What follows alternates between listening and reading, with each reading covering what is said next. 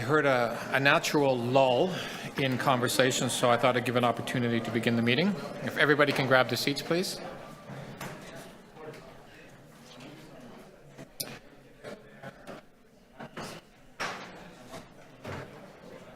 Welcome, everybody.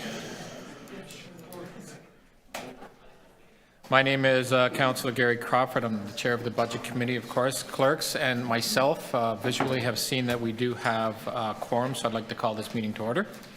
Today's meeting is being held with members of Council and City staff participating both by video conference and in person at City Hall and in Committee Room 1.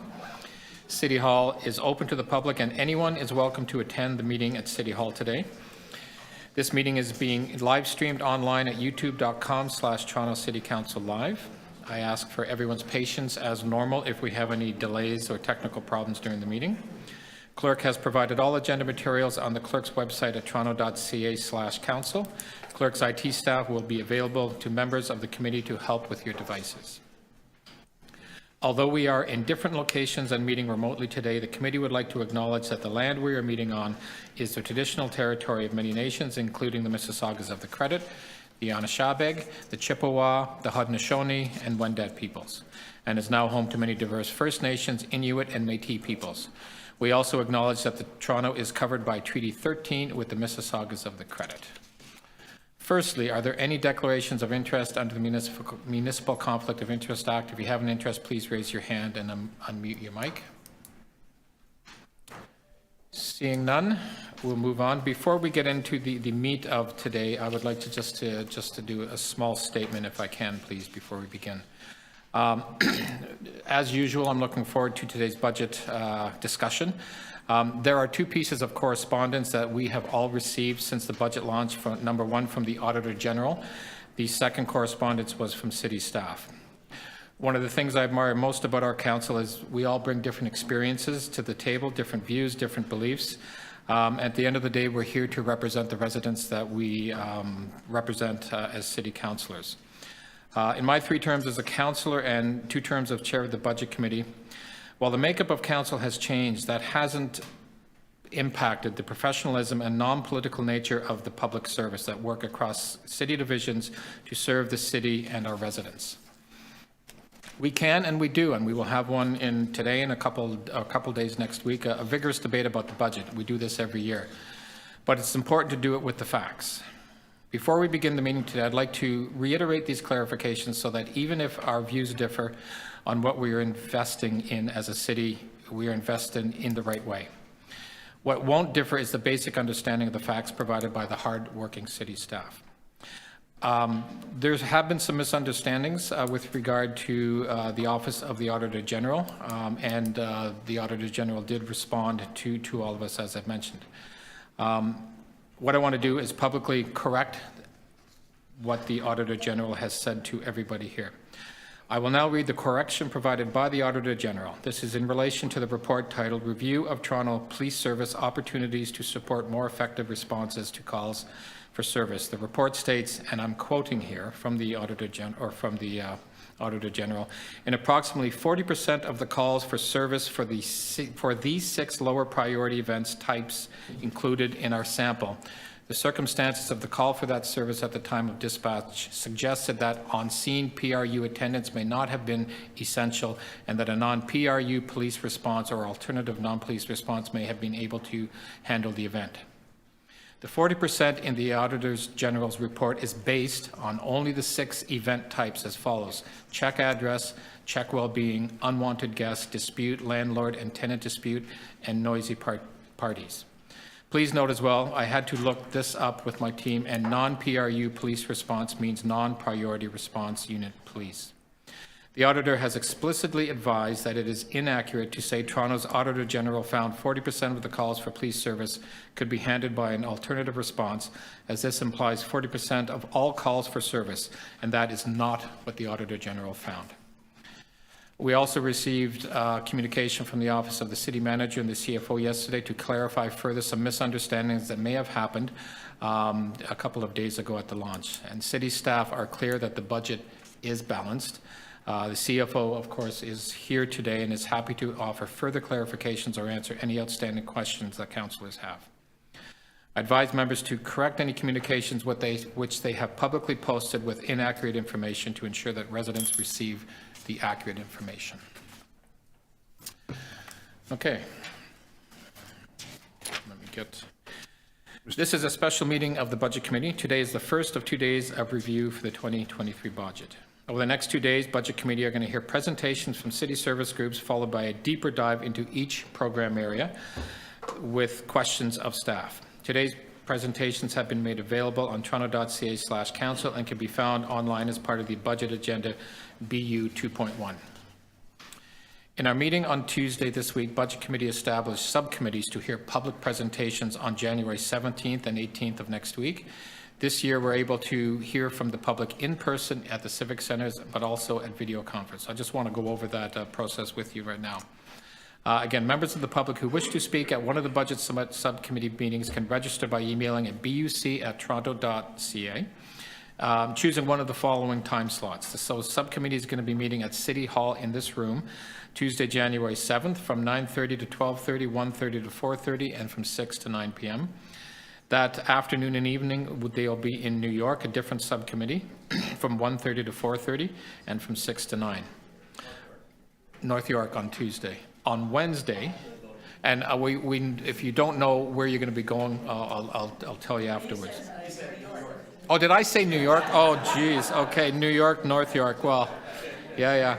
We could try to do it in New York if you wish to see how that goes. We don't have the budget for that. We don't have the budget. Okay. So Scarborough Civic Center on Wednesday from 1:30 to 4:30, 6 to 9. And Etobicoke that day, Wednesday, January 18th, 1:30 to 4:30, 6 to 9 p.m. After we hear from the public, the Budget Committee will meet again on January 24th to consider what we have heard at the budget review and the consultation meetings and make recommendations to the Mayor and, of course, Council. Okay, first today, and did everybody have... Mr. Chair? Yes. Before we dive in, I just, if the committee would indulge me, I just have a couple of questions. Or Sure, go ahead, Council.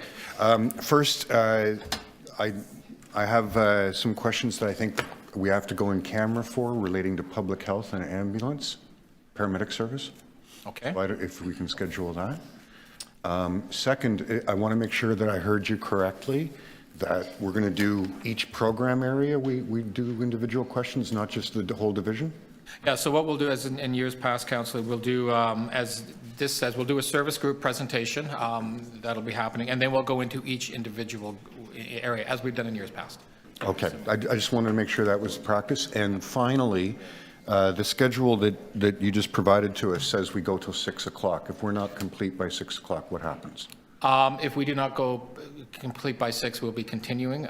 We have, again, and that has to do, normally what we do is we just pull it over to the next day.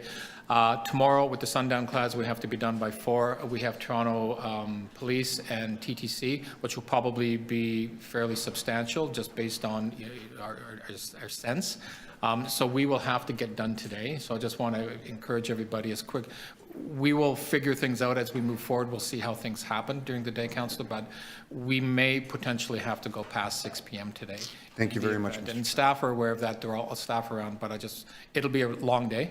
I'm recognizing that, and I think staff understand that, but we're going to do our best to see how we can push through. Thank you. Appreciate that. Okay. So let's go over, the other thing too, with regard to briefing notes, if you have any briefing note requests based on the information that will be provided today, if your questions aren't necessarily answered today and you need more information, please get briefing note requests into the clerks by the end of today. And that request, if you could just give permission for the clerks to share it with staff and myself. Reason being, as I said yesterday, in years past, there's been a lot of briefing notes. Staff may or may not be able to get these briefing notes done in the week or 10 days that they have, so they need the opportunity to review this. If it's a question that can be answered very quickly, they may be able to do that, but we have to recognize staff's time on this, so hence it'd be important if you get any briefing note requests in by the end of today. TTC and police are different. We'll have to deal with that in the morning, but I think the vast majority of briefing notes will be on this. Staff and myself would appreciate getting it in by the end of the day.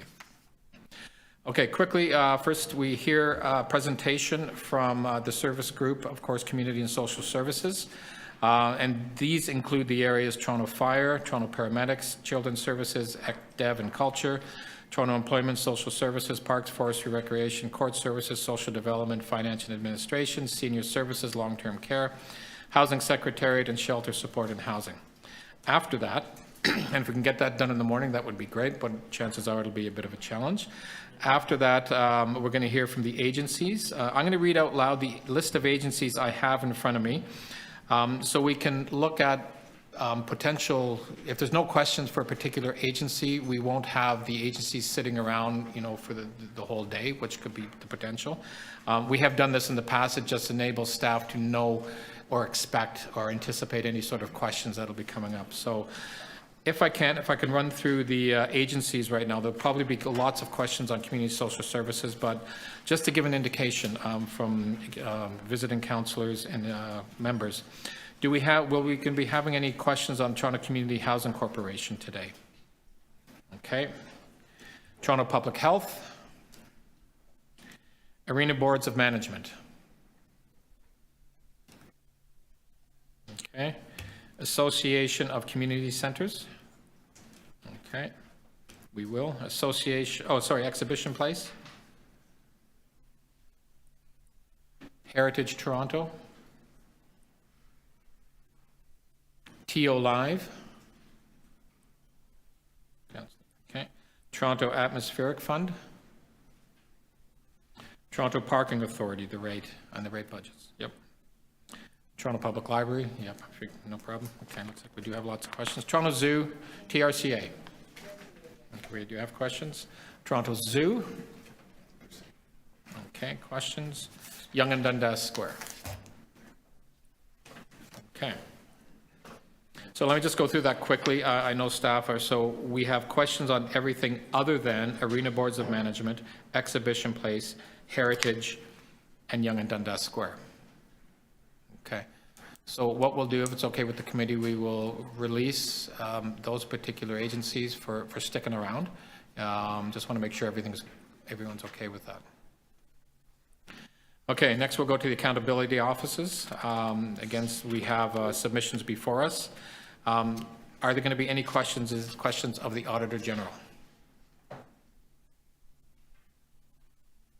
Office of the Integrity Commissioner. Okay, well, yes.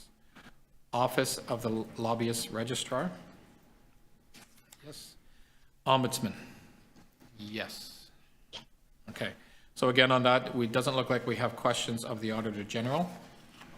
I'm not sure if the Auditor General is here or online, but at this point, we'll wait to see if anybody on the Auditor General, sometimes we do, so we'll just wait a little bit before we release the Auditor General. We will have a presentation followed by questions and answers from corporate services that include the following areas: 311, corporate real estate, environment and climate, fleet services, Office of the Chief Information Security Officer, technology services. CreateTO is available for questions and answers following that presentation.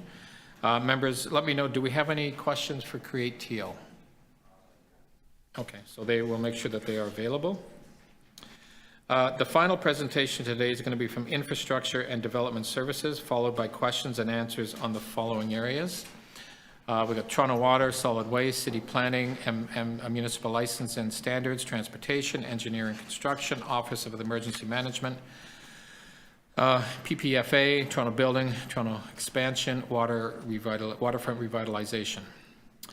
After that, we're going to be going into not a presentation, but we have questions on City Manager's Office, Finance and Other Services, and that includes the Office of the Chief Financial Officer, Office of the Controller, City Manager's Office, Legal, City Clerk, City Council, Office of the Mayor.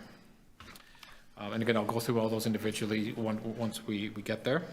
Tomorrow, we're going to be hearing presentations from Toronto Police Services and from Toronto Transit Commission. Please note, as I've already said, that we must be done by 4 o'clock tomorrow as per council procedures. And just to repeat, if you have any briefing notes, please try to get them in by the end of today. Councillor Crisanti, did you have I thought I saw your hand up? No? Okay. Just saying hi. Hi. Okay.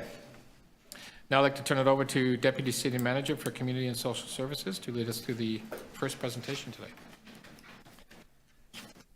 Thank you, Mr. Chair, and good morning to members of council, staff, and members of the public. My name is Paul Raftis.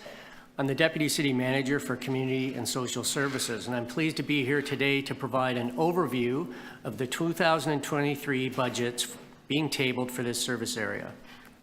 The process today is similar to previous years. I will highlight the budget priorities, challenges, and expenditures for community and social services, and I'm joined today by each of the division heads who will be available to answer specific questions related to their divisional budgets. Before we start, I would like to thank the general managers and their teams from across community and social services for their incredible work and dedication to the services they deliver every day, as well as Alan, Julie, and Donna in my office, and of course, Heather Taylor and Steve Conforti and their team, who work tirelessly with our teams to prepare our budget submission during a tough budget year. The chair had mentioned the divisions within community and social services, so we just skipped past that particular slide. The work we do in CSS helps to facilitate the city's strategic and corporate outcomes. We are prioritizing investments in housing, people and neighborhoods, economic recovery and equity in support of a well-run city and high-value services for residents and businesses. The priority areas for community and social services budget align with the city's 2023 budget priorities, which the city manager outlined during his budget launch presentation on January 10th. We continue to embed equity in our programs and services, particularly for Indigenous, Black, low-income, and persons experiencing homelessness. This budget strives to maintain affordability. To that end, one of our priority areas in CSS is to expand the Fair Pass Transit Discount Program by allowing an additional 50,000 low-income residents to opt in. Similarly, we are prioritizing investments in affordable and supportive housing and eviction prevention. Although not part of the CSS budget, I'll mention that the city is expanding affordable housing options through the legalization of multi-tenant housing. You will hear more about this in the presentation from Infrastructure and Development Services this afternoon, as multi-tenant housing is part of the budget for MLS. Other priority areas include emergency services and public safety, particularly for vulnerable populations such as seniors and people in crisis. Although the current financial context is a challenge, this budget maintains frontline services including shelters, childcare, parks and recreation, and long-term care homes, and supports economic recovery for the continued impact of COVID-19. The 2023 operating budget invests $5.7 billion gross and $2.2 billion net in community and social services. The gross budget increase is mainly due to the projected rise in OW caseload and Year 2 funding for the Canada-wide early learning and childcare system.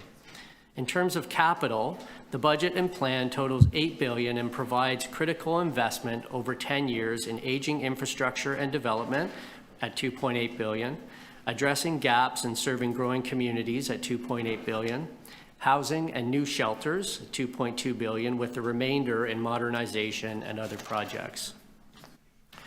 As highlighted at the budget launch, CSS divisions, like other city divisions and agencies, are facing significant and unprecedented financial challenges. COVID-19 continues to have impacts on service delivery, particularly in long-term care homes, due to legislative requirements related to infection prevention and control. The city is still facing revenue loss from COVID-19, including lower fine revenues from court services and lower levels of sponsorship and demand for services and programs operated by economic development and culture. Bill 23 could impact the city's ability to deliver on affordable housing targets and to support necessary parks and recreation infrastructure in future years. As mentioned during the budget launch presentation, the city is expecting to be fully reimbursed for revenue loss, or else capital projects will be postponed or canceled. The housing crisis across Canada has a disproportionate impact on major cities and continues to increase demand on shelter services. Toronto has the largest shelter system, both in size and per capita beds in Canada. Demand for refugee-specific beds represents 28% of the city's shelter capacity. CSS will be challenged to continue its refugee response at shelters and to provide supportive housing services without financial commitments from the federal and provincial governments. These challenges are exacerbated by an expected economic downturn caused by inflationary pressures and rising interest rates, which could increase demand for services such as emergency shelters and social services. The increase in costs associated with delivering our services, such as the cost of food and utility at long-term care homes and shelters. The budget we have tabled will help CSS to deliver on our priority actions and to mitigate the risks and challenges expected for 2023. We are prioritizing delivery of Council's recently approved 2023 Housing Action Plan to increase the supply of affordable housing, while considering the city's climate and equity goals supporting eviction prevention and protecting existing affordable rental stock through the multi-unit residential acquisition program. We are improving frontline emergency services, including paramedics and fire services, with a proposal to fund 52 new permanent firefighters and 66 new permanent positions in paramedic services, which are part of multi-year hiring plans. We are also supporting anti-violence and community safety initiatives, such as the Toronto Community Crisis Service. We are undertaking a number of actions to maintain or enhance frontline services. One example of this is enhanced park service levels to keep washrooms and water fountains open for more of the year. We are also continuing to invest in the CreateTO program to improve care at long-term care homes and delivery of the Canada-wide early learning and child care system to deliver $10 a day childcare. We are continuing to fund recovery and rebuild initiatives to address the economic and cultural impacts of COVID-19.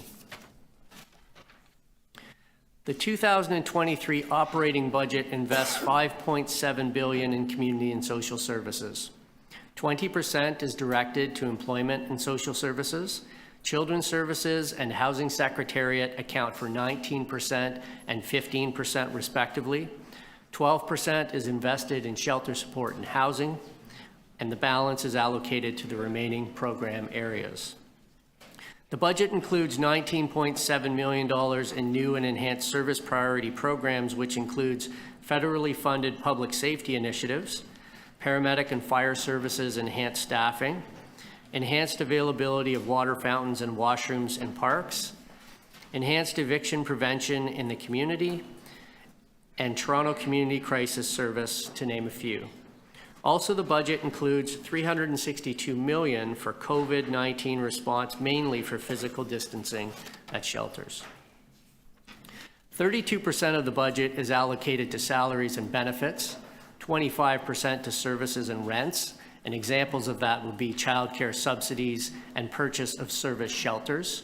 16% to subsidy and grants, and examples would be social housing and grant programs. And 8% to COVID-19, with examples being physical distancing, isolation and recovery for shelter sites, PPE and cleaning costs, additional staffing costs, and revenue loss in courts and PF&R. In terms of funding sources, many of our programs are cost-shared with other governments. As such, provincial and federal subsidies account for 53% of our funding. 39% comes from property tax, 4% comes from other revenues, and 3% comes from user fees. This slide summarizes the 2023 budget by program area with a comparison to prior years. Program areas experiencing a decrease compared to the 2022 projection are due to, in courts, increase in red light, camera, and automated speed enforcement revenues. Shelters assumes funding for refugees in 2023, and EDC has an increase in revenues related to Main Street recovery and rebuild initiatives. Divisions above the 2022 projection are due to, in senior services and long-term care, a funding increase for their direct care model. In Toronto Employment and Social Services, a projected increase in caseload. And in the Housing Secretariat, social housing legislated cost increase and $5 million subsidy increase to TCHC. As you can see, CSS has a diversity of capital assets to deliver on our services. Then the total value of these assets is $6.8 billion.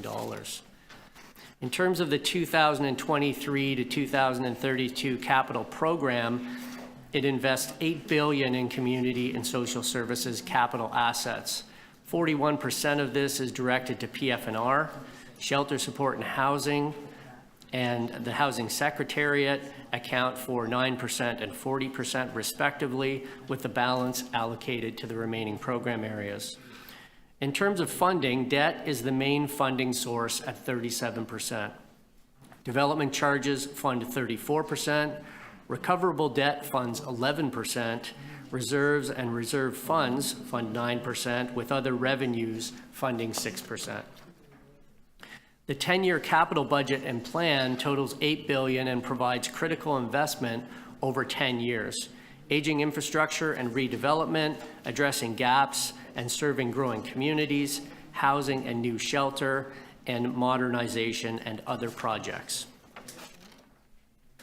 As identified in the city manager's presentation at the budget launch, SOGR is increasing through 10 years mainly due to PF&R's recreation facilities and park infrastructure aging, while the cost to bring them to a state of good repair is escalating significantly.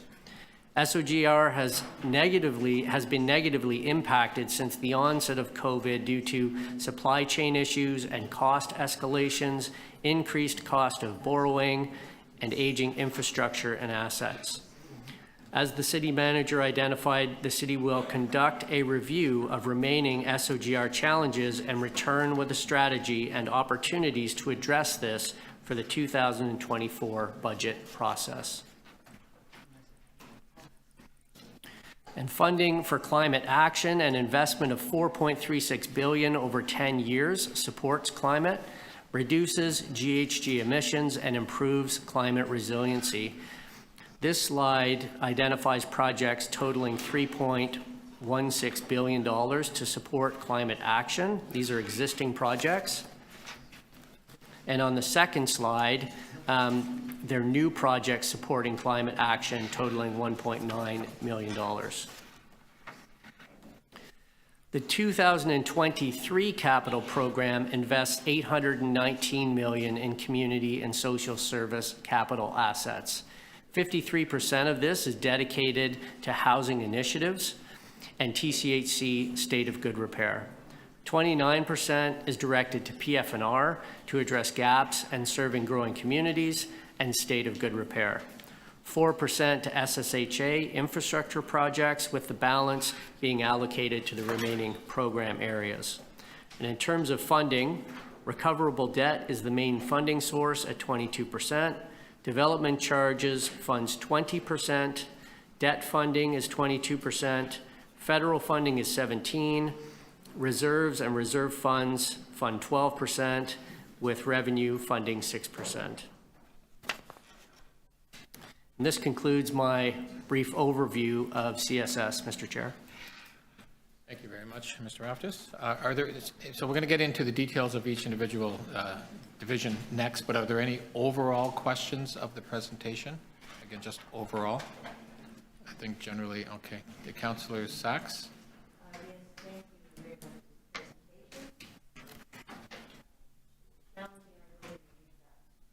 Oh.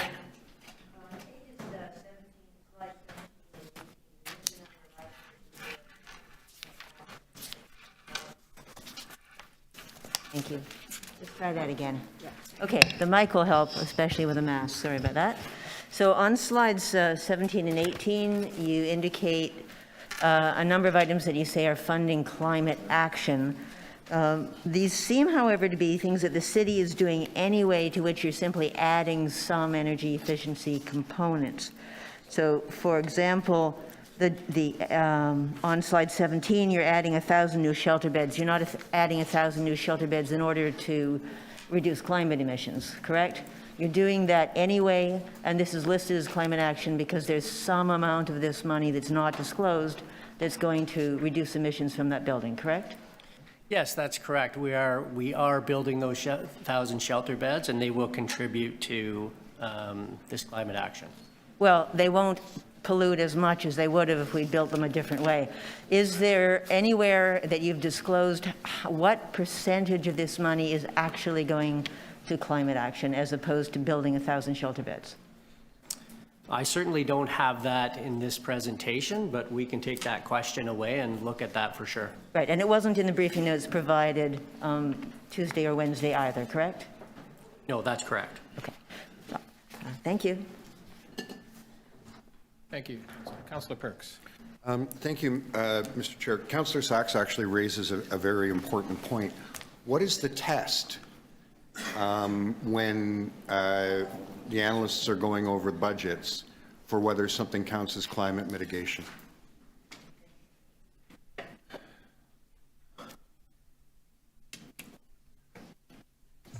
Through the chair, and we may be able to get into this a little bit further when we have our environment and climate team here, but essentially... It's in every division, though? It's in every division, and they support us. So what we're looking for is any project that has a component that is either reducing GHG or is supporting climate resiliency. And those are the two tests that we look for in a project for it to be included. And just to be a little bit more specific, so, you know, if I build a building and I don't heat it by having a barrel with a bunch of wood in it, but instead use natural gas, that's better. But if I build the building to a net zero standard, then that's best. Do you look for better or best? Through you, Mr. Chair. Actually, Councillor, we are working with our environmental office to determine what is best, and those do come through in our recommendations, but improvements are also areas that we're tracking. So the natural gas counts? Not necessarily. I think we have to look at, you've given an example that I actually can't think of anything that we heat with wood. So if you want to look at, we're currently heating with natural gas, and we are looking for opportunities to reduce the carbon footprint of those areas. So I'm not sure I can come up with an example that heats with wood, and natural gas would be better. I still don't understand what our test is, but thank you. Our test is the reduction of our carbon footprint. That's our test. Thank you. Councillor Chang, on overall questions of the presentation. On the last page of this, it says anticipated unfunded capital.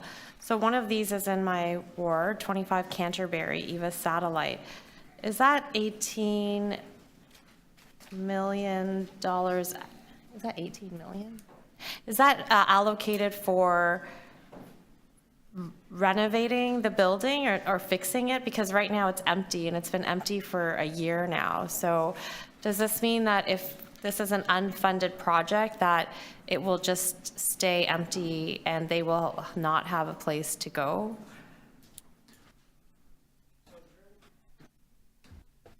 I can't speak to that specific location. We can get the division with that specific location to talk about the project. But yes, the divisions come up with future projects that they bring forward and we look to fund in future years. And this is a list of future projects that the divisions look to have funded in future capital plans. So just so everyone knows, this is a building that was vacated by a shelter because it was not built.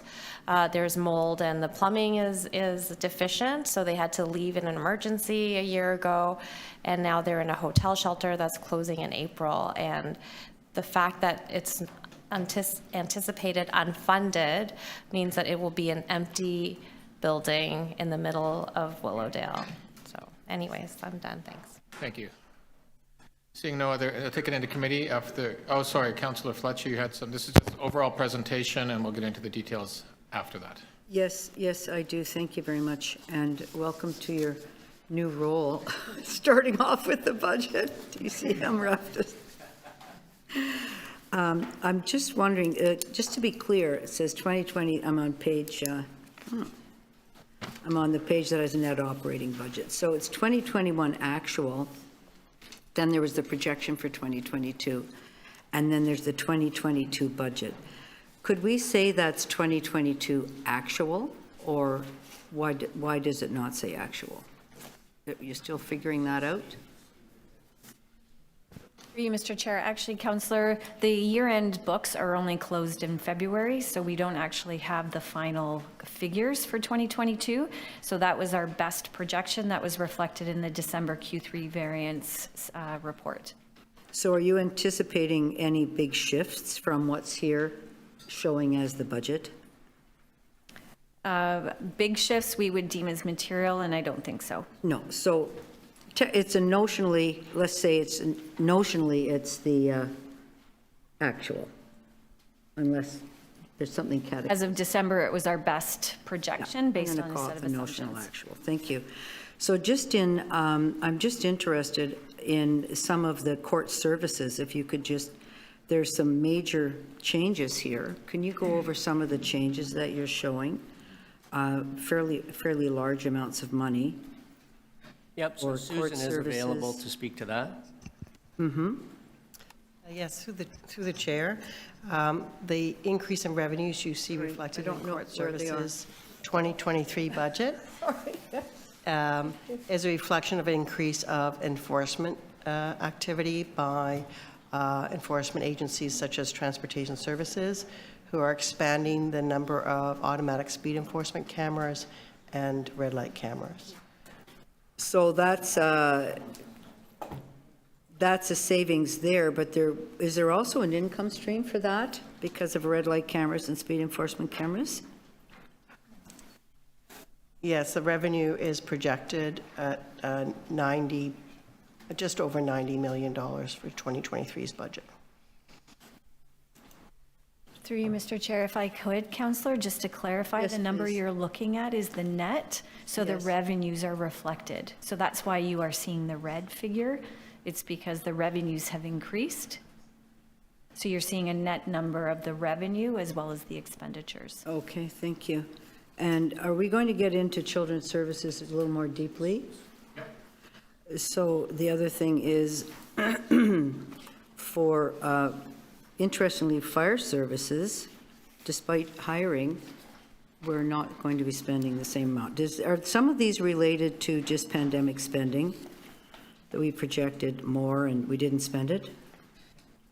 So there is a reduction on the fire side, and Chief Peg can speak more to that, related to COVID spending and where we're showing that within the budget. If I was to, just before we hear that, if I was to look at by program and say, where was the big COVID spending? Could somebody be clear? I don't think it was in children's services because kids weren't in childcare. Do you know what I'm saying? Which Yeah. ones were impacted by COVID? in So a- we can break that down for you, Councillor Fletcher. From here, then net expenditures? Yes. Okay, great. Through you, Mr. Chair, Councillor, if you're looking on page 11, which is the sheet, if you look in the middle of the 2023 column, you can see the COVID pressures that we're expecting for 2023. So you can see that shelter, support, and housing has 317 million. Are we on the same page? I'm on slide I don't have numbers on mine. Most of the, yeah, there's no numbers on, There's no numbers on the Okay, deck. sorry, I'm looking at an electronic copy, Well, I I apologize. have my, The title of the slide is 2023 net operating budget. okay, thank you. Page 11, I'll write that down now, okay? Okay, I apologize, I was looking at an electronic copy. If you look in the middle of that slide, you can see 2023, you have base, COVID pressure, new and enhanced, and 2023 budget. So the COVID pressure column will be indicative of relatively proportionate amounts of COVID expenses that would have been experienced in 2022. But we can break it out. So just in global numbers, for shelter support, 428 for actual. There was a projection for 533, you're coming in and saying it's 451. That is your closest estimate at the end of the year, right? That was the 451 was the 2022 notion, we're going to say actual until it changes. And then over here, there's 317 in COVID pressure and 490 at the end of the day for the budget. That's your last question. That's correct. So, okay. Well, no, we're going to get into the details I of just each. want to be clear Are how. there any other outside we'll bring it into committee? Okay, hold on a second. Committee, are we, again, one of the challenges we'll be facing today is, number one, trying to get through to a regular time. So I want to ask the committee if we'd be entertaining a second round on the overall. Okay. Again, Councillor Perks and Councillor Sachs, it's just the overall. And again, I reiterate, if there are individual divisions, we're going to be going through all of them. We don't mean, so whether it's paramedic, fire services, court services, we will have an opportunity to have questions specifically on those as well. Okay, Councillor Perks? Oh, sorry, take it into committee. I apologize. We have to take it into committee. Yeah. Councillor Crisanti, you had some overall questions on the presentation? Oh, just rethinking my question, it may be specific when we get to the senior services and long-term care. I have questions related to that. I can wait for that presentation and do it at that time. That'd be great, okay. All right? Any other committee members, questions of the overall? Councillor Thompson? Thank you, Mr. Chair, through you, and I know that we'll be getting into the details in the weed, but I wanted to ask Ms. Raptis, and certainly, as has been pointed out, that it's sort of trial by fire, but I know that you're up to the job and so on, but I wanted to find out from you, just as an overall perspective of the presentation you've just given. I've looked at it and I have concerns about some of the things in my own area and others as well, but what is keeping you up at night in terms of when you look at this budget and the concerns? But I just want to maybe just an overview. I mean, we know we have great demands, great needs, and shelter, for example, has great needs, great demands, and there's a lot of people waiting for assistance, but we have anticipated unfunded aspects with respect to capital work that needs to be done. Just as an example, we have parks and recreation facilities, we have facilities that are needed, and yet we have a large amount of these are unfunded and so on. So from your perspective, how are you reconciling this, in as much as you presented this to us through the varying departments, but you are the deputy city manager having to work through the series of departments and so on and deliver on the services that are needed in the city of Toronto. What keeps you up when you sort of think about this, and what makes you nervous about the approach and or the year coming, which is 2023, and these programs that we have to deliver, which in a number of cases here, they're unfunded and there's a need for funding? I hope that's a fair question. Thank you for the question, and through the chair. Yeah, I mean, I think the magnitude of the challenges that a large city like Toronto faces, and in particular in the economic times that we're facing, and those challenges, that's what keeps me up at night.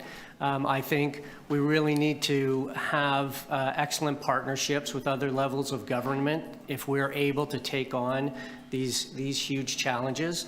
But what makes me sleep well at night is the people who I work with and the community that we work with here in delivering the services. And so we've done our very best to go through and have a budget that maintains services, continues to invest in really high priority areas, recognizing that we can never do everything for everyone all at once, but we're doing our very best to put our best foot forward and provide excellent services right across the spectrum of community and social services. Thank you, Mr. Raptis. Thank you, Mr. Chair. Thank you. Councillor Bravo. Thank you, Chair. So thank you for the presentation. I'm struck by how much yesterday at ECDC, what I hear from my constituents, what we see in the public realm, that the explosion in the numbers of people who are homeless and becoming homeless in every ward and every aspect of life, present in every public space, is sort of the crisis of the moment. And I'm when we saw the budget launch on Tuesday and in the documents today, I don't see this as a headline of sort of the emergency that we need to meet. Do you agree that the homeless crisis impacts all priority areas? It's an equity dimension, it's around housing, it affects emergency services and public safety, and it's crucial for the pressures that it creates around frontline services? Thank you for the question, and through the chair. Absolutely, it does. And I would say that issue is the most complex and challenging issue that I've faced in my 32-year career, being in multiple areas here and working on the street as a frontline person as well. And again, I'm heartened by the team and the folks that we work with on those issues to make that better. And we know that Toronto has the largest shelter system, both by beds and per capita beds in Canada. And so we're doing our very best on that issue, and we have some of the best people involved. And this year we are putting forward proposing a budget of $707 million for shelter support and housing, again, to work towards improving things in that area. Thank you. Thank you. Councillor Moise. Thank you, and through the chair, thank you for this presentation. You know, I hate beating a dead horse here this morning, but I'm going to anyway. One of the priorities that the mayor and this council have talked about is housing. And looking at, and I know that the capital projection here is from 2023 to 2032, but you would think, in my mind, that looking at the anticipated unfunded capital, I would think, you know, the shelter and support and housing at department here, listed here that are unfunded, and also to the seniors and services and long-term care facilities also needing some funds to rehabilitate these properties, that would have been a priority for us as a city. And perhaps rather being put in the back page of this document, that it would be in perhaps the first page and be funded accordingly. And if you needed the extra funds to make this happen, why didn't we perhaps find other revenue tools to make that happen? Through the chair, thank you for the question. And the revenue to a question, maybe I'll ask my colleagues in finance to answer. But, you know, there are so many things to do. The list is very long. Certainly with the Housing Secretariat, there's more than $3 billion, or 40% of the capital budget we have invested in the coming 10 years for that. And in shelter support and housing, you know, 9% of the capital budget, or $700 million. So I think we're trying to find a balance to fund the programs and make those priority investments to the degree that we can. In terms of funding tools, I'd ask my colleagues in finance to speak to that.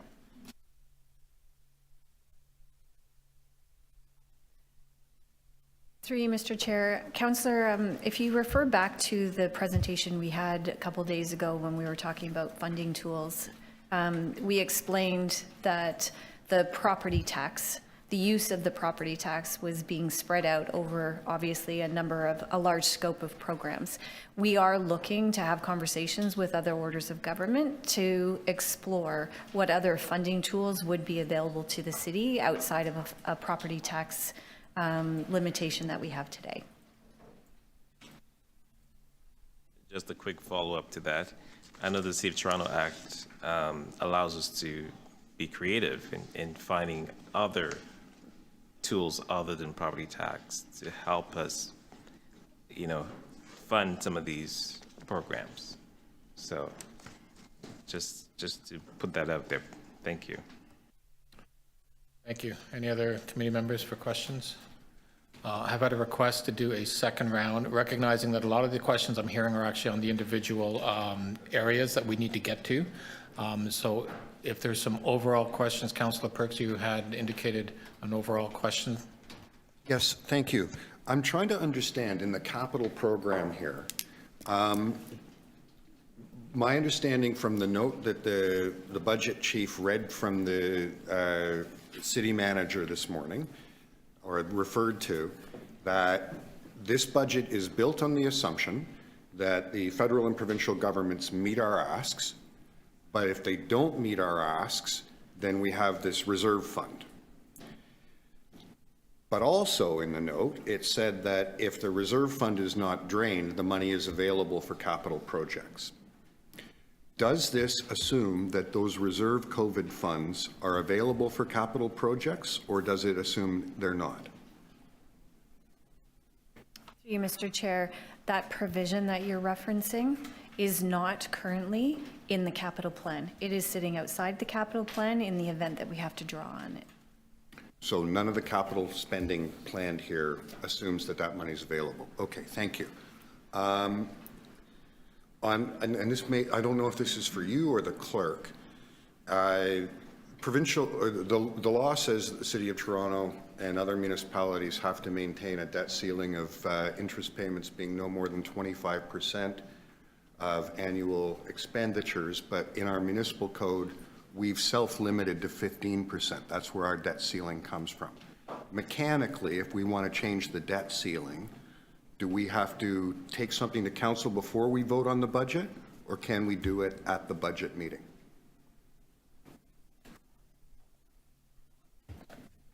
Clerks will have to get that answer for you. They don't have it at the moment. Okay, They will get the sometime answer. today, that would be useful. Okay, I thank you. think that's possible. Thanks, Councillor. Councillor Sachs, some overall questions? Climate-funded objectives or actions, what is the minimum percent of investment that actually reduces emissions for something to be included in this list? If it's 0.5% of the total budget that's going into extra insulation, is that enough to put it on this list? So I think as the CFO had mentioned earlier, we'll look into what that criteria is and get back to you with that. We don't have that exact criteria here, but we're working with city divisions on, on exactly that.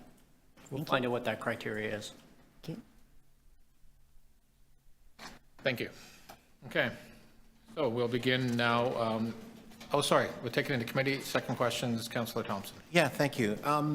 I wonder, through you, Mr. Chair, and maybe the city manager and maybe the chief financial officer can maybe just help me to understand, because I've had some conversations with members of my community, and it appears that with respect to the media and the report out about the construct of our budget, there's a narrative that seems to suggest that there is a unique approach in which this budget is being formed, in that we're building this budget predicated on getting funding from the other levels of government. In my time here so far, it appears to me that that's not new, but there's a narrative which is suggesting that's new. I'm wondering if you could comment on that for me, because we build a budget based on the discussion with respect to the other levels of government in terms of areas of focus and the responsibility where we want funding, whether or not it's transit, housing, and those other types of things. And it is understood that there's ongoing negotiation that takes place, and that the funding could be delayed, but nonetheless will arrive at a later date, which is within the prescripted period of time. But it seems that there's a narrative out there which is really taking off that would suggest that this budget, whether or not it's because it's the first budget that the mayor, as a result of the strong power that he now has to be able to build that budget, bring it forward, that it seems to be new. Is it new? Is it unique? Is it different? I wonder if you can just comment on that for me, please. Through the chair, I'll begin, and Heather can fill in maybe some more specifics. It's not entirely new. This has happened before. I think size and scope through COVID is something that has been different. And again, COVID, no different this year. And our CFO mentioned that in the opening presentation, that this has been the way COVID has worked. We have been discussing with other orders of government about the needs of Toronto throughout it. And the reality is billions of dollars have flowed into this community from other orders of government to support the COVID efforts. So in that respect, it is similar. And then you look at refugee issues. For years, Toronto has said that those things are ones that we get, and we'd love it to be a program where we know the money's coming in. The reality is we're often in arrears with the federal government, but they have come through. So you're right, these types of approaches are not brand new in the 2023 budget. And Heather, do you want to add anything more to that? I think that unless the councillor has additional comments, I think that clarifies it. No, I'm fine, and thank you for the clarification, because it seems to be a narrative out there which suggests that these are new elements and new principles in terms of our approach, in terms of our budget construct. But it isn't, and I'm thankful for the clarification. I just wanted to make sure that it was pretty clear, because I hear even some members of council who've spoken to this to give that impression. I just wanted to ensure that it was clarified, and the clarity is helpful to me and my residents. Thank you. Thanks, you can. We're actually in committee now, so you will not have the opportunity to ask a question. But you'll be able to ask the question when we get one out. Again, Councillor Brown, in the event that we do have to get through, hopefully you'll be able to answer your question with regard to a specific area. I recognize that you had an opportunity, and I'm going to start being a little firmer. We do need to get through this, so unfortunately we are in committee at the moment. Councillor Bravo. Thank you. I think you're on the hot seat, Mr. Raftis, but I think that this is a bigger city vision, so maybe city manager can address this as well. I appreciate you saying that the homelessness crisis touches every priority area in a community in this area. So I think that the challenge I have is that it's important to name the problem, and I don't know that we're naming it accurately in this budget. Yes, homelessness has existed forever, but it's different this time, and I think that we're hearing that from everywhere, from emergency departments to people that work on the street, from transit, from the transit union, from library union, that it's ever present. And I would love to see a vision that is an across-the-board, all-city effort to meet the need generated from this new kind of homelessness. That's people who are working poor, losing their housing, people becoming more sick on the street, and the pressure that it puts on every city service. I think unless we name it as a sort of a top objective of the city to resolve, we can't get the other orders of government, we can't pressure them effectively. And I would love to see, send them a powerful message, and then hold ourselves accountable for progress. And I'm just, again, I wanted to ask why we're not naming it as the crisis that we're facing across our wards. Is there a question there, Councillor? Sorry. Yeah, I just said that.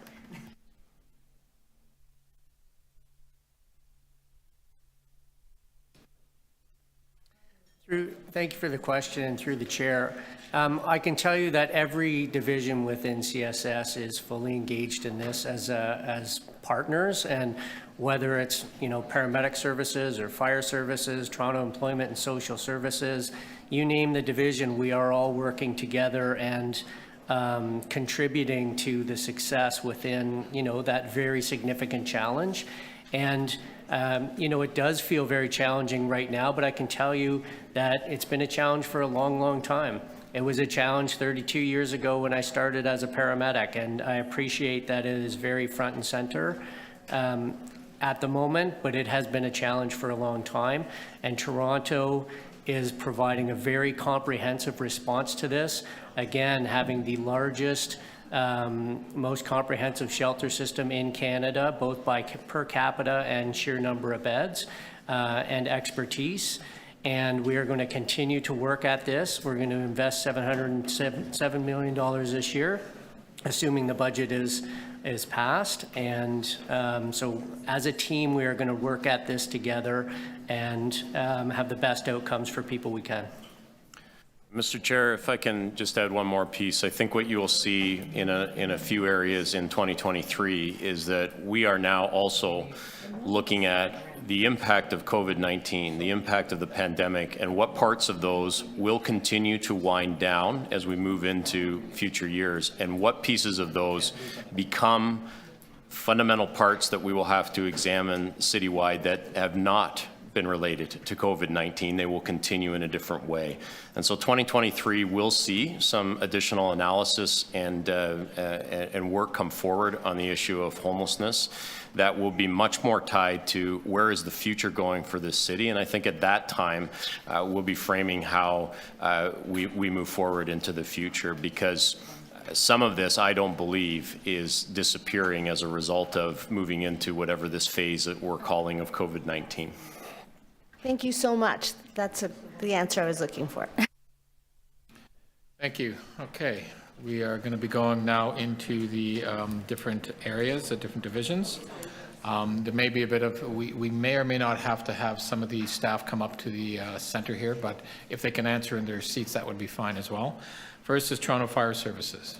Do we have questions of Toronto Fire Services? We will. So I believe the chief is, you got a mic, so the chief's back there, so he's mic, so he doesn't necessarily have to come up. So we'll start with outside councillors, and then we'll go into committee. Councillor Perks to begin.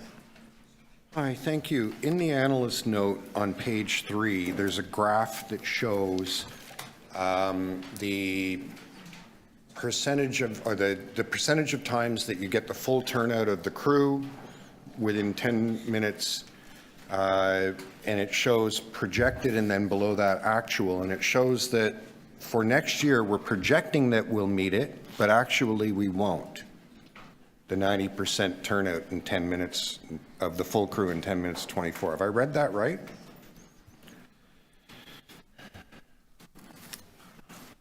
Mr. Chair, so just looking at page 3. So page 3 is a projection of our two most common, or the two primary measures by which we assess emergency response performance. The first is total response time, which is the arrival time of the first truck to the scene of the emergency. The second, which I believe, Councillor, is what you're referring to, is effective firefighting force, which is the assembly of the full effective team we need to suppress fire. That's the standard is 10 minutes and 24 seconds, 90% of the time.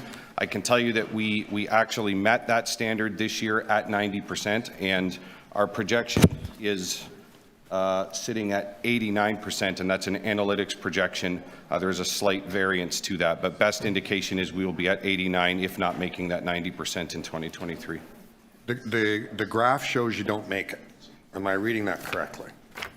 The graph on page 3 shows you won't make it. Right. It is that's the analytics forecast, Councillor. You're correct. I understand that. Predicting 89%. Right. So, but when I go to the table below on page 4, it says that you will meet it and it gives you a green light. So, which is correct? The chart or the table? Or the chart or the table? Yeah. The graph or the table? Councillor, I'm going to take that away. I will say that the table where it projects us and our target being 90%, our target is not changing. It is 90%. But what you're going to deliver is what I'm asking about. Yes. In the graph, it shows you don't make it. In the table on the next page, it says you do. Right. So we are forecasted based on a performance in 2023.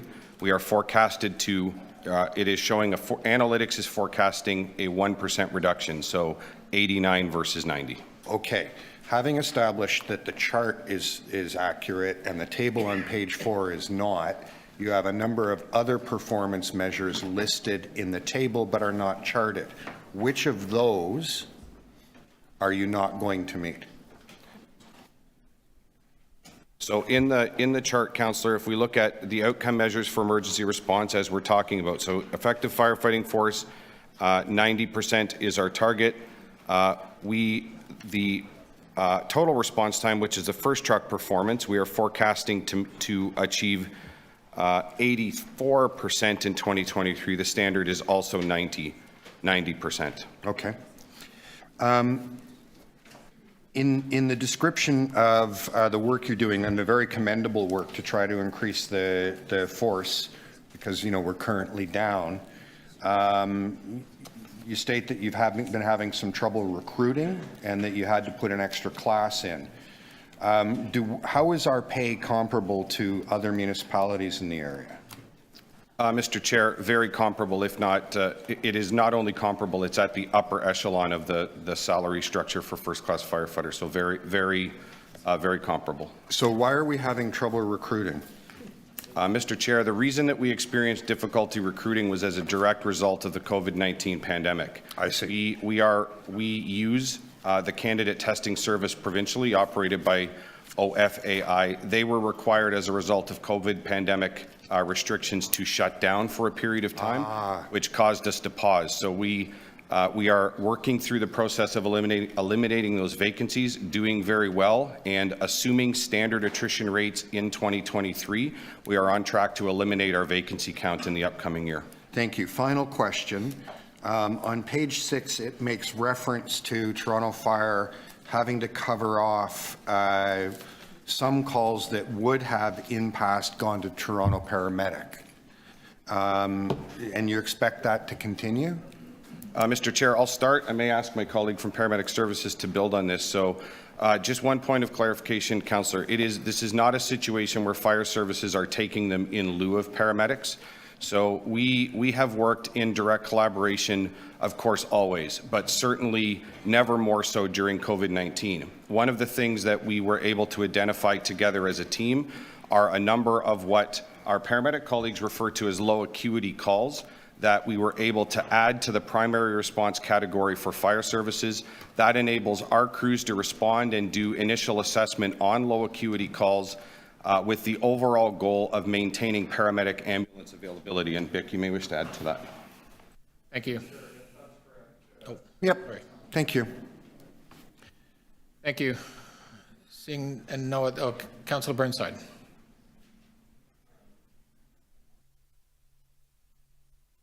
I'd just like to pick up where I left off 4 years ago.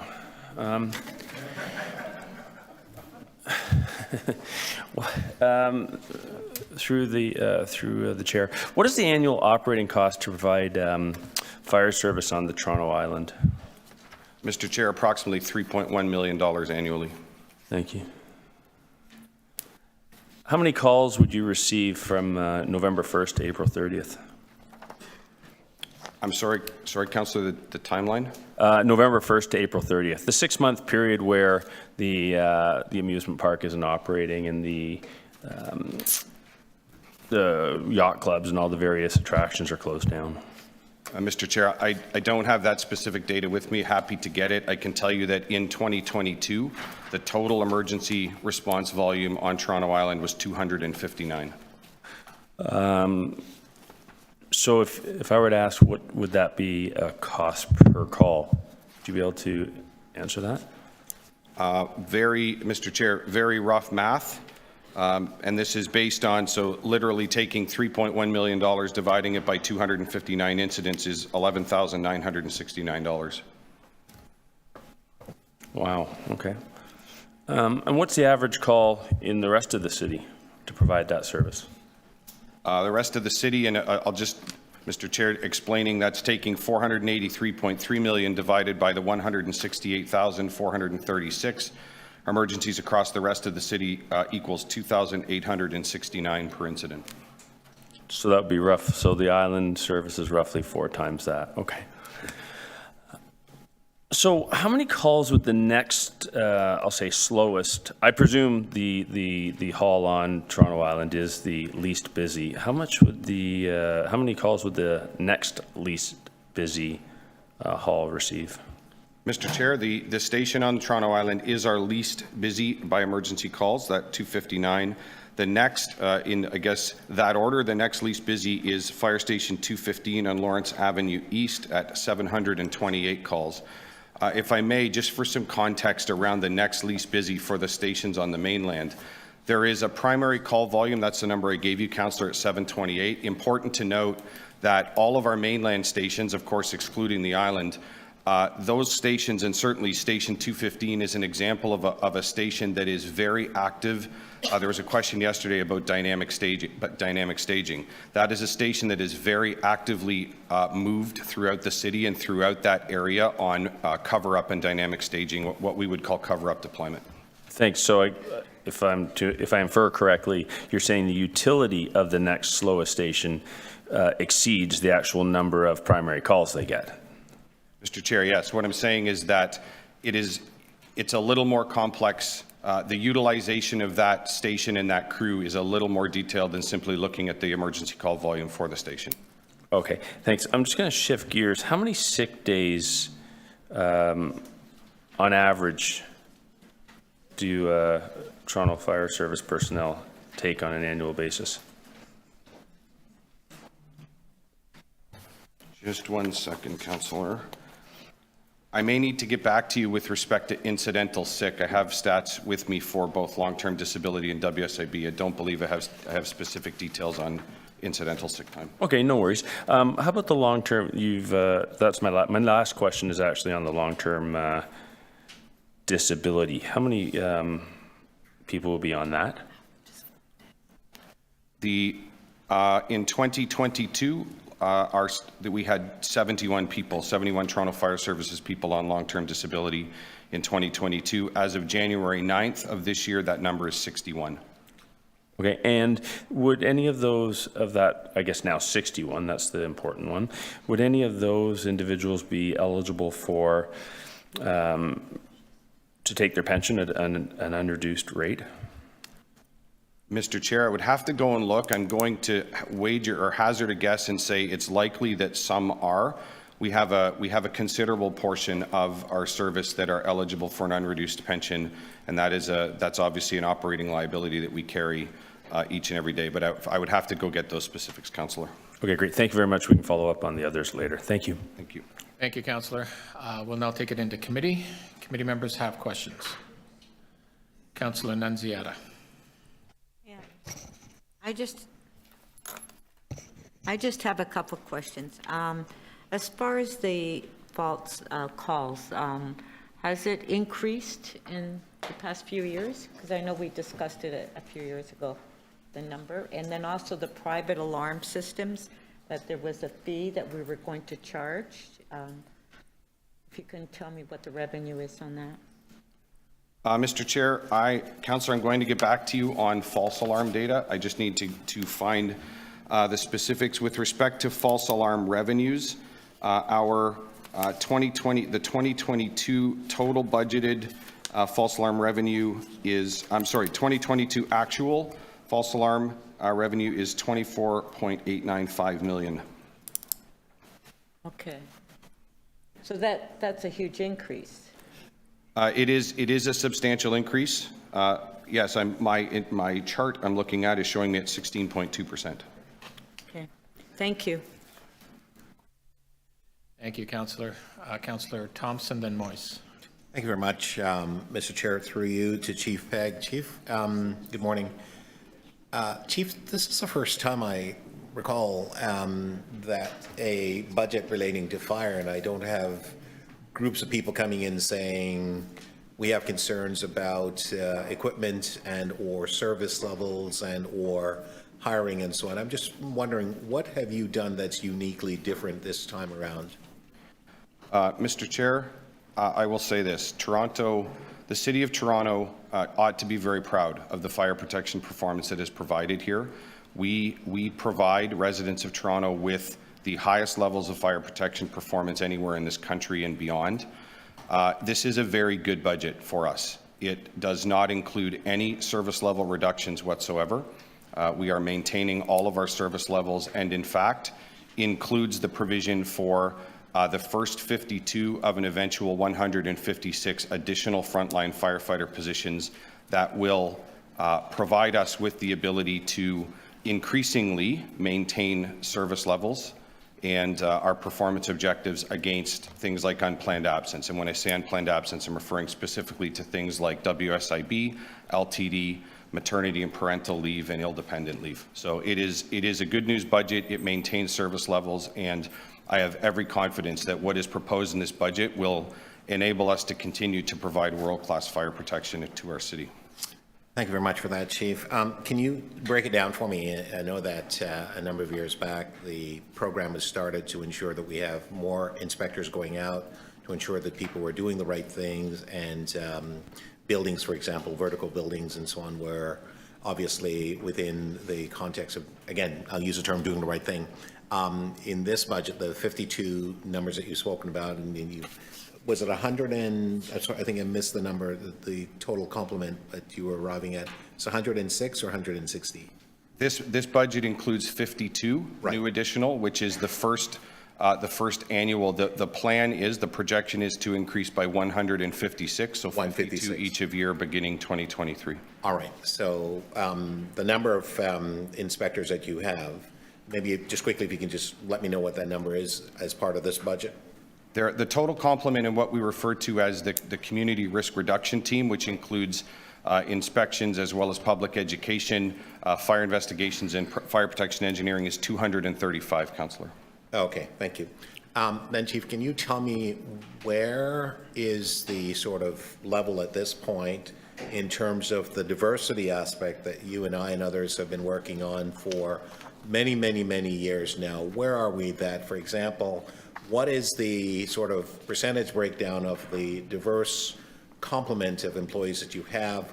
What is the program goal in terms of achieving more, as you've responded to a question with respect to why have you not hired? I just wanted to understand the status of that. How is it reflected in this particular budget? Mr. Chair, so Councillor, as you well indicated, this has been a priority for me during my entire tenure as the chief. And I am extremely proud of the work that our team has done and continues to do. We work in direct collaboration with our people and equity team literally on a daily basis. I can tell you that the stats I have in front of me, Councillor, the two most recent recruit classes, so the class that we call 2202, which was the second of two classes in 2022, just graduated. It has a self-reported diversity rate of 48%. The class that we are starting on January 30th, actually, which is the next 104 recruits, self-reported at 34%.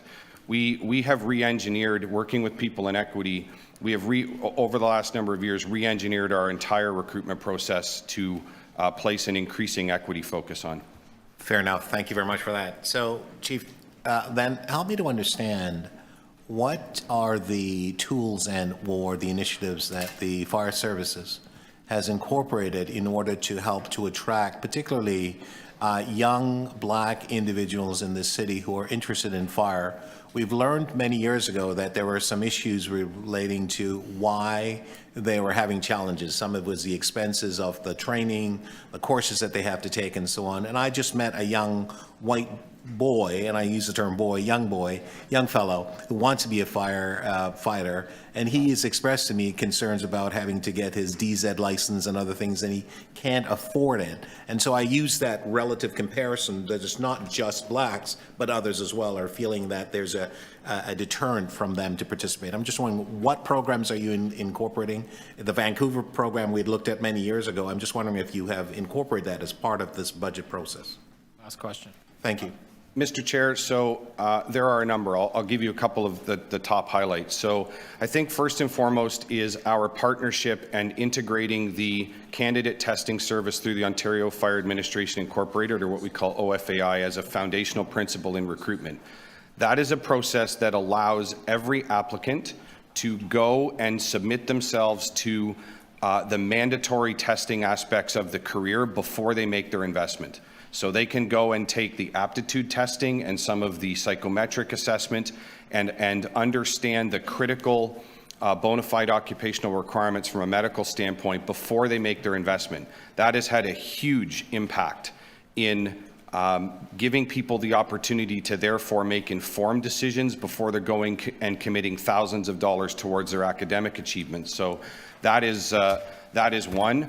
The other I will just comment on is again, working with people in equity over the last number of years. We lifetime monitor every single recruitment process, and there is a post-process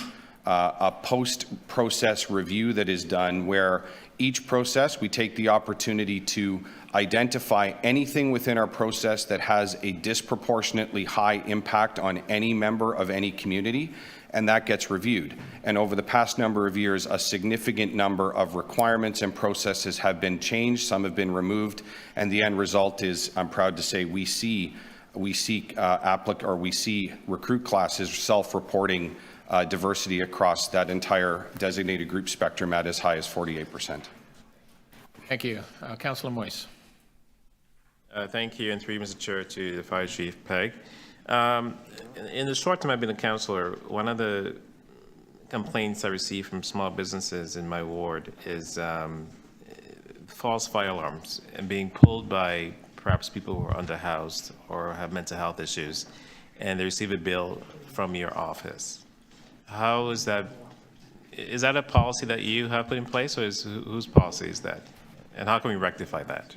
Mr. Chair, it is a council-endorsed policy, so it is part of the user fee bylaw. I will say, Councillor, important to note, there is a rebate program in effect. So there is an opportunity for any building owner who sustains that type of false alarm. They have the opportunity, if they can demonstrate to us that they are taking proactive steps to prevent recurrence of that false alarm, and there's many ways they can do that, they can submit to that and get a substantial rebate of their false alarm fee. That happens many, many, many times every month and is actually a very successful program.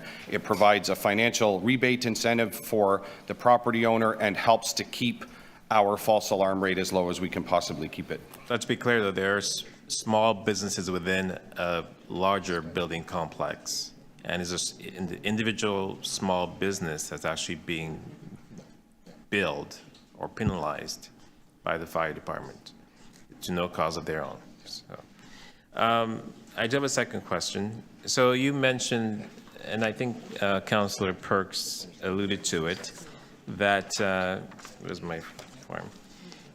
You are going to hire 200 new firefighters, but only 52 are net new. And you've indicated to Councillor Perks that you've secured space at the Fire College. Well, my question is, have you secured space at the Fire College for these new recruits? Because I know that each municipality in the province has to secure space at the college. Mr. Chair, we operate, the Toronto Fire Services operate what we refer to as the Toronto Fire Academy. So once a recruit is hired, they are assigned to our fire academy that we operate. That is a 16-week practical and academic program. Once they graduate from the college, they then move into a 6-month on-the-job preceptorship. The combination of both of those qualifies them as a firefighter, and they're deployed, fully deployed onto our trucks and into emergency response. So we have secured it, Councillor, because we own it and operate it.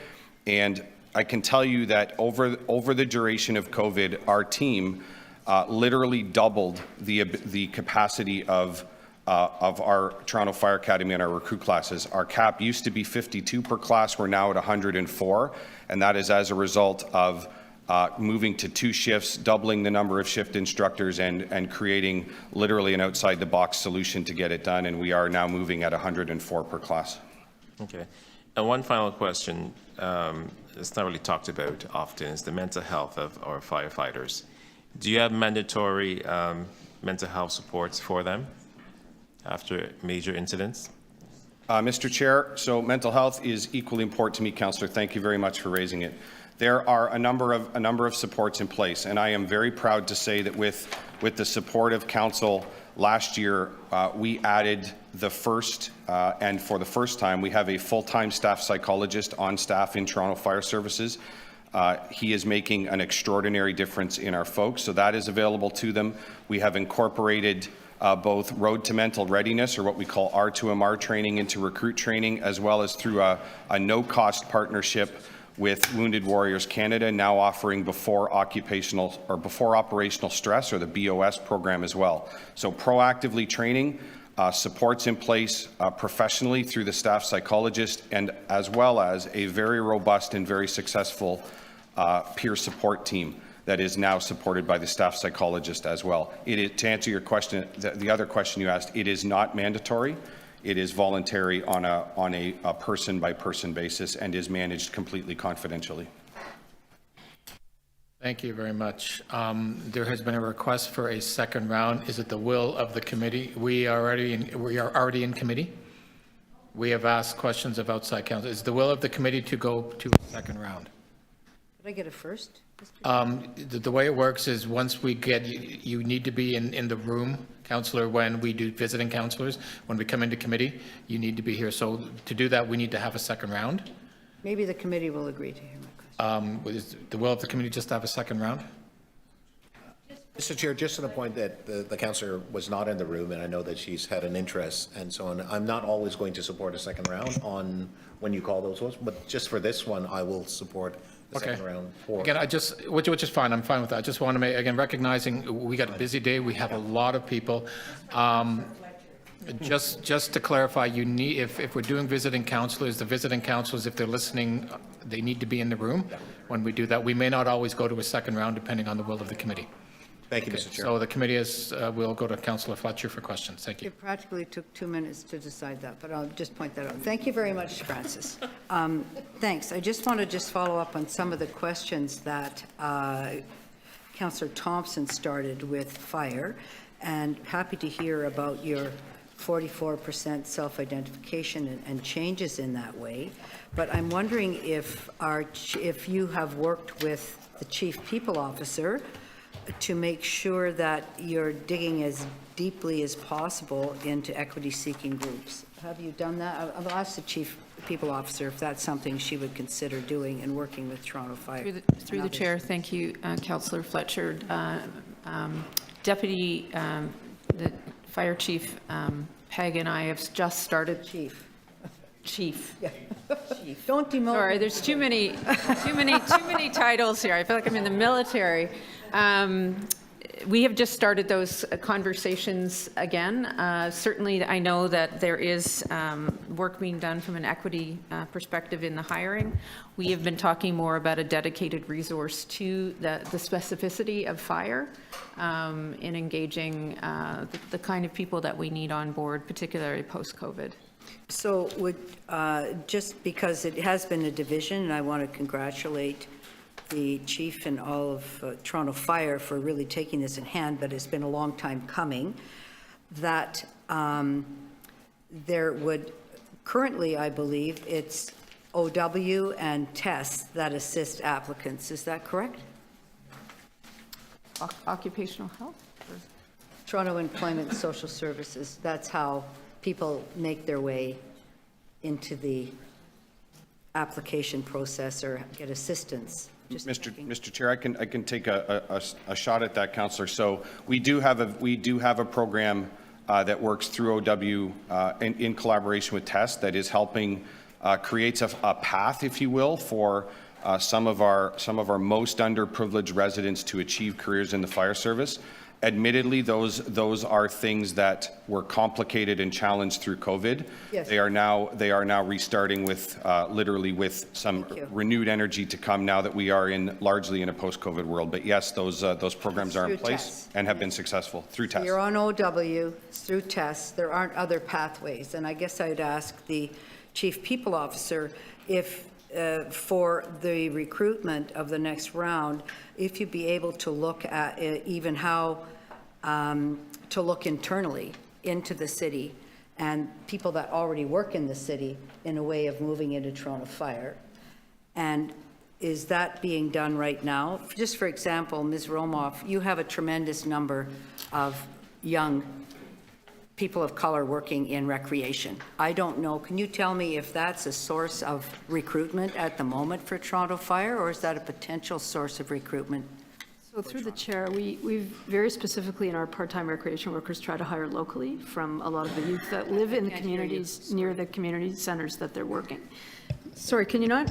No, I couldn't hear you. Oh, okay, I'm sorry. So through the chair, we very specifically recruit locally near all of the community centers that we offer programs, and as a result, a lot of the staff that we have reflect, the diversity of the communities that these staff are working in. So it's really just, it is a purposeful recruitment that way for sure. Yes, but would you be willing to work with the Chief People Officer, Toronto Fire, to find a way to bring some of those young folks into that stream for Toronto Fire? And if great idea. We were to say that that's going to be our first tranche that we would look at, because I know many of them and they could have a very good fire career. So I'd say, would you agree, Chief, that you've got a good start, but there's quite a few more things that we could do internally, making sure that it's not simply OW recipients, but people that are already working to reach in a different way?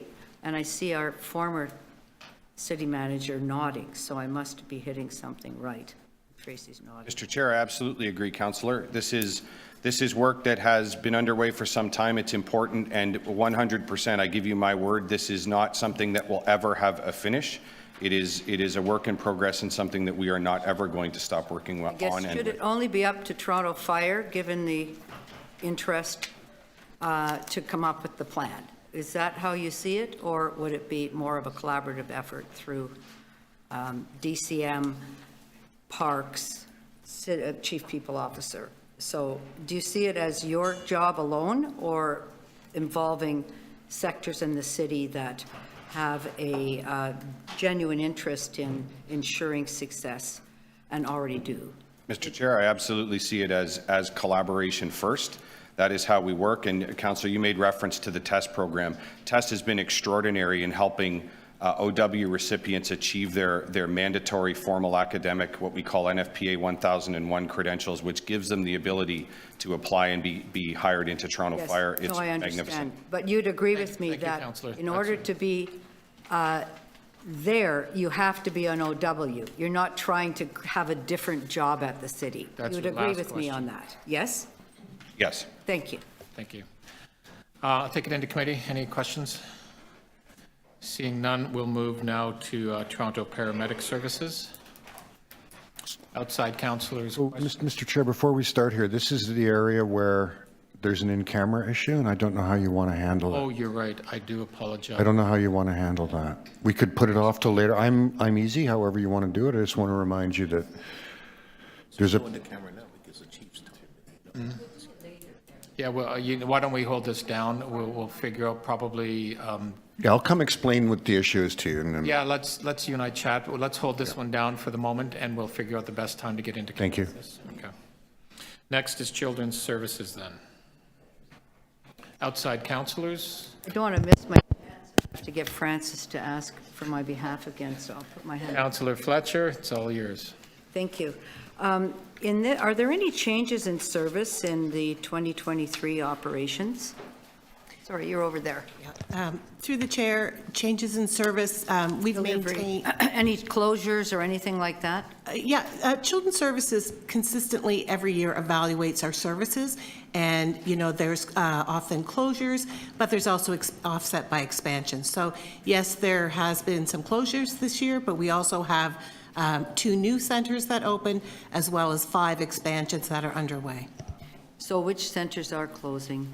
Or have they closed, or are they proposed closed? We have 2 centers that have been closed since 2020 due to the pandemic, specifically related to health and safety concerns with the buildings. They were very aged infrastructure with airflow quality issues. So they have not been operating for several years. We permanently closed them this year. Which ones are they? That is Northminster and Woodbine Child Care Centers. And where is that? Where are those? Northminster is in Councillor Chang's ward, and Woodbine is in Councillor Bradford's ward. And have you done a needs assessment regarding the needs of the children and families in those areas? Yes, so there has been a number of expansions in, particularly in the Northminster ward, which was able to accommodate the families. We're also still at about a 70% enrollment rate across the sector in childcare centers, so all of the families were able to be accommodated in their communities in childcare centers of their choice. So I guess I'm just really going to drill down on that, and I don't know if we can ask for that information as far as ensuring that people are able to get into a city-run nonprofit child care center where they're able to take advantage of the $10 a day or moving to $10 a day. Because many private centers have not opted to do that, correct? Our opt-in rate at the end of the day, let me just get it for you, was 87% in the City of Toronto. Operators opted into the Canada-wide. Sorry, 87. How many of those are nonprofit and how many of those are for-profit? Nonprofit opted in was 93% and for-profit was 73%. 73%, okay. So would you be able to provide us with that information regarding Northminster and Woodbine and the impact, if you've done an impact study where families have found care, et cetera. Yeah. And if there's any expansion, anywhere to take up some of the slack. Of course, we can do that. The other thing I'll note, councillors, given that the programs were closed for 2 years due to the pandemic, the children in those programs at the time would have aged out. So, you know, it would have been new families in the community. And as I said, with about a 70% enrollment rate right now, there are vacancies in many centers, and operators are quite happy to accept those children to try and fill those vacancies. I'm just asking for a projection that is currently, because we're still in the COVID slide where kids are at home, et cetera, are we really assuming that that will be a 70%, will remain at 70% vacancy? Are you anticipating that eventually it will come back up to 100, or there'll be wait lists?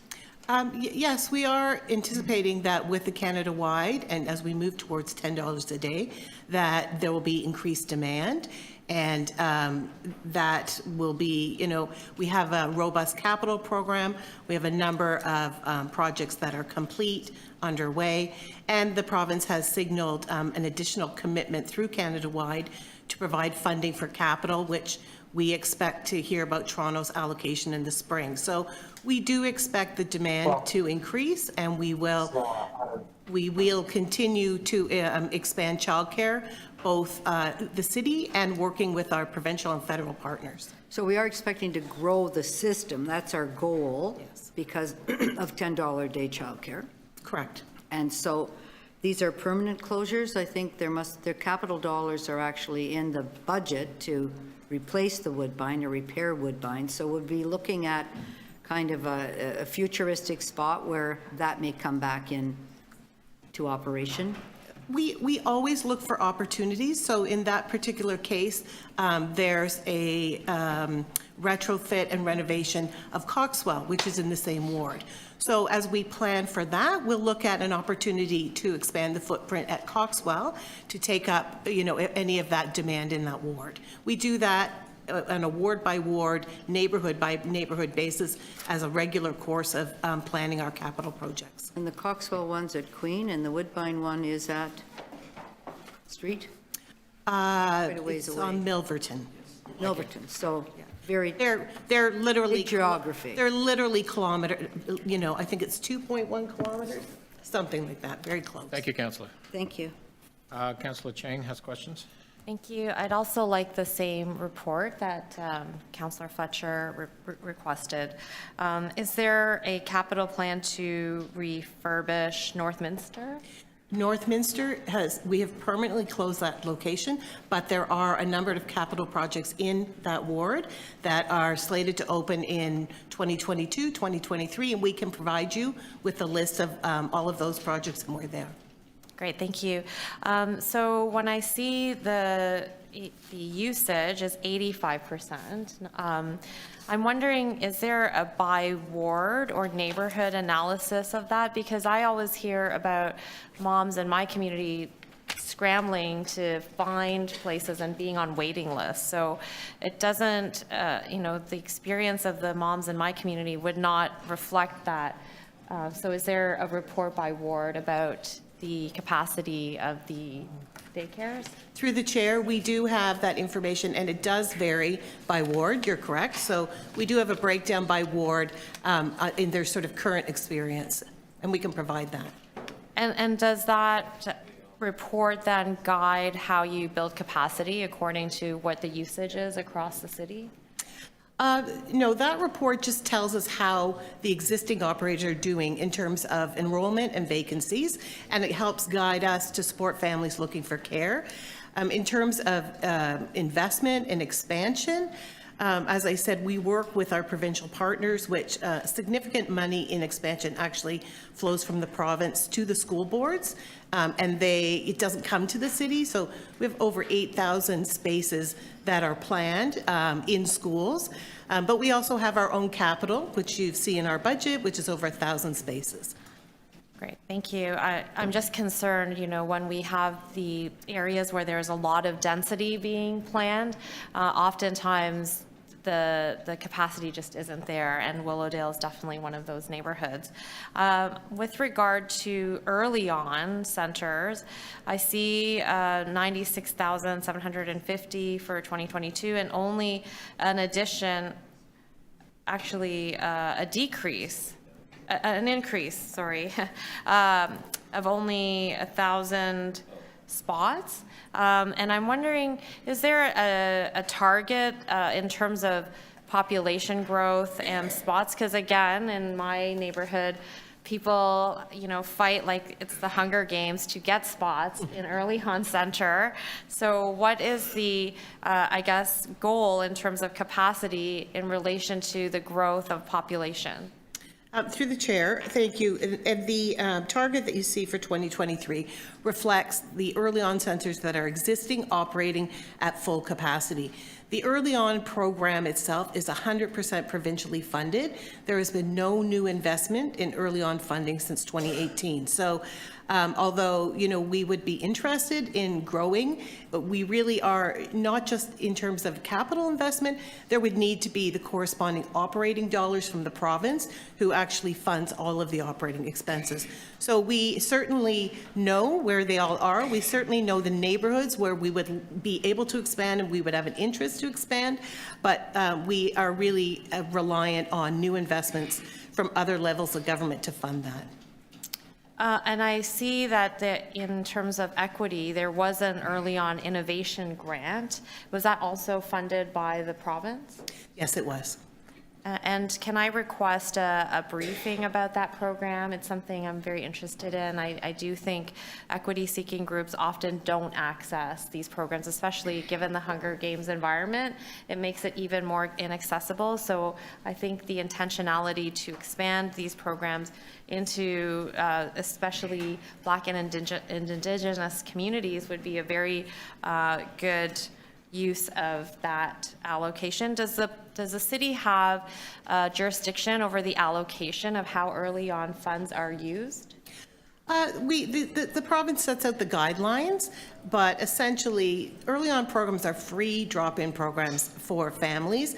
So, 80% of the budget is really for salaries, and then there's rent. So, there's not a lot of discretion. The services delivered by the early on programs are prescribed by the province, and then those programs report back to us to make sure they're meeting their service targets. Okay, thank you. I look forward to reading about the innovation grant. And the other question I saw, there's a 33.5% decrease in materials and supplies on page 10. What is the impact on the service that is going to be delivered with a cut in this area? Through the chair, the decrease in materials and supplies is really related to efficiencies. So within the division, we're always looking for efficiencies. We've significantly modernized the way we deliver services. Virtual services was an opportunity for us to be much more efficient working with clients. So a lot of that relates to those efficiencies that we've been able to find. Thank you. Okay, Councillor. And if you do want a briefing, I'll try to get it in by the end of the day. Thanks. Take it into committee. Oh, Councillor Perks, sorry. Thank you. So broadly in the sector, my understanding is that there's a bit of a staffing crisis attracting people to work as early childhood educators. Is that? Through the chair, that is correct. Across the province of Ontario, there is a workforce challenge in recruiting and retaining early childhood educators. Are there any proposals from the City of Toronto or the Province of Ontario to address wage rates or working conditions or anything like that that you're aware of? Yeah, through the chair, in 2022, we received funding from the federal government to launch a provincial professional learning and workforce strategy. So as part of that workforce strategy, we worked with a number of different regions and colleges across Ontario to implement a recruitment program to recruit new early childhood educators, not only to fast track the program so they could graduate early, but also to cover the partial cost of their tuition to incent people to join the field. In terms of long-term, the Canada-wide early learning program does commit to a new investments in the workforce, including compensation. At this point, the compensation investment has been very minimal, setting a wage floor for early childhood educators as opposed to a salary scale. Okay, So- I'm going to have to jump in because I know the committee is very busy today. Two pieces then. So this budget provides you with the necessary investments for your share of the workforce development that you're doing with the other municipalities in the region? Through the chair, yes, it does. Okay. And secondly, in terms of our directly operated, are we making the necessary adjustments to the wages and benefits in order to attract talent? Through the chair, the City of Toronto, given our collective agreement, is actually the highest paid early childhood educators. I didn't ask whether we're highest paid. I asked if we've made the necessary adjustments to attract people. Through the chair, yes, we have work closely with People in Equity. We continuously recruit for staff for those positions. Okay. If memory serves, we establish performance criteria for privately for any facility where we're offering fee subsidy to children attending there. Is that right? That's correct. And you're adequately budgeted to be able to do the inspections and the review of all of those facilities? That's correct. Okay. In the 10-year capital plan, now I know some of this is forecasting what the private market and the school boards are going to do, but does our 10-year capital plan assess the demand for child care based on the $10 a day and population growth? Can we look at our 10-year capital plan and say there will be enough child care spaces by the end of this 10-year plan so there is no wait list?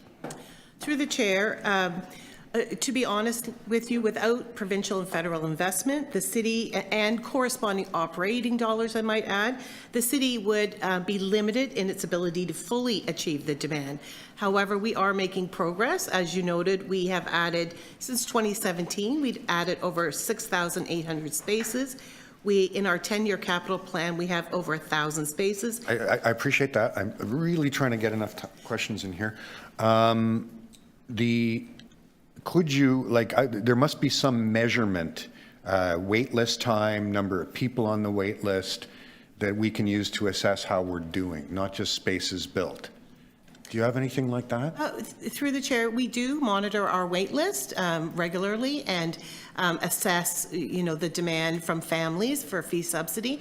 What is new under the Canada-wide system is that full fee families are likely to express a greater interest in accessing childcare given the affordability. So we'll see the demand likely increase on that side. So do you have any measure where you can say, today we think that 20% of the families that would like childcare can't get it, and our 10-year capital plan and the operating plans say we'll get that down to 5%. Is there something like that? Through the chair, yes, we completed a demand study, which then led to our growth strategy with Gordon Cleveland several years ago. We've actually spoken to him since Canada-wide was launched about, is it still relevant? Is there anything that we need to significantly change? And, he confirmed no, nothing's really changed. We know that the demand will increase as childcare becomes more affordable, and we do have targets in our growth strategy based on that demand study. Thank you. Thank you, Councillor. We'll take it into committee. Questions of the committee. Councillor Nunziata. I just have two questions. As far as the new daycare in Mount Dennis, do you know when that we will be reopening that center? Through the chair, the construction is continuing on that project. We are anticipating that will open in Q2 of 2023. Okay, good. Now, my question to you is that when the original daycare was demolished by Metrolinx and we're building this new one, all the spaces that we had there, you relocated. So are the people that were relocated are coming back to the new center, or do they have like a priority? Or are we putting out there for any new applications? Through the chair, families who were at the previous Hollis would certainly have priority to move to the new Mount Dennis. However, if families choose to remain in that location, there was capital investment paid by Metrolinx to create a new childcare center as a swing space, so that space will continue to exist and be operated by the community. So families will have the choice to move over and be given priority or remain where they are. So any new applications that are coming in, people that moved into the community, they can apply now, and you'll be reviewing those applications? Because I do get a lot of calls from, because it's going to be 98 spaces, right? That's right. Yeah. Yes. So we're reviewing all those applications now, and it would be $10 a day, correct? Yeah, that's correct. Okay, thank you. Thank you, Councillor. Councillor Bravo. Thank you.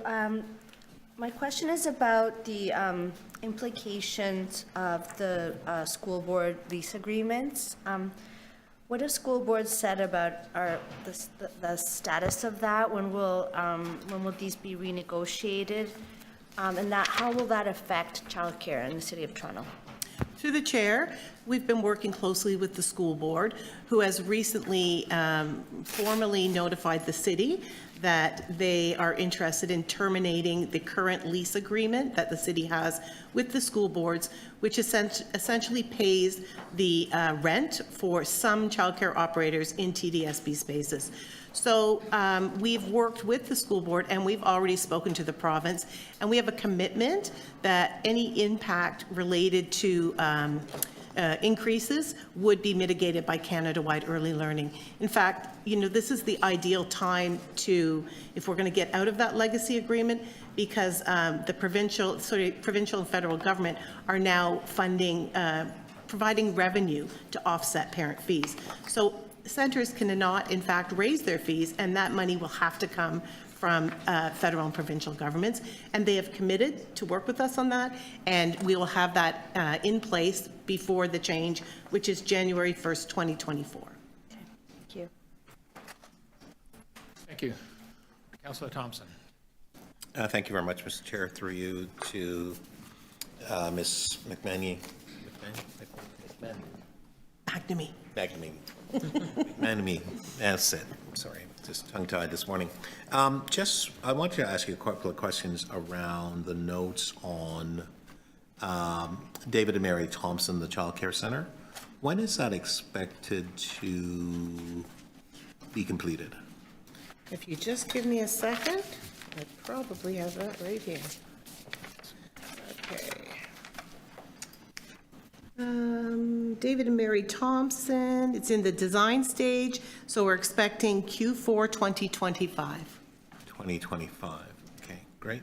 Thank you for that. And I noticed that, just flipping through my page here, that there doesn't seem to be in terms of projected support here about climate resiliency and greenhouse gas reduction and so on. I'm looking at page 20 of 29 of the notes, and David and Mary Thompson nor Gilder seems to have any type of suggestion that those are concerns and or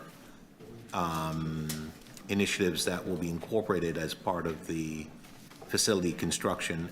In addition to that, the project doesn't seem to include workforce development. I'm just wondering why. Through the chair, with respect to Gilder, that project, the construction is complete on that project. It needs to be signed off, but that was a historic project, and at that time, the greenhouse gas considerations hadn't been considered. With respect to David and Mary Thompson, I believe the school board is building that project, so we could check with them to understand what the considerations are. We do have a number of future projects, though, where we have committed to, in fact, Mount Dennis will be the first net zero child care center in the city. Sorry, I don't mean to be rude. May I just interject? And I understand Mount Dennis, it's not in my area specifically, but I wanted to ask you, because you just said something which is actually new to me, the school board is responsible for completing the David and Mary Thompson Child Care Center? That's new. Through I've the never heard that before. Well, through the chair, that is a school board location, if I'm not Actually, mistaken. we actually own the site. We bought 2 acres. I was very instrumental in ensuring that we got it. We got 1 free acre from the school board. We bought an acre, so we have 2 acres on that site. So that's not a school board property at all. That's actually City of Toronto. Through the chair, if you give me a minute, we can check on that, and I can come back to you on that. I don't want to spend a lot of time on it because my time's running out, but I really would like to have that information. In fact, I'd love to have a briefing note on that so that we have some clarity, please. That'd be very helpful. Just wondered, with respect to Bill 23 and its impact on DCs, we have relied in the past on DCs to help us with respect to funding daycares. We have specifically at Brimley and Progress, the development there, and there are others. But what will be the impact of that in terms of long-term aspect with respect to budgeting for us? Where would we get the resources that would not be coming through the DCs in order to fund and build our daycare facilities? Is that part of the consideration that we would be looking for funding from the provincial government to supplement the loss in terms of DCs? Because I'm afraid it's going to have a great impact, not just on my ward alone, but right across the city. Through the chair, Heather, did you want to say something? Go ahead. Yeah, Mr. Chair. Councillor, with regards to Bill 23, we have received a letter from the minister indicating that the intention of the province is to avoid the city having unintended consequences to Bill 23. It's subject to an audit that we've engaged in discussions over. So as of right now, the plan represents what we are expecting, whether it's from DCs or from an arrangement with the provincial government.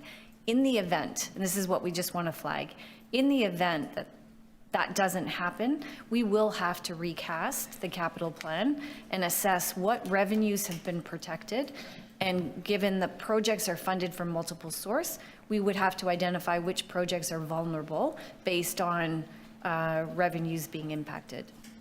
Okay. Or sources of funds for that project being impacted. Right, okay. Thank you very much. That's my question. Thank you. Any other committee members? Seeing none. Councillor? Oh, wait, you are, hands up. We are in committee at the moment, so we would have to go. Finished committee, and I was letting you know that when you're finished committee, I have a couple more questions. There's been a request to have a second round. Is this the will of the committee?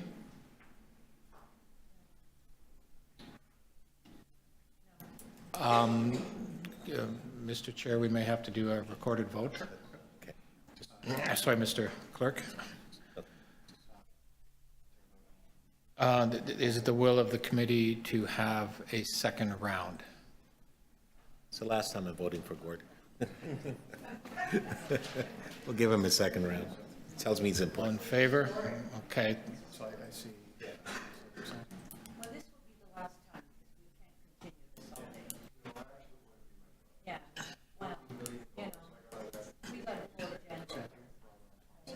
Okay, yeah, I'm in favor, so.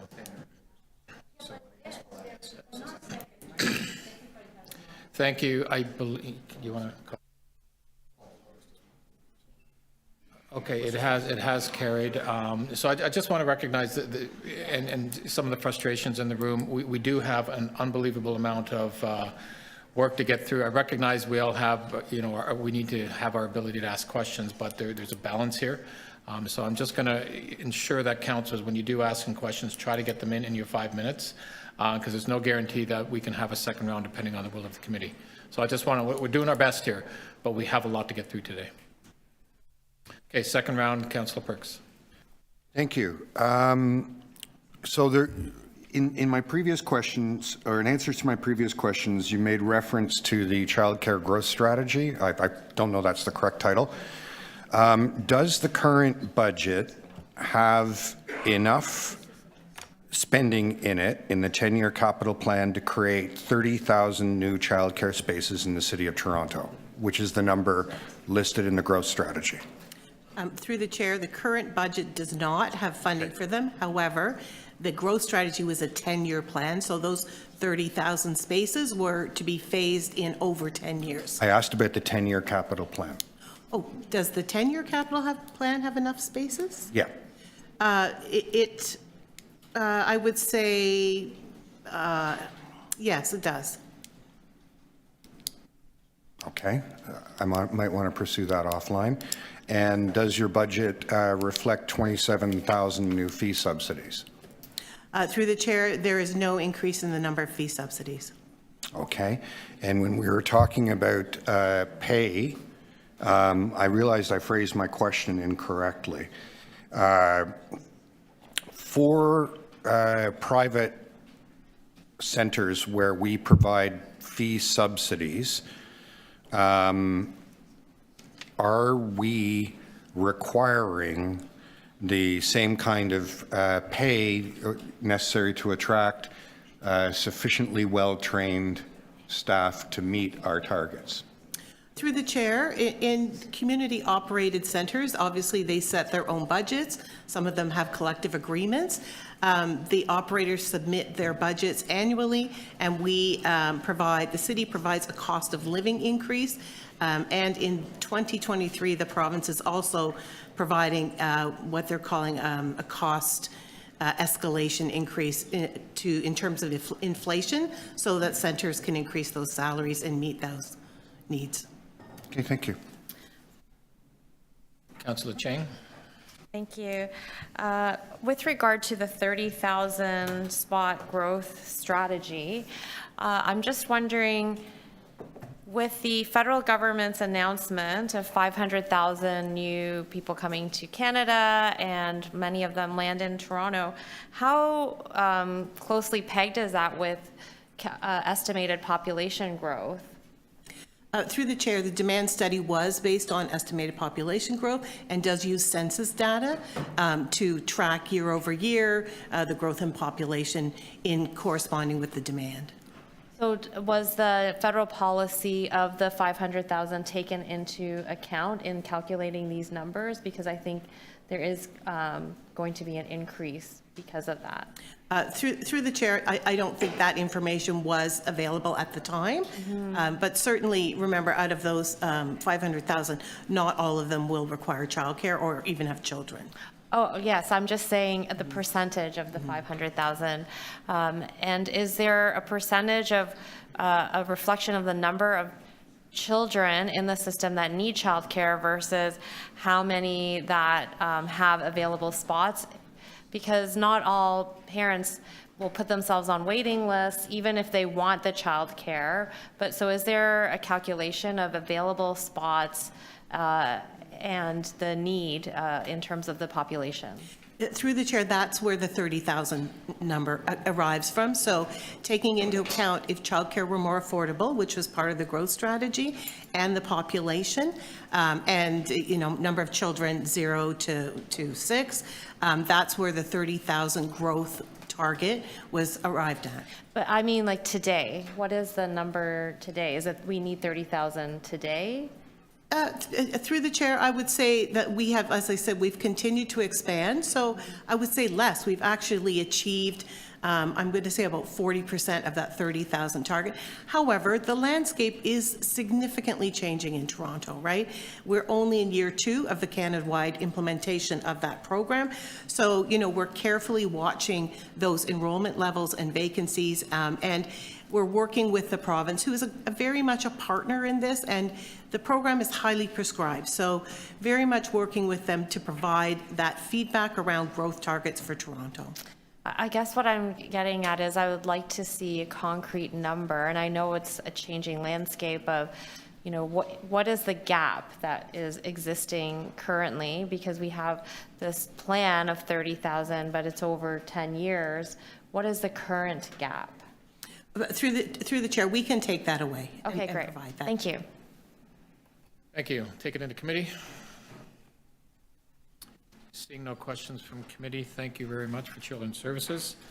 Next, we'll go to Economic Development and Culture. Outside visiting councillors, questions?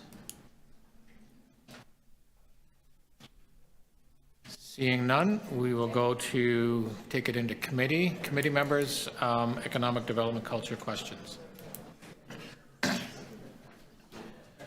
On economic development and culture.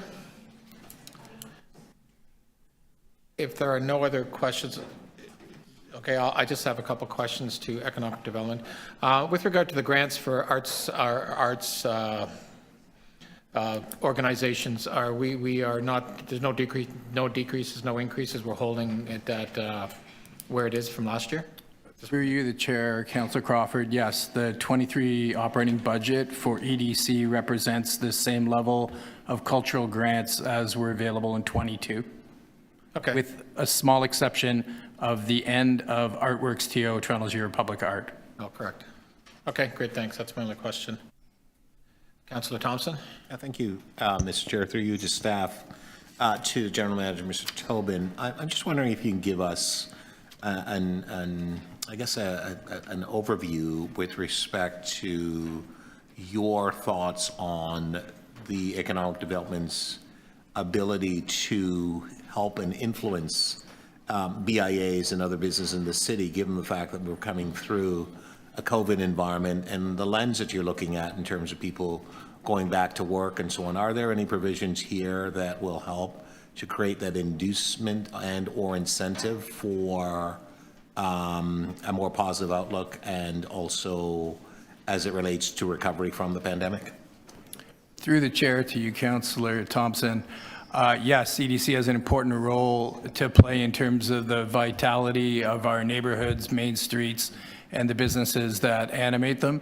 The BIA office particularly, we have 84 BIAs now in this city, which is a globally leading system, and Toronto is a pioneer in that. 9 staff support that programming. We have a budget of about $4 million annually that we disperse through a variety of programs. I'll choose one. Facade improvement is one that we can provide funding to small business to improve the look and feel of the streetscape, thereby hoping to generate more traffic and sales for small business. So you present a budget that's coming forward to us with a 2.3% decrease, is that correct, from 2022? That's correct. We're currently tracking. The 23 budget as proposed represents 2.3 less than what our projected actuals for 22 will be based off the third quarter actual spending rate. So you have increasing in salaries for staff and other budgetary issues and pressures that are facing EDC. I'm just wondering then, what's the actual impact with respect to a 2.3% decrease? Will we see the level of service and or the relationship with respect to I know grants and other types of service offering that EDC offers? Will we see an impact on that, and will that have a cumulative effect on the cultural environment, on the city as a whole? Through the chair to you, Councillor Thompson, no, we feel that this reduction is manageable. There is one grant reduction in our affordability measures of a reduction of $100K to what is the business and incubation and commercialization program that supports small business. We feel that based on a close to $40 million, $35 million overall granting envelope, is a manageable change. In order to help offset the pressures on the city, we are increasingly seeking the support of other orders of government. And you'll see that there is close to 10% of EDC's overall operating budget is represented by transfers from the federal government alone. A lot of that through their economic development agency to support small business in Toronto. So can you help me to understand what is the status of the Indigenous Centre for Innovation and Entrepreneurship? Is that proceeding in terms of appropriate funding in place, and what's the status of that initiative? Through the chair to you, Councillor Thompson. The ICIE, or Indigenous Centre for Innovation and Entrepreneurship, is a cornerstone of the city's Reconciliation Action Plan with respect to economic justice for Indigenous people in this city. It is proceeding. The project, which is located at Dundas and Jarvis, has encountered some pandemic-related construction delays. We have shifted forward our funding as represented in our 10-year capital plan, to be able to bring that project online by the end of this year. Two other aspects. One, the federal government's an investor here of about $5 million. Secondly, we are getting ready to go out and seek an Indigenous operator for the centre, now having arrived at the point where the capital project is de-risked to a point that operators can look at it. And just a final question. The year of public art has concluded, is that correct? Through the chair to you, Councillor Top, yes, October 2 was the end date. And are there any additional initiatives that you're bringing forward with respect to public arts that's reflected in this budget? Through the chair to you, Councillor Thompson, not costed initiatives. The division will bring forward in 23 an implementation plan for the new 10-year public art strategy, for which the year of public art was a bit of a test bed. And within existing resources, we think we'll be able to improve access and understanding of the city's public art portfolio. Just one quick question for my 5 minutes. Are there any changes with respect to fees for areas like museums and other facilities? Through the chair to you, Councillor Thompson, in fact, we are dropping the entrance fees associated with city museums, which is a signature of our access and equity efforts. We are introducing a small user fee with respect to access to green power drops for the film industry in certain high concentration filming locations in the city. Thank you very much. Those are my questions, Mr. Chair. Thank you. Thank you, Councillor. Any other questions on economic development? No, just ask if there's any other questions in committee. Seeing none, great. Next is Toronto Employment and Social Services. Outside councillors. Seeing none, we'll take it into committee. Any questions on tests? Seeing none, no, that's okay, you don't have to. Mr. Aziz is here, and so on gives me an opportunity, hopefully, to flow through to him. Just wondering, through you, Mr. Chair, to staff regarding tests, what is the overall impact with respect to your budget on, obviously, the service levels that you're offering to our residents? Through the chair, thank you for the question, Councillor Thompson. So we have no service impacts based on our budget. We have found efficiencies in our delivery, but want to continue to enhance and provide extended services to our residents. Can you tell us a little bit about the conversation we're having with Councillor Fletcher and the questions to Chief Pegg and the work that you through tests do in terms of helping individuals?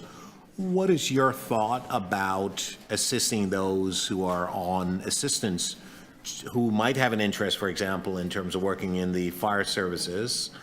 How will this particular budget allow you to create some inroads of opportunities to be able to invest in those individuals so that they themselves could potentially seek employment in additional, in certain areas like fire and maybe others as well? Just wondering if you can help us to understand that process that you would have in place.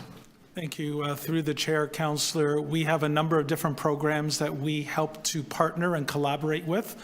Toronto Fire is one, Toronto Paramedics is another.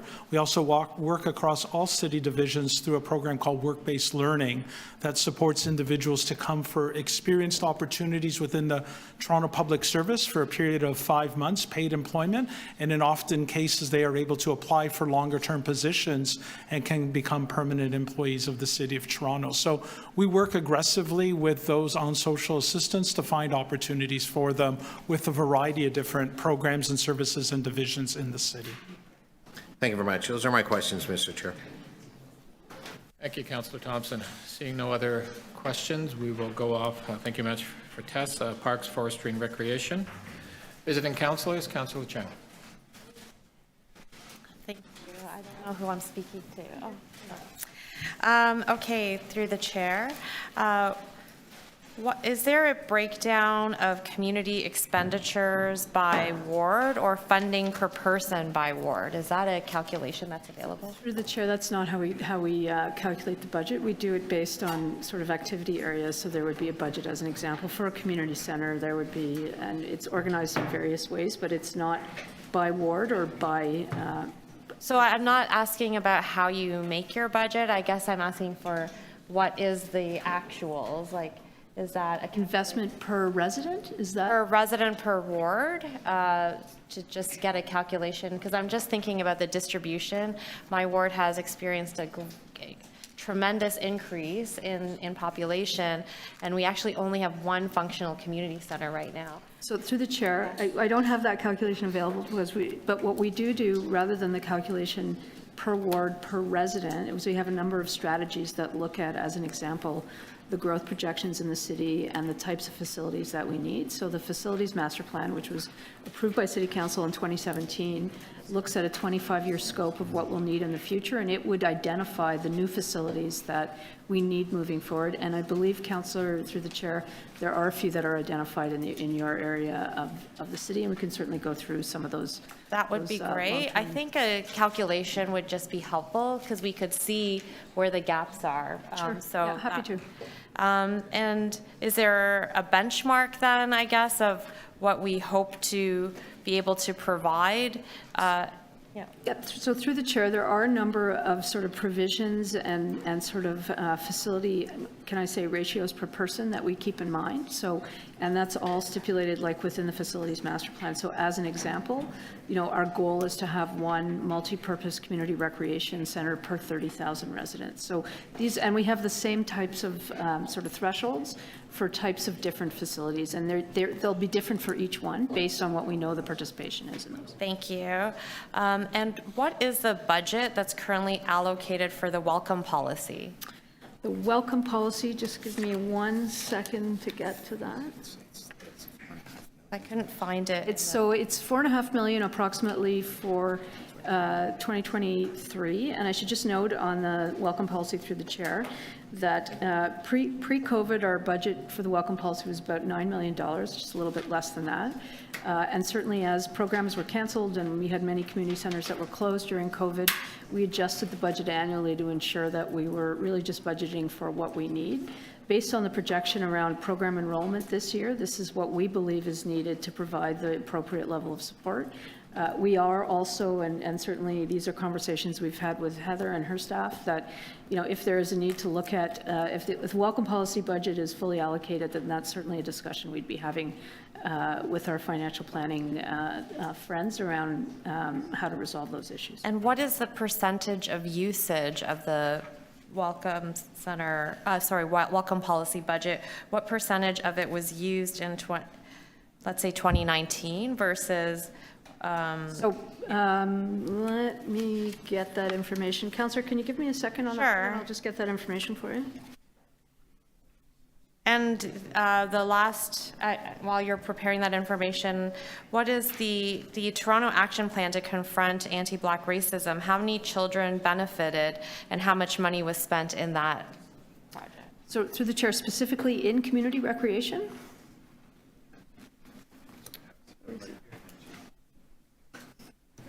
Give me 1 second, I'm just going to switch staff so I can get you the right information. So I'm waiting for two pieces of information. One is the welcome policy percentage of usage, as well as the number of children that benefited from the Toronto Action Plan, and how much money was spent. So through the chair, I'm not sure we have a total specifically around confronting anti-Black racism. It's a component of programming that is worked into all the program delivery that we do, but it's not necessarily singled out as a separate item. So as an example, Howie can give you a number of examples of the types of programs that we do, and they would be incorporated into the general program budgets in all of the community centers across the city.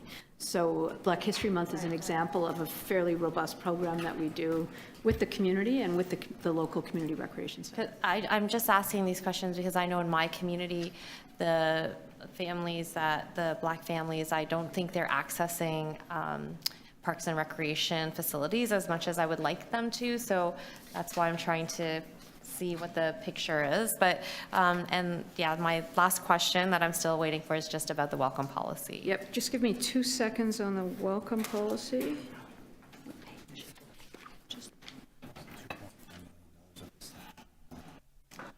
So through the chair, it was 2019? 2019, she wanted to know. $2.4 million in last year. 7.9 million. 7.9 million in 2019. Apologies, So Council. 7.9 out of 9 million in 2019 and 2.4 million out of, Last year. It's 4 million, I think. No. 20, do you want me to take the mic? Through the chair. In 2022, we spent 2.4 million out of a budget of $7 million. And in 2021, it was 1 million out of a budget of 2.6 million. thank you. Thank you. Okay, we'll take it at Councillor Sachs, then Councillor Perks. Thank you. Through you, Mr. Chair. Looking at page 5 of the budget notes, am I correct that what this shows is that the state of good repair of the parks is going to continue to worsen for as long as so it's going to be worse this year than it was last year, it's going to be worse next year than it was this year, correct? So through the chair, that's what's articulated in the budget notes, that's correct. Right. And in addition, if I look back to Deputy City Manager Raftis' presentation from this morning, it shows a 10-year projection, which shows the state of good repair for the division as a whole is going to be considerably worse 10 years from now than it is now. Are you expecting the same for your department? Through the chair, that would be correct. Okay. So the heartbreaking deterioration that we see right now with shabby grass and mud puddles and broken water fixtures and closed washrooms and graffiti and trash and planters instead of flowers, this budget is expecting those problems to be worse this year, worse again next year, and continue to be worse for at least the next 10 years. Is that right? So through the chair, on the trash and some of the other maintenance issues, we hope to get to those through the regular maintenance of with our parks crews in our parks. But the budget, and I think through some of the larger sort of corporate discussions on state of good repair, especially in parks and recreation facilities, we are projecting that the state of good repair will get worse over the 10-year period within this budget. Okay. And even as we're expecting demand to grow and people in the city to want and need to use those parks more and more heavily. Through the chair, that's correct. There is, a number of forces that are impacting the state of good repair, and one of them being the escalation of costs as well. Okay. Now, secondly, I notice on page 26 and 27, you're going to be further reducing proactive tree maintenance. Now, we already have, as I understand it, a delay of 10 to 12 months before a tree is dealt with after it's identified as being a hazard, and it's going to be longer than that now, correct? So through the chair, we have identified roughly $500,000 as a reduction to the tree maintenance budget in 2023. I should note, we put that sum together really noting on some of the on our ability to actually spend the full budget in 2022. There were a number of sort of COVID factors and others that slowed down our ability to respond in 2022. Excuse me, Ms. Ramos, I'd really be grateful if you try to just answer my questions. We have limited time. But isn't it true, based on this budget, that tree maintenance is going to be further reduced? The response time is going to be worse this year than it was last year. Is that right? By $500,000, that's correct. Okay. And as a result, we can expect trees to be in worse condition, and we can expect more branches to fall, correct? Through the chair, we will continue to do our best to respond to those issues as they come on. We certainly triage them, and anything that is dangerous or a health and safety issue, we will be able to get to right away. Ms. Roma, if you're aware, I'm sure, that according to a recent survey, in part of the annex just reviewed their tree canopy and recognized that they've lost 25% of their trees just in the last decade. Now that there will be less tree maintenance, won't that again increase the risk of tree branches causing power outages as our storms get worse? So through the chair, it's very difficult to speak to one specific part of the city around the impact that some potential storms may have, because each storm is different, and we respond as the needs come forward. All I can say really is that the $500,000 impact on the budget has a, of the full budget, it is a minor service area reduction in the number of tree responses that we do, and we'll still continue to respond as quickly as we can to some of the most urgent issues. So as an example, if there was a storm and there were hydro outages, that would be priority response for all of our forestry crews when those types of events happen. Ms. Roma, if I understand that your staff do their absolute best, and if there's a storm and the power is cut off, you'll try to fix it. I'm talking about preventative maintenance. Anyway, I think we've dealt with. That's correct. That's the preventative Let's go on maintenance to budget. toilets, please. Yeah. So, Mr. Chair, just a point of order, please. I really think I would appreciate if the councillor would allow the staff to answer her questions. well, we have a limited. I don't think we need to have the interference. Councillor, there's one councillor speaking right now. Sorry, go ahead. I'd really appreciate just hearing the answers. You're asking great questions. I'd like to hear the answers, but I think that just the way you interacted with her a moment ago, it didn't allow her the ability to answer the question, and I would simply like to hear the question answered. Thank you, Mr. Chair. Thank you, councillor. Yes. Could we put the. We can continue with the questions. You have another 10 or 15 seconds left. Ms. Romoff, in terms of toilets, we've had a lot of concern from the public about access to toilets. I see that you've got 146 toilets open in the winter, but more than a third of those are porta potties. So am I correct that other than porta potties, you only have one public toilet for about every 29,000 people in the city of Toronto in the winter? So through the chair, the deployment of porta potties or portable washrooms, as we call them, is determined not on a per capita basis, but based on the amenities within a park. Some have year-round washrooms, some have seasonal washrooms. We look at the volume of usage of the park year-round to determine whether there's a need for additional washroom facilities, and that's how those portable washrooms are allocated. Thank you. That's your last question. Thank you. Councillor Perks is next. Thank you. Continuing on the washrooms. So there's an increase in this year's budget to make them open earlier and later. I assume that's not doing winterization work. That's just getting staff out earlier and having them later. We're not winterizing all of those. Is that? Through the chair, that's correct. We have started the winterization 2 pilot projects this year that will hopefully be available for next winter. Okay. And that's 2 out of how many?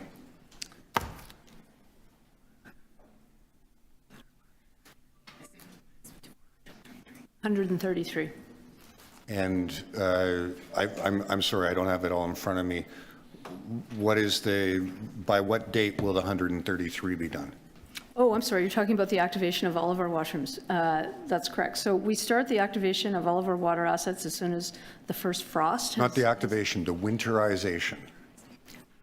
So through the chair, we do not have a budget or a direction to winterize all of our seasonal washrooms at this point. We are looking at, we allocated $2 million in the budget a few years ago to look at both doing a study on what it would cost to winterize many of those washrooms as well as developing a pilot.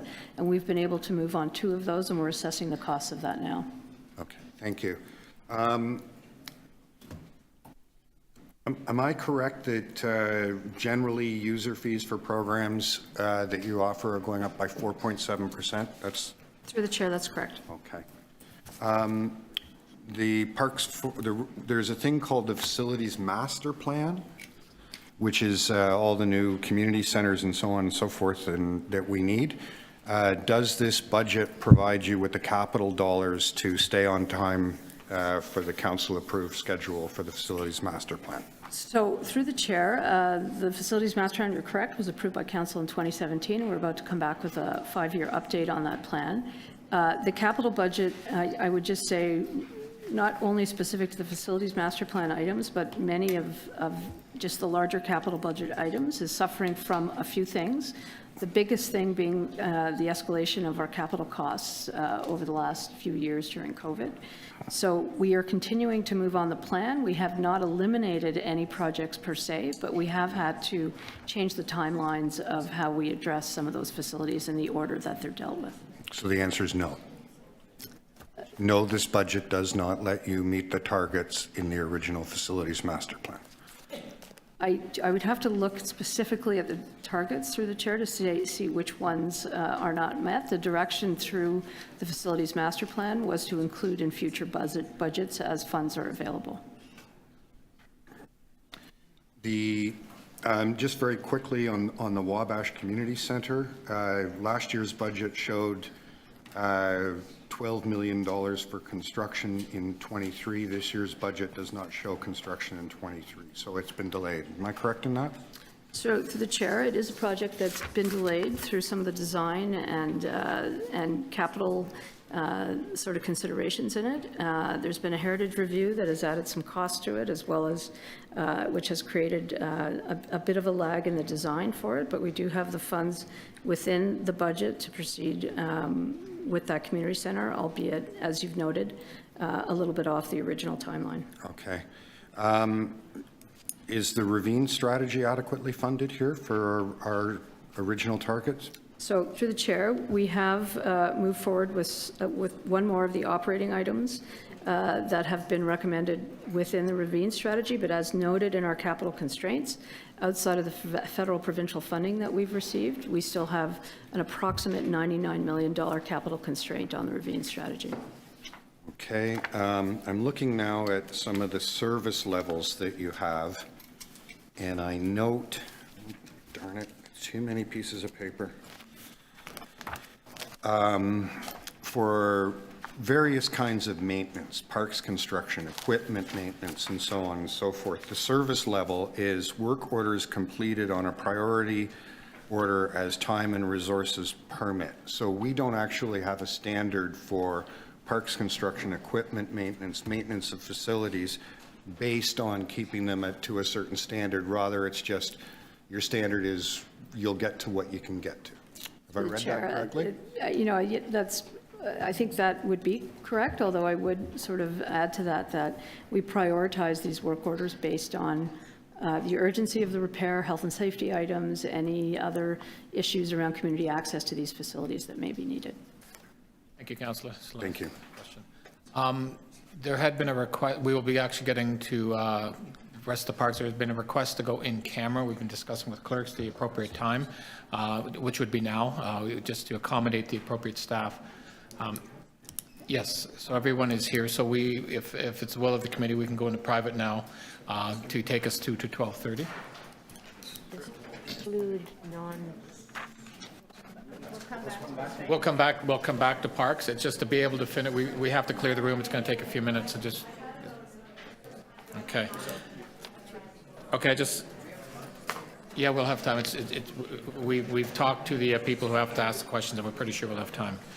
Members, we have items that require a closed session. I'll move a motion for the committee to meet in closed session on items BU 2.1, which is. Oh, okay.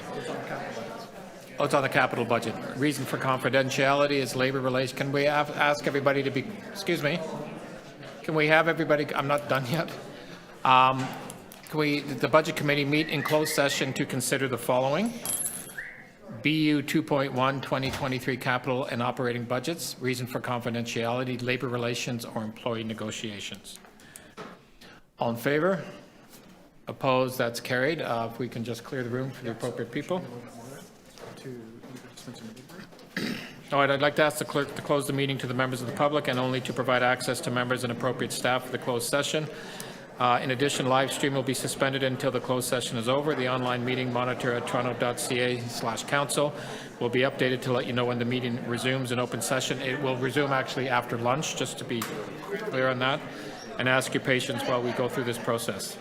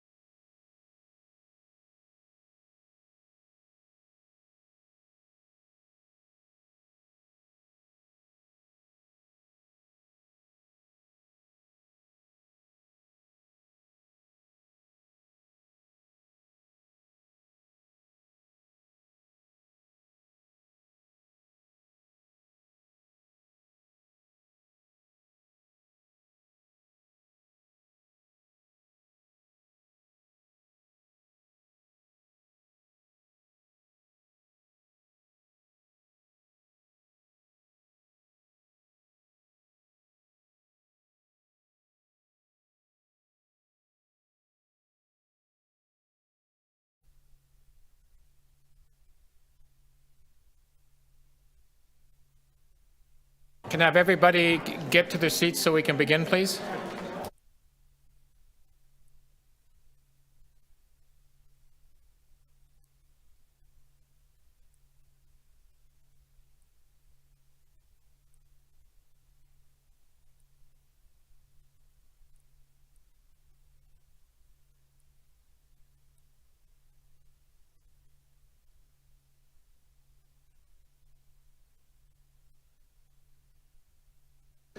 Okay, welcome back, everyone. We do have quorum. Where we left off, we had in-camera session with regard to Toronto Paramedics. We're going to be going back to Toronto Paramedics. Can't hear you. If I had a gavel, I'd be hitting it right now. I can bring you one. They're getting it.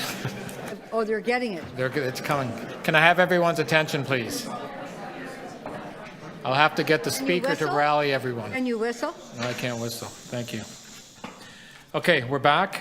We're going to be starting with the public portion of questions for Toronto Paramedics. I'm going to whip back into finish Parks and Forestry. Recognizing we have 4 and a bit hours till 6 p.m. and then we will have to break and come back afterwards if we are not done by the end. So we'll see how things go. Councillor Fletcher, you had a...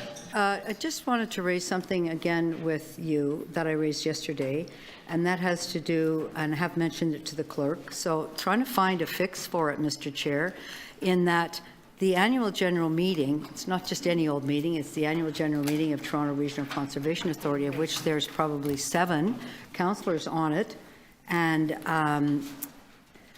is also on the 13th, and I have looked into it and found that the clerk of the TRCA had canvassed all of the clerks of all the municipalities part of TRCA last spring to set the date on the 13th. So unfortunately, we also have the budget meeting on the 13th. And I don't know if there's some way, I'm going to ask you if we can have, and you and the clerks, that we can have a follow-up with those councillors who are on the TRCA, who want to do their duty there, on the issues that we're going to be missing tomorrow. I don't know how to do that, but I think it's important that, since it looks like a little boo-boo somewhere, that we make it right somehow. I agree. You have every opportunity and right to be able to ask the questions of TTC. Now, just who would be councillors who wouldn't be here tomorrow? So Lots there's of us. 3 committee members I think we'll still have. Okay. Yes, but we do have the right to come to committee, so. No, you do have the right. I mean, and I hear you. I'm trying to figure out the best way And to resolve Councillor this. Burnside's also on. Okay. Let me speak with the clerks. There may be one option to have you reach out to it's police and TTC maybe individually. You have the right to reach out to them individually, but Yes, maybe I but can I'd speak like us to be together in the same sense of Okay. not wasting anybody's time, and if it could be thoroughly done. I do think it's a pretty big mistake, and we can confirm how it got made, but that's my information from the TRCA. So Leave it very with me. I will have a conversation to see if we can figure out how to resolve this. I don't have an answer for you right now, but I'll see what. And I'd like clerks to assist, so we're not simply making calls ourselves. I think that's, and I don't want to have to put anything in writing, Mr. Chair. I just want to raise Okay. it here. I could, if you'd like me to. Leave it with me. I'll see if I can figure out a solution. Thank you. Okay, we'll start with questions of staff. Toronto Paramedic Services. Outside visiting councillors have questions? Councillor Perks. Thank you. I just want to make sure I've understood this properly. So your service has seen in the last 5-6 years an 86% increase in calls for service for their mental health related and 153% increase for calls for service that are opioid overdose related. Through the chair, that's correct. Okay, thank you. One of the issues that's been raised a number of times over recent years is it has to do with the staffing plan, but frequently our staff are being asked, often as they come off shift, to work overtime. We still have a significant overtime requirement, don't we? Through the chair, We do, staff sometimes do incur overtime near the end of the shift. If they are assigned to a call that takes them past the end of the shift, they're committed to that call. And so sometimes they do need to finish that call, and it does take them into overtime. It's been expressed to me by frontline paramedics that often at the end of the shift, they'll be asked, can you work an extra four hours or an extra 8 hours? They'll be asked, not in advance, but there will be somebody's called in sick or a part-timer is unable to fulfill our prearranged schedule, and we have staff, as they're coming off shift, who are asked to work an extra half or an extra whole shift. Is that still occurring? Through the chair, I'm not aware of occasions where staff are asked to stay half or full shifts beyond the end of the shift. That I've not heard of that, but I can certainly discuss that with you offline. Okay, we will. My memory, and I may be remembering this wrong, is that a couple of years ago when we were finding we were having trouble with retention and hiring full-time staff, that built into the staff plan was to do exit interviews with staff who were deciding they didn't want to continue with the Toronto service. Have we been doing those? Through the chair, we have been, yes. And what have you learned? I don't have those results in front of me, Councillor, but I'm happy to look into that further for you. Would it be fair to say that among the reasons people are not staying with the service and are going and working elsewhere is longer working hours, more stress, overtime requirements? Would those be among the findings you have from exit interviews? Through the chair, as I said, I don't have the results in front of me, but I'm happy to look into it and find out what the findings have been. Would that be something that you could do a briefing note for the members of council? I don't see why not, sure. Okay, thank you very much. Those are my questions. Thank you, Councillor. Any other outside councillors for questions? I'll take it into committee members. Seeing none, thank you very much. We are now going to continue with parks. We were still on outside councils. If Councillor Perks had asked questions, and I think Councillor Fletcher, I believe, was next up. I don't know if Councillor Fletcher's here.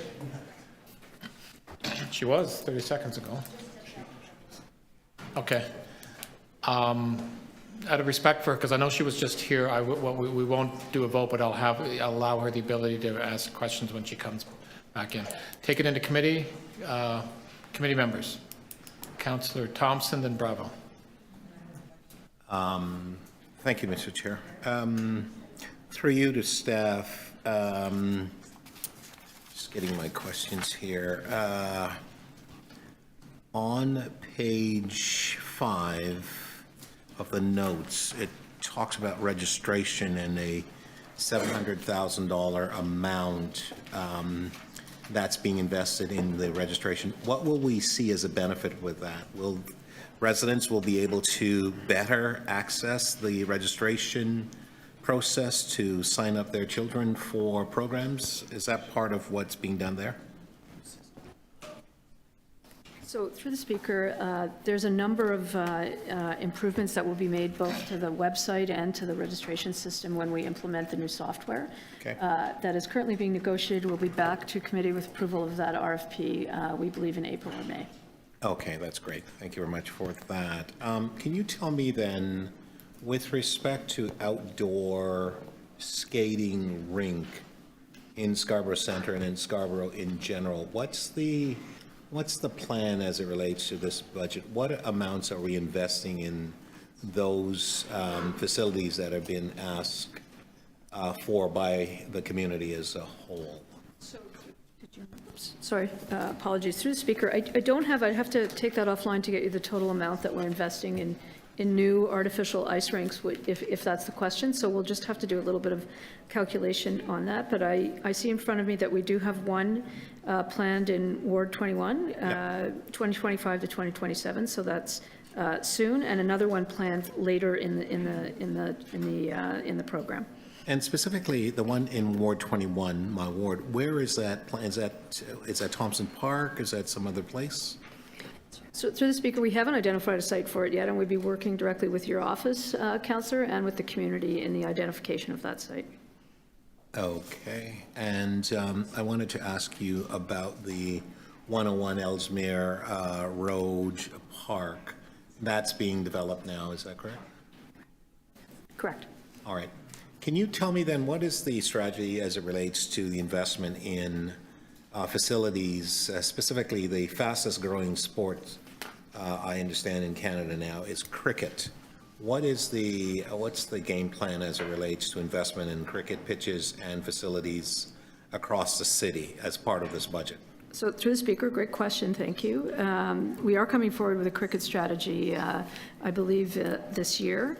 But in the meantime, within our 10-year plan, we have 5 cricket pitches planned between 2023 and 2028 at a cost of about $750,000 each. $50,000 each, and that's really around using some of our existing parkland, obviously, and turning that parkland into cricket pitches or converting other underused fields into cricket pitches. All right, and then may I then ask you about splash pads and water features in parks? What is the plan for expansion, particularly looking at Terraview Park in my ward? I'm just wondering what the plan is there. So through the Speaker, to you, Councillor Consor, my understanding is the design for that amenity is going to start in 2023. 2023. Okay. This year. Yep, no, fine. Yeah, Happy New Year. And then just in general, because there seem to be more demands for that, for example, the Wexford Woodlot, for example, is there any plan at all in terms of consideration for those types of features to invest in the community? So apologies, Councillor, I'm going to have to look into the detail in our capital budget on that one, and if I could take that one offline and get back to you on it. Absolutely, that's great. Thank you very much. Those are all my questions, Mr. Chair. Thank you, Council. We're going to actually go to Councillor Fletcher, and just say outside council to get that, and then we'll come back in committee. Councillor? I appreciate that, Mr. Chair. I just want to, and I'm glad you're building some rinks in Scarborough. I just want to establish, though, that pre-amalgamation, the rinks were covered over and made indoor. To the Speaker, there is in each of the various municipalities that came in post-amalgamation had different standards around the provision of parks and recreation facilities. In Scarborough, you are correct. There were a number of outdoor rinks that were covered over. They covered them over. Is there any idea that you bring some daylight those, we daylight creeks, daylight those rinks and bring them back to that status? Or are you thinking that we have to? Through the Speaker, we are assessing the ongoing needs for indoor ice, along with, the needs for, hockey and women's hockey, which has balanced off some of the My question was to daylight the ones that were covered. We currently don't have a plan to remove the sort of thank you indoor structure around them. I want to just ask about the parks classification system. Its classification system currently. Just tell us quickly what they are. Certainly. There's a classification system that it speaks. What are they? Not without getting into the absolute details, but it speaks to there's regional parks, there's district parks, there's local parks, parkettes, and they all have various standards of the types of provisions that are in them. So I guess what I'm looking at now, because when I was chair of the committee, you are now, Councillor, that we did that classification system. So right. It allows us to really look at what resources are going in where. And so I'm very interested in the enhanced, that it's very particular and surgical, that we know where people are in which parks, where will they be open later, where's the demand to have them open earlier, et cetera. And I'm sure you can provide that to us.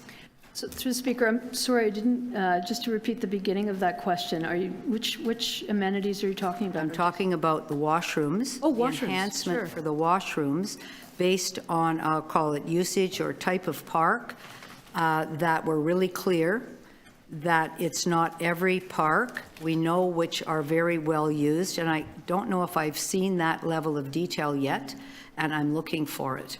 So through the Speaker, just to confirm, Councillor, are you looking for the level of detail around the opening and closing or the provision levels of washroom assets? I'm looking for the opening and closing based on demand, so that we're not saying we're doing that everywhere. We understand where Correct. the needs are, where the pressures are, based on the types of parks that have them. Right, so two pieces on that answer. The first is, as many know, as it's been in the news lately, we are extending the resources that we have around the opening and closing of these assets so that they can open earlier and close later. When it comes to the provision of how long they're open during the day. Not my question. I want to know how you're looking at which ones are going to have enhanced service based on usage, based on what we know about the parks, rather than blanket. And I haven't seen that yet. So I'm asking, where is that? I'm not sure if I have that specific information, Councillor. I can tell you that we monitor the usage of all of these assets. We try and adjust the schedules based on what we see that usage to be. I am looking for that, and the same with winter washrooms. That what's the cost to winter, again, going to the most popular parks, et cetera, where are the winter washrooms that would have the highest usage in the city? Can you tell me the top 20 locations that people go to that are destination or regional parks in the city where the washrooms could be winterized? So through the speaker, this is the work that we're doing right now in identifying where we need additional winterized washrooms. The current provision of winterized washrooms, as you know, are being used appropriately. The areas that we have identified just from a theoretical perspective is, as you've noted, areas that have extensive use during the winter, including the Waterfront Trail, regional trails, regional parks that have access, parks that have a lot of access when it comes to things like tobogganing and skating that have those types of provision levels, and that's certainly part of what we're looking at. Based on the classification? Correct. And so you can show us that based on, you have all this material to make your decisions. That's Yes. available to councillors. Well, the work on that is underway. It's not completed yet, on the recommendations around where new winter washrooms may be. And are you consulting with councillors who know which parks are the most used in their areas? Certainly we will be as the information Is that in becomes your available. plan? As the information becomes available, we'll be consulting with councillors for sure. No, consulting with councillors to find out where those parks are that are heavily used in the winter.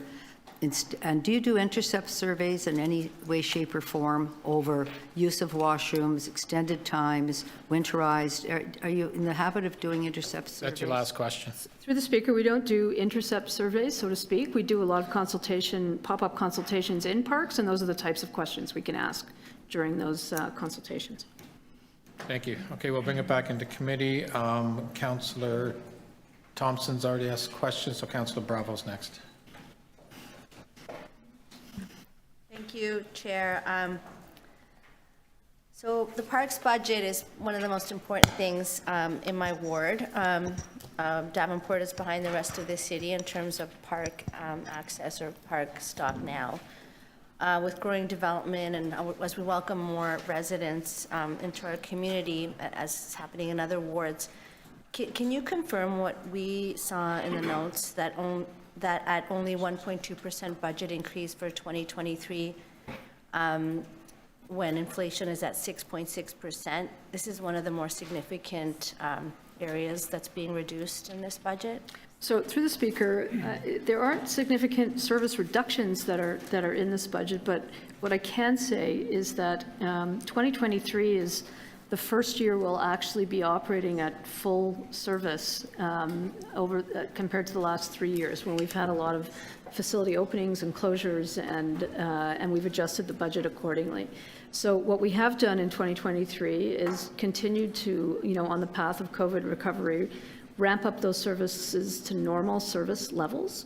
So although the percentage increase may seem smaller than the inflation rate, we have ensured that the budget includes all of the services that people have come to rely on without any reductions in a significant way. So all of the services, pools and community recreation centers and programs and all those things are still ramping up in 2023 to pre-pandemic levels, and we continue on that path, and quite likely next year, as we return back to a more full operation, these numbers may change again.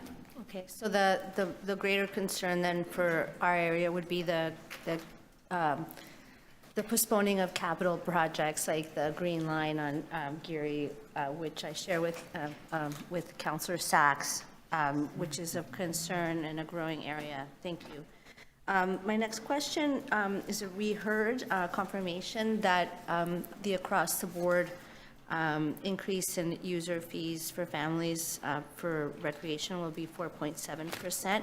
I just want to know if what the equity impacts of that increase would be, especially for low-income households, and if there's a plan to mitigate or address this. Sure, great question, thank you, and through the chair. So we have a number of mitigation efforts when it comes to low-income families. So, and it's almost I would call it a three-tiered approach. The first approach is we have approximately 1/3 of our community recreation centers are free without any cost for any of the programs. And those are determined through a sort of placement process around the socioeconomic data in the neighborhoods that those community centers are in. So that is a basic level of accessibility that would not be impacted by any, inflationary fee increase to those programs. We also have the welcome policy. There were some questions earlier that provides a subsidy for residents that are approved for it. That gives a sum of money to register in regular programs, and that policy by council direction is adjusted every year to the rate of inflation. So the purchasing power of that subsidy will remain the same in 2023, even with the inflationary increase. The inflationary increase of about 4.73%. So as an example, the impact of that on some of our regular programs would be, let's say a 5-day camp program would move from $143 in 2022 to $150 in 2023. An example of an aquatics or a swimming lesson would be, moving from $88 to $92. So those are the impacts on the types of fees that we have. We know that through some of the interjurisdictional scans that we do, that our fees certainly are within the lower range of a lot of our counterparts in other municipalities. Yeah, thanks. And you can account for low wages and high rents. We try our hardest, we do, and I think council has been very, very supportive of those levels of accessibility right across the city. Great. And my last question picks up on Councillor Sachs's question. I just wanted to understand the delays in tree maintenance with many tree limbs falling and sometimes trees altogether onto private property. Can you explain how this might impact the cost to the homeowners? How do we deal with that? Because I receive a lot of questions and concerns around this, that the increasing the state of our tree canopy.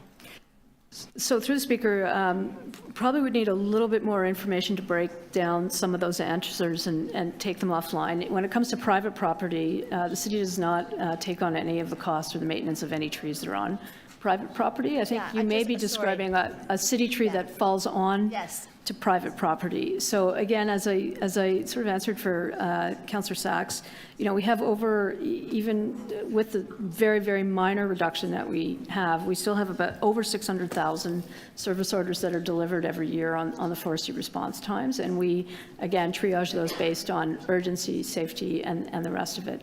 So I can't anticipate there will be a major impact on the services that we've been able to deliver compared from last year to this year. And we'll certainly monitor it, and it may be an item that we need to report back through the budget next year if it seems like there is a big impact on it. Thank you. Thanks, Councillor. Next, we have Councillor Nunziata. Okay, Councillor Crisante. You can flip a coin if you want, but. I need a coin first. Pardon? Oh, okay. I just wanted to talk to you and ask you a question about the water fountains in the parks. So in this budget, you expand the seasonal hours, and the reason I ask that is because, as you know, in the past, there's been a lot of social media talking about fountains not being opened, and so I just want you to clarify the misinformation that was out there about a year ago by a member of council on your water fountains, and in this budget exactly what you're improving and what your plans are as far as the water fountains in the parks. Thanks, and through the speaker, thanks for the question, Councillor. We have done a lot of work on this. So the level of service in 2022 on washrooms and water fountains, I'll just focus on water fountains, was that they would be open, and the service standard that we were following was by June 25th. Was the water fountain sort of where we hope to have our 700 water fountains functional. We did achieve that service standard in 2022. In 2023, as many have noted, we have added some significant resources to the PFNR budget when it relates to irrigation specialists and plumbers, and we've put forward now a plan to basically reduce the amount of time that it will take us to open all of those assets. So we will start at the first frost, which is always roughly in the middle of April. Our plan through this budget enhancement is that the washrooms will take approximately 3 weeks from when the last frost has gone to open, and then we will be moving to open all the water fountains this year within 6 weeks of that last frost. So the plan significantly reduced the amount of time it will take us to open these assets, and the goal is to have them all open by the May long weekend at the latest. That information that was out there a year ago was misinformation. The information that I have through the speaker, Councillor, is that, of the water fountains that we had, all of them, absent of about 5%, which required repair, were open, well before the end of June, and more towards the third week in June, the second week in June. Okay. Just a question. I don't know if this question would be for you or for the CFO about this. So in the past that we've received funding from the federal and the province, 1/3, 1/3, 1/3, and we were able to do a number of improvements in our parks. So do you know, or maybe I can ask the CFO, is that program out for this year? Will we be able to apply for the 1/3? There is certainly some funding component of that within PFNR, but Heather probably has the broader context of the program, so I'll ask her to answer. Through you, Mr. Chair, actually, Janie, you can speak to this specific program, but I can give you assurance, Councillor, that when federal government offers funding programs, we subscribe. We put in multiple applications for multiple projects to ensure that we actually do receive as much funding as the city can obtain. But I don't know, Jamie, if you want to speak to a very specific program. And just on that, Jamie, before you respond, so the Parks Department submits in their list on the various wards on what they feel the 1/3 funding should go towards, correct? Okay, yeah. Apologies. Based on the criteria of the program that's been released, so ISIP, the Investing in Canada Infrastructure Program, I think is what the ISIP stands for. So, and there would be criteria around what those program investments would be. So we would take our existing capital plan, because generally some of the criteria is that the projects that are funded have to be ready to go, not sort of in a plan that hasn't been, rationalized before. So we would take the projects that fit that program and submit them. Generally, our approach is that we submit many, many more that are funded. So we will look at our whole list and almost submit just about any project that may be eligible for that funding, and then we receive back from them which ones are funded. We received, is that last year or over the 10 years? Currently, we've got to 2027, we've received about $36 million from that program. So it certainly has an impact on assisting the city in the State of Good Repair program that we have. Thank you. Thank you. Next, Councillor Crisanti. Thank you, Mr. Chair. So my question is, going back to the welcome policy, back in the day when I was here, the welcome policy was a very popular, very needed policy, I'm sure across the city, but certainly up in my area.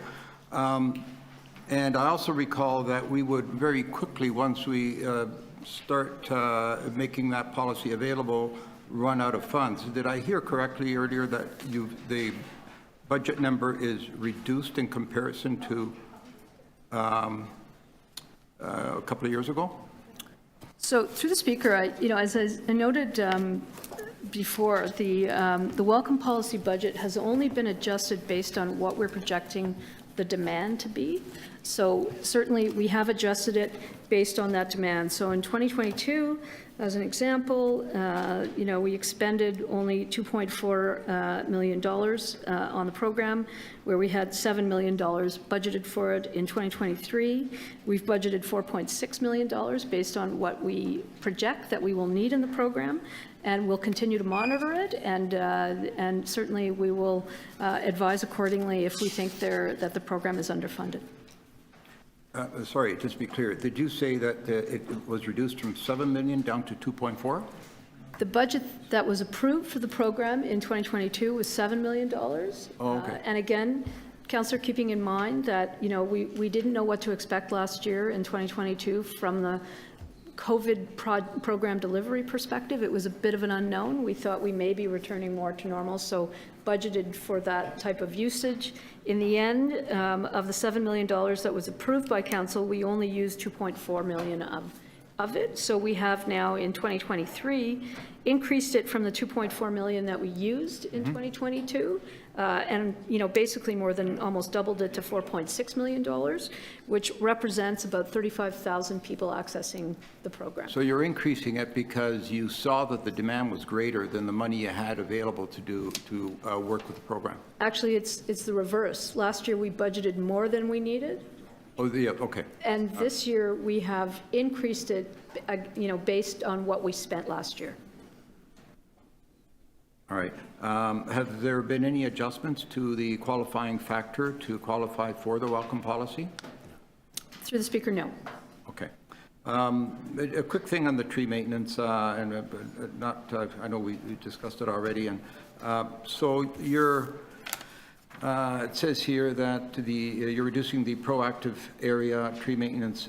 Now, let's speak to the reactive. So does that mean that if we're reacting to necessary or like to deal with calls, numerous calls that we get many times for tree pruning and maintenance of trees, can we react as quickly as we have in the past? So through the speaker, there is no change to the reactive tree program.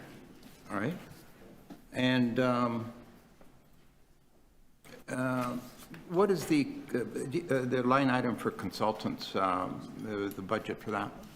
Through the speaker, it wouldn't be represented as a single line item, so I would have to look back through our notes. I believe it's also an item that is reported out annually corporately, division by division, but I can certainly go back and Is there a specific line item for playground enhancements?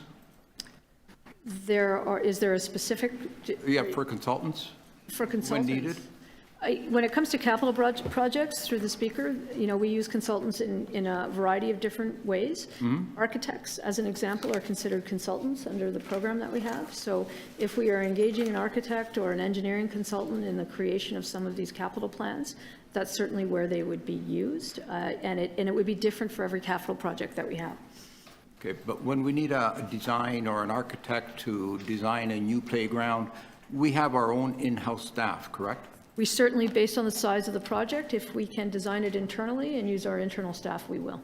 Yeah, because I know that from time to time we have gone outside to use consultants, and so I've just wondered why we don't. We have, and it depends on, I can share, Councillor, it would depend on the complexity of the site, whether we need some external advice on, as an example, what may be below ground in the site that we're dealing with, whether the site needs to be remediated. There's a whole bunch of different considerations around whether we would engage consultants in something like a playground replacement. If the playground replacement is part of a larger park redevelopment or park development process, there may be a consultant or a landscape architect that is planning the whole project that would incorporate that into it. So, all right. But you are correct, the standalone playground replacements of some of our older programs, quite often we will deal with it through our own in-house staff. Internal. All right. Thank you, Councillor. Thank you, Mr. Chair. Councillor Moyes. Thank you, and through the chair, I have just a few questions. Most of my questions have already been answered, but I want to focus on beautification. I know, generally speaking, our parks are pretty clean because I do spend quite a bit of time in them, but a Are there any, did we budget for perhaps tree planting or flowers, all those things? Through the speaker, let me just get that information for you. I can share with you the entire tree planting budget. Can we move on to the next question? I'll just get that information for you. Sure. Are there any intentions to build any more aquatic centers around the city? Through the speaker, yes, certainly there are, and I think the Facilities Master Plan identified that that is one of the most under-provided asset within the city, and it certainly is supported through the number of people that we have wanting to access aquatic programs. We have a number of new pools planned even within this next 10-year plan and some of the new community recreation centers that we're building. We are now including pools as a major component and a standard component in just about every community recreation center that we're building, as it's really been identified as something that is needed just about across the city. Okay. So one of the issues that I've come across more than once is the registration portal for registering for services, and more specifically when it comes to programs like pools, especially in our priority neighborhoods. Are we looking at ways to advance that so that people who actually live in priority neighborhoods actually have an opportunity to actually use the facility where they live and is intended for them? So through the speaker, these are some of the pools that we have, many of the pools that we have. Certainly we've done some research and some data analytics around how far people are traveling and where they're coming from in using these facilities. We generally use a 3-kilometer radius of the facility as what the catchment area may be. And quite often, if we consider that to be the appropriate usage, we're seeing, anywhere from 70 to 80% of the participants being within that catchment area. In some areas of the city, we have done a few local pilots, and Councillor, I think you're probably aware of one that's in your ward, where we have tried to address the access to the pool locally. And in this particular pilot, we've done it through a partnership with the local school. To try and bring some kids into swimming programs that may not know about them or have access to them. And it's been a very successful program. That particular program has been successful, yes, regarding the partnership with the schools and the city. But drilling in onto the community members themselves, I've seen stats as low as 14% of people who live in their communities being able to access those services. Through the speaker, I'd have to have a look at that data, Councillor. I'm not familiar with the 14% that you're referencing, but I think when you use a 3-kilometer radius as a catchment area, that's the data that I'm referencing. And if it's something that is smaller, the data may in fact be different. So I understand the point. Okay. Those are my questions, unless you have the answer for the first one. Oh, yes, I have that.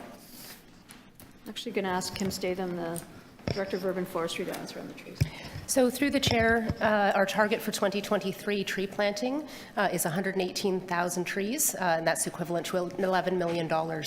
We plant in parks, street right-of-ways, as well as a subsidy for private land planting. And Councillor, in relation to the question around the, I think it was the horticultural budget that you were asking about. That's something that we'd have to pull out of a number of different budget areas. I can certainly get you that information following this meeting. Okay. Thank you, Mr. Chair. Those are my questions. Thank you, Councillor.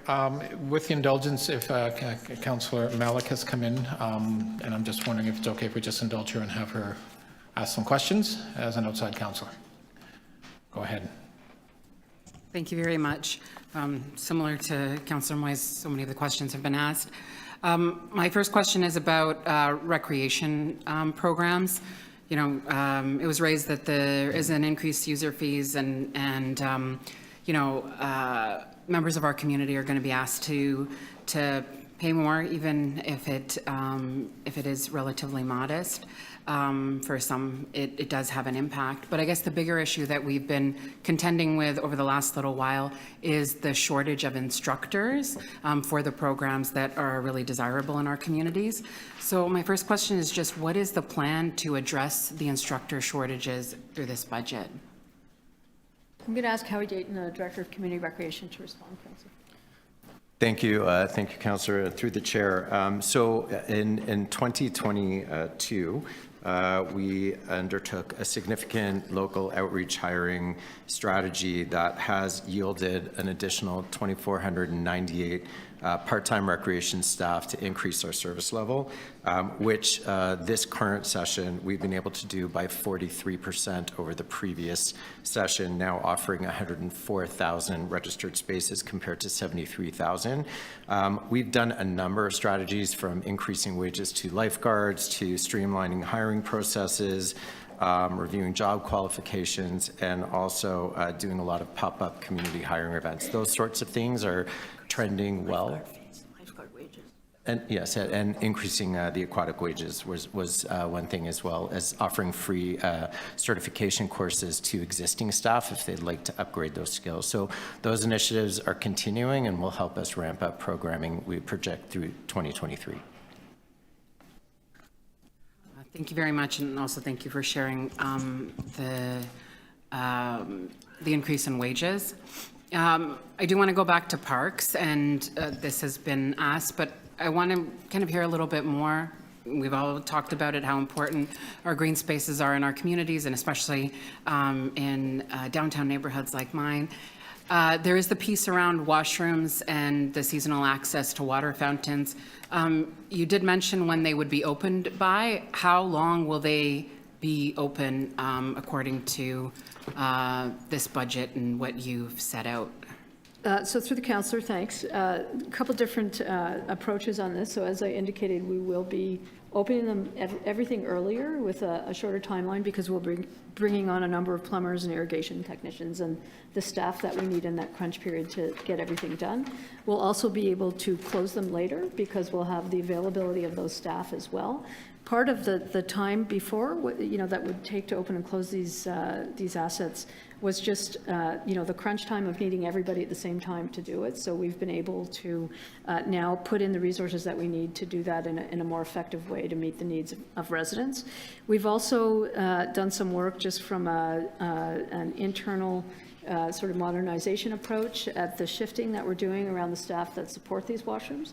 And the water fountains are actually open 24/7, of course, but when we see the washrooms, we're now going to be creating shifts that will close them later. So instead of the 9 p.m. or dusk, we're hoping to have everything open until about 10 o'clock.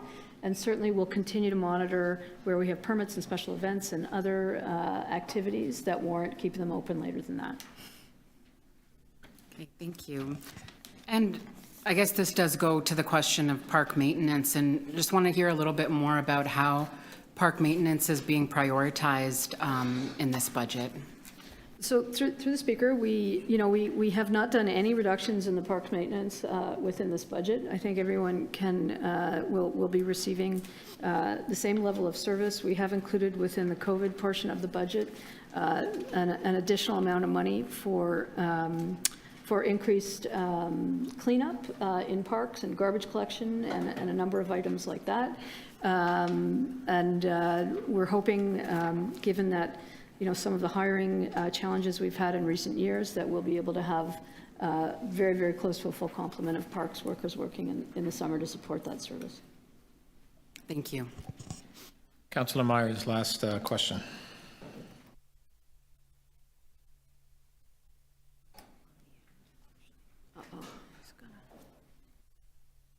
Thank you, Chair.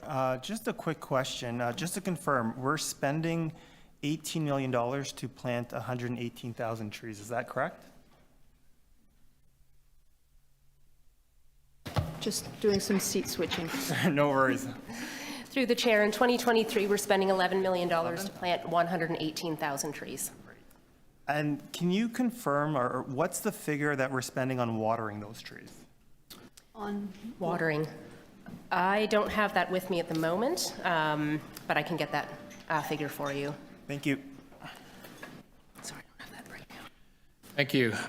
Next, we're done parks. We're going to go over to court services. Outside, I just want to, if there's any counselors listening who may be in the office, it's important that if you want to ask questions, you have to be in the room when we go into the outside counselor portion of questions to make sure you have your questions answered. Because once we go into committee, it'll be up to committee to determine whether or not we do any more counselors. I'm being a little bit flexible, which is fine, but I just wanted, if it's anybody listening, please make sure you're in the room before your next category comes up. So court services, outside visiting counselors. Seeing none, we'll take it into committee. Councillor Thompson. Thank you very much, Mr. Chair. Through you to staff.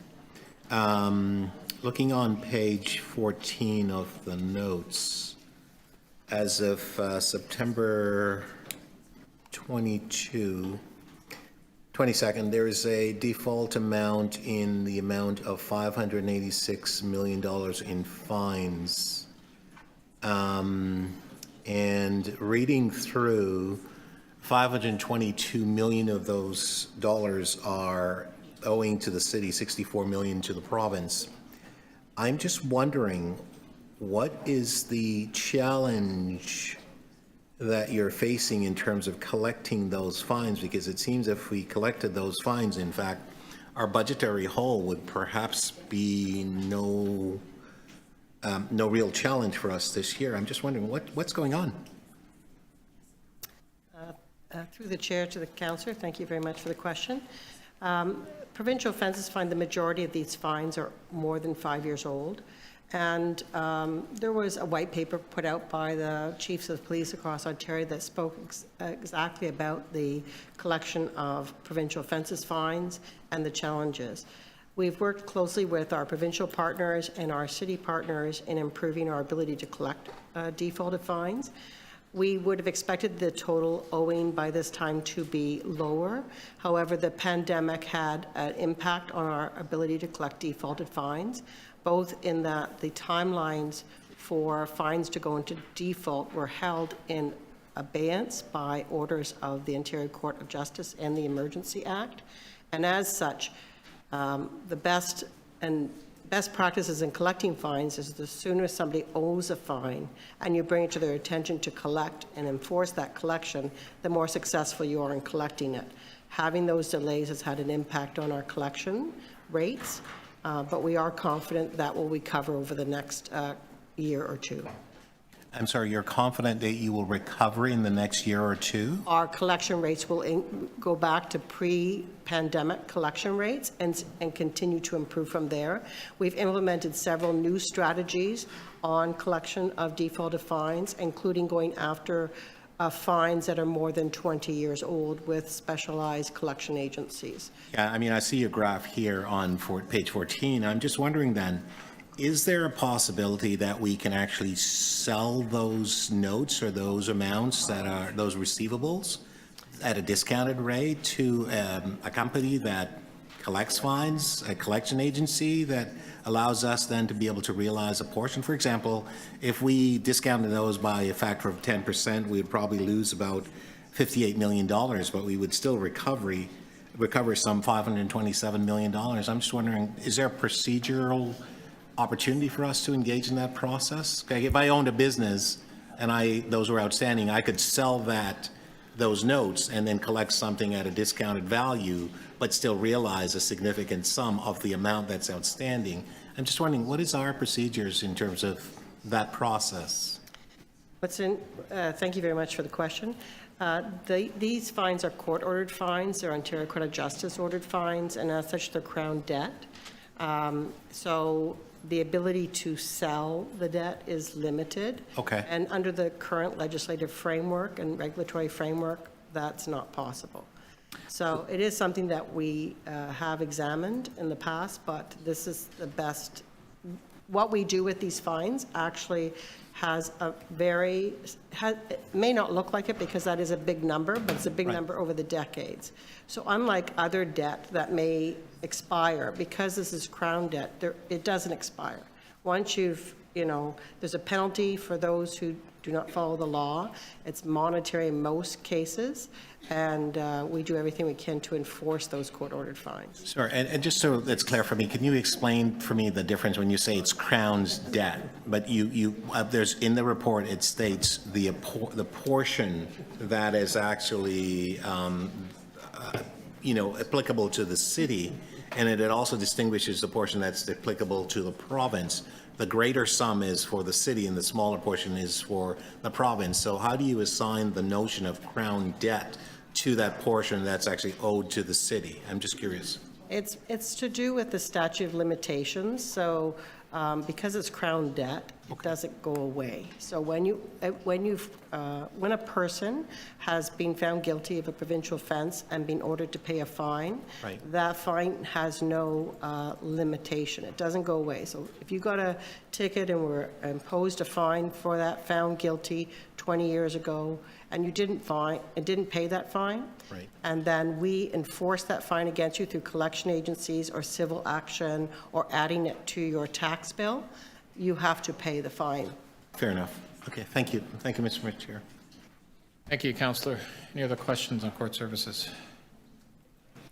Seeing none, we'll move on to the next, social development, finance, and administration. Visiting councillors, Councillor Chang. Thank you. I'm just looking on page 5. It says there was a target of 1,200 youth to be hired, and only 820 were hired to date. Did it end up being 1,200 by December? Thank you very much for the question through the chair. I don't have actually that information right in front of me, so let's keep talking. And okay, sure. I'm just looking at the target set for 2023, and given that hiring youth is a critical part of empowering equity-seeking communities, especially, I'm just concerned why there hasn't been a desire to grow that program, and we're just flatlining it. So I appreciate the question as well, Councillor Chang. So SDFA works with a number of youth employment programs. We have been trying to manage the impacts of the pandemic in our program delivery. So I think for 2023, staff have been fairly conservative in our target. My hope is that this time next year I will be able to demonstrate overperformance given some new initiatives that we're adding to youth employment. Thank you.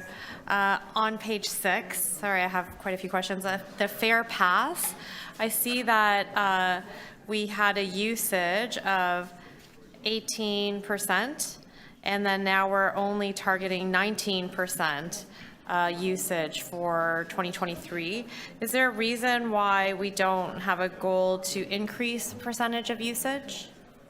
So we certainly are working to increase the amount of Fair Pass riders, and you know that in the non-program budget there is a $2 million increase for Fair Pass. However, when we created this projection, we've been working very hard to take into account the pandemic's impact on Fair Pass and ridership among Fair Pass users. Our goal is to provide you with an accurate projection. And again, we are anticipating, just given how fast in the last quarter of 2022 Fair Pass users have increased, that we might have our highest user amount in 2023 at about 60,000 riders. But those are numbers that we're only now just being able to project. So there still is an aspiration to increase that beyond 19%. It's such an important program, and I think the uptake has other areas that are challenged that are not about people not needing it. So really, the more we can increase that, I think it will benefit some of the people who need it the most in our communities. We're in agreement. I think we're probably in agreement on a lot of things. I noticed that there's a decrease in community partnership investment. as well as human services, but then a significant increase in corporate leadership at 56% and financial management and program support at 25%. Can you explain such large increases in those two areas, please? So the decrease on CPIP is that there were 2 one-time expenditures included within the program in 2022. Both were fully funded, and so there's a reversal. So CPIP is flatlined, although there is no inflationary increase. And then in terms of the, you asked about financial management and an increase there. Yeah. Is around a shift in our human service integration program from being capital funded to being part of our operating budget.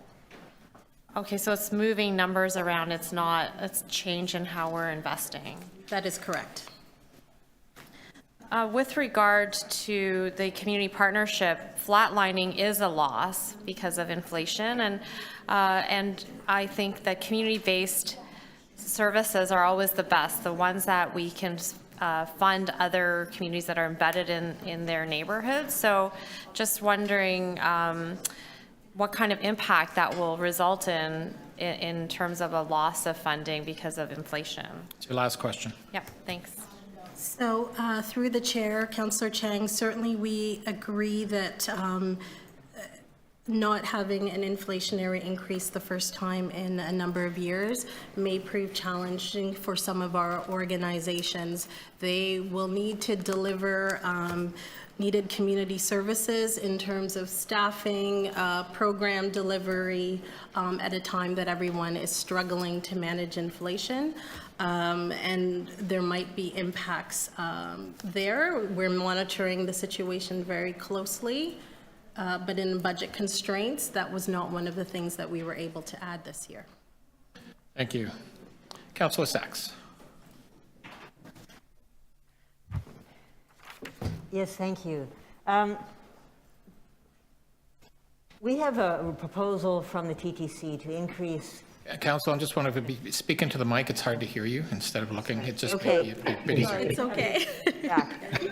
We also need to hear you. Okay. Yes, so the TTC has proposed to increase fares 10 cents for youth, but nothing for seniors.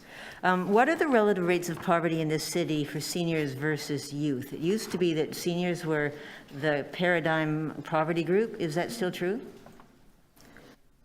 So through the chair, Councillor, thank you for the question. Certainly through the 2021 census, the most recent, we have seen overall lower number of people living in poverty. Now that doesn't take into account the pandemic fully, so I am not completely clear. I don't have all that information, so I'm just asking staff and I will follow up with you offline. All right. So building on that as well, which group would have greater harm from a TTC fare increase, youth or seniors? So staff have confirmed that seniors are the highest than youth. I'm sorry, higher need? Yes. Okay. Are you providing any support to low-income people to help them pay for the 10-cent TTC increase? Through the budget, as I noted, $2 million has been added to support up to 50,000 individuals be able to apply for the Fair Pass program, which is a discounted program that Council adopted in 2016 as part of the poverty reduction strategy. And is that available for youth as well? No, it is a program to support working age adults. When the Fair Pass program was developed, there was a review of various concession programs. Council made children up to 12 ride free. There are programs for students, there are programs for seniors, but there was a gap for working aged adults, which Fair Pass was striving to meet. So the 10-cent increase for youth, there's no city support for that for low-income youth, correct? Not that I'm aware, but that question may be better asked of TTC. I am clear about the program parameters we run, but I want to stress that I'm not an expert at fares overall. Understood. Are you able to estimate what it would cost to provide free transit in Toronto for high school students, as Kingston has done with such success? I don't have that information in front of me, Councillor. It's a great question, and we certainly can get information to you. Thank you, I appreciate that. Thank you. Thank you. Councillor Perks next. Thank you. Following on what Councillor Cheng was asking, if we had continued normal practice and given the inflationary increase to the CPIC grants program, what would that dollar value be? So using the same rate, the general inflationary factor that we're using with user fees, it would be about 1.2 million. Thank you very much. Years ago, the City of Toronto, through Toronto Public Health, offered a variety of food support programs. There were sort of three prongs. There was a granting program, which I believe Public Health has retained. There was a policy program, which I believe was transferred to Social Development and Finance. And then there was direct frontline partnership where Toronto Public Health staff would participate in an action research basis in working with newcomer communities and other vulnerable and marginalized communities to enhance food security. When the transfer took place, did you get any of those frontline staff, or are you just providing the research piece? Through the chair, Councillor Perks, we were transferred to policy-focused food strategy team resources last year. This reflected the growth in our work under poverty reduction during the pandemic. No programming, direct programming resources were transferred to SDFA. Thank you very much. In terms of the community crisis response, I see there's a budget enhancement. My understanding is that a certain portion of that budget enhancement is annualizations of costs that you introduced partway through the year and filling out the original complement for what was approved but hadn't yet been filled out. How much of the enhancement did those two things together come to? So 1.6 million are true enhancements. Yes. Meaning they are allowing us to increase access to support to 211, our dispatcher, right-size resources to staff for staffing, to our Northwest partner at an Indigenous support line. So those pieces. And then in terms of thank you. In terms of annualization, there is 1.2 is annualizing the 2022 enhancements that were made. So that 1.2, just to be clear, isn't new service. It's just providing that service for a full year instead of a part year, which we did in 22. That is correct. Okay. And so I know that there's been some work, as you mentioned, to provide better 211 support to some of the pilots, but there's no new pilot or new service area That is correct. budgeted for here. That is correct. In July, Council gave me authority to expand two parts of the catchments. So we're now in 60% coverage of the City of Toronto. We achieved that within our first 6 months. This budget does not support expansion in geography. I stand by that as a recommendation or a plan, because certainly we have agreed to take an incremental approach. We're building the 4th emergency service in Toronto and doing it consistently and properly with evaluation and course correction is the most safe and effective way of moving forward. The work that we're doing this year is about preparing for expansion, and in October I will be coming forward with the 1-year evaluation report and recommendations about how we get to 100% coverage. We did some work at the Toronto Public Library around something very similar to this. Increasingly, the Toronto Public Library was simply adding security guards because of the additional demands on the library service to be that third place during the pandemic, but also just generally. And in that, we did have some conversations with Social Development, Finance, and Administration about whether those branches of the Toronto Public Library that have seen the most critical incidences could get support through the Community Crisis Response Program. Is that budgeted for in 23? Last question. No, Councillor. We certainly, following the Auditor General's report, there's been, I think, opportunity identified for us to complement the Toronto Community Crisis Service with potential other alternative models. That work needs time for us to fully develop and explore, including with other partners within the city system. So no, there is not a current budget ask for that. We do not have a current model that we would be recommending to council at this time. Thank you. Thank you, Councillor. Next, Councillor Carroll. Thank you. Thanks, Madam CFO. I'm piggybacking on a microphone here. There's a violence prevention program. Now I flipped away from it. Just building safer communities. It is. And I know those funds are coming from other orders of government, chiefly, I believe. Is that provincial or federal funds? I can't remember. They're federal funding, two federal funding pots from Public Safety Canada. Yeah. One to both actually to support gun violence reduction work here in the City of Toronto. So I see that there are, the funds go to 9 positions, but I'm not clear on where they are, because when it describes the activities, there are activities that up to now we do a lot of that through partnership with agencies and NGOs. So those 9 positions, are they going to sit here in the City of Toronto? And do they have a shelf life? Does the program end at a certain point, or are those going to be permanent positions? So thank you for the question through the chair, Councillor Carroll. Both of the funding programs through the federal government are from 2022 to 2026.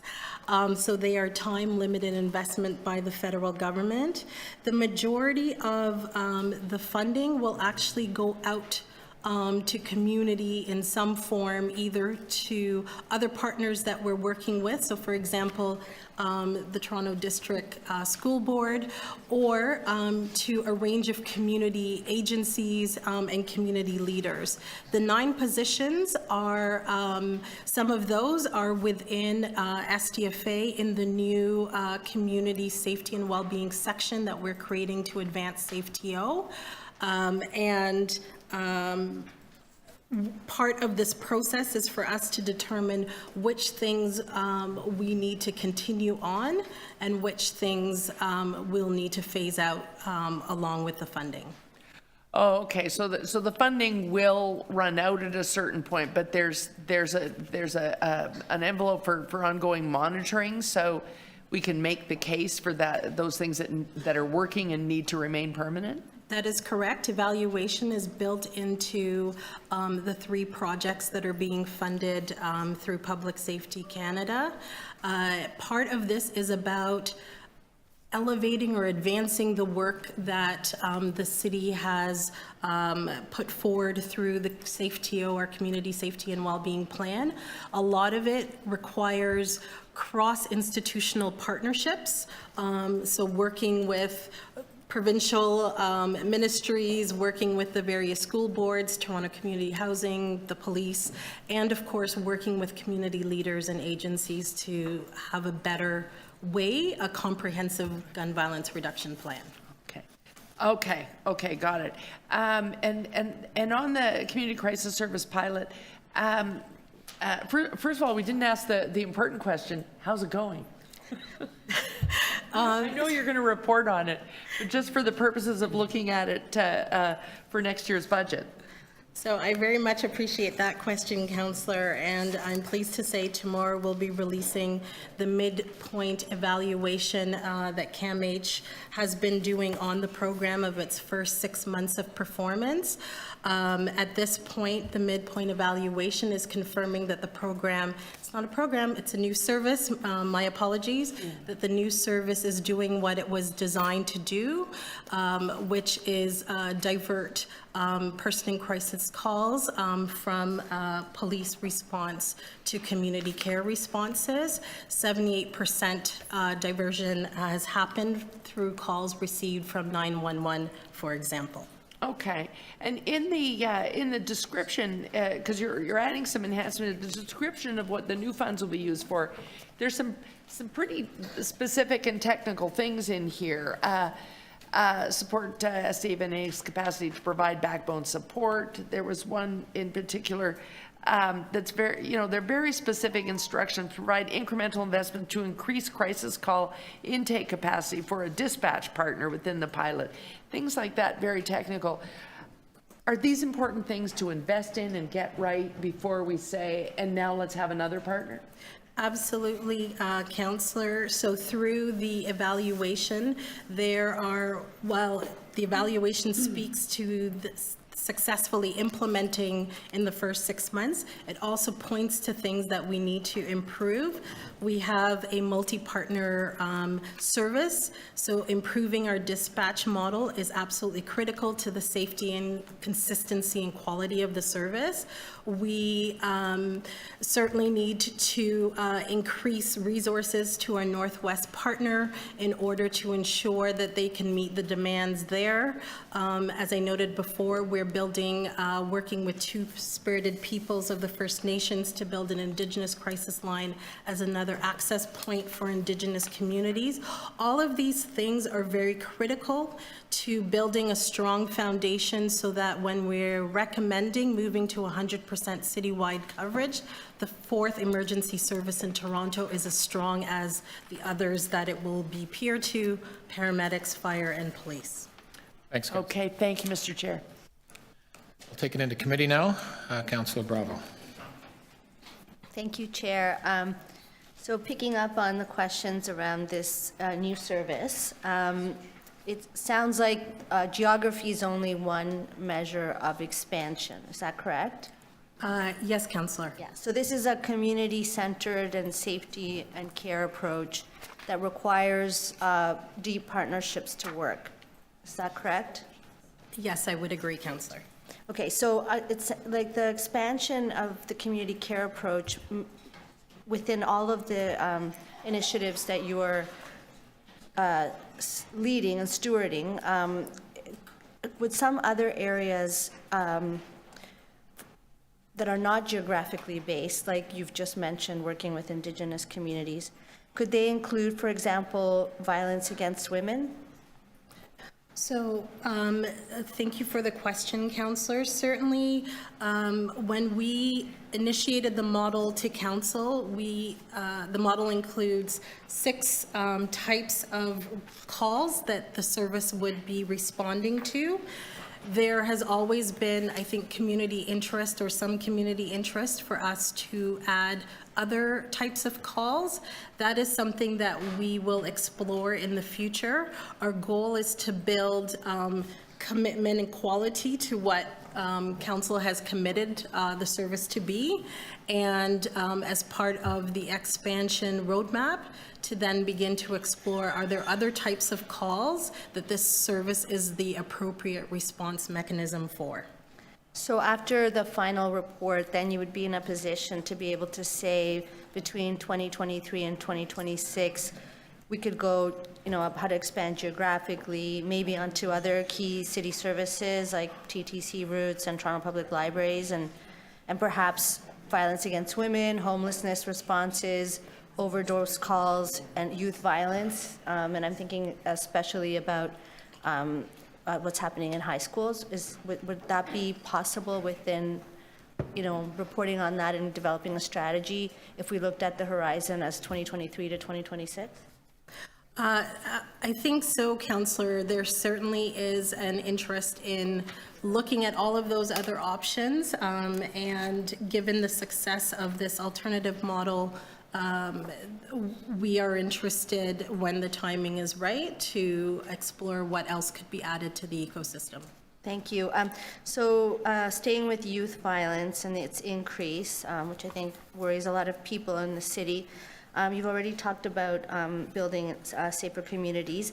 I wanted to know if there's an opportunity to enhance key initiatives like TO Ward's Peace by providing increased funding to leverage current program successes and to bolster the key needs.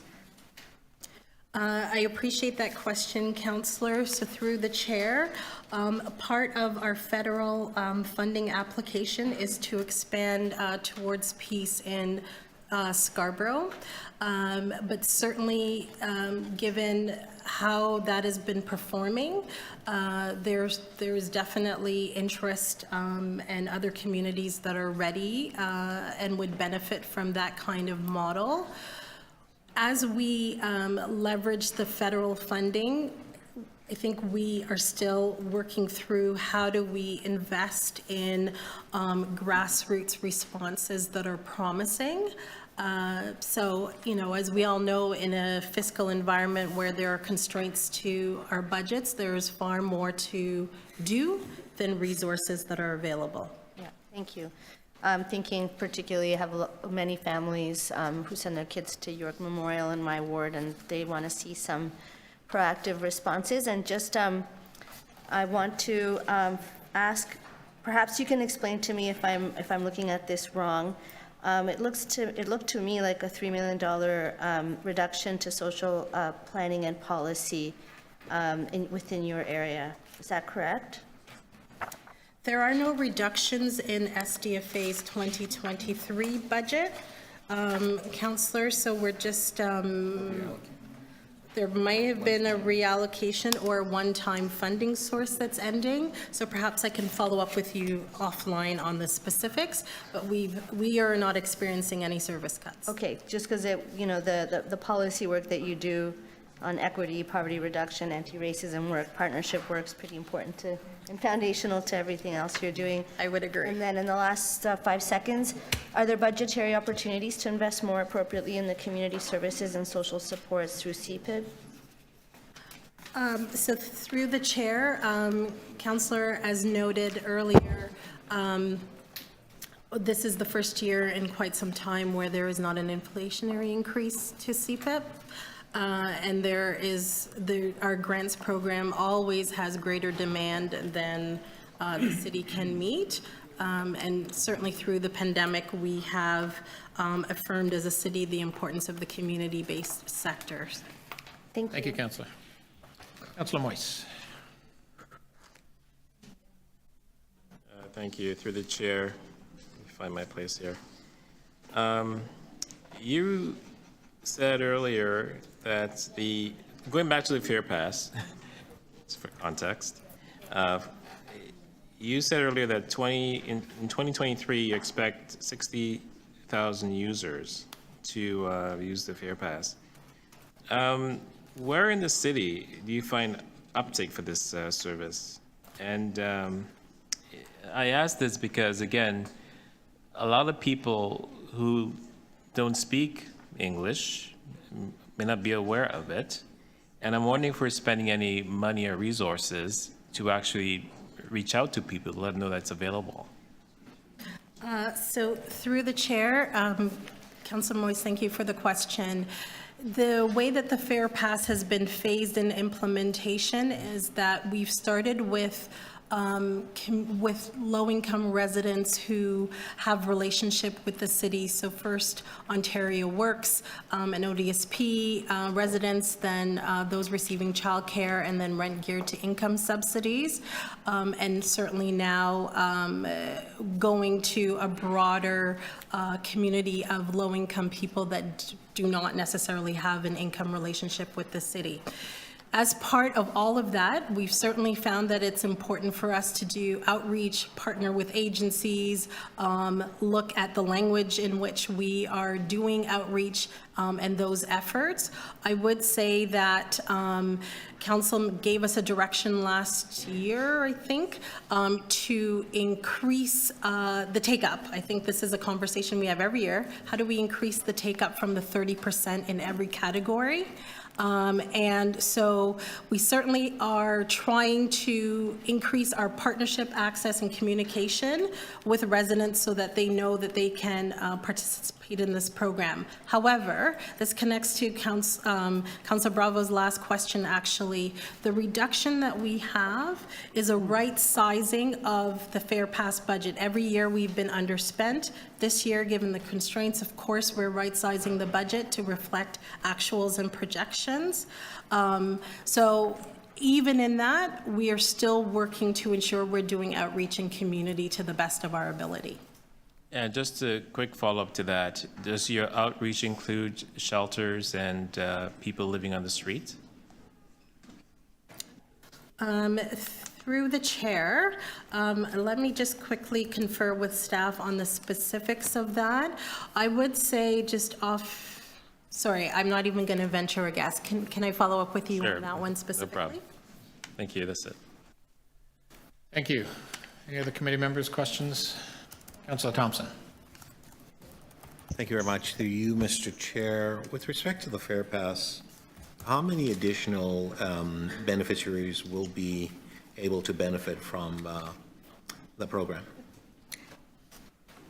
So, sorry, Councillor, do you mean through the additional 2 million that is? Yes. Yes. Yes. So the additional 2 million will make another 50,000 of those who are lowest income in the city eligible for Fair Pass. Do you have a geographical representation in terms of where those people are coming from across the city?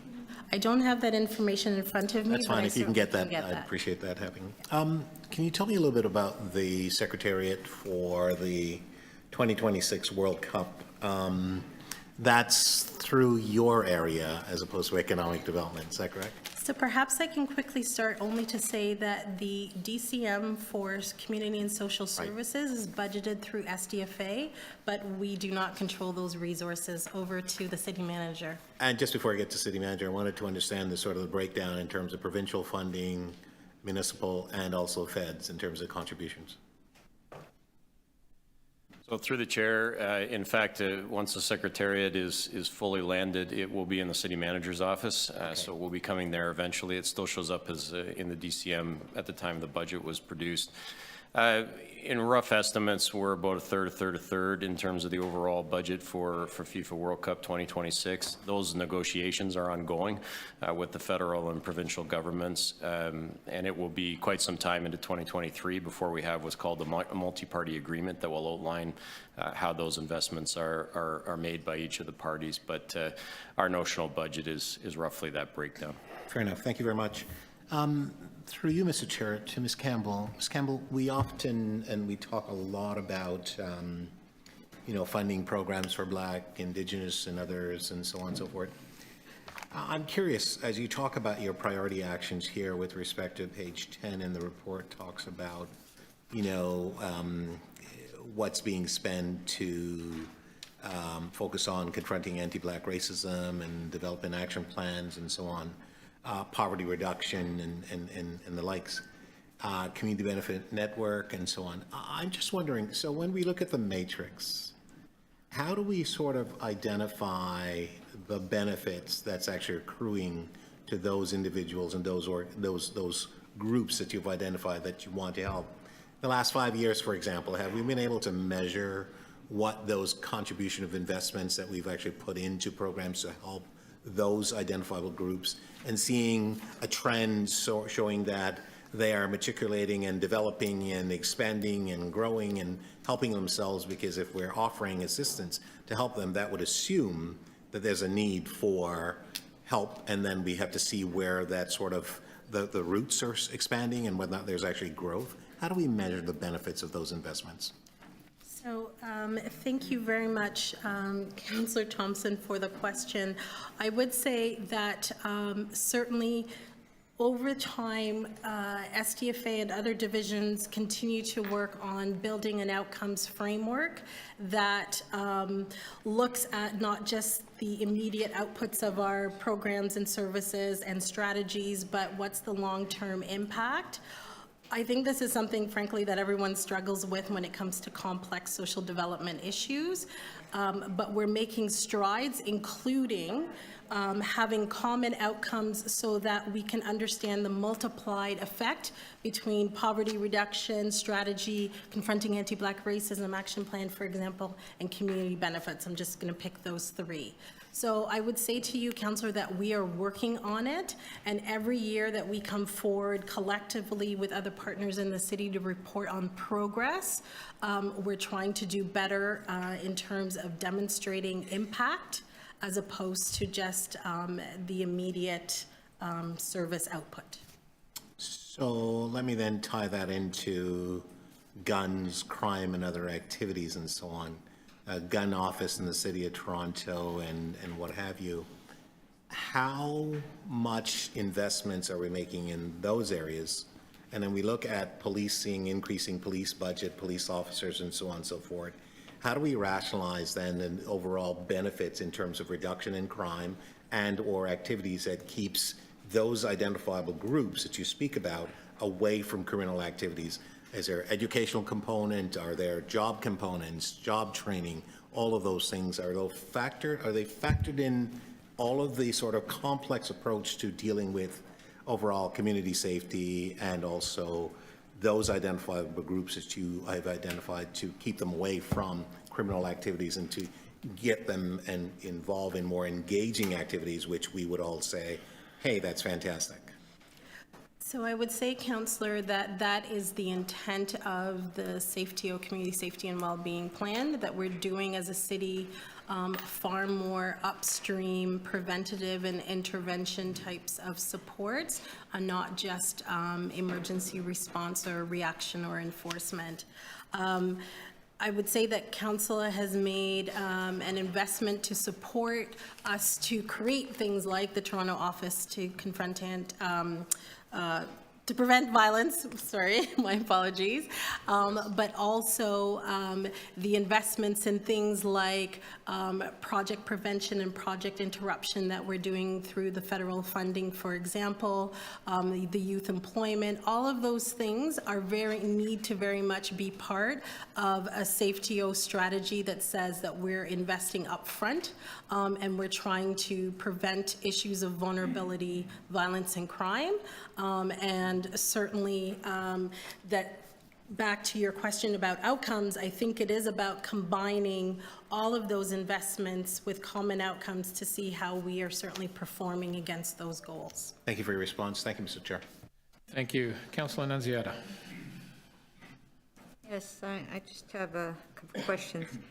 The community spaces in 9 of 26 of the budget, you mentioned that in 2022, the Community Infrastructure Unit collaborated with City Planning and Corporate Real Estate on securing over 35,000 square feet of new community space and new residential developments across the city. Can you just explain that? Because I wasn't aware of that. And which buildings? So through the chair, thank you for the question, Councillor. So I think that that is an amalgamated total of the various new below market rent spaces that us and CREM have worked together to secure. So everything from spaces in the east that are focusing on food provision, for example, spaces through Section 37 as well. We certainly can provide a more detailed breakdown for you, Councillor, if that's of interest. Very interested in that, because any new developments coming in, it would be appropriate for us to be asking for that community space at the time of the approval process, correct? Yes, Councillor. And working, okay, I mean, that's good. Yes. Yeah. So you're not just talking 1652 Peel Street, the existing buildings that we have there? No, I thank you for the Yeah. clarification. Yeah. I am speaking about new residential development. New residential community space, okay, so that's good. So priority neighborhoods, so how many do we have now? Have we expanded that? We have not expanded the priority neighborhood, through the chair. Councillor, in 2014, council agreed to a slate of neighborhood improvement areas under Strong Neighborhood Strategy 2020. There has not been an expansion of that. Last year, council directed SDFA to work with our partners as per all the iterations before to review neighborhood equity and then come back to you to say this is what the new slate looks like, or this is what our go-forward recommendations are. We have partnered with United Way as they've been core in this neighborhood assessment work since 2004, and so look forward to coming back to you with the results of a neighborhood assessment framework. Thank you. Thank you. We are actually in committee right now at the moment. I'll have to see if the committee wants to go out. Thank you, Councillor. Yeah, we're still in committee. Councillor Crisanti had questions? Yeah, you're next. Thank you. My question is around the funding on the Building Safer Communities. Is this supposed to be a partnership between ourselves and the federal government in terms of funding? Is there some money, some expectation that it will be funded federally as well? The 5.9 million that's in the funding envelope is all federally funded. Okay, so here, when I'm looking at this report, it says the funding of 4.5 million gross and 0 net from federal government.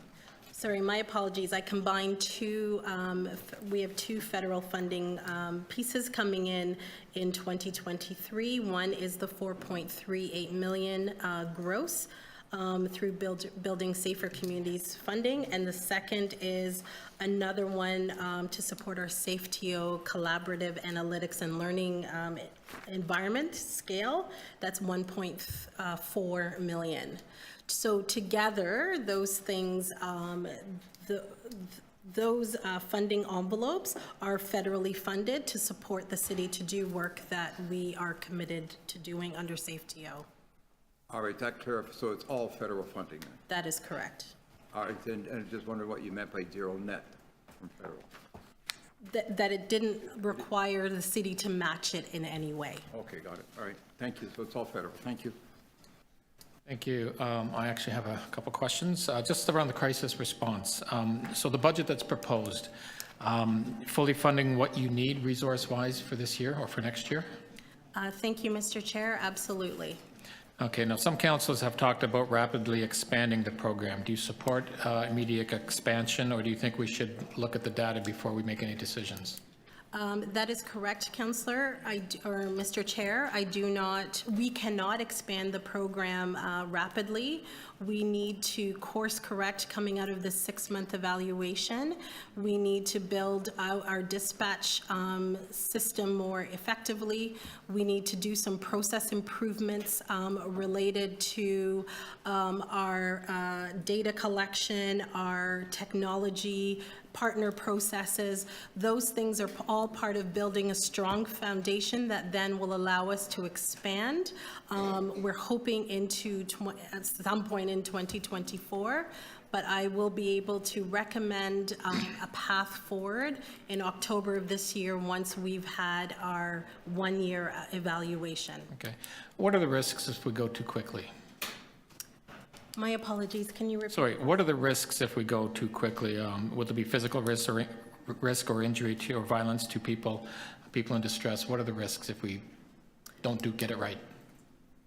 So I would say that when we started this program, we made a commitment to do no harm.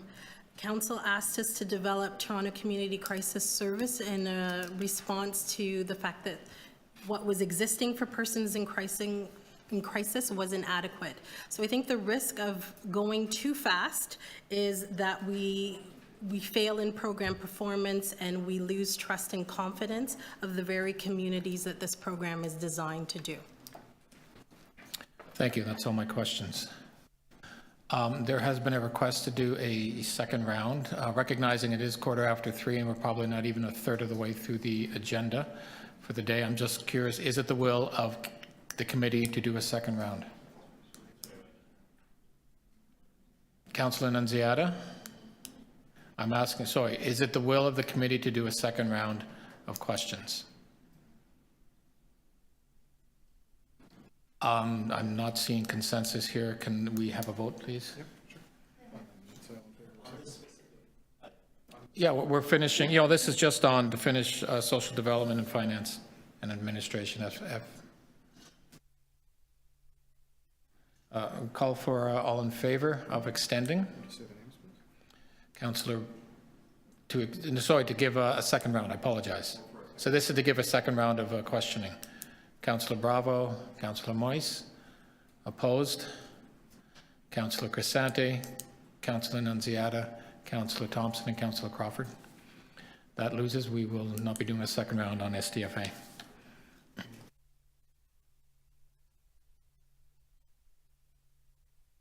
Okay, next, senior services and long-term care. Visiting councillors. Councillor Carroll, way over in you've changed seats. I did. These are better seats from which to heckle you. And not that you've ever done that before, correct? Oh, not recently. On long-term care, the big question is CreateTO. I'm having trouble in the analyst notes figuring out, is it fully funded? Do you have the staff you need to continue on with that CreateTO program? Through the chair to the councillor. Yes, so the CreateTO initiative is well on its way. We continue with the recruitment process to ensure that we have all the staff that we need for that initiative. Yeah. And we have also started work to look at how we're going to scale to actually bring the program into the other long-term care homes. Oh, fantastic. In terms of COVID funding, I'm trying to read the COVID impact and recovery slide that's on page 17. Because we see support from other levels of government, provincial COVID prevention. We budgeted for COVID prevention and all of those activities costing us 1.4, and we're now up to it costing 19 plus. But then we see revenues of 1.5. Have those arrived, or are they part of the gap, the funds that have not arrived, we've not actually been paid for? So through the chair to the councillor, the majority of the funding has already been received, and we're expecting to get this. Yeah. So this is the one area where they are actually continuing to make good on their promise. Yes, absolutely. Okay, and then turning to capital, there's detail. I see we're going ahead with the 4610 Finch East. So and even the operating impact should start sometime this year. I don't see all of the homes in there, so I'm wondering about Carefree Lodge. That is a burning issue, and I know there's work to figure out what to do with it. And there's seed funding there for Esther Shiner address to look at a solution there. But what about Carefree Lodge itself? Where is it in the capital plan now? So through the chair and to the councillor, we are taking an opportunity. So yes, 4610 is on the go. We're doing the assessment, and the site assessment is underway now. The other capital initiatives, we've decided to take an opportunity to actually do a review. The capital plan for long-term care that we currently are looking at right now was done in 2015. Yeah. All of the players that were at the table at that time in the division are no longer here. So we want to take an opportunity to do some visioning work, which we set in place for next month, to start looking at how we're going to go about building the long-term care homes of the future. Because of course, as well, right, the residents of long-term care have also shifted. Complexity, in their diversity. And so using a plan from 2015 is probably not going to meet the needs, not now, and not 10 or 15 years out from now. So. Right, right. But you have done a sort of risk assessment. So for stopping to do that review, are there any homes where there's a worry and you've got to place a deadline on yourselves because they're reaching the end of life? Yeah. So despite the fact, through the chair and to the councillor, despite the fact that we have a number of homes that we've identified that need some additional improvements around to maintain state of good repair. Yeah. We don't have any homes that we think are at the point where they're so debilitated that we're actually we're worried about actually seniors living and staff working in those spaces. We have increased the amount of spending this year on state of good repair. A lot of that is due to the fact that over the pandemic, we had tons of delays, and we weren't actually able to, with the emergency orders and limited access to the buildings, as well as at times contractors not wanting to come into buildings, particularly when they were in outbreaks. So we are on that right now. We've got a project plan to get those upgrades done. Okay, so just to wrap up, can I assume that sometime through the year here, we'll get sort of an update on that review? Yep. And we'll start to see in the 2024 budget an outlook of how to proceed? Yes, absolutely. Okay, thank you. Thanks, Mr. Chair. Thanks, Councillor. I will take it into committee. Oh, sorry, I didn't see your hand. Councillor Perks. You got to put up your hand. Good. Your turn. How many individuals are currently waitlisted for Toronto long-term care?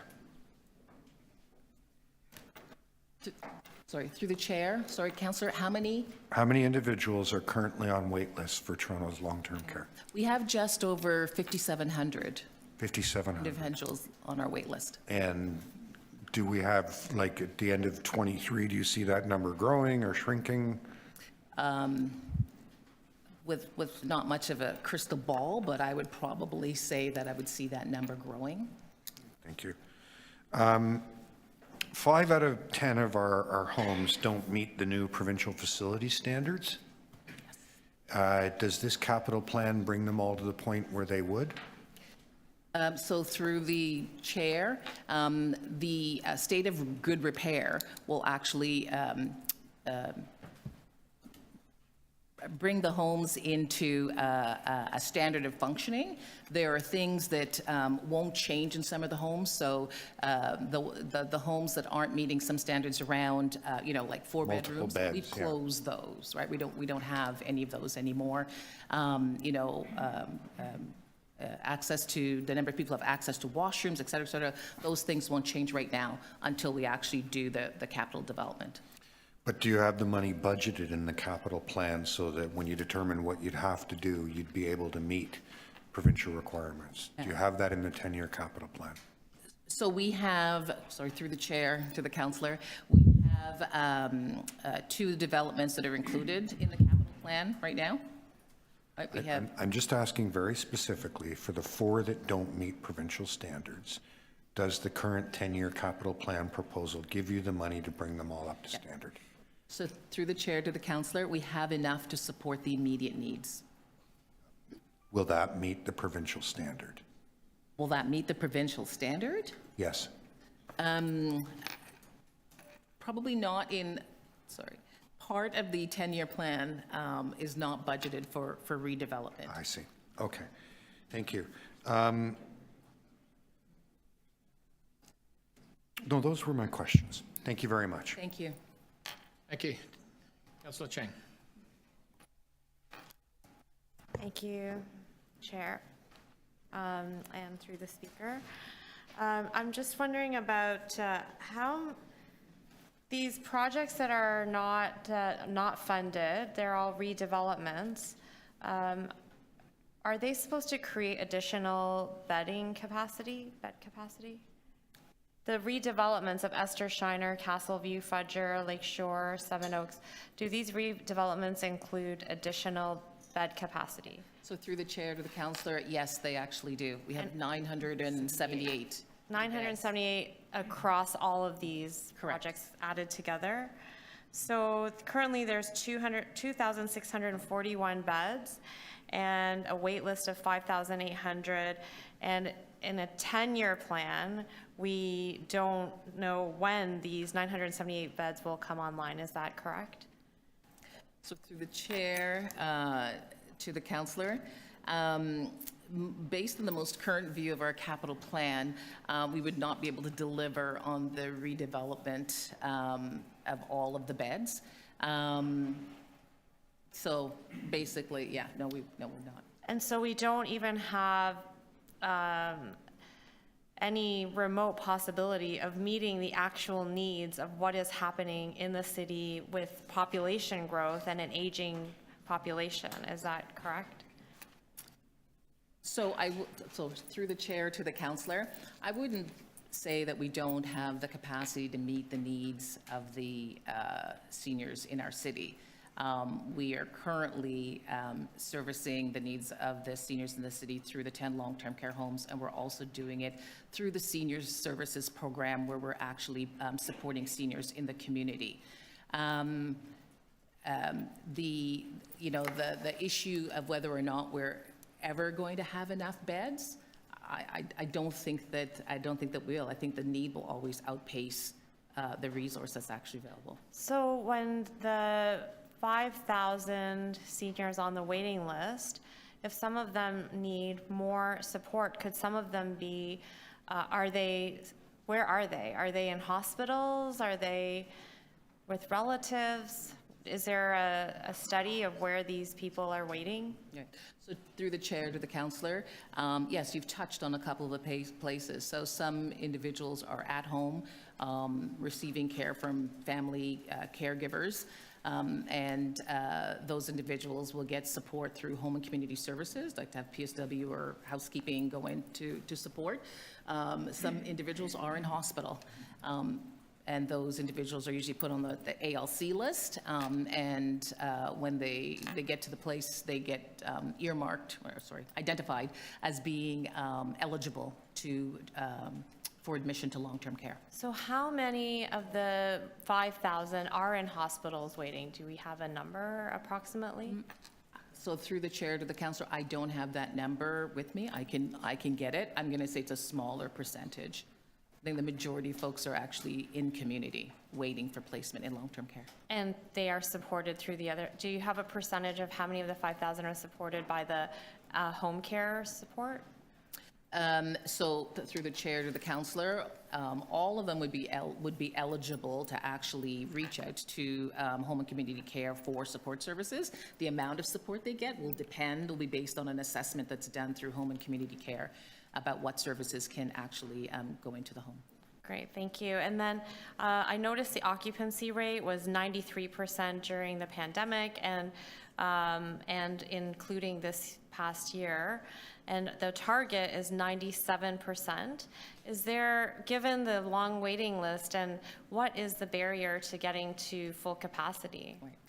So through the chair to the councillor, so the majority of our homes actually are meeting the 97% occupancy rate. We do have a couple of homes who are below that. There sometimes are individuals on wait lists that actually are not appropriate for long-term care home admission. That's a conversation that happens between home and community and the leadership in the long-term care home. Outbreaks in the homes will have affected the ability to actually do admission. There was a point where staffing was actually a challenge also. So there's also the fact that the pandemic was catastrophic for long-term care. And we've been doing a lot of work to try to rebuild our relationship with our community and with families and seniors who are saying that they do not want to come into long-term care. Thank you. Thank you. Councillor Fletcher. I'm just going to ask about the design, long-term care design, and if the criteria is shifted in any way, because the model is such a suburban model requiring so much land. Is there any new design that would be what I would call more of an urban model, where we could contemplate building more vertical long-term care homes in some of our locations that we have, city-owned, et cetera? Through the chair to the councillor, thank you. It's a great question, and it is a question that we're actually working through right now. This whole idea of wanting to sit down as a group and bring in some external stakeholders, not just locally, but nationally and internationally, to actually talk to us about what's possible in building future long-term care homes. That's a conversation that we're undertaking.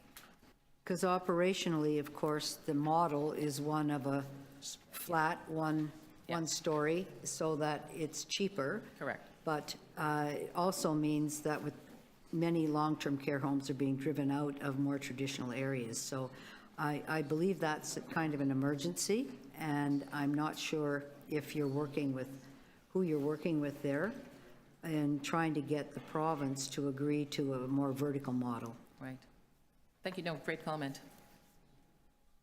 Who are you working with, the province and long-term care? And So, yeah, no, sorry, through the chair to the councillor, yes, absolutely, we're working with the province as partners on this. And how open are they to that? Through the chair to the councillor, as you know, they have building standards, and getting the province to move and shift on some of those standards is takes a Herculean effort, but we continue to work and advocate for change. And I think we've been trying to do that for quite a number of years. Yes. Unsuccessfully, would I be right? Yes. Okay, thank you. Thank you. Councillor Myers. Thank you, Chair. Just a quick question about 4610 Finch Avenue East.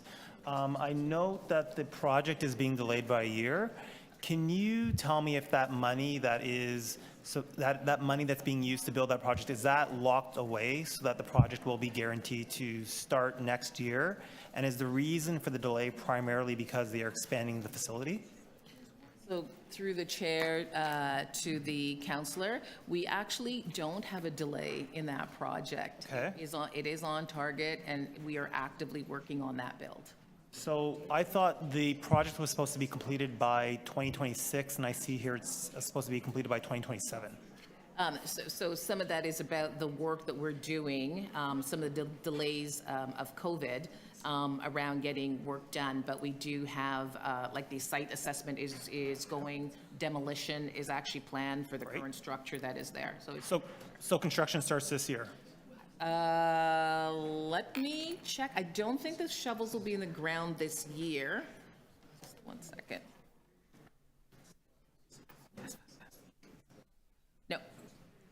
No, we won't have shovels in the ground this year. So it'll be next year? Yeah. Okay. And completion is still going to be 2027? I believe it's 2027 is what we're targeting. Great, thank you. Barring construction delays, et cetera, right? Okay, thank you very much. Okay, thank you. Thank you. We'll take it into committee now. Committee members' questions. Councillor Crisanti. Thank you, Mr. Chair. So apologize in advance if I get a bit repetitive, but just to clarify a few things. So did I hear correctly, we are, the wait list is at 5,800 currently? Through the chair to the councillor, I believe it's 5,700. That's your number? Yeah. Yep. Around 5,700. Okay, that's better. Not good, but anyway. So thank you for clarifying that. Now, is there a plan to, so what's the long-term plan to accommodate the wait list? And when I look at, maybe I'll do these two questions at the same time, when the unfunded capital chart, where you have 251 Esther and Castle View, Fudger, Lakeshore, Seven Oaks, and you on 4 of them, it says clearly that they're up for redevelopment. And it doesn't say where Esther Shiner is. Is that a redevelopment? Is that unfunded for what? Through the chair to the councillor, you gave me, I think, a 2-part question there. You were asked about the beds. Yes. And what we're going to do about those numbers. So just want to be clear that we don't actually manage the bed wait list. It's a provincial responsibility. Oh, okay. Okay. So there is no wait list that we manage here within the city of Toronto with respect to our own, with the properties that we have, the 10 long-term care facilities that we have? Correct. So Home and Community Care manages that wait list. So that wait list, that number then is a province-wide number, or is it just a city, Toronto number? The 5,000, sorry, through the chair to the counselor. 5,700. The 5,700 is for the 10 Toronto homes. Just the 10 Toronto homes. Yes. So back to Finch Avenue East redevelopment project. That's slated for completion in 2027, and that will increase the number of beds up to 428. Will any of the other redevelopments accommodate additional beds through that redevelopment? Through the chair to the counselor. You're asking me if any of the other redevelopments will add additional beds? That's correct. The Castle View, Fudger, Lakeshore, and Seven Oaks. Yes, yes. All of the redevelopments have additional beds in them. Do you have a number what would that look like at the end of those redevelopments? How many more beds do you anticipate? So through the chair to the counselor, 978 are the total number of net new beds that will be added. 978 net new. Redevelopment is done, 978. On top of the 428? No, the 4610 beds are included in that 978. It's included in that, okay. Yeah. We have home care support, right? Yes, we do. And how is that, I was looking for that number here. What's the funding for that look like for 2023? So through the chair to the counselor, I'm going to ask Andre Austin, who's our Director of Senior Services, Community Programs, to respond. Through the chair, so I believe what you're asking about is the Homemakers and Nurses Services Program and the Senior Supportive Housing Programs. Yes. So the net for the city in 2023 is 1.1 million. So, and that is because there's gross costs, but it is 80-20 cost-funded province and the city. And then for the supportive housing program, that is net zero to the city. That is fully funded by the Ministry of Health through Ontario Health. All right. So in order to improve seniors, where we can, we would hope that we could support them within their own home environment. Are you getting, what's the demand right now for the home care portion of that budget? So the demand is significant. I think we're struggling a bit, Councillor Crisanto, because you don't have your microphone on. There's quite a bit of background noise, but... No, it is on. I wasn't... Oh, okay. I think... Mr. Chair, just on a point of order, please, Mr. Chair. Sorry. Point of order. Yes, Councillor. Mr. Chair, it's exceedingly noisy here. The councillor is trying to ask questions, staff is trying to respond, and yet we're not able to hear. And so I just wondered if we could just have order in the room. Thank you, Councillor. I agree with you. Okay, so I believe you're asking how many people are on the wait list Yes. for those programs? Yes, please. So there's 939 clients on the wait list as of October 2022. That's pretty significant. What do we do in the interim to look after them? How long do they have to wait? What's the turnaround on that? The turnaround for that program is it's moving fast right now because we were slowed down during COVID. Some people did not want to have home care coming into their home during COVID. And so we are fast tracking that, getting the numbers right up to where we were before COVID. Right, thank you, Mr. Chair. Thank you. Councillor Thompson. Well, thanks, Mr. Chair, and through you to staff. Lots of questions around sort of expansion and number of beds and number of people on wait lists. I'm wondering, what is your FTE number? Through the chair to the counselor, How many staff members do you have? we have over 3,600 staff. 3,600. Yep. And the work that they do is really important work, valuable work. I'm just wondering, what do you do, or what do we do as part of this budget to support them from perspective of mental health, other types of, assistance because of the work that they do and the stress that they go through? If you can just help me to understand that, and whether or not there's an increase in that component in the budget. Right. So through the chair to the councillor, absolutely. Our staff's well-being is top of mind and top focus. Along with the employee assistance program that's in place, where we direct our staff to for support. Last year, we also launched a program called It's Okay Not to Be Okay, where we've actually put posters up in our homes and in our head office, in the washrooms, on the back of stall doors, to give people an opportunity to actually take a moment to self-reflect. There's resources on those posters that staff can reach out to should they actually not be okay while at work. We're also putting our managers through mental health training to give them certificate training so that they can actually better support staff who may be having challenges. Right. And during the pandemic, we learned a lot about the workers, and many were working 2 or 3 jobs and so on. So some part-time in your facilities, and we learned that some of them were, if you will, carrying certain conditions from one place to another. Yeah. Has this particular practice been stopped? Do you simply have full-time employees, or do you have a component part of part-time FTEs and or full-time? How does that work as part of this budget? Right. So through the chair to the councillor, it would not be possible for us to run the business just with full-time employees. Okay. So we have a combination of full-time and part-time employees. We did have a significantly more part-time than full-time, which kind of creates that precarious employment where individuals feel that they need to work more than one job in order to actually be able to make up the funds that they need to manage their lives. So we've been doing a conversion of our part-time staff to full-time staff to change that complement. During the outbreak periods, we've worked with Local 79, our union partners, and we've been able to offer our part-time staff full-time hours so that we actually are able to give some job security during that. So we have less of that staff working in multiple facilities. Right. So this is a huge issue in terms of seniors and long-term cares and just in general. In fact, I'm going to hire someone to actually work in my office to deal with this particular issue. Encountered it a lot, and I have been encountering it a lot.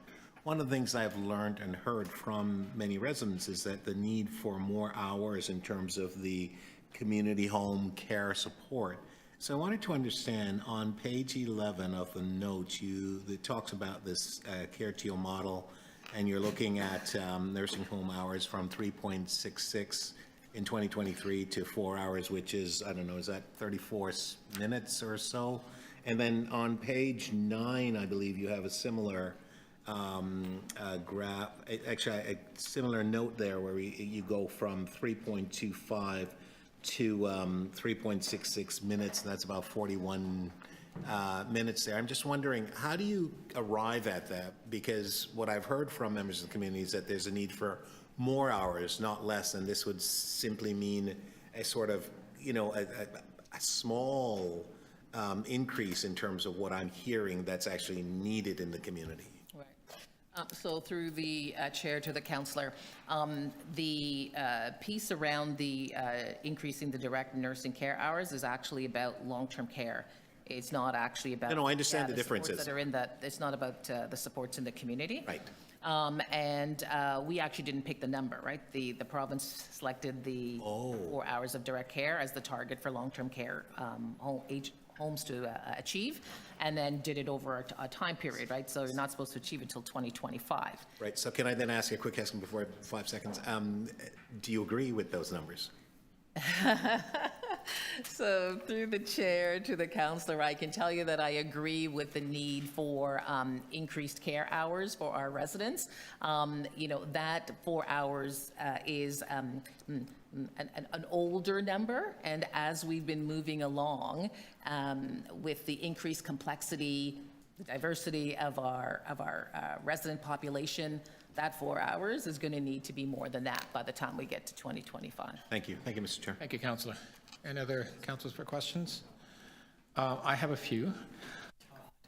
A couple of years ago, we began a pilot on a model of emotion-based care. I think City Council implemented that last year or the year before. I'm a little mixed up with the COVID dates, and I know COVID and the pandemic have had challenges. And maybe for the benefit of some of the newer councillors, can you briefly describe the program, where we're at on that with regard to 2023, how groundbreaking and trend-setting it can be when we're looking at provincially? I think this is something that the City of Toronto is moving forward on, but I don't know, we just need a reminder of what you're looking at doing with long-term care. Yeah. So through to the chair. Thank you for the question, and thank you for the opportunity to say a few words about CreateTO. It is a relational model of care which looks at having our staff spending more time building relationships with the residents as part of providing quality care. In order to do this, obviously we needed to have hired more staff, which we did, and the pilot for this new model of care is actually Lakeshore Lodge. There was a launch in June of this year with the mayor coming out for Seniors Month, and sorry, I'm not being very articulate here. There is also, along with the increased number of staff, there is also an educational component that goes along with this. This model was actually built through stakeholder engagement with our families and our residents who told us what they would be looking for from a care model to meet the needs of the residents. There are a number of other models of care for long-term care that are out there. People will probably be very familiar with the butterfly model. And we did look at some of those kind of on-the-shelf or off-the-shelf models, but none of them actually spoke to the diversity of the city and of our residents.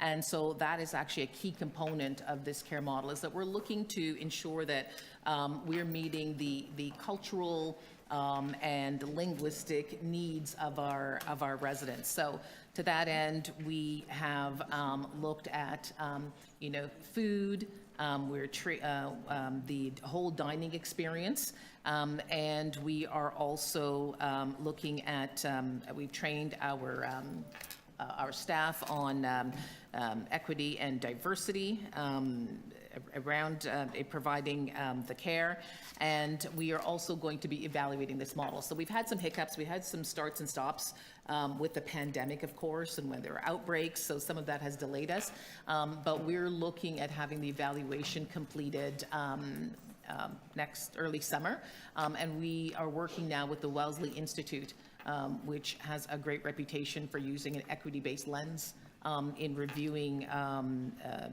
initiatives. So we will have that to support the work that we're doing around this model. And as I said, we're also starting to look now at doing stakeholder engagement for one or two of our other homes to start looking at expanding this work.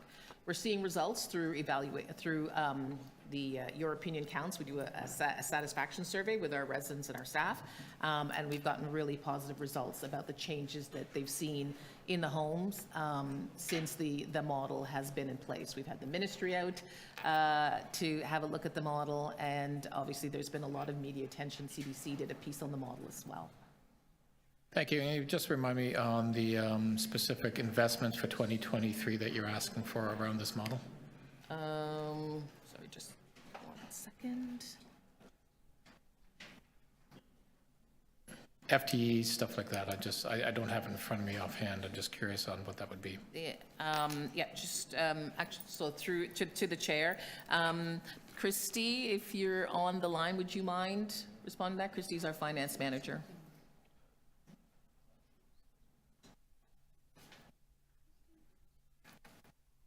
Do we have Christy on the line? She's writing. Sorry, just took a second to unmute. We do have about 393 additional FTE added in for 2023. It's going to add up to the net to the city. The net to the city will be about $5.9 million. Okay, thank you. That's all my questions. Okay, great. Thank you. Thanks, Christy. Okay, next, we're going on to the Housing Secretariat. Visiting councillors. Councillor Chang. Yep. Thank you, through the chair. I'm just wondering about the rent bank. As we know that cost of living is going up, a lot of people are experiencing pressure, and I'm wondering why is the rent bank not increasing more significantly than it is? Because I imagine that the demand is going to increase in the coming year. Thank you, Councillor. As you know, we are anticipating some increase. We've seen a dramatic rise this year in the requests for rent bank.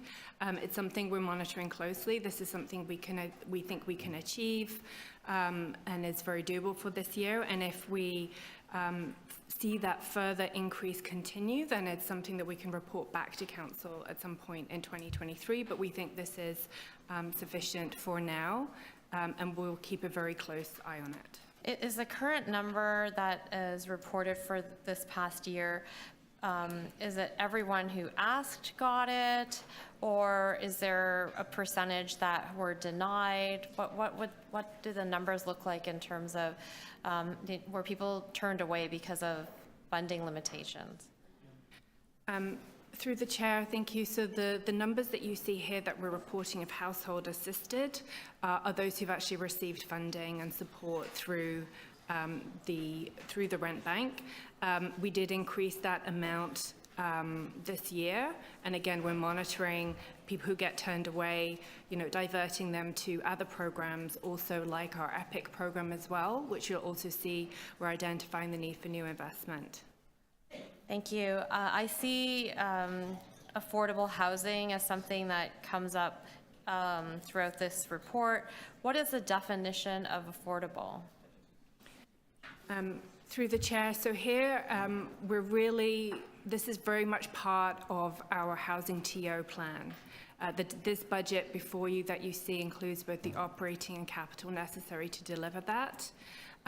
So it's covering a broad spectrum in terms of all the activities here. And then for affordable housing, this is really where we're looking for usually rental housing at average market rents or a percentage of average market rent. So sometimes they go up to 100% of average market rent. And then we're also looking to create units at 40, 60, and 80% of average market rent. So that's generally what we refer to when we say affordable housing.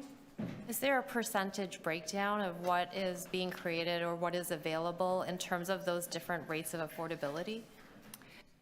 Through the chair, that is a little challenging to do. Partly the 21,800 units that you see in the pipeline here, although they're in the pipeline, many of them need additional funding from other levels of government in order to hit the kind of affordability that we would like to see. So it's definitely a work in progress as to what level of affordability they're able to achieve. Because I think I've seen some developers say affordable, meaning 10 to 20% below market, which we know is not affordable to a lot of people. And do those projects that are only offering 10 to 20% below affordable, are they also exempt now from development charges through Bill 23? Through the chair, so for all nonprofit development that are hitting that kind of affordability level, yes, they're now exempt from DC charges. We're definitely seeing it's very much focused on 80% of average market rent. That's what Bill 23 is really targeted towards. But we appreciate as a staff team that that doesn't necessarily relate well to people's incomes, which is why we call for a significant additional equity investment from other levels of government to further deepen that affordability, and also for more housing benefits to layer onto that, so we can create the unit with a certain level of affordability, and then the household can show up maybe with a housing benefit and deepen that level further. Thank you. With the $48 million for the support, for the supportive housing, does that include the operations of the housing, or is it only the supports within the housing? Through the chair, so the $48 million amount requested from the provincial government to help us run the supportive housing we're creating as truly supportive for those people experiencing homelessness will be in addition to rent that's collected by the nonprofit. So those two amounts together go towards maintaining those homes at a high standard, and also for the staff on site to help deliver the support services necessary. So I see under key challenges and risks several sentences and lines that talk about the federal and provincial funding that we are assuming, hoping for, wishing for, praying for. And I'm concerned, I think a lot of people are concerned about the lack of stable commitment from different levels of government to fund these very important projects. What is the impact on your planning process, given that we don't have these stable funding commitments? Through the chair, that's a great question. I think those of us who've worked in housing for long enough have understood that even before the current federal national housing strategy, before we had that, we had to start planning as if we had one, because we had to demonstrate that we could make progress, that we did know what to do. And so much of the planning that we've done, our Housing TO plan, is a plan that will really impact affordability. We have clearly identified in that plan what we need from the other levels of government, and we maintain that plan up to date. So you'll note from this budget submission that we've increased the cost of that plan to $33 billion. Based on what we know today that it will cost us to do. And we do that so that we can be up to date in our conversations with other levels of government and clearly demonstrate that we have the capacity to deliver, and that really what we need from them is the funding and the investment that we've identified. Thank you, Councillor. Thank you. Okay, Councillor Malik, next. Thank you very much. As we know, to address this housing crisis, we have to be building new, as was mentioned, but we also have to be making sure that we're protecting affordable rental and renters. So my question is around the multi-unit residential acquisition program. And can you share how much funding is currently allocated to the MURA program and what the funding source is? Yes, through the chair. So in the 2020 and 2021 call, we identified $24.6 million of funding, and we also had some provincial funding from OFI included in that. We have committed and spent some of that money in 2022 and 2021. We are carrying forward around $15 million of that money into 2023, and that will be flowed to the nonprofits that we committed that funding to back when we did the RFP call. And then in this budget, you will see an additional commitment of $3 million for this year, $7 million for 2024, which will enable us to deliver an RFP for $10 million in 2023, should we not get any additional money through OFI or a federal government program, which we hope to do so that we can add money to that the city has identified. So can you just, I guess, tell me what the increase is for 2023? So for 2023, we're adding $10 million of new funding, so we can issue an RFP this year for a city investment of $10 million. So the overall increase, can you give it to me in a percentage or one figure? I guess it's not an increase on money that we had previously. So we had, so it's a $10 million allocation for this year, as opposed to when we went out with a 2-year allocation, we issued an RFP for around $24.5 million. Okay, that was our first time of issuing that program. That's really helpful, and as you know, it's news to no one that financing, construction, repairs, maintenance, everything's getting more expensive and the costs have all gone up. So how was this taken into consideration in determining the allocation for the MURA program? So through the chair, the allocation for MURA, we took into account all of the capital needs that we have, so open door funding, and also a number of other programs. Obviously, we're trying to create, as many other departments are, a balanced budget in a very difficult financial year, and specifically for housing in a year where we saw a dramatic potential loss of revenue. So the $10 million allocation to MURA was something we had previously indicated or received direction from council that we should add into future budgets. We would very much like, as a staff team, to increase that amount through being able to secure money from the federal government.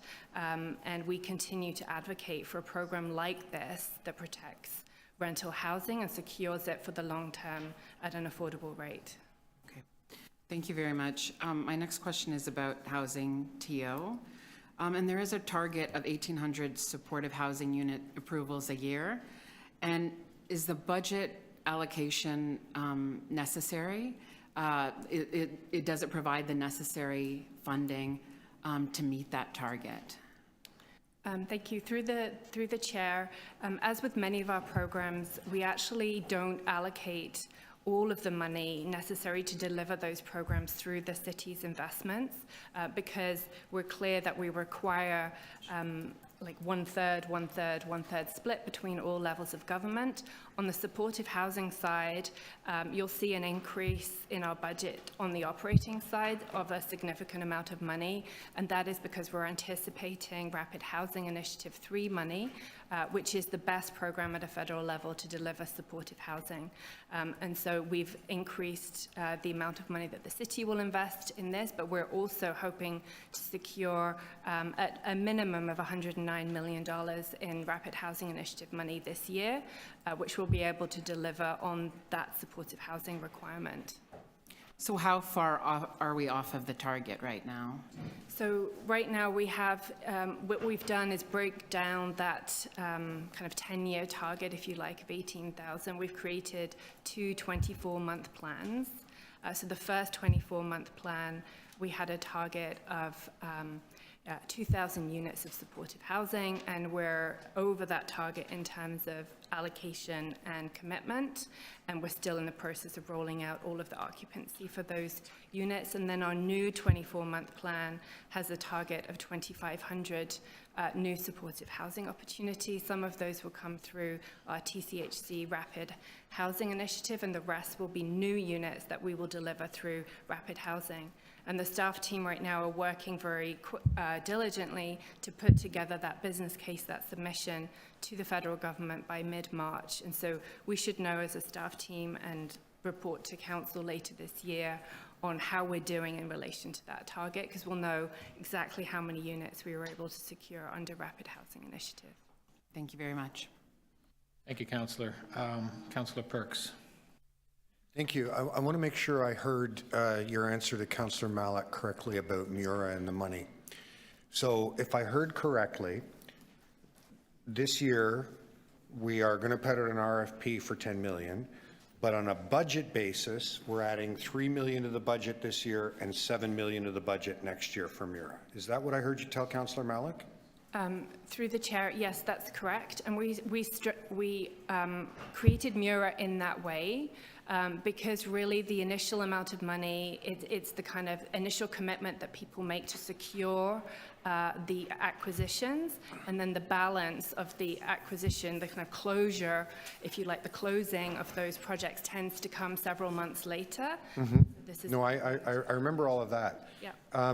Maybe somebody, the clerk or the CFO can help me. My memory is that when we gave that direction to staff, the direction was to add $10 million a year to a reserve so that we would gradually be growing our capacity. Wasn't that the direction to staff?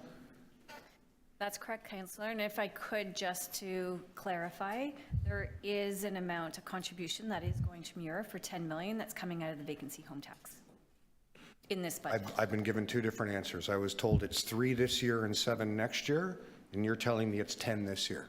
Which is correct?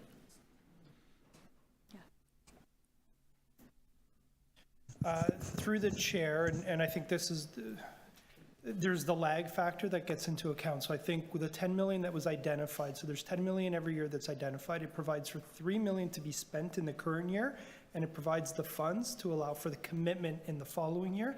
But over 10 years, that 10 million is Not, I'm sorry, I'm asking a very specific question. The direction was to create a reserve and to take $10 million from city funds and add it into that reserve every year. What is the amount, not the spending capacity, the dollar amount being transferred into Mura this year? It's 3 million, isn't it?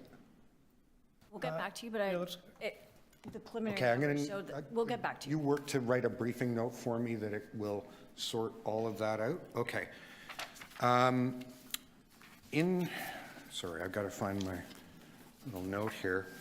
So in the key challenges at risks, for example, the second bullet point says that we have a commitment for $48 million in operating funding needed from the province.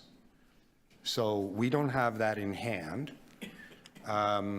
Earlier at the beginning of the meeting, we heard the budget chief tell us that everything is backstopped. So if the city manager could listen, is the 48 million part of the backstop? Because I understood the backstop was for something else.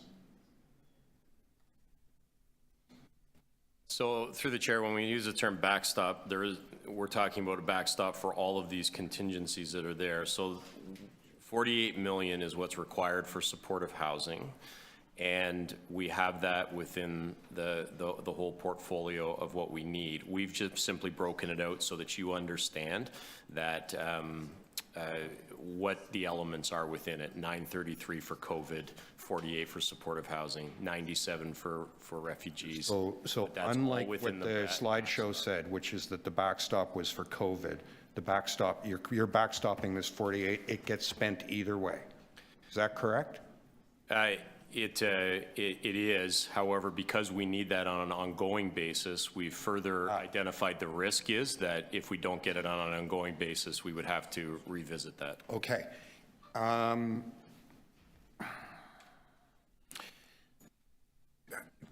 Ms. Bond, could you update us on what, I know that your office, or it's either your office or Shelter Housing and Support had been working with, I'm forgetting the name of the trade association of apartment buildings, to get head leases. Is that you? Can you update me on where we are with that? Through the chair, yes, we have been trying to work with the Greater Toronto Apartment Association, is the trade body that you're referring to. In terms of the exact numbers, I'll have to get back to you on the exact numbers. We had a little bit of take-up, perhaps not as much as we would have hoped, but we did have interest. And I think when we met with the Greater Toronto Apartment Association owners, they wanted to make it clear that they were already making some of their units available. This wasn't kind of a new ask. This is something that they have been doing. But in terms of whether new units that we've been able to secure this year, I'll have to get back to you on that. Could if I ask for a briefing note on that? Yeah, sure. Yeah? Yeah. Okay. Those are my questions. Thank you. Thank you, Councillor. And just to make sure, to get the briefing note request into clerks. Good. That's what I like to hear. Thank you. Councillor Bradford. Thanks very much, Mr. Budget Chief, and thanks for having me. Couple questions for the Housing Secretariat. We are dealing with record level construction costs, record level inflation and financing costs, and we're hearing from both market and not market developers that those issues are impacting their ability to deliver housing right now. What has the city's response been to this? And within our own programs and portfolio like Housing Now, how is that impacting that program? And I apologize if I missed questions related to that when I walked in. Thank you, Councillor. Through the chair, we have also been monitoring the kind of industry-wide changes that you note, the impact of interest rates and also labour shortages and also labour disruption as well. We've been working closely behind the scenes with many of the applicants on our programs, specifically Housing Now, and also the federal government, to see if we can make up some of that increased deficit, if you like, that's been created over this last year, either through additional grants or through additional changes in the way these projects are financed. We anticipate bringing back a kind of update to Council, both as part of the update on the Mayor's action plan in March of this year, and potentially a standalone report on Housing Now in April, with kind of more details of exactly what we've been able to achieve for each project. Okay. There was just a flurry of questions around Mira. I understand that we're focusing in on some of the numbers related to that. But with the different grants and programs, both from the federal government, CMHC, and others, what opportunities are there to layer funding or even bring the Mira stream into a program in alignment with another level of government? Does that exist? Would it be helpful? Through the chair, we were able to augment the previous year's funding with money from the provincial government through OFI, so that was really good. So we were able to add to our program. It's a really strong program. It has a lot of market interest and uptake, and so there would be a great opportunity to add more money should it become available through, say, for example, a federal housing accelerator or some other kind of federal program. Currently, the federal government do not have a program to specifically support acquisition and renovation, despite us having advocated strongly for that and now being able to show through Mira that it can be really successful. What are the dollars that we're putting into Mira? I understand that this is a bit contested. What are the dollars that we're putting into Mira on an annual basis? So we have put the first round of Mira, we were able to allocate $24.6 million, and we have $10 million in money for Mira so that we can issue an RFP in 2023. And so contributions from other levels of government, if this was eligible for the Housing Accelerator program, those dollars can make a big difference at the size and scale of the city's Mira program as we stand that up. Through the chair, yes, absolutely. It's a great program. It can be scaled up really easily. We don't need to do anything to change our kind of support for that program, and we've proven both through the pilot and through the first RFP submission that it has both interest, that there are properties out there that are suitable, and partners, and we would love to be able to expand it significantly. Those are all my questions. Thank you, Chair. Thank you. We'll take it into committee now. Committee members, questions? Councillor Bravo. Thank you, Mr. Chair. So you've heard me say before that I think the most serious problem facing the city is the number of people who are living without homes. And the city has effective initiatives to prevent people from becoming homeless. And so I'll be asking first about that. There was a question about the rent bank. I understand the projection is to serve an additional 100 clients in the coming year, up from 2022. I'm assuming that this program could be expanded with more funding if it were allocated. Through the chair, yes, the program can be expanded. We have expanded it already in 2022, and again, monitoring it closely, but in theory, yes, it is a program. Should other grant money from other levels of government be available, we can augment that successfully. Okay. But there's the numbers, so what we're offering this year is limited by fundings. So the city's EPIC program appears to have a budget of $7 million and will be increased by just over $1 million in this budget. But it says it will double the impact. Can you explain how the impact can be doubled when the funding isn't, if it's only increased by 14%? Through the chair, we're adding, that $1 million is adding 6 new positions. And so it's significantly expanding our ability to respond to people seeking access to EPIC from the community. And that's really what will impact our ability to help households. So that $1 million is going to have a much bigger impact than it would appear. Okay, thank you. So I'm asking now about the city's new renovation bylaw and housing at risk table. Is there any funding allocated to or associated with this initiative? Through the chair, we don't have funding allocated for this in 2023, but we will be standing it up. This is an interdivisional table that we can basically use existing staff resources to support, and then we can monitor a success and potentially report back later in Q3. And we anticipate getting this set up. This will be very helpful for us as we roll out the multi-tenant new bylaw in 2024. And so is the intended programming for things like education, awareness, training, et cetera, or something else? Sorry, Councillor, can you repeat that? I didn't quite hear the... Is the intended activities for this program, would it include education, awareness, training, or is there something else that's included?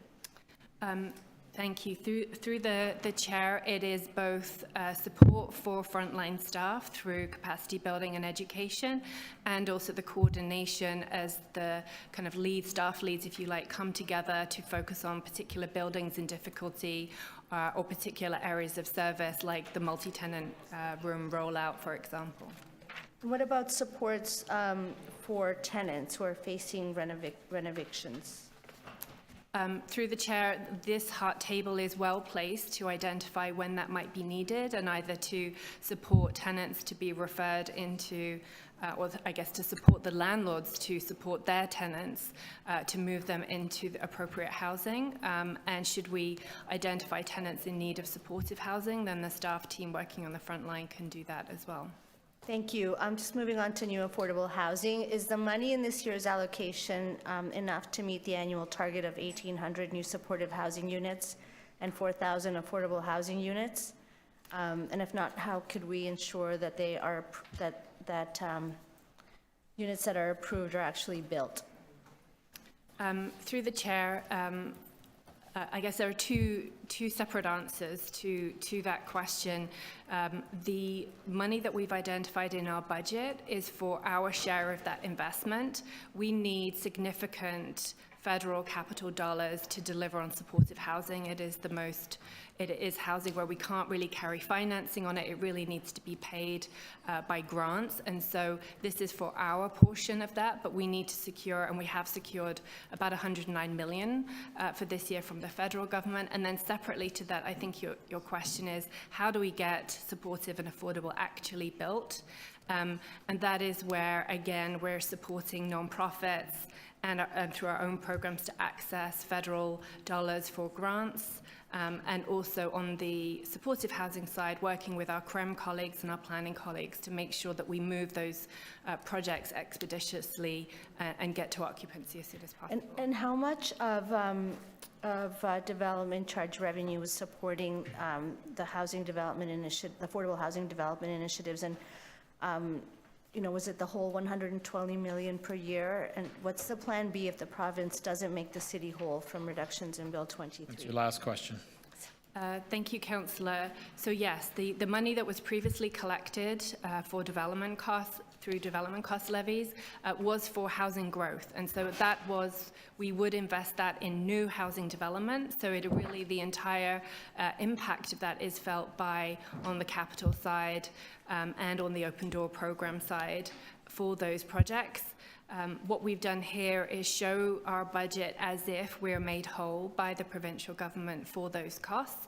And should we not be made whole, it will start to have almost an immediate impact in 2023, as we're not able to flow capital funds through to projects which might even be in flight.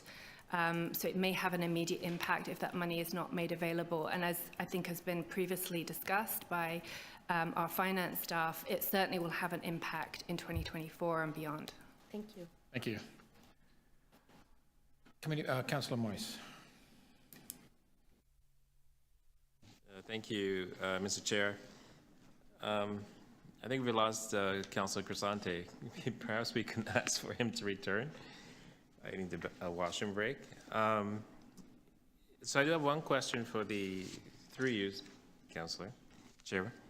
I've received many complaints from constituents about the wait list and access to housing. It seems that people who've moved and email sent to their old addresses, they tend to be taken off the wait list. And if they have a 3 or 4 year or more years on the wait list placement, then they have lost their place. I'm just wondering if we have, what technology do we use? Do we need an update in our technology to make sure that it captures people and people are not thrown off the wait list? Thank you, Councillor, for the question. We have been updating our IT system, our access to housing system. People do have an obligation to update their details to stay on the wait list, but through My Access TO. But we are able to replace them back on the list if they make those details known to us. Yeah, because I've heard otherwise, people have made efforts to actually get back on the wait list, and they've been told no. So I think the onus needs to be on us somewhat, because people may lose their housing or whatever, through life circumstance. So I think we need to be more flexible in that case. Do we have a list of how many people perhaps lost their place on the wait list? Do you keep stats on that?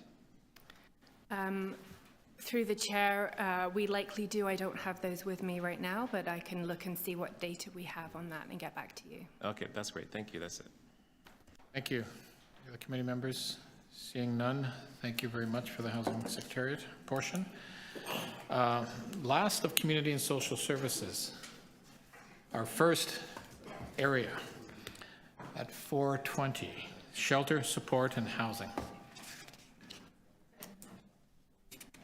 Visiting councillors. We'll go with Councillor Malik first.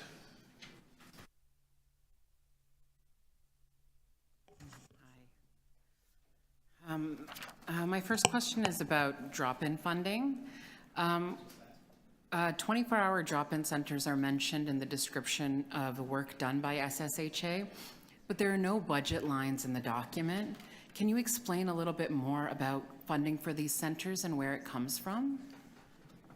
Yeah, thanks for the question, Councillor, and through the chair. We operate 2 24-hour drop-ins for women, and they are incorporated in our emergency shelter and overnight services line item, a total of $287 million for all of the shelters. That includes the overnight drop-ins. It's approximately $4 million for each of those 2 sites. And are these funded through city initiatives or solely through grants to external organizations? Yeah, the 24-hour drop-ins, Councillor, are funded through our purchase of service contracts, which are ongoing, so not our grant stream.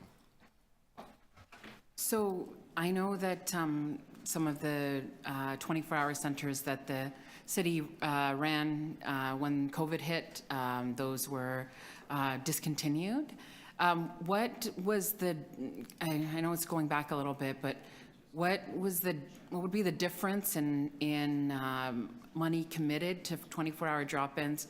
I know it's going back a little bit from 2019 to what we're seeing in a budget like this one.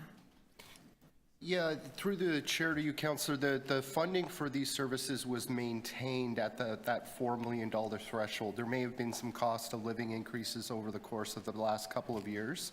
The model did change, you're correct though. So 24-hour drop-ins before anyone could drop into them. During COVID, with restrictions, they changed really to bed-based services that would operate similar to our shelters. We are now making the transition back for at least one of those 24-hour women's drop-ins to become more of that drop-in type of approach again now. And are you looking to expand it for other groups or in a more general way? Through the chair to you, Councillor, the other 24-hour service that we do operate is at our 129 Peter Street location. And it has consistently been open. There's no proposed plan to increase the number of 24-hour drop-ins in the 2023 proposed budget currently. So I'm just going to go back to the question just around the granting that you shared. I've heard from some individual program initiatives that they didn't have their funding renewed or faced cuts due to overwhelming demand for these grants. Are we missing services without being able to fully fund these initiatives? Thanks for the question, and through the chair to you, Councillor. So in 2022, in partnership with the Housing Secretariat, we ran a grants call for all of our grant funding. It was a total envelope of $24.1 million. And over the course of receiving the applications, which were well in demand of that amount, we worked to identify some additional funds. So the total envelope now, $32.9 million. It's significantly more than we were funding before 2022, but you're right, there were some grants that were not renewed, and as part of this granting project, we did allocate 20% of all the grants to our Indigenous community partners as part of our commitments to a Reconciliation Action Plan. We've heard a lot about staffing and retention in the sector. And do nonprofit service providers receive enough money to pay a fair wage consistent with the city's fair wage policy? Yeah, great question, Councillor, through the chair to you. There certainly is a disparity between the wages that our city staff, for instance, might make in our shelter system versus some of our community partners. They've been asking us to address this issue, so as part of the 2023 budget, we've included a $7 million investment to their nonprofit community partners to address things such as wages, but the level of service and other commitments, and it's part of a multi-year funding strategy to try and level the playing field between the city and our nonprofit agencies. And my last question, I guess, is what is the allocation in the budget to provide free menstrual and incontinence products in shelters, drop-ins, warming centers, et cetera? Yeah, thanks for the question, Councillor, and through the chair to you. So there's an allocation in, in each shelter and drop-in budget for supplies and resources for participants. Last year in the budget process, there was an additional $185,000 identified for us to flow to our daytime drop-ins to support an enhancement of access to those products, and that money has flown in 2022, late in 22, but it's gone out the door to those partners. And is that in the 2023 budget as well? That's correct. Thank you. Councillor Chang. Thank you, through the chair. The operating budget is increasing by 6.5%, while the city's rate of inflation is 6.6%. We are turning away 100 up to 187 clients every night from shelters. What is the expected growth of people experiencing homelessness in the coming year? And why is it that it doesn't seem to be reflected in the growth in the budget? Yeah, thanks for the question, Councillor, and through the chair to you. So our service level that we're offering or with the 2023 proposed budget to offer is 9,000 beds throughout the course of 2023. You're right that we've seen a significant demand for shelter services over the course of 2022, but many years before that as well, and there's been a consistent increase in the amount of funding that's gone on into these services. So, we'll continue to monitor demand as we head into 2023. You'll know that one of the biggest pressures we're facing right now is with the arrival of refugee and asylum claimants, and we're certainly talking with the federal government to be reimbursed and to flow sufficient funding to meet the needs of those individuals. I think I'm learning a lot of things today, and from Ms. Bond, from the Housing Secretariat, there is a budget that is created that reflects the need that then makes the request of the federal government. And in this budget, I'm concerned that the growth in what is needed is not reflected, and therefore we won't be asking for enough.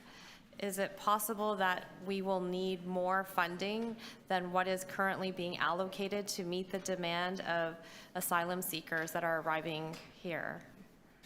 Thanks for the question, Councillor, and through the chair to you. We are, in ongoing conversation with the federal government about the need for consistent and permanent funding related to this file.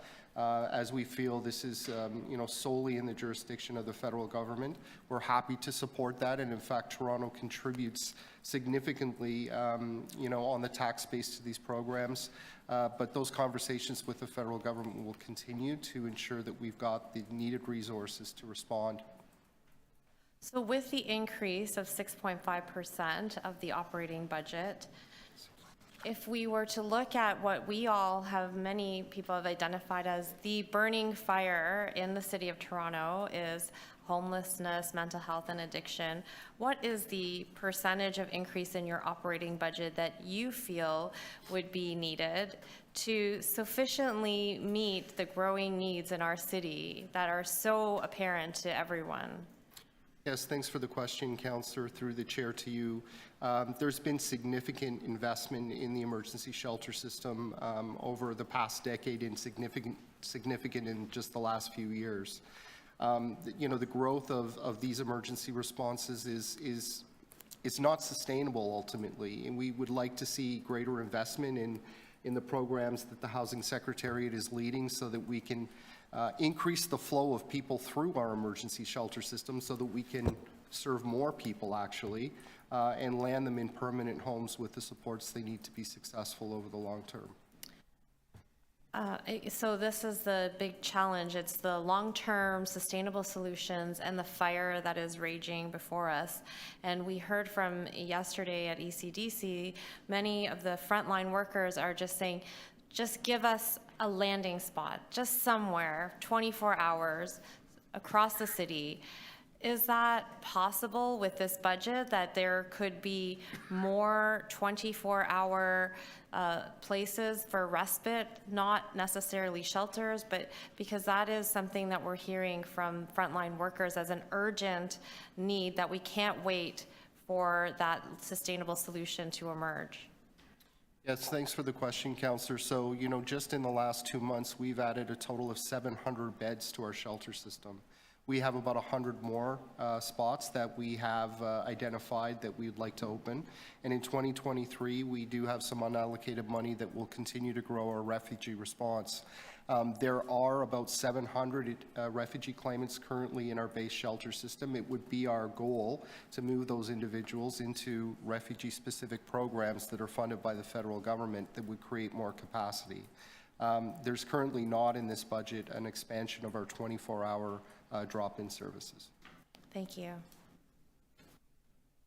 Thank you. Any other visiting councillors for questions? Seeing none, we'll bring it into committee. Committee members, Councillor Bravo. Thank you, Chair. So we heard that we know that the investment in SSHA is lower than the inflation increase, and we heard the answer to that already. So is the SSHA anticipating serving the same number of unique individuals in 2023 and 2024 as it did in 2022? This surprises me, that despite the demand for shelter spaces skyrocketing and the much more visible homelessness that we see. So why are you not budgeting for an increase in staff? Thanks for the question, Councillor, and through the chair to you. We're actually, forecasting a service level in 2023 which is greater than 2022. We're looking to provide about 9,000 beds in 2023. We're looking to serve 22,000 unique individuals over the course of the year. And part of our strategy has been to increase some moderate capacity back into our base shelter system, which has been a cost-neutral strategy for us because those services and programs currently exist with the wraparound supports to serve more people. And so that's how we're dealing with some of the demand issues. You'll know that we have a COVID pressure in this budget that is a liability to us, and we continue to look at. But 9,000 people is the service level for 2023. Okay. Thanks. And you're anticipating providing 300 fewer bed nights, a drop of almost 10% in 2024. Can you explain to us why that is? Through the chair to you, Councillor, just would, if you've got a page number or something to refer to on that, that might be helpful. We'll come back to you with that. Okay. Thanks. Going back to the question around a place to get inside, as Councillor Chang said yesterday, we heard from emergency department chief who had spoken to every emergency department chief in the downtown, who said that their staff are giving gift cards to Tim Hortons for people they're releasing or that they're asking to leave the emergency department to go, and they're giving them tokens to get inside. Given that, it's hard for me to understand, and maybe you can explain how it is that currently there are only 112 spaces when warming centers do open, and 45 of them for the old city of Toronto. Thanks for the question, and through the chair to you. So we will be increasing the number of warming centers to 4 by the end of this month. We'll boost some capacity. We're leaning into some additional space in the rotunda at Metro Hall. And certainly we hear the concerns of our partners in the healthcare system yesterday. But you know, there needs to be more done at a provincial level and by the healthcare sector to assist us and collaborate with the deep and complex needs of the people that we're working with in the shelter system. We've doubled the amount of shelter beds within the last 7 years, and yet services such as crisis beds, detox beds, residential treatment have remained, very stale.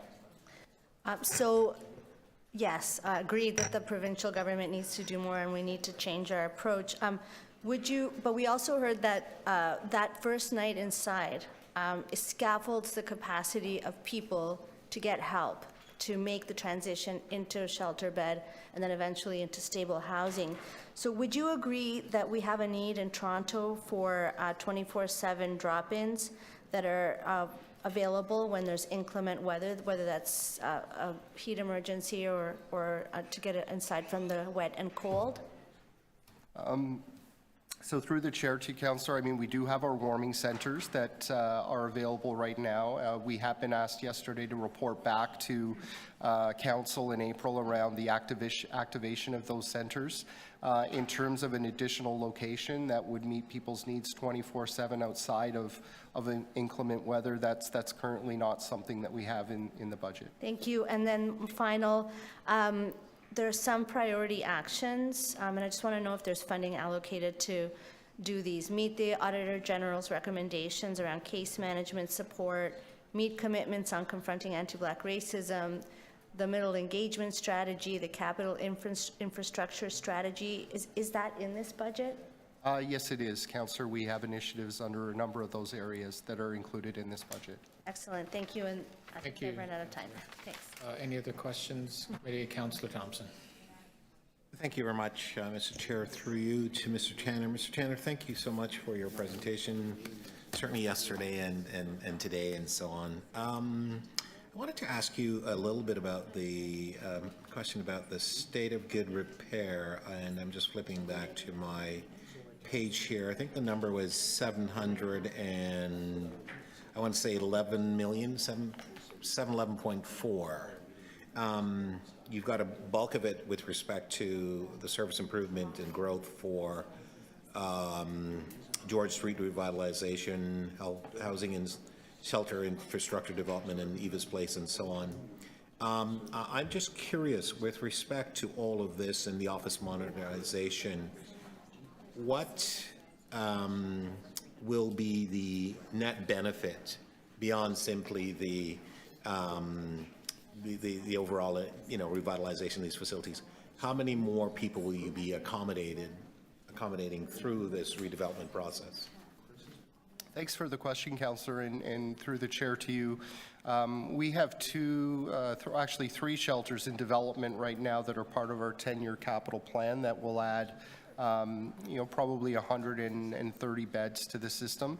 The George Street Revitalization Project, which is the largest in our capital 10-year plan, is a revitalization on George Street that will replace beds, but it will upgrade that facility to be, carbon neutral, provide state-of-the-art services and a connection to long-term care for some of our aging clients in the shelter system. Fair enough. And so as part of that process, when that work's getting done, where do people go who are in these particular facilities now? In my case, we've had a transition from the downtown to 22 Metropolitan and so on, and you and I have been there at 7:30 in the morning dealing with some of the challenges of the overall impact. I'm just trying to understand, as part of this budgetary process, where will those people go when you're doing this revitalization and fixturing, et cetera? Yeah, thanks for the question through the chair to you, Councillor. So as part of the GSR work, we do have a transition plan. 3 of the 4 shelters have opened already for that plan. There's one in Councillor Nunziata's ward, for instance. There's 705 Progress, I believe, in Councillor Ainsley's ward. One on 76 Church, which is still in the downtown core. And there's one additional site that will open in Councillor Perk's ward at 2299 Dundas. Right. And then on an operational budgetary process as it relates to these capital transitional work that's being done, what investment will you be making in order to ensure that these temporary facilities where you're moving people in, that you actually have an overall safety plan for the broader community? Because we know that there are inherent impact as a result of this transition. First of all, do you agree that there are impacts?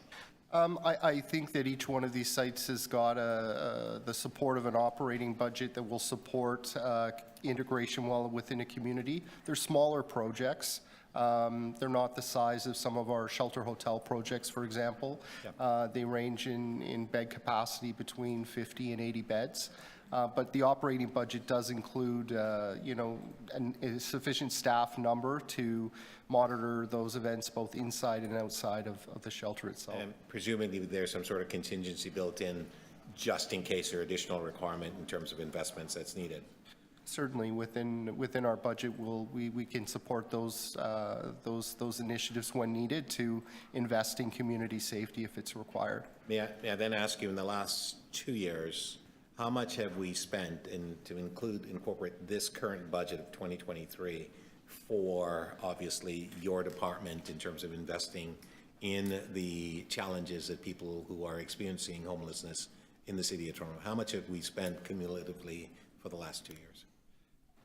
You're looking for the total gross expenditures within our SSHA budget. It's approximately $1.3 billion. $1.3 billion. Within the last 2 years, 23 and 22. Right. So you would disagree then with those who say we do nothing to address the issue with respect to homelessness in the city? Oh, I absolutely disagree. There's a tremendous amount of work that goes to support people experiencing homelessness in the city, and we're always looking at ways that we can improve the quality of that service as we go forward.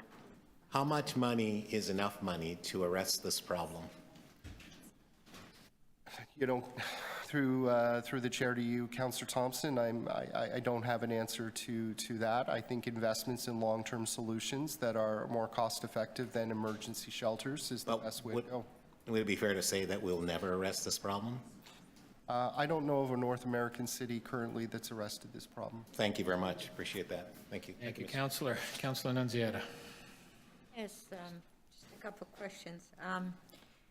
So how many new shelters do you have on the list to, in the next couple of years, 2023, and the next couple of years to open? And they're in various wards. Does that also include the one that's in former Councillor Fillion's ward as well, in that count that you have? So there's 3 shelters that will open over the course of the next 2.5 years.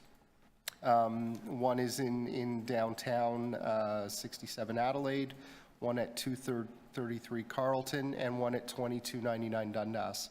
There is a shelter in Councillor Cheng's ward in Willowdale that was mentioned before at 25 Canterbury. It's currently closed because of mold and other challenges. We are undertaking a feasibility study currently to determine how we can, get the best use of that property in as short as time possible. Okay, so, my next question is the Auditor General recommendations that we heard a few months ago. So most of the recommendations have you implemented? Through the chair to you, Councillor, this is an ongoing process. There's a number of recommendations, and we have a work plan that is active to address each one of them. Okay, thank you. Thank you, Councillor. We have now finished Community and Social Services. I'd like to do a bit of a time check for everybody, just to get a sense of where we're at for the remainder of the day, if that's okay. A couple of things. I want to do a rundown of all the divisions and agencies to make sure we still have questions. In the event that we don't, I'd like to release some of the divisions and agencies. I'd like to request with the committee that we forego the service group presentation for corporate services and infrastructure and development and go directly to questions of the divisions, if that is okay. Again, trying to save a bit of time here. Sounds as if that is great. Okay. So now, Councillor Perks, you had a number of CreateTO. I don't need CreateTO. We don't need CreateTO. Okay, so I'm just going to go down quickly just with the agencies. And I don't need AOX. Yeah, no, but you need Toronto Community Housing, Toronto Public Health. You don't need AOX, the community, okay, so you don't need that. Correct. TO Live, is still questions for TO Live? You know what? I'll do that offline. Okay, so we don't need TO Live, thank you. Toronto Atmospheric Fund? I didn't have questions. I think it was Councillor Sachs who had questions. Okay, oh, that's fine. If you want a question, I just want to make sure we want to release people who there's no question. Toronto Parking Authority, I think you did. Councillor Perks, or somebody did? Oh.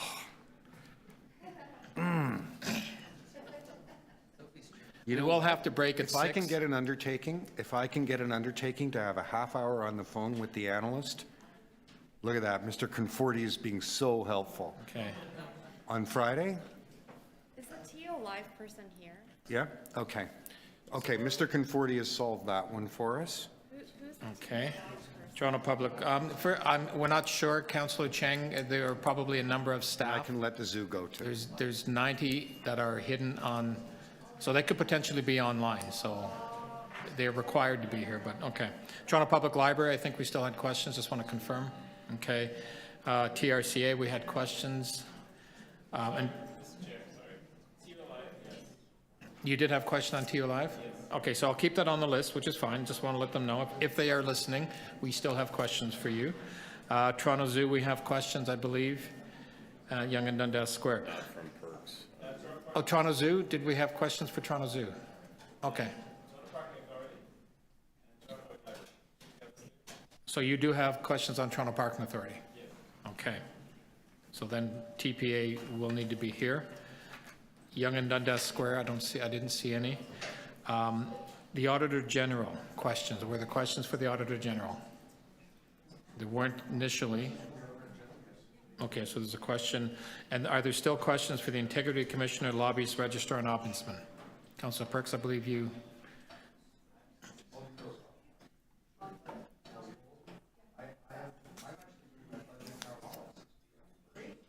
Okay. So we just have Accountability Office. Now I'm going to go through just the rest of them just to see where we're at. Mr. Chair, I'm sorry to interrupt again. Yes, I apologize. I'm just trying to figure out how we.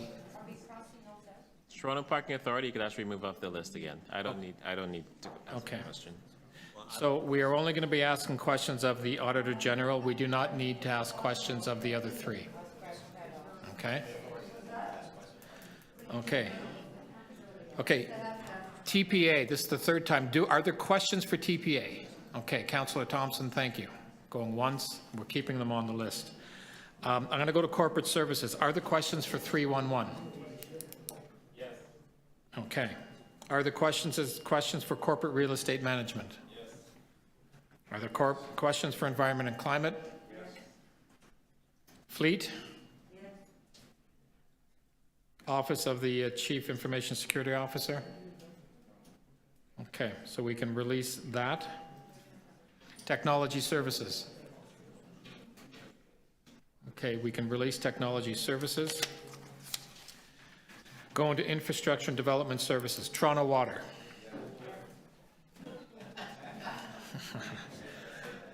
Do I hear a third? No. Solid waste? City planning? Yes. MLS? Yes. Transportation services? Yes. Engineering and construction? Engineering and construction? Yes. Office of Emergency Management? Yes. Policy planning, finance and administration? Okay, we can release that. Toronto building? Yeah. I heard a yes, okay. Transit expansion?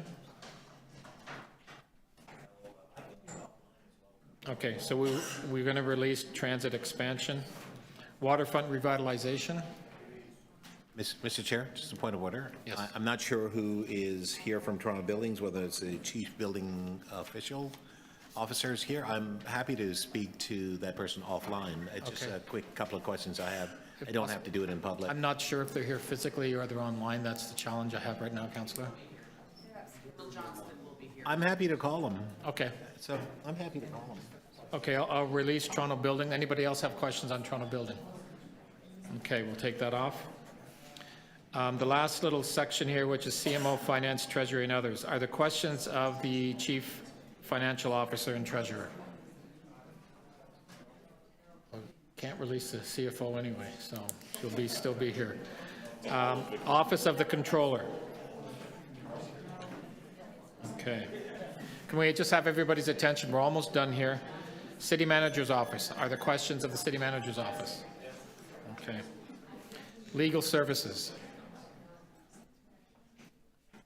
Okay, no legal services. City Clerk's Office. Are there questions? Legal Services? Okay, that's fine. City Clerk's Office. City Council.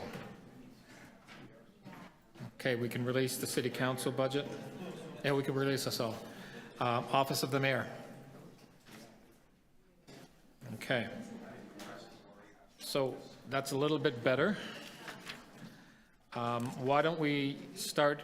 So again, we'll work our way till 6 p.m. We'll see how we do. Keep our fingers crossed, and then we'll take a half-hour break. We got to allow staff to take a half-hour break. Then we'll come back at 6:30. Okay.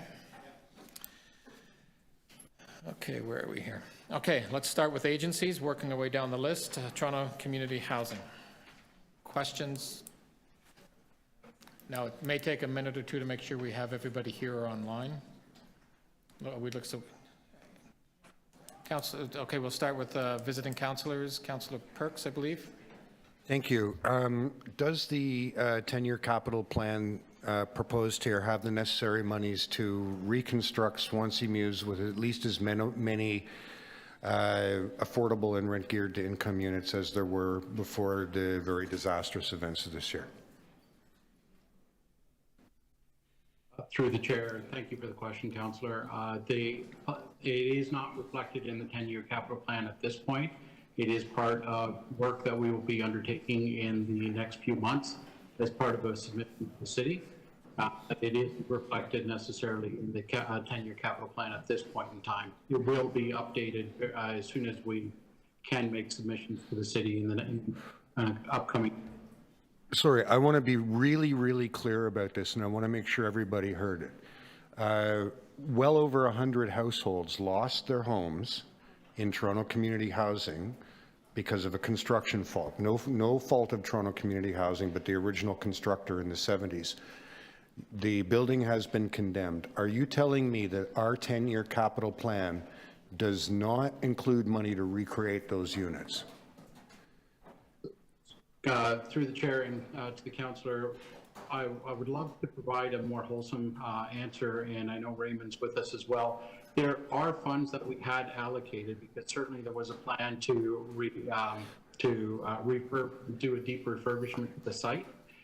As far as the planning for the future state for the Swansea site, we're still undertaking some work, and as we would collect that, not only information, but understand what those costs would be, we would then update and reflect that in our 10-year forecast. Okay, was the money that was set aside for the refresh, is that in the 10-year capital plan? Yes, it is in the 10-year plan, and once again, that would be part of the information that we would use to update not only our board, but certainly have conversations with the city around the future decisions. When do you expect you will be able to provide the city with the increment necessary to achieve rehousing everybody on site, or at least the same number of units? Through the chair to the councillor, our intent is to go to our board in the February board meeting in order to provide them an update and a plan to respond to the future of the Swansea site. And so I believe that we would be able to provide an update to the city, say within the second quarter of the year. Okay, thank you. Can you just give me a sense of what the current wait list for TCHC is? I believe it's just above 80,000 in the 81,000. Households or units? Right. Households or individuals? From a wait list perspective, I believe that would be individuals on the wait list. Not households? Okay, well, we can maybe confirm that later. Pardon me? Yeah, fair enough. Okay. Those were my questions. Councillor Chang. Hello, Mr. Sharma. How are you today? Excellent. Thank you, Councillor Chang. Thanks. Through the chair. We hear about the tenant service hubs. They were built across the city, and I couldn't see it in the budget, but is there funding to further develop and operationalize the hub service model? And what improvements do you think are needed to make it the accessible source of support that tenants envisioned it to be? Thank you. And through the chair, Councillor Chang, it's a great question. There is funds for us to continue with the service hubs. We are taking an opportunity to step back and ensure that we are delivering services in line with what our tenants would expect. We've heard feedback through not only our tenant survey, but through different forum groups with our tenants that they would like to be able to be served in different manners. And so we are just taking a small step back in order to refine that strategy and look at what it is that we would do going forward. But yes, there is funds to continue to deliver in the portfolio. Thank you. One of the key challenges is the retention of staff, non-union staff. And as you may have heard across many of the departments and sectors, that's happening not just at TCHC, it's happening in the city. And my concern is that our response to that is raising salaries to try to fill in the gap. But how does that impact future budgets? Because now we are creating an increased budget for TCHC.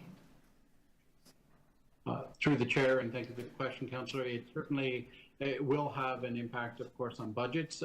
What I can say with great confidence, though, is in discussions with not only the current city manager, but the previous city manager, our goal has been to look to align with the city's guidelines from a compensation perspective, and that we're certainly looking to ensure that we are following the lead of the city and not to pursue any other. Great, thank you very much. Thank you. We'll bring it into committee. Okay, I just have a couple of quick questions, Mr. Sharma. Can you just describe to me the base operating support or investment increase that we are doing this year, and maybe talk a bit about the increases in supports that the city has been doing over the last 3, 4, 5 years? They've increased substantially, and I just want for you to maybe just comment on that. Thank you, Chair, and certainly we are very appreciative. So, excuse me, sorry. Chair, we are very appreciative of the tremendous support that we have received from the city. There's been substantial increases not only to our operating budget, but to our capital budget. The increase this year is in the 23 million range. There is a net impact as a result of the move from the scattered homes as well. However, overall, there's an increase in contribution to the city. We are undertaking I'm not sure if that addresses your question, Councillor Crawford, Chair Crawford. We are undertaking this year to assemble not only an asset management plan, but a financial strategy that would further inform discussions with the city around further future needs. And just a last question with regard to the capital, the investments that the federal government along with the city made a number of years ago. Can you just comment on, I remember seeing graphs of our state of good repair going one way, but that has reversed. Can you just talk about the state of good repair and the investments that the city and the federal government have been doing to ensure that we bring that state of good repair down?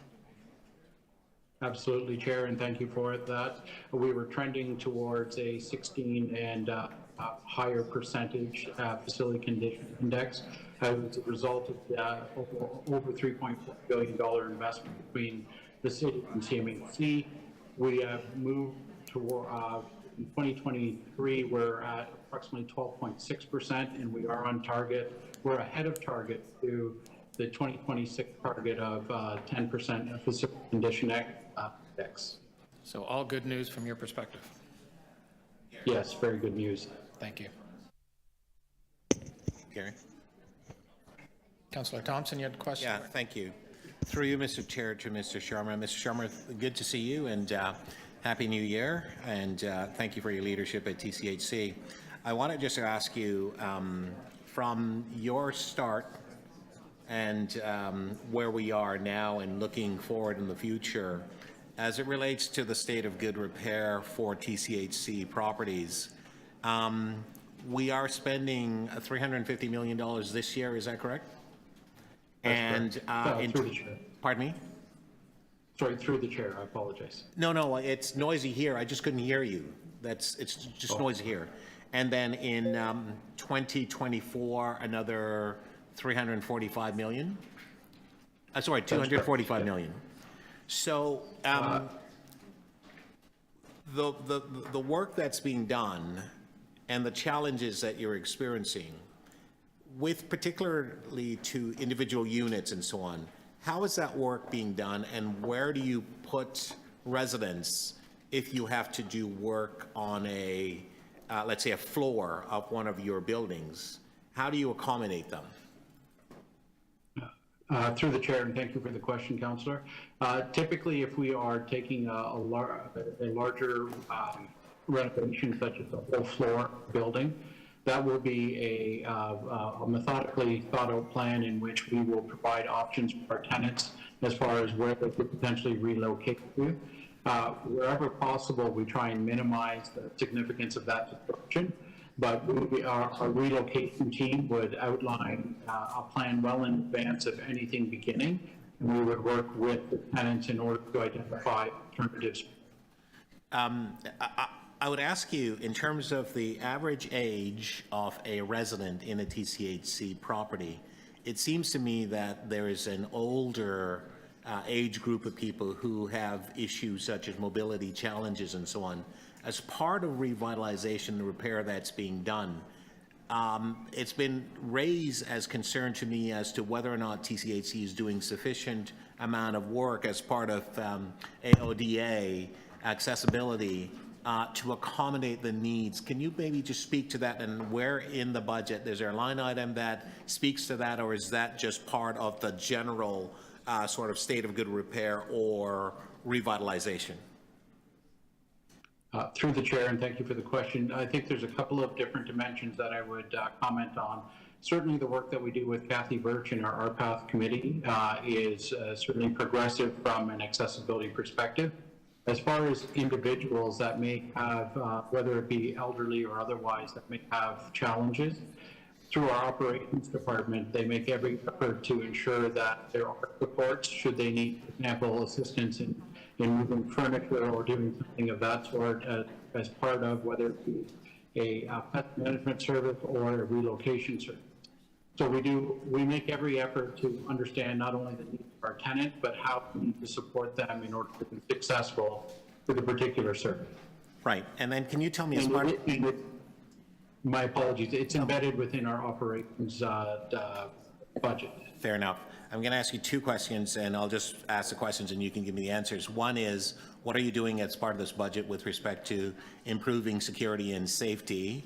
The other piece is with respect to your, there's been some time ago, there was I guess an adage that suggested that many of the crime activities that happen in the city happened on or near a TCHC property. Has that particular condition changed?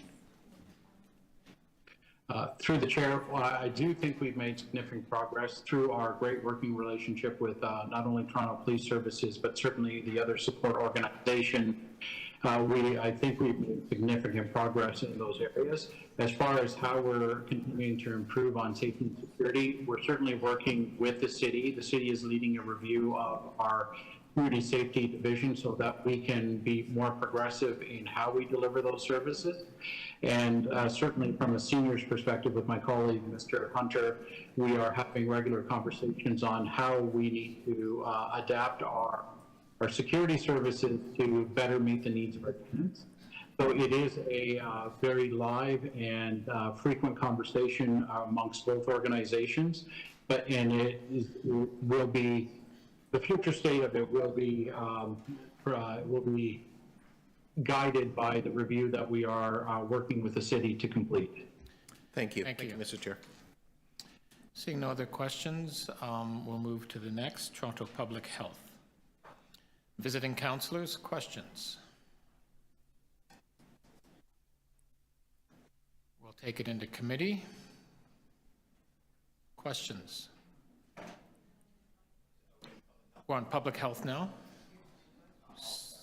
Councillor Thompson to start. Through you, it's to Dr. Davila, who's here. Dr. Davila, I'm actually not looking at your budget notes right now, but I wanted to ask you, from where over the last 2 years to where we are today and looking in the future and recognizing that there are still challenges, COVID and other health-related issues, are you appropriately funded to be able to address the challenges that you're being faced with in making this city a healthier place to live? So through the chair, that's a very interesting and a very timely question, Councillor, and the answer is a little complex. So right now, when it comes to COVID response, we have the opportunity to submit for cost reimbursement to the province, and that certainly is helping us at this point in time, and certainly COVID response is occupying a fair amount of our time and effort. That being said, we know that the impact of the COVID pandemic goes beyond the COVID infection itself and all the hospitalizations and the severe illness, including long COVID, that has resulted. And we are still very much in the trying to understand what the longer term impacts of COVID are, and are still in the process of thinking through how best we serve the needs of a population that have frankly been changed very significantly as a result of the pandemic. I think you've heard from many people here that mental health, for example, is a major issue, and I think we've all experienced that to varying degrees. So for now, we're satisfied at this point in time, but expect that as we recover more and more from COVID, that we will be undertaking better studies and coming back to you and certainly to the Board of Health with what we propose on an ongoing basis. Thank you very much for that. With respect to yesterday's discussion at ECDC, and it relates to your budget, we learned that there needs to be more integration between hospitals, the provincial government, Ontario Health and others and so on, in order to ensure that we're doing enough, not just simply in terms of dealing with issues around homelessness and people going into hospital for services and care, but just in general, what should we be doing more of, and how should we integrate this necessity of working partnership and relationship between Ontario Health, City of Toronto, and the varying stakeholders? And is there a line item in your budget that actually seeks to increase that opportunity in terms of relationship working together?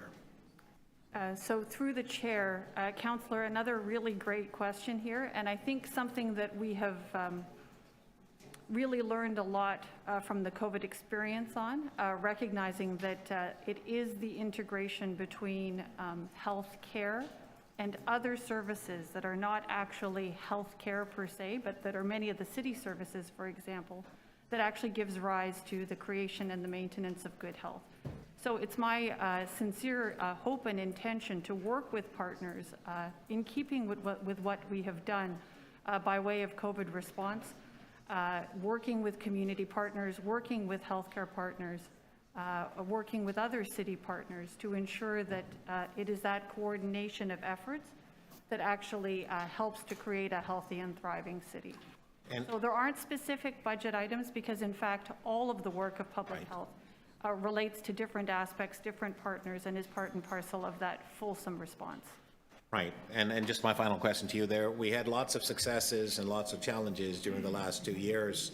Success with respect to helping to inform the public and collaboration with stakeholders and groups around the city, and I'm just wondering, what plans do you have to continue that? Because we've seen how those elements of working with different groups and organizations were very successful, helped us to a large extent to be able to create a greater outreach. Do you have the necessary resources to help you to continue that particular program and or the implementation of perhaps new and innovative aspects such as educational tools, PSAs, and so on to the public as a whole? So through the chair, at this point in time, yes. But as I mentioned to you in my earlier answer to one of your earlier questions, we are continuing to assess and understand the needs of our population and will be constantly assessing and reassessing, coming back to the board, coming back to council around suggestions on what sorts of investments are needed in order to most advance health in the city.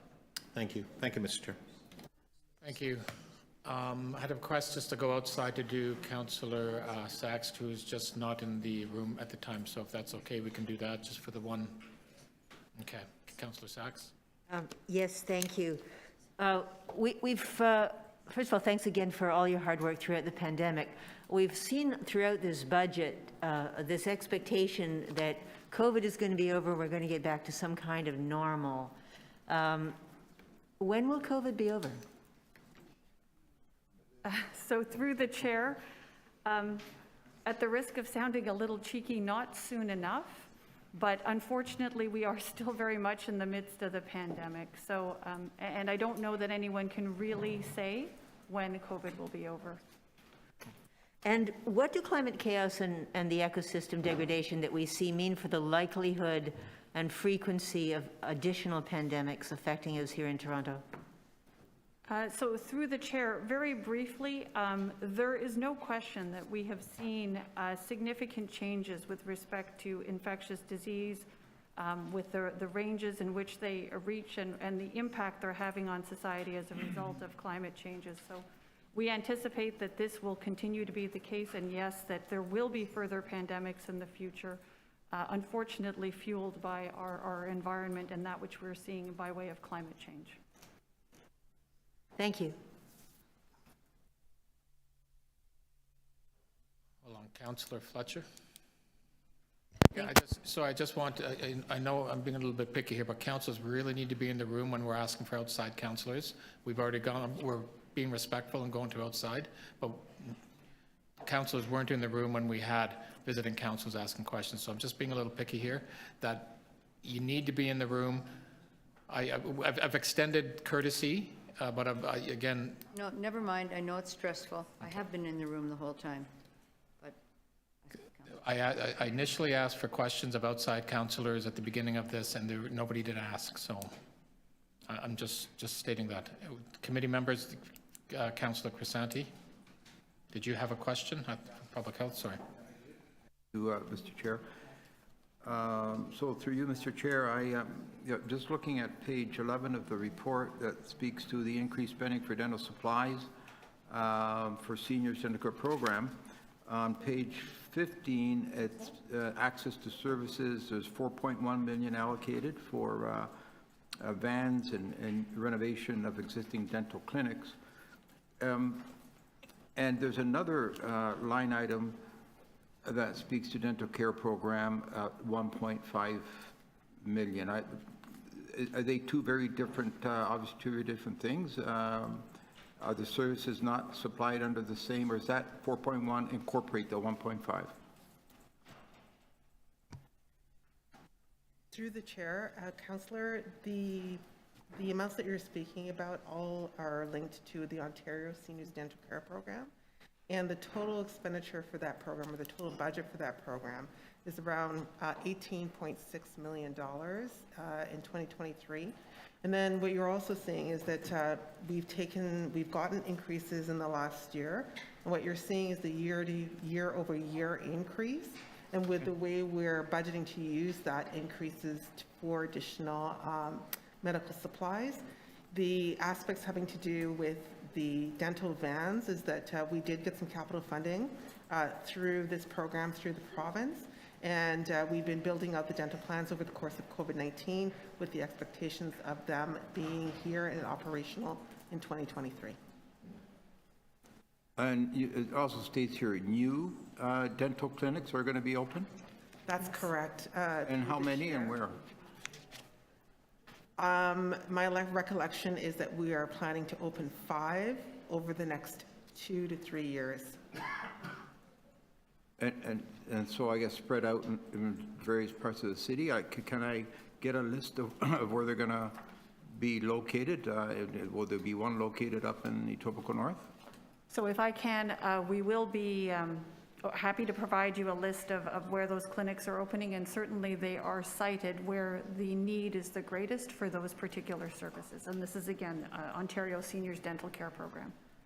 Okay, thank you. And with respect to other necessities for seniors, and I've been asked many times, do we do anything about assistance, like for seniors when they need hearing aids or they're hearing checked? Is there any support for seniors there in that area?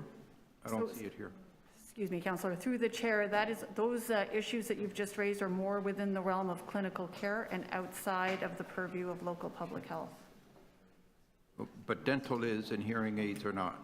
So through the chair, yes, based on the provincial funding. So the Ontario Seniors Dental Care Program is a 100% provincially funded program, which is delivered through local public health.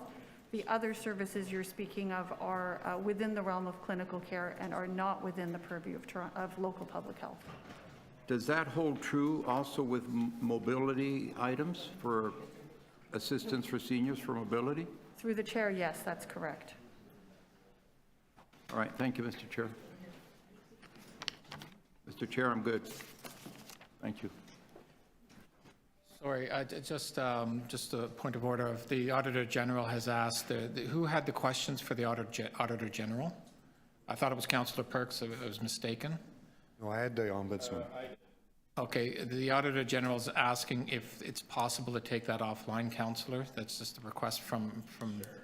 Yeah. Okay, she must have a time commitment. Yeah, okay, I appreciate that. Okay, thank you.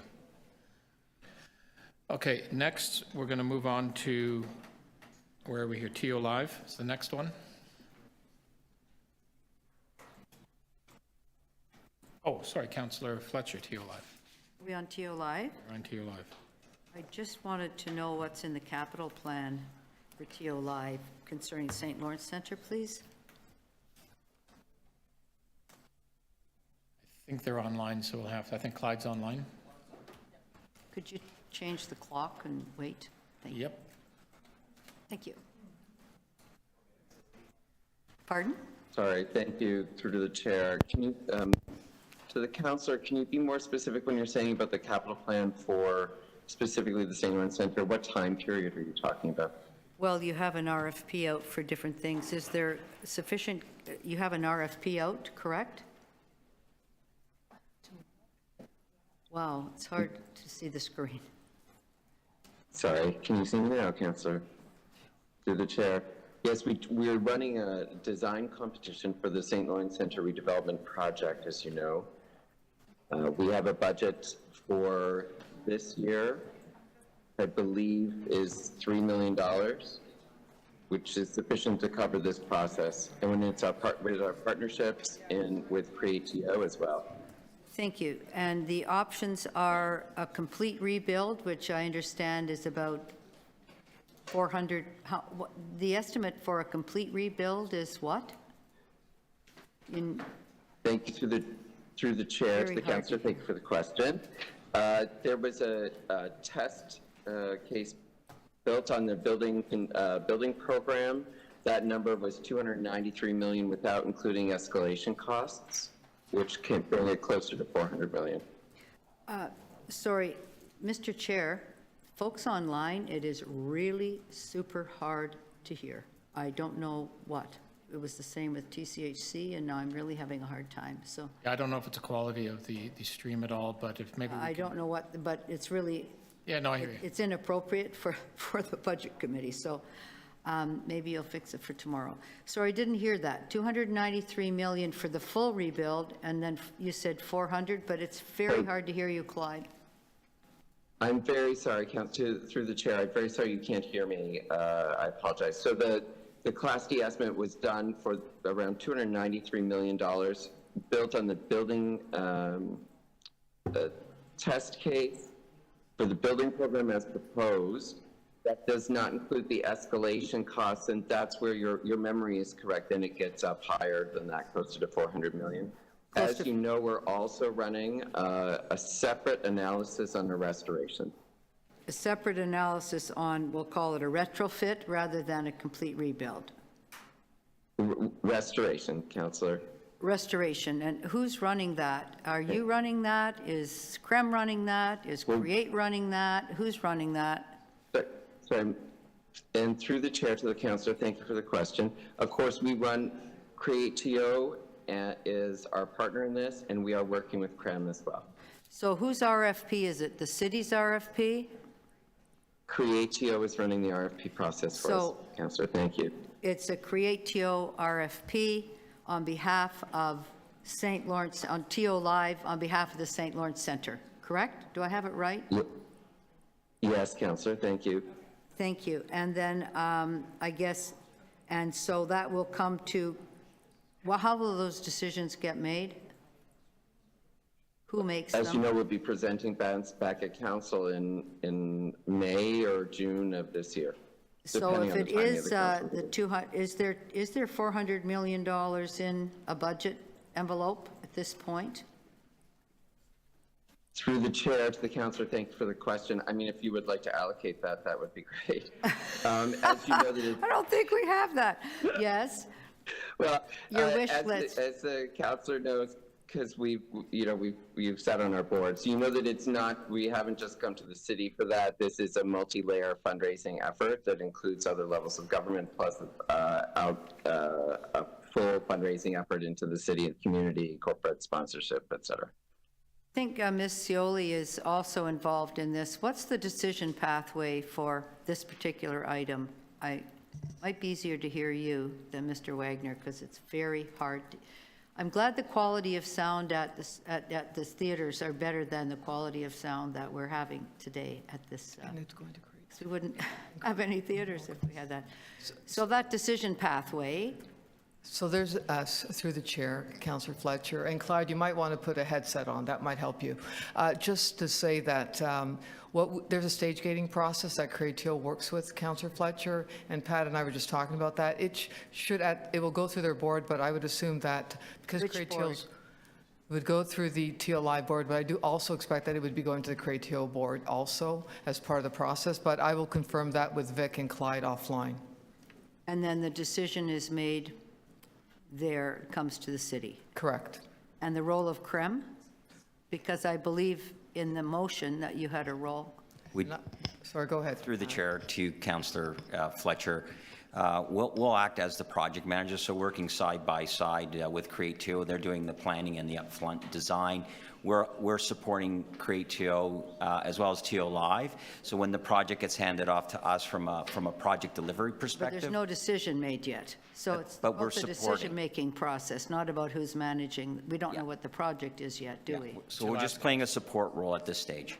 But Ms. Scioli's playing more than a seat. There'll be a stage gating process, Councillor Fletcher, and we can definitely take that offline with you, too. Okay, thank you. Thanks very much. Thanks, Councillor. Any other questions? Thanks, visiting councillors. I'll bring it into committee. Councillor Moyes. Thank you, Mr. Chair. Just one question, and it's a quick one. Have you considered using a public advertisement space like that of the MTTC spaces in order to promote an increased return and awareness of TO Live events? Because I think you being an agency of the city, I think you actually, that's free to you. Thank you for the question, Councillor. Welcome to our board, by the way. Hopefully you can hear me. I could hear you. Through the chair. I'm not familiar with what the program that you're talking about, although we'd be happy to explore it for sure. As you know, we have our own advertising spaces, which we use both uptown at Yonge and Shepherd and downtown at Yonge and Front. But we are always interested in increasing our advertising reach. Yes, okay, that's great. You should look into the TTC ads, though. Thank you for that. That's my only question. Thank you. I just have a couple quick questions. Clyde, just to reaffirm then, so you've mentioned that we have a campaign upwards of $400 million to replace the St. Lawrence Centre. Is that correct? Yes, through the chair and to the councillor, yes, that is the target budget. You'll be coming back and there'll be a decision-making point in May or June, probably through CreateTO, and of course through council. Nothing will be happening without that. With that $400 million, you're not anticipating or expecting that the city is going to have to fork over the $400 million. This is a partnership with the other two levels of government and private. And if we don't have those other commitments, this is not something that the city is going to be moving forward with unilaterally. Is that correct? Absolutely, Councillor, to the chair. We know, and it has always been the plan, that this was not the city alone on the hook for this cost. Okay, and can you just remind me of the state of good repair for the St. Lawrence Centre over the 10 years? I think it's upwards of $50 million, is that correct? So if we do nothing to the St. Lawrence Centre, we're going to have to be spending $50 million just to sort of keep the lights on. Would that be correct? Absolutely correct, Councillor, yes. And AODA. Can you comment from your perspective as CEO on the state of this particular facility? You know, when you're looking at 2023 we're in right now, does it meet the needs of the arts community and the local community that you're looking at doing? Is this just a broad open question on the facility itself? Thank you to the chair for the question. I really appreciate it. No, it absolutely does not. But what's most critical and most important is that if you are a person with any accessibility needs, you cannot get to the stage, you cannot go backstage, and you cannot perform on any of our stages. And that just is absolutely not acceptable in this day and age for a building to be like that. But it also, in both the front of house, the services, the operations, the everything about that building needs to be retrofit at this stage. And I don't know if you've reported out yet, and it sounds as if maybe you haven't, but to do a complete, deep retrofit with proper AODA, do you have a number on that yet, or is that something you're still working on? We are with our partners through to the chair, with our partners at CREM and CreateTO, we are just finalizing that budget. We'd be very happy to share it with the committee. Okay, thank you. That's all my questions. Thank you. Any other questions for TO Live from the committee? Okay. Next, moving right along, Toronto Parking Authority. So we did have questions. Or no, sorry. I want to make sure we went back and forth. Yeah. So we're going to do that offline. Okay, thank you. Just checking here. Got a lot of question and X marks beside that. So. Yeah. Okay. Toronto Public Library is next. Visiting councillors, Councillor Perks. Hi. Thank you. Is it Ms. Bowles who's with us? Hi, Vickery. Oh, sorry, you're muted. There we go. There we Hi. are. Hello, We've everyone. done it. Yes. Thank good. you. So I'm doing this from memory, but in the presentation to the library board, the recommended budget includes 6.2% staff vacancy for the year 2023. Is my memory correct?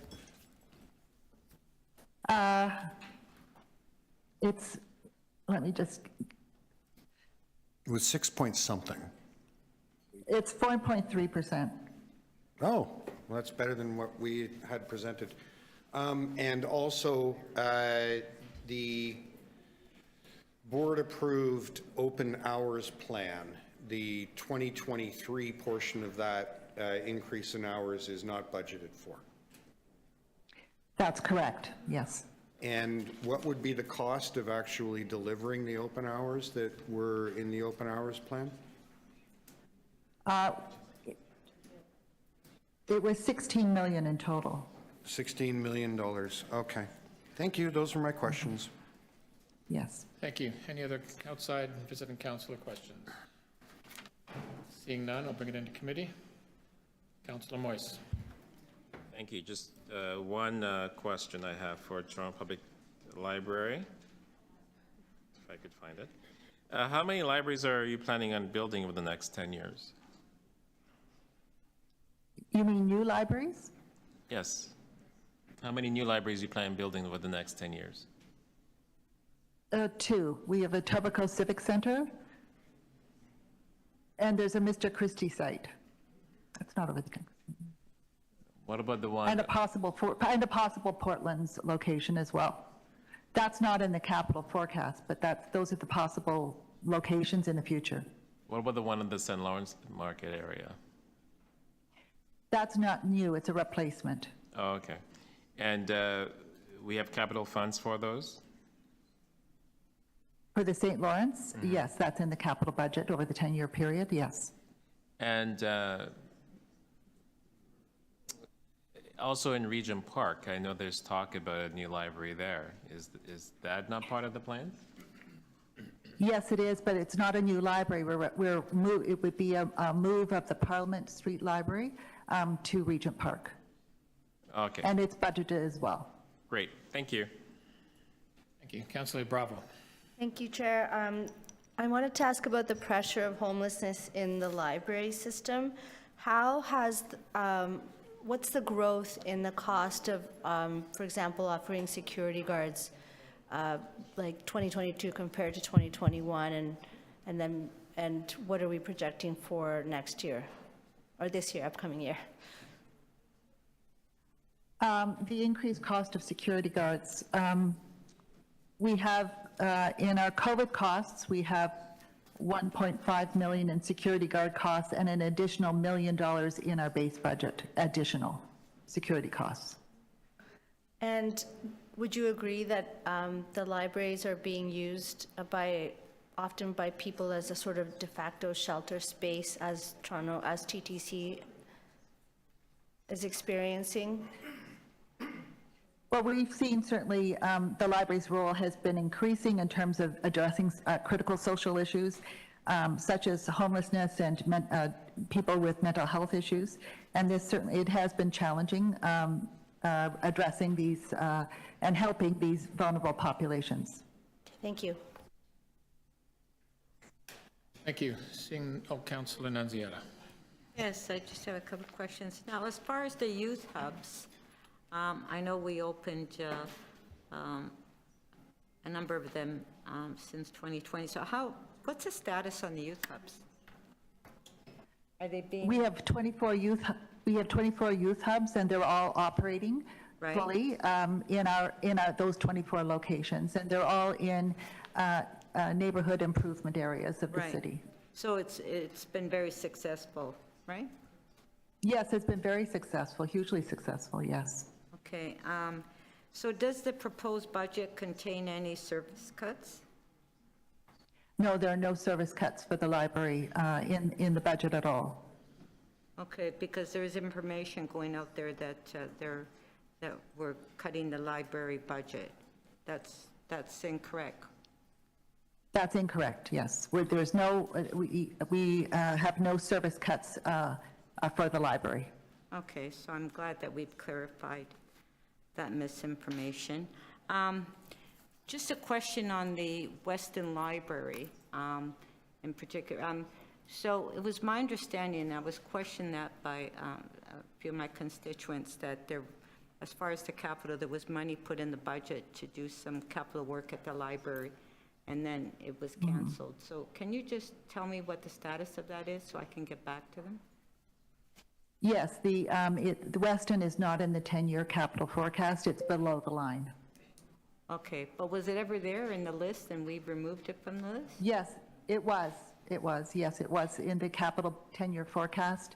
But with pressures having to do with inflationary costs and the debt levels, we had to move it below the line to meet our targets. Okay, thank you. Can you give me just a report on that, if you don't mind, so I can pass that on?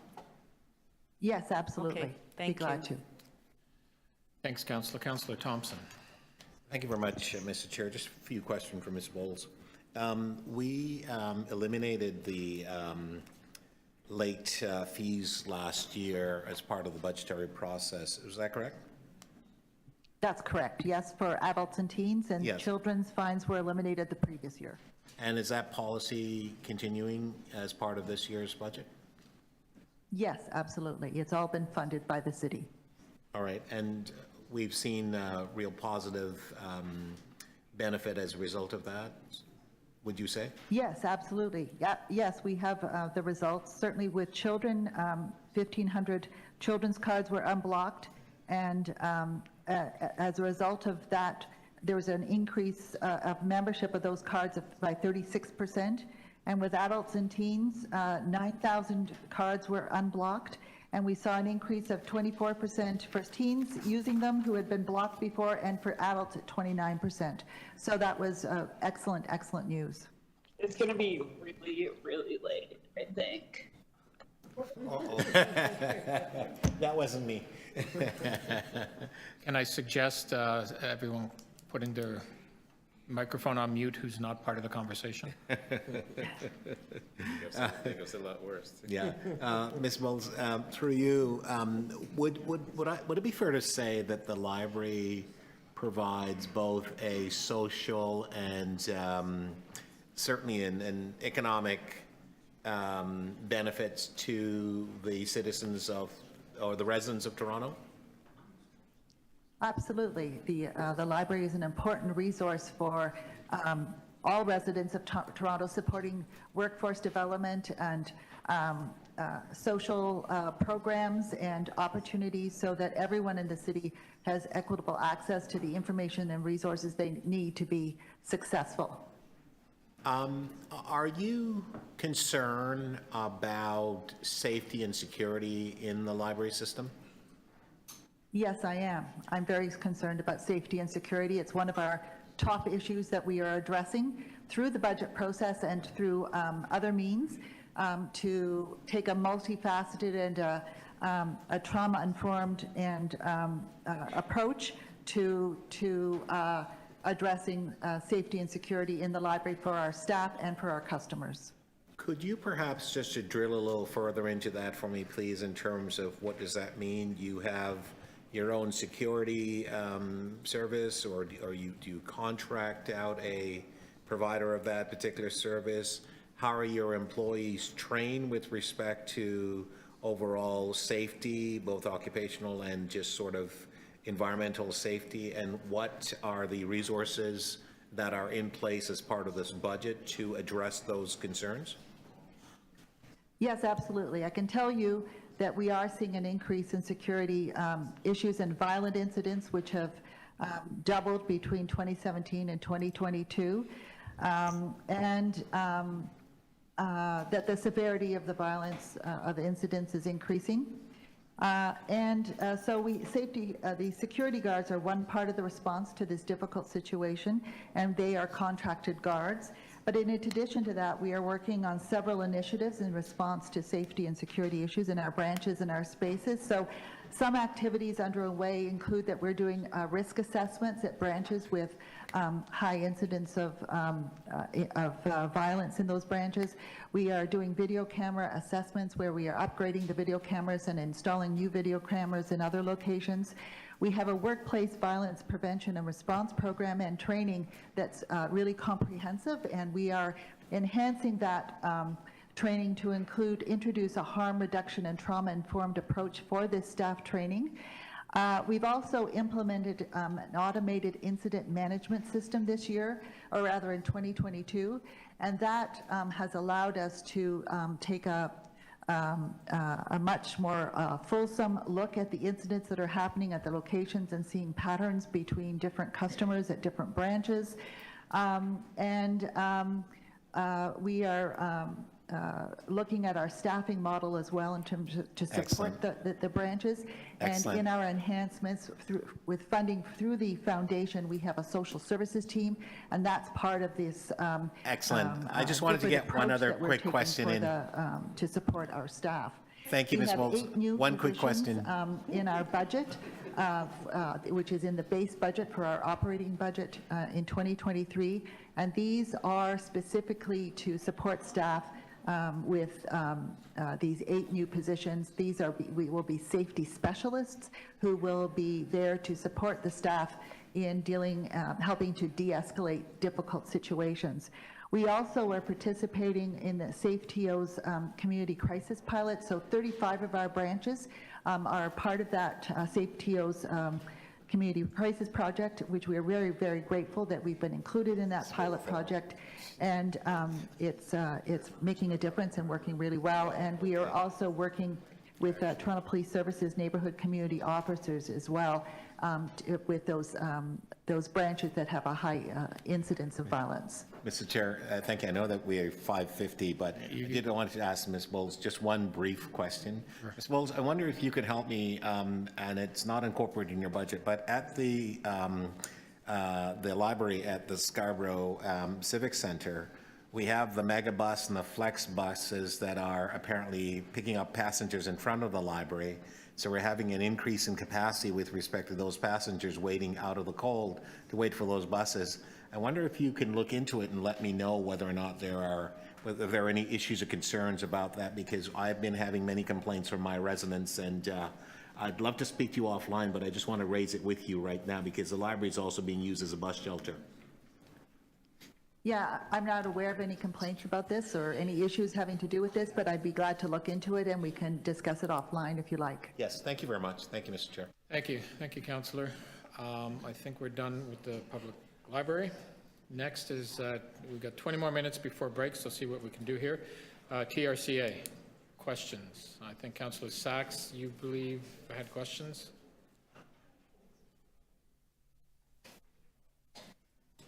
Mr. McKenzie's Is online? TRCA probably online? I don't see anybody. Is TRCA online at all? If you could unmute yourself, please. Yes, John McKenzie here. Oh, there we go. And I know my CFO, Michael Polanski, and Jen Moravec from Strategic Business Planning is here as well.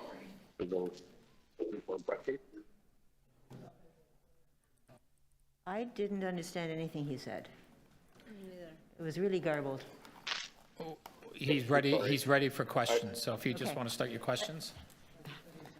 Hello, John. Let's try slowly and clearly because the sound quality is terrible. On page 9 of your briefing note, you indicate that you have to reduce full-time staff because you don't have the funding.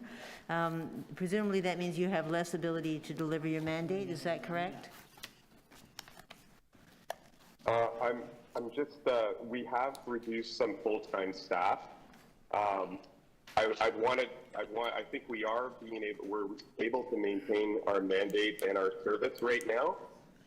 So I do want to discuss that a little bit more. Is there a specific area that you want to discuss around that? Well, briefly, what is the impact of losing that staff on the services you provide to the public?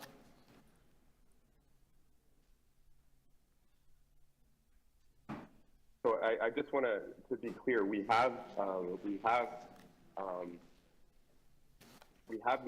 are maintaining service, and we are continuing to provide service in accordance with our standards right now. So in terms of full-time staff and tech, we've been able to continue to maintain our current levels of service.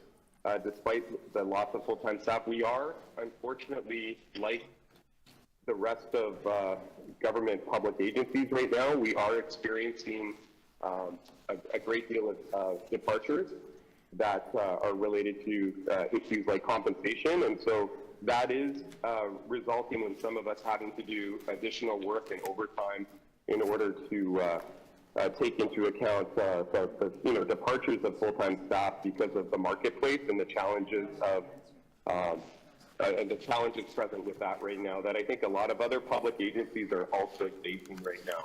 All right, So thank there you. is some impact. It's resulting in others having to step in and step up on some of those issues.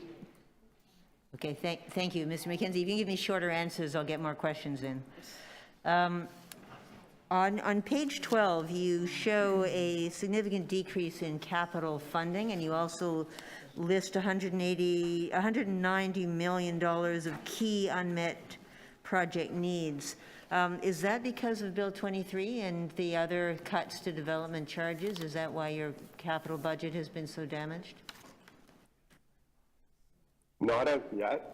We are still with our municipal partners assessing all of the impacts of Bill 109 and Bill 23, and we are starting to report on that. What this reflects on the unmet needs is basically aging assets, aging infrastructure, and we've identified those on a list of unmet needs so that way we can target them for any potential opportunities for joint submissions for senior levels of government.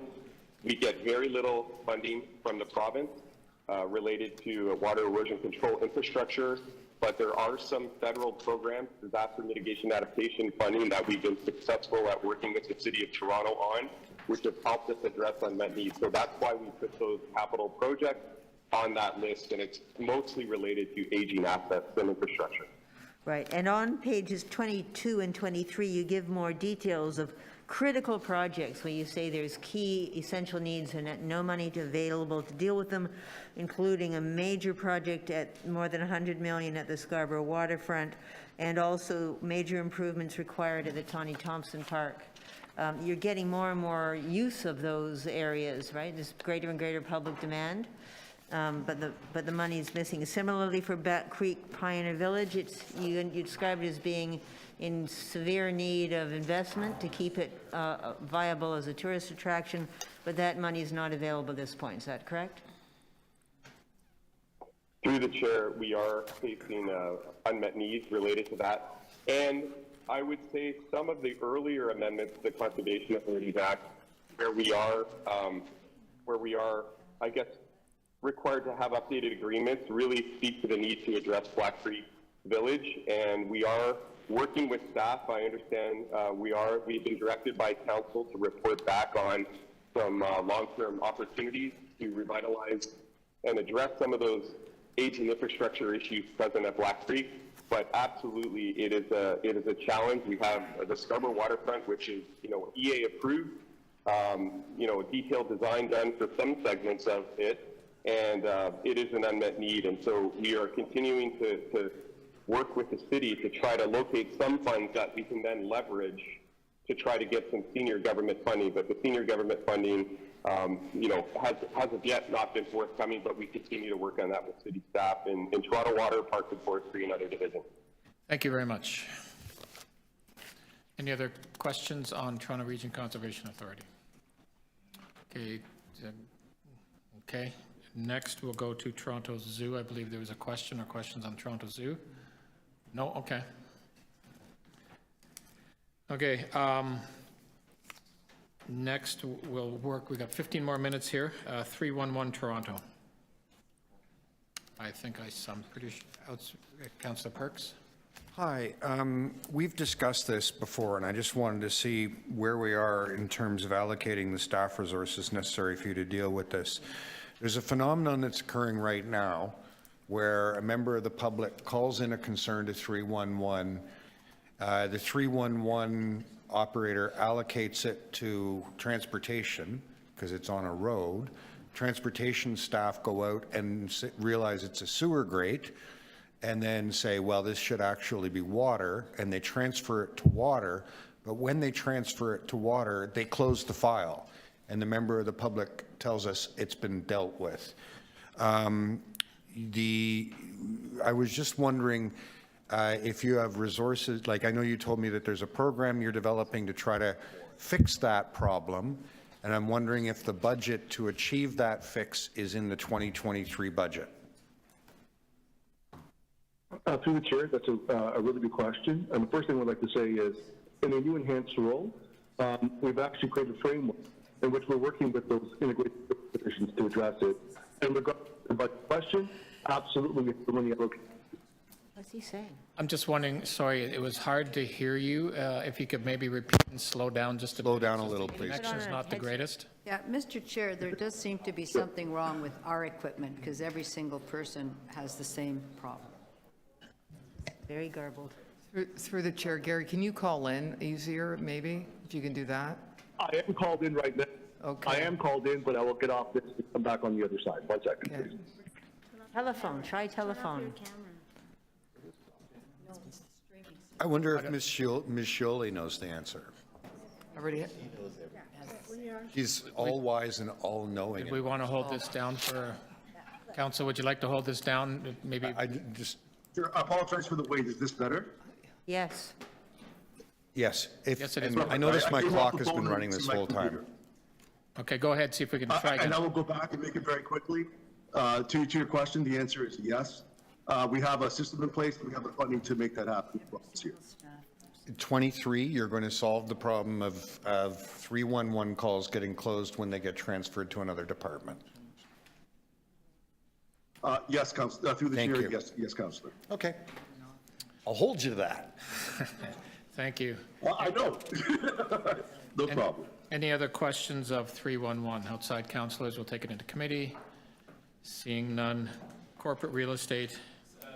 Oh, so I didn't see your hand. Did you have a? I do. Okay, so let's go back to 311. I apologize. Thank you, Mr. Chair. Just very quick questions here. So the average speed of answer and your average handle time have increased between 2021 and 22.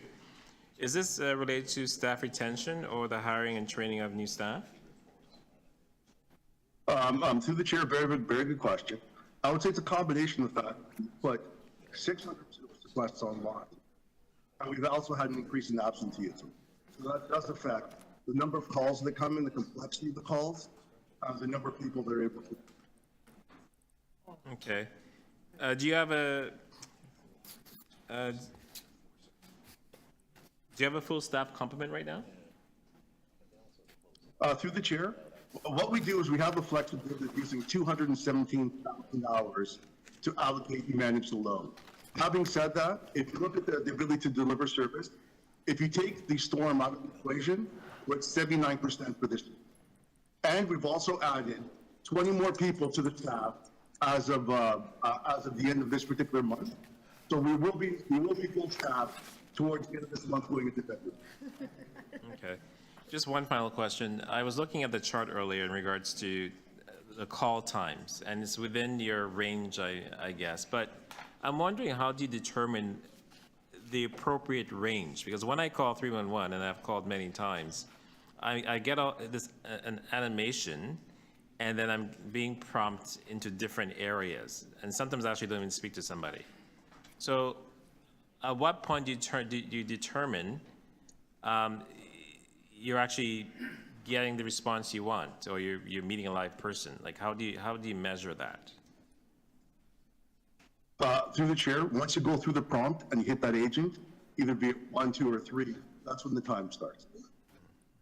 Okay, we'll keep talking. Okay, thanks, Mike.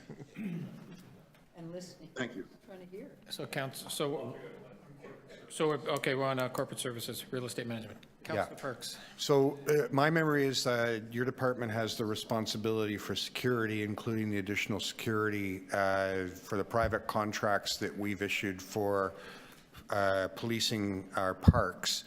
What is the value of contracts for 2023 of private security for keeping people who are homeless out of our parks? Through you, Mr. Chair, to Councillor Perks. The budget, as noted in the notes, is $3.3 million. We recently completed an RFP. Subject to budget approval in the 2023 budget, we will bring that award to bid award panel. I can tell you, because it's not been awarded yet, that it's substantially less than the $3.3 million.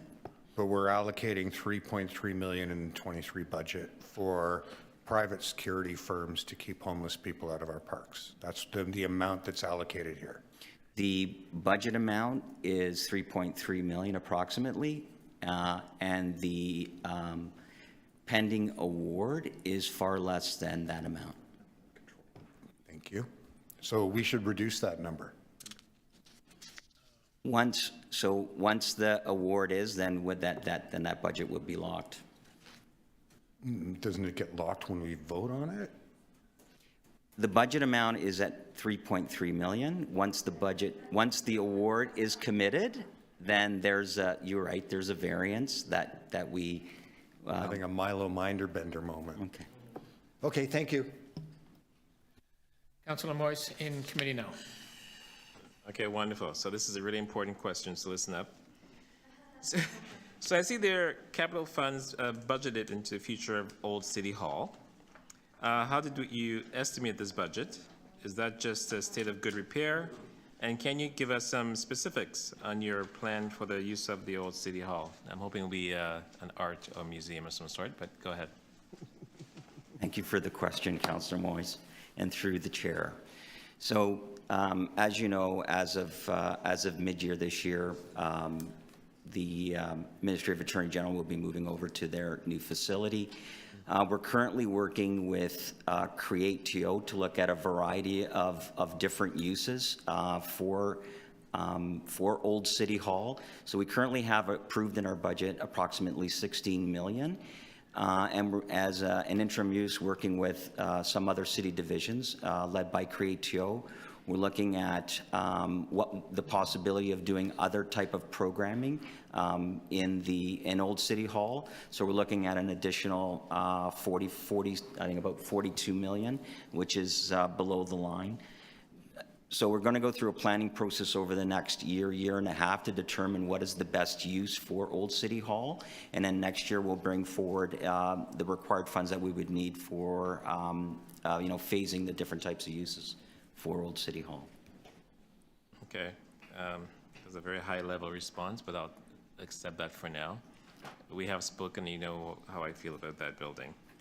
But that's all for now. Thank you. Thank you. I think we can get in, we are now on environment and climate. We can probably get one question in, or a line of question for 5 minutes, and we'll have to take a half-hour break for staff. Okay, Councillor Sachs, you'll be the last before break. Thank you. Mr. Nolan, so we didn't get the corporate services presentation, but it was posted this morning. And I see that it's got on page 24 a list of unfunded capital, as we see again. So $2 billion worth of unfunded capital. And a lot of them seem to be about you. So the net zero carbon plan for 2023, that's unfunded. The net zero carbon plan for future years, $300 million, that's unfunded. The electric vehicle premium for medium and heavy vehicles is unfunded. The sustainable fleet project is the chunk that's unfunded. Isn't it fair to say, sir, that we are not funding the steps necessary to achieve Transform TO?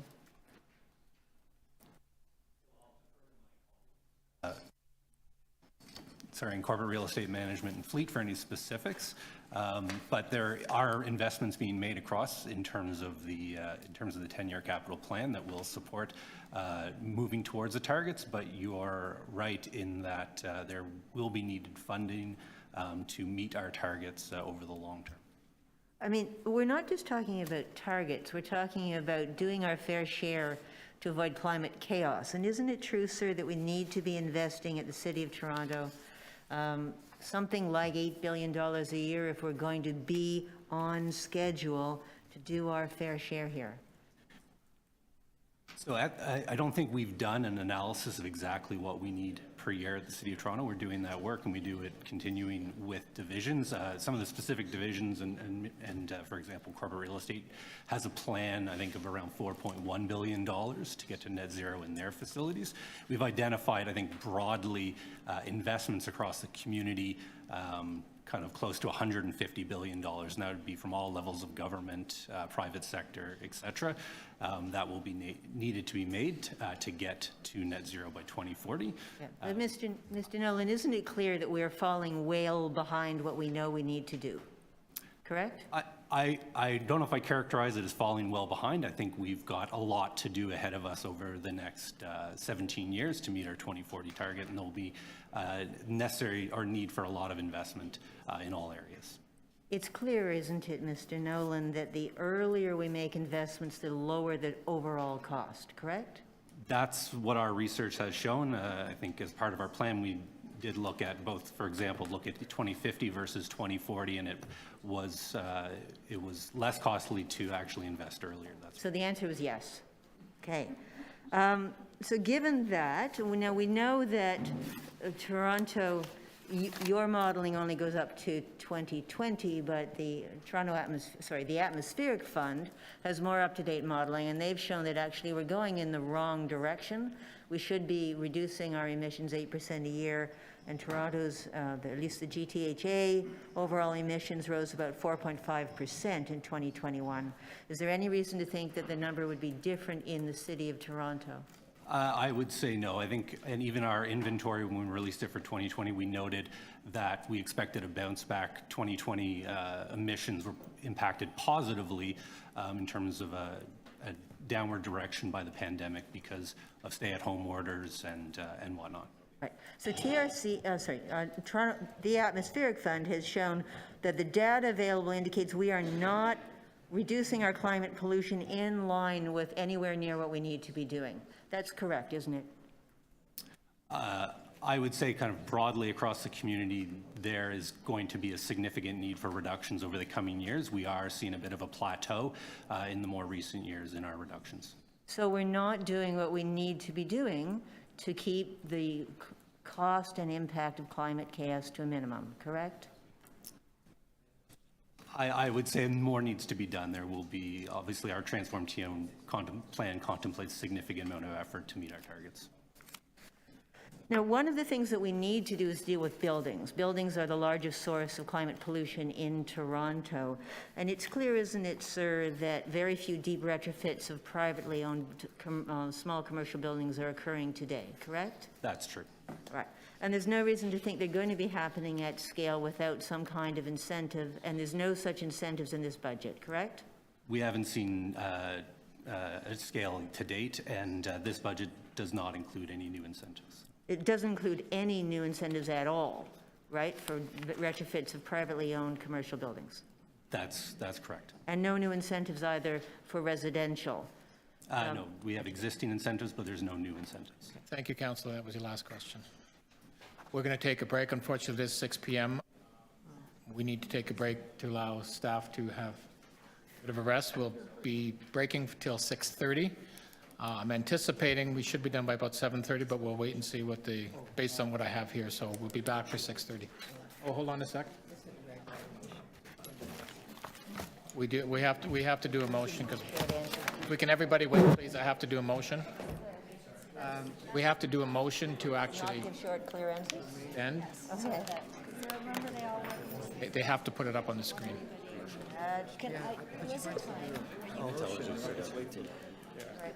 If we can.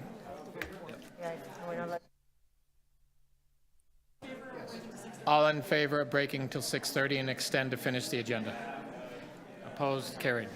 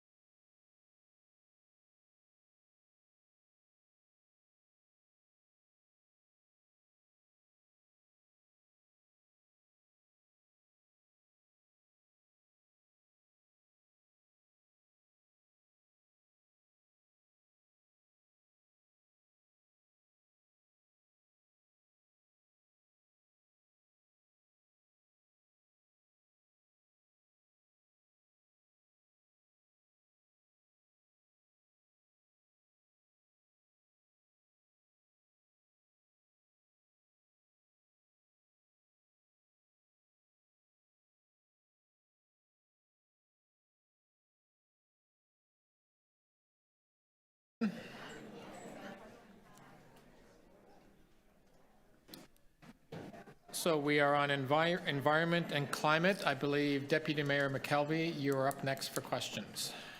Thank you, Mr. Chair. So my first question is, what are we investing this year on climate action?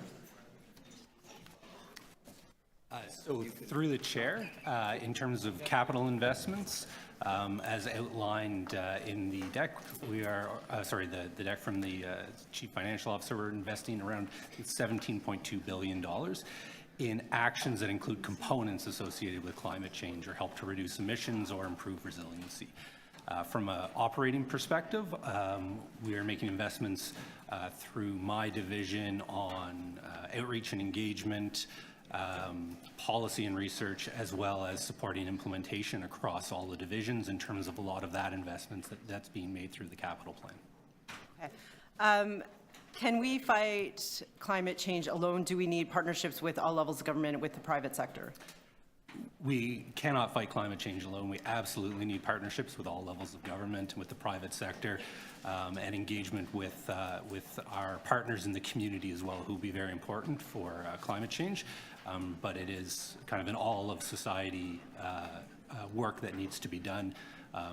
The city can help to mobilize and catalyze action, but it will take action from everyone to reduce emissions and to improve our resiliency. And what are you doing in terms of a carbon budget and a roadmap to show us how we get there and how we get to a net zero by 2040? So we're, as per council direction, to report back this year, so we're aiming for the spring, we'll be bringing forward a carbon budget framework, which is intended to support decision-making aligned with the actual budget related to both our GHG reductions and aligning GHG reductions with financial decision-making. That work's underway, and we'll be bringing that forward, but really it will start to provide a lot more detail in terms of the specific actions, as well as supporting prioritization of actions, what needs to happen now or should happen now, and in particular, where we can get the most reductions for our actions. Okay, and then how many FTEs do you have on this work? So specifically to this work, I'll say we have a small team, probably of about 3 or 4 FTEs that are dedicated to our carbon accountability, in particular the carbon budget. But really that work is spread across a number of areas. We work very closely with Financial Planning Division, for example, to ensure that the framework will align with the actual budget process. We work with all the divisions who will be using and will be part of the carbon budget process. And then I would say just beyond kind of our FTEs, we also engaging with experts in academia and other areas, as well as with our partners in the community and through our climate advisory group, for example, to ensure that we bring in all the different contexts that will need to be considered as part of a carbon budget. And are we working with other cities internationally, and how are we keeping pace with them? We are. We work through a number of networks. We have very close relationships through the C40 initiative, as well as Carbon Neutral Cities Alliance. And a lot of our work is both in terms of sharing information around actions and what is successes, and in some cases what isn't working, as well as looking at opportunities to collaborate both from research but also in terms of potential programs going forward. And we're also starting to engage, I'd say, more in more recent with our partners across the Greater Toronto area as well, to see what we can do from kind of a more regional approach. And back to my previous question was around partnership with provincial governments, federal governments, private sector. So happy to see, we'll see more of the foundation for that in the next report. But do we have funding that we're still waiting on from other levels of government, applications that are in? Like, where are we at in terms of some of these grants and programs? So right now, I don't think we have any. We may have a few outstanding. I'll have to go back and check in terms of applications that we made kind of across the corporation. There's lots of programs that roll out. We're always looking at those programs. We're also looking at kind of from a broader perspective where we see our role in relation to the provincial government and the federal government, and what those opportunities may be, and how we can look to leverage funds either on a ad hoc basis as opportunities arrive, or from a more broader perspective in terms of what we need to achieve. So will this carbon budget and the information you're bringing forward to us in the next report really lay the foundation so as these grants and opportunities become available, we're ready to seize them and mobilize quickly? Absolutely, and the carbon budget will also help to provide some of the basis for our business cases around the actions and the reductions and what we'll achieve through investments that we will be looking from other governments. Okay, I'm going to squeeze one more in really super fast. The federal government has committed to being net zero by 2050 as well. Have we seen them put dollars and open up big programs around that yet? I would say we are seeing more programs. And there are kind of year over year, there are always new programs. I would say our experience to date has been that they are primarily application-based, often for smaller sums. So we always look for those opportunities, but we are looking for kind of what that longer-term, sustainable, predictable funding could be as well to support our actions. Thank you. Thank you very much. I'll take it into committee. I don't think there's any other outside councillors. Committee members, questions on environment and climate? Okay, seeing none. Next is fleet services. Visiting councillors, Councillor Sachs. Where is Mr. Jollimore? Oh, I'm sorry. Okay. Yes, so first of all, congratulations on the many successes that you've had in making the fleet more sustainable and reducing its emissions. Very impressive. But running fossil fuel vehicles exposes your division to uncontrollable fuel price fluctuations. How much are you spending on fossil fuels? How much are you expecting to spend on fossil fuels this year? So the 2022 actuals, through you, Mr. Chair, the 2022 actuals were just around $22 million. Okay, and what I see on page 7 of your analyst note is you're expecting 23.7 million this year as well.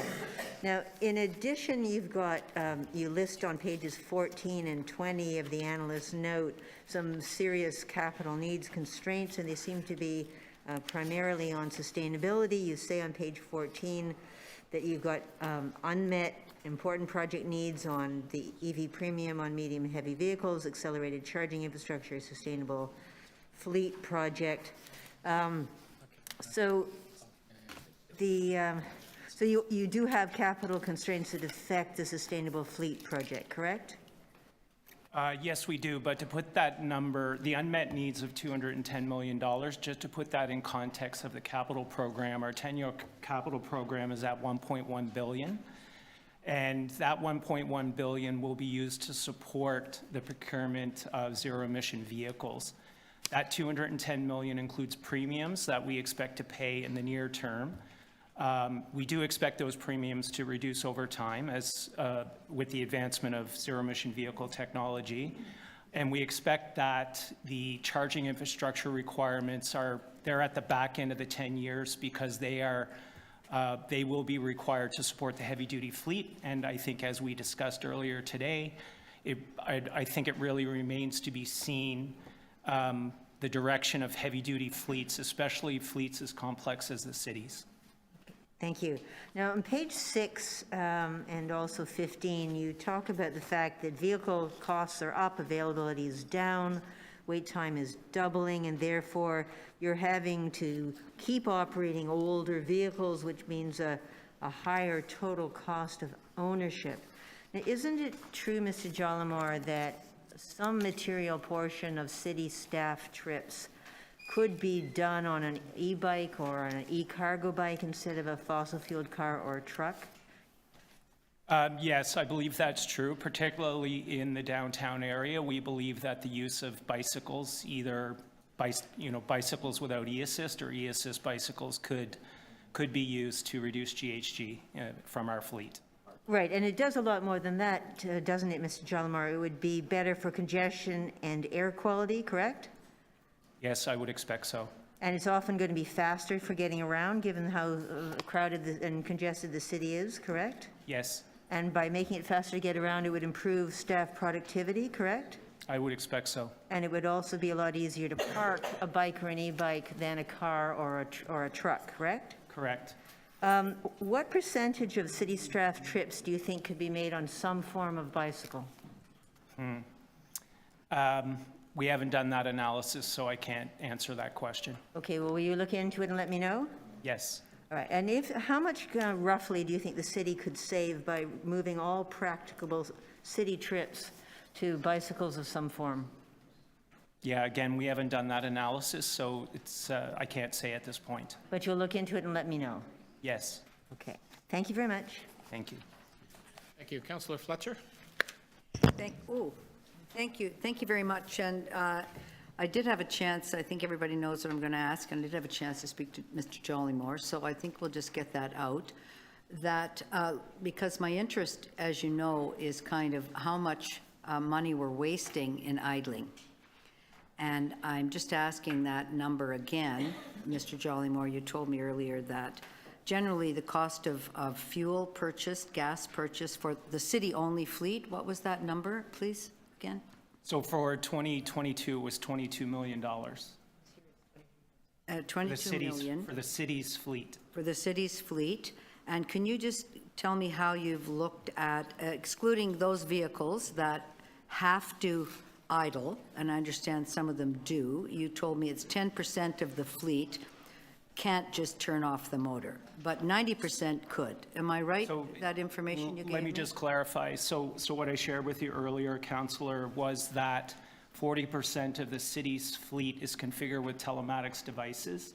We do collect idling data from those telematics devices. That represents about 40% of the fleet. The annual cost of idling is $270,000. Of the fleet that is configured with telematics, about 10% of those are equipment that are necessary to idle to undertake the operation for which they're providing service. So 60% of the fleet, you don't have that, but if you're to extrapolate that number across the entire fleet, just tell me what that is, please. It would be in the range of $500,000. So $500,000 in fuel that we're purchasing that's lost due to idling. Would I be right to put it like that? It would represent an opportunity for savings if we could reduce that idling. Right. So if we looked over the last number of years, let's take 5 years, I'm going to assume that we haven't used less gas 4 years ago. The fleet would pretty well be standard. Our fuel volumes have been reducing over time. There was a significant reduction during the pandemic. We expect it to bounce back to about 15 million liters this year. That would be down about 1 million liters pre-pandemic. So the difference in the pandemic, because we weren't doing all those things, but would you then say pre-pandemic to today, that would just be about the same number of liters, but there was an anomaly during the pandemic? Would that be right? There's a reduction. There's For an those overall years. reduction in fuel volumes. But pre-pandemic and now would be about the same number No, I'm saying it's a reduction overall. overall from pre-pandemic I levels. see. So I'd be right to say that we're even losing more than $500 million a year pre-pandemic because we were using more fuel and now we're using less fuel. I can't say that because at that point in time, we weren't collecting the data for Okay. telematics. That's fine. So if I was to ask for a briefing note on that, the 40%, the telematics, and that's just for the city's fleet. And how many vehicles are in the city's fleet? And I guess that includes everything. Everything. In the Garbage city's trucks, fleet, everything, yeah. it represents about 5,600, 5,700 vehicles and equipment. And if I was to add in other fleets, what are the other fleets? Every division has a fleet that's on its own? Larger, what are the 3 largest fleets? Yeah, so aside from the city's fleet, which includes all city divisions, as well as the Toronto Library, Toronto Community Housing, we have Toronto Police Service, and I'm just... Sorry to interrupt. Toronto Library has its own fleet. We manage their fleet. So that 5,600, Toronto Community Housing, Toronto Library are included in our fleet, correct? Yes, that's correct. Okay. And I'm trying to get you the number for the police service and for Toronto Transit Commission. So The TTC has 2,988 vehicles. Toronto Police Service has 2,046 vehicles. And you could look and say, well, some of these vehicles obviously have to idle, because they have passengers in them, but there would be a certain percentage of those fleets that actually you could save fuel. Would I be right to put it like that? I can't speak for the other fleets for which I'm not responsible because I don't understand the operating requirements of those vehicles. Yes, but the city can find out, obviously. I'm looking at Ms. Scioli, she's nodding, yes, we can find that same thing out. So just to confirm that we're losing about $500,000 a year in idling. And do we have a program yet? Last question. Is there any program that we have set out to capture that? I've been trying for years and I haven't seen one yet, so. So I think, no.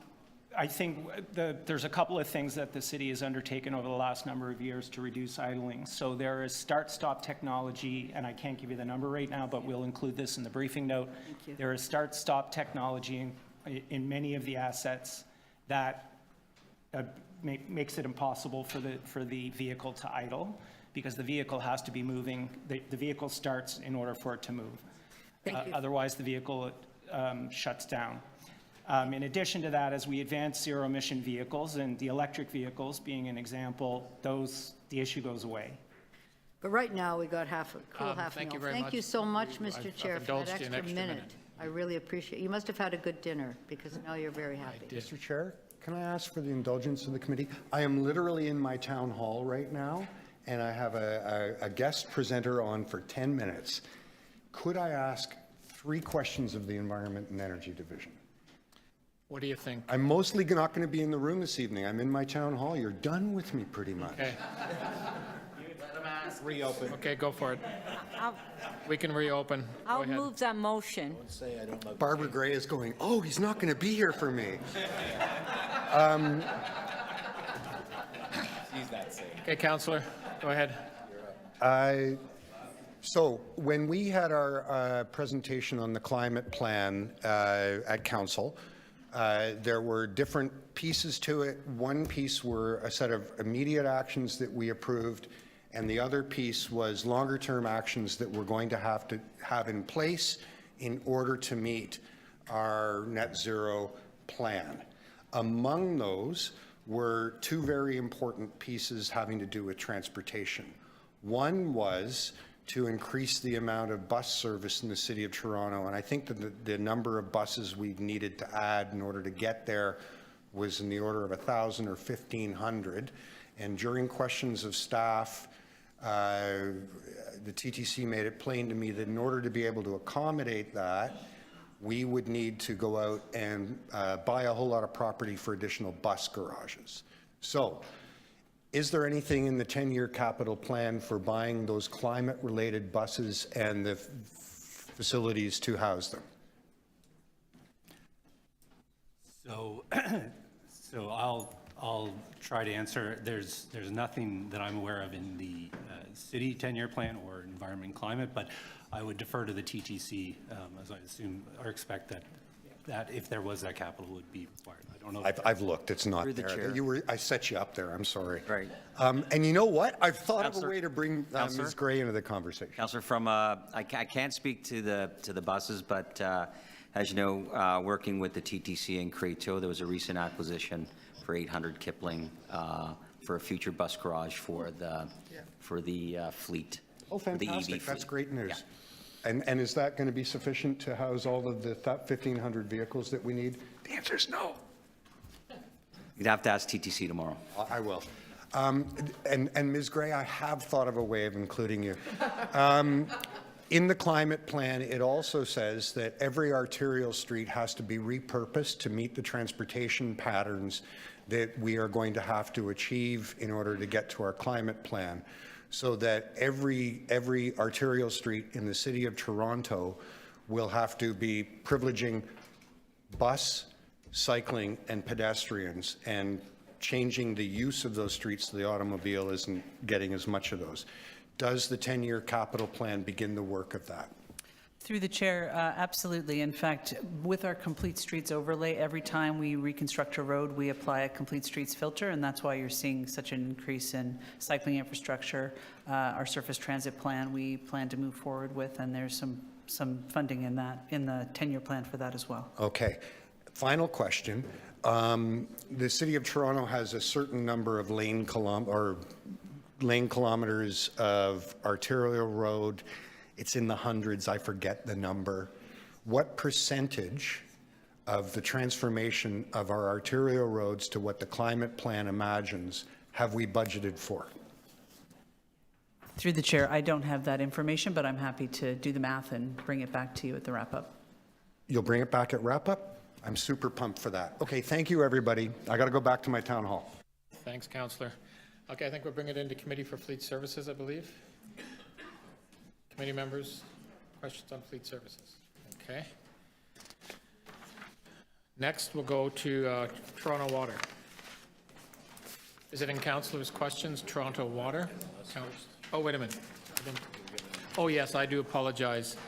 There's been a request to do MLS first from MLS. I'm just wondering if we can entertain that. It's a timing issue.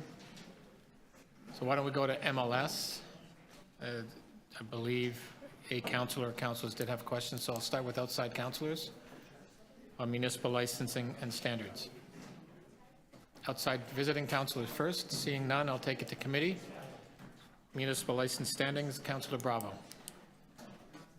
Thank you. My question is about Rent Safe TO program, about the funding that's allocated in 2023. How much has it increased over 2022? Thank you for the question. Rent Safe TO is a $3.7 million program. The increase from 2022 to 2023 was based on base increases for salary, wages, and benefits. So the increase this year is $140,000. Thank you. And the second question is about the budget, including the $3.4 million to MLS for the rooming house licensing. What percentage of this funding will go to support tenants who may be at risk of losing their housing if the rooming house operator decides to sell or to renovate to be in line with licensing requirements? Essentially, what supports will there be for tenants in this process? So thank you for the question. This is a partnership with MLS, Fire, Buildings, City Planning, Public Health, and the Housing Secretariat. We have a large stakeholder engagement plan in the first year. A lot of work with communications, working with landlords, with tenants, an appropriate handbook so they know what the rules are, what is needed, and the objective is to make them safe. The objective is not to make them cost prohibitive so that it leads to people being evicted. Thank you.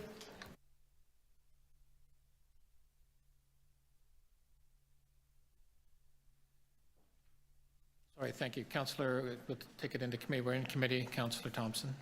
Thank you very much, Mr. Chair. Through you to Mr. Grant. Mr. Grant, can you tell me how this budget will address the issues relating to animal carcasses that have been found on our streets, and there's great amount of delay in terms of collecting the carcasses that are laying in our streets, in our neighborhoods, and we've had numerous complaints about them. So thank you for the question. We did have a heightened number of cadavers in our streets in November and December. We made a conscious effort to dedicate as many resources as we could to those. Our service standard is 48 hours. They do not cause a public health concern. They are, you're right, unsightly and may look as a nuisance, but we were able to get back on track, and our teams cleaned up over 950 cadavers in December. I don't mean to be argumentative or anything of that kind, but I just wanted to draw your attention to the fact that on numerous occasions that the sort of, as you said, I believe the term you use, it's sort of your service level, were not met. I mean, we have gone in a number of occasions, weeks, without the collection of these animals from our community. So I'm just wondering, as you pointed out, the sort of service level, was that an unusual situation in my case, and I'll speak specific to my ward, where we've had several of these complaints and the response time was not very well, if you will, I'll use that term. It was inadequate, to be quite frank with you. No, and Councillor Thompson, that is a fair statement. We did have ups and downs in our response times. This is unique work done by unique staff. It is a very small team. It is throughout citywide. And this work typically happens in the evenings when it's easier to pick up animals, when there's less cars on the road. So I understand that it's something we're well aware of. We are making conscious efforts to stay on top of these and make sure that we have the resources necessary so that we don't fall behind. It was a unique year with raccoon distemper in the fall, and that led to an increased volume, and this does happen. There are spikes in raccoon distemper in different parts of the city. This year it was more in Riverdale, and previous year it was in Etobicoke. Excellent. Okay, thank you very much for that. Just around noise. We continue to have, obviously, the noise bylaw is being reviewed and reports will be coming forward. I'm just wondering whether or not this particular budget here allows you to have enough inspectors to respond to many of the complaints that we're having around noise and the overall enjoyment of, one's property, community in general. And I'll draw your attention specifically to Thompson Park. You are quite familiar with that. Yes, I am. So the question is, do you have enough staff? Does this budget allow you to expand the service level to minimize those impact that is being caused to a broad sector of the community? So thank you for the question. Noise is a very challenging, and we spoke yesterday at ECDC that it is one of our top 5 complaints. I can assure you that we have a full team of officers, which is made up of a dedicated team of 26 officers that works citywide. We have a 3 dedicated supervisors and a district manager. What we need to do is use the data, and Thompson Park is an excellent example, and we've worked with your office on throughout the past summer and fall at Thompson Park on Saturdays and Sundays. It's really making sure that we're using data to go when we know the noise is happening and we know it's happening repeatedly. We are not able to resolve one-offs, but if it's a constant repeat that impacts the community, that is when we need to be out there, and we are focusing our resources on those types of properties. And just my final question to you, Mr. Grant, and thank you very much for your service. You are a tremendous asset to the city. With respect to the level of service, does MLS operate 24/7 as part of this budget process? Thank you for the question and for the compliment. We do not. We operate, I think it's more of a 20-hour from 6 a.m. to deal with things like construction and offloading, and then up to 2 in the morning on weekends related to noise. So I believe that gets us coverage, quick math, 20 hours, 19 hours, some in the ballpark. Okay, thanks, Mr. Grant. Thank you, Councillor. Councillor Nunziata. Yeah, thank you, and thank you, Councillor Thompson, for bringing up the question about noise. When it comes to weekend noise, and where we get a lot of complaints with people having, especially these Airbnbs, are having parties and, all night. So unless we contact MLS and set up a time for them to go out and investigate, like, nothing could be done, right? Because they're not there at night. They're not there at 2 or 3 in the morning. That's correct, and Right. It's important to note that our staff, and nor our budget, nor has it ever included MLS officers as immediate responders. We, again, try to focus on areas where repeat noise happens. We are not able to shut down a one-of party at 2 in the morning.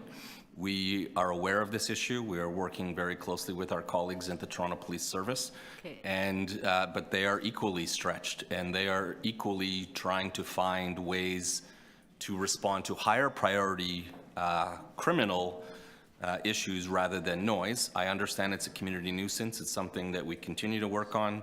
It's important for us to go with police.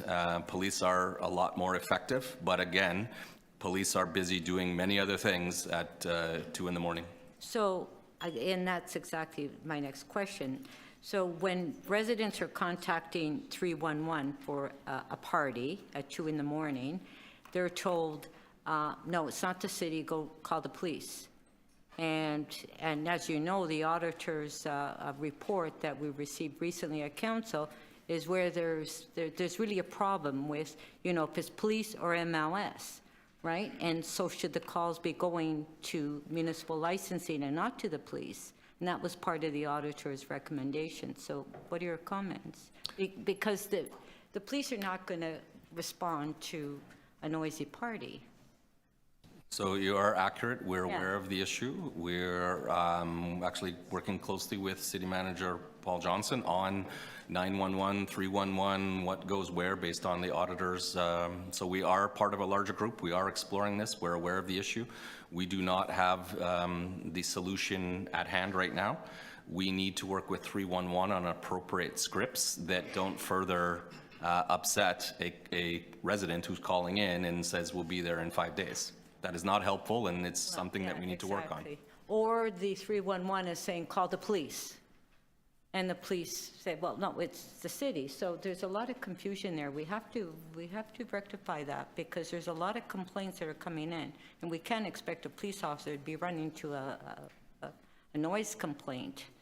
No, you're they're correct, busy but- with all these guns and people shooting each other. No, I agree with you wholeheartedly. I think but it's really important that we are not resourced to be immediate responders. We do not patrol. We do not have dispatch.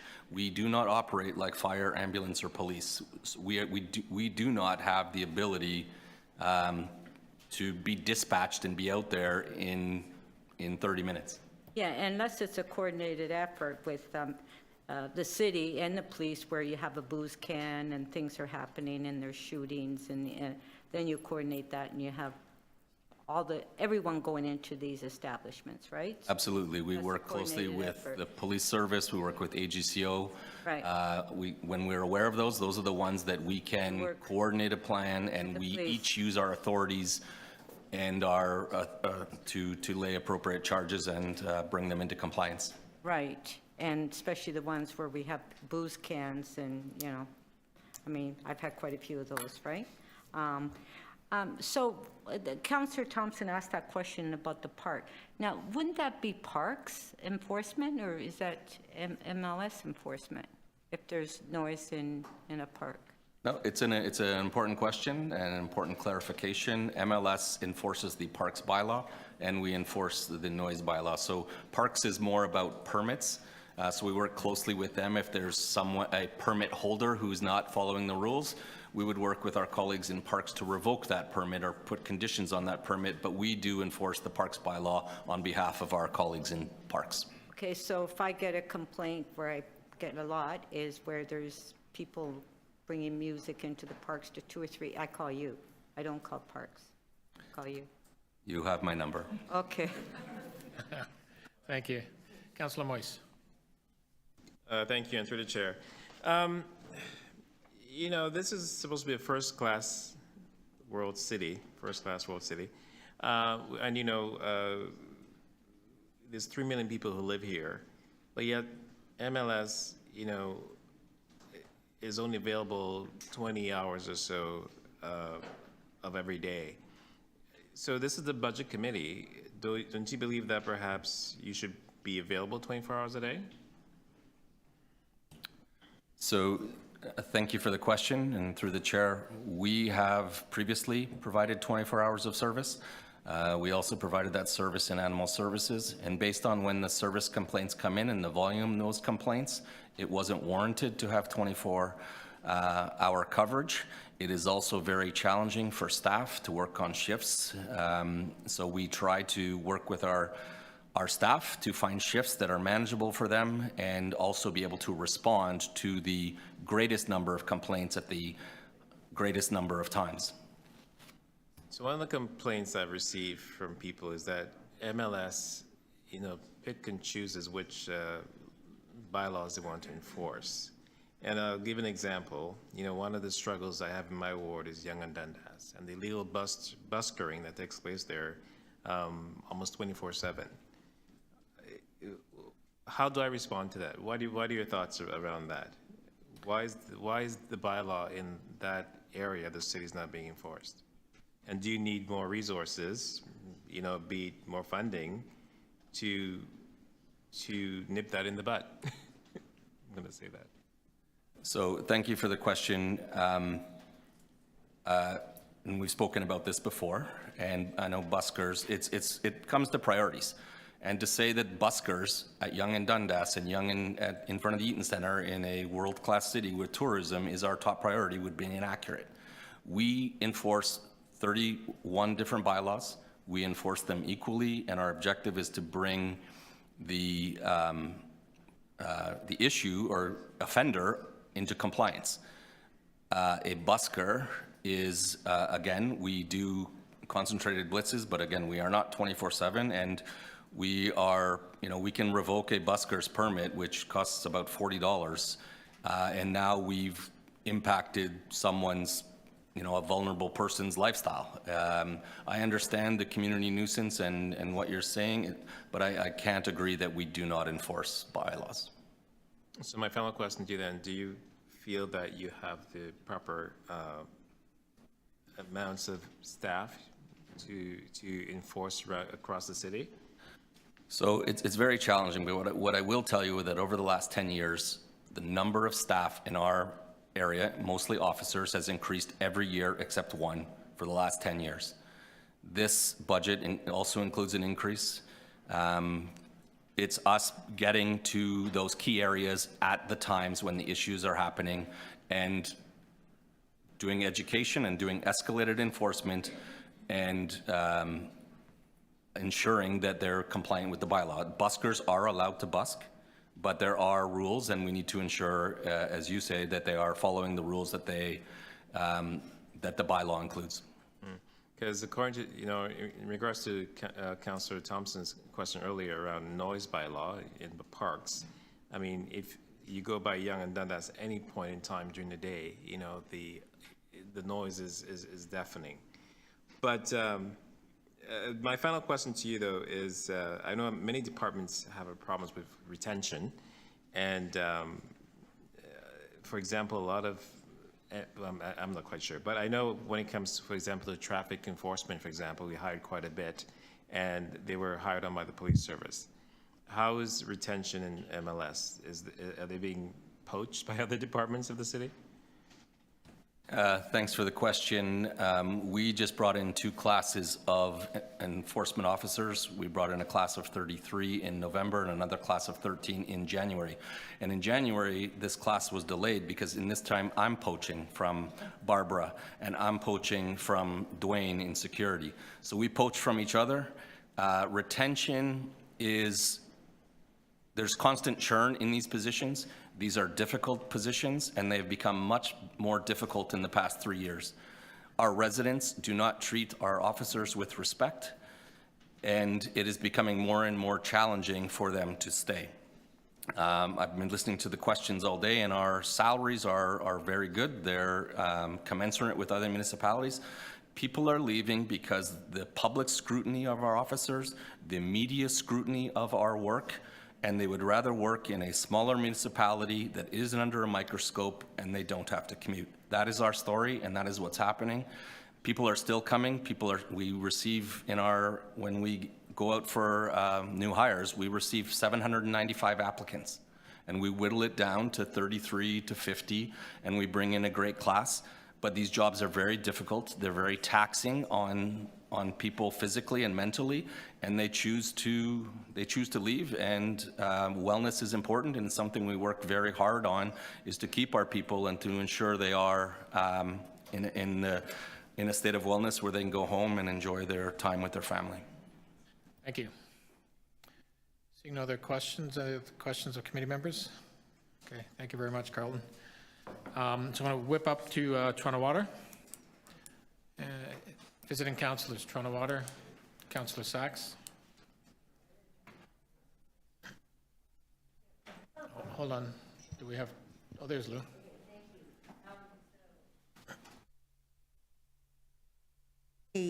As you say on page 3 of the briefing note, you've been making significant, consistent investments in the state of good repair for some years. It's important to keep the state of good repair backlog to a minimum in order to reduce total cost to the city, correct? Through you, Mr. Chair, that's correct. That's the premise of the rate increases that we had put in place many years ago, was to generate enough income to have a sizable state of good repair program, and that is something that we push forward as a priority every year.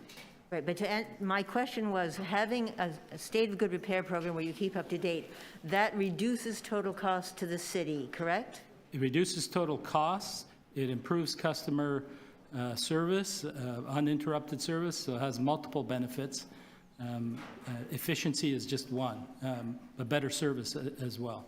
Okay, and as a result of all of those investments, on page 17, you report that your state of good repair backlog is 1.9% of the total replacement value of your assets. That's the best of the major asset classes in the city, isn't it? Through you, Mr. Chair, that's correct, because we've had such a sustained program for many years now. Right, and if we compare it, for example, to what's happening in transportation, we can see from the transportation note that their current state of report backlog is 13.5%, and they expect it to be 29% of assets within a decade. That would suggest that we're going to have much higher total costs and much less good service for the residents of the city over the next decade, correct? That would be the normal trend, is when you get into more emergency or reactive repairs as opposed to planned repairs, it's much more expensive, and you get a lot more interruptions from the service that you deliver as well. Right. And despite the very good level of good repair that you have and the huge amounts that you've spent on it, you're still seeing a steady rise in unplanned wastewater repairs, up from $23 million a year in 2017 to $38 million just 5 years later, correct? That's correct, Mr. Mayor. It's a recent trend that we've identified, and we've, in this budget, started to reprioritize our 10-year capital program to shift more money out of other categories where we have better performance on our asset class, and moving it into the sewer rehabilitation and repair side of our asset class. Yes, but one of the things it illustrates, I think, Mr. DiGeronimo, is that if we don't want to have rapidly escalating uncontrollable costs, we have to be investing in the state of good repair of our assets, correct? That's correct, and we use those indices to help prioritize and direct the capital that we do have in year to those high priorities. Sewers, we highlighted specifically this time because we have seen that dramatic increase over the last 2 years. Thank you. Thank you. I'll take it into committee. Councillors, questions? Councillor Crisandi. Yeah, thank you, Mr. Chair. Just, Mr. DiGeronimo, just a clarification. I'm looking at this total budget number of 15.5.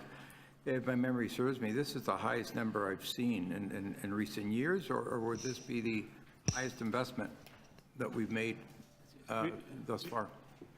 Through you, Mr. Chair, the 15.5 billion 10-year capital, is that the number you're referring to? That's correct, 15.5 Yes, billion. that is the largest 10-year capital program that we put forward.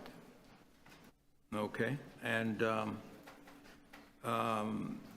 yeah, I've noted that you know, we've had a number of water main breaks up in my area, and I just wonder about those. If those are water main breaks that have already been replaced and updated, or are these still old water mains that haven't been, that should have been upgraded at this time? Where are we with the upgrades of the older model water mains? So through you, Mr. Chair, so we still have a ways to go to catch up on the water main side. Mm-hmm. That is an asset class where we've made some significant inroads. So that's part of the reason why I put that metric on within the analyst notes showing a decrease in the number of breaks per kilometer. So it has been effective, increasing the investments we've been making. However, the key thing when you're doing asset management, especially with long-lived assets as we have, it's not just age, it's also the type of material and the soils that they're placed in. You have to keep a state of good repair program in place indefinitely. And so every year you need to invest a sizable amount. We've got about $180 million going towards water main replacement and relining projects in this budget. Okay. Stormwater management, is that fully funded within this budget? Through you, Mr. Chair, it's fully funded from our assessment of what we're capable to deliver right now.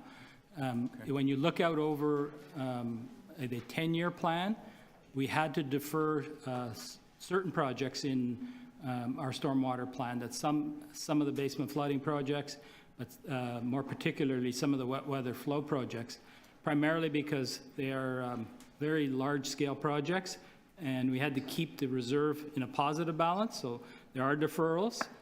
We won't lose those projects. It's about getting the money and moving them into the budget. Okay. Sorry. Somebody needs to go on mute. Okay. Continue. Okay, no, those are my questions. Anyway, it's a great budget. Thank you very much. Appreciate it. It's good. Thank you. Seeing no other questions, Councillor Nunziata. Yeah, so can you give me a status of Rockcliffe Hurricane Francis? Yes. Okay, so very quickly, that part of the city, it's a convergence of 3 different environmental assessments, one involving the Toronto Region Conservation Authority and Transportation, looking at the rechannelization and bridge works. Another EA that's local for the sewers, the Toronto Water is doing for basement flooding, and then a much larger Black Creek sanitary trunk sewer system that goes all the way up to the north of the city and looks at the major trunk sewers that we need, and it runs right through Rockcliffe. So those 3 environmental assessments are all coming together at the same time.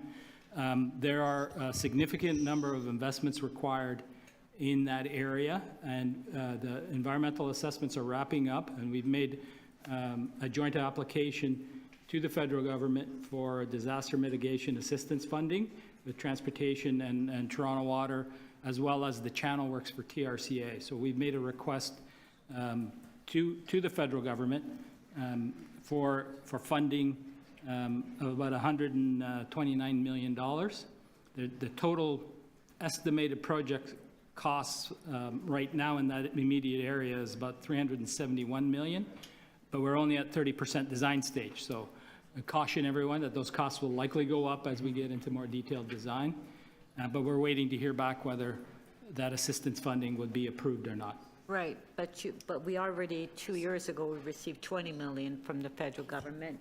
That's correct. We're also asking the provincial government on a motion that I put through council, so we're hoping that the province would step up as well on the same project, correct? That's correct, and I think the best strategy is for us to hear back from the federal government. If that application is successful, then I believe it warrants that we go up and see someone at the province to see if they would join in and make it a tripartite agreement to look at funding that work, because that work does include floodplain protection. That's the TRCA's role, of which the province has some responsibilities as well. Right. And I believe that funding will be successful. Thank you. Thank you. We'll go on to the next, Solid Waste Management Services. Councillor Sachs.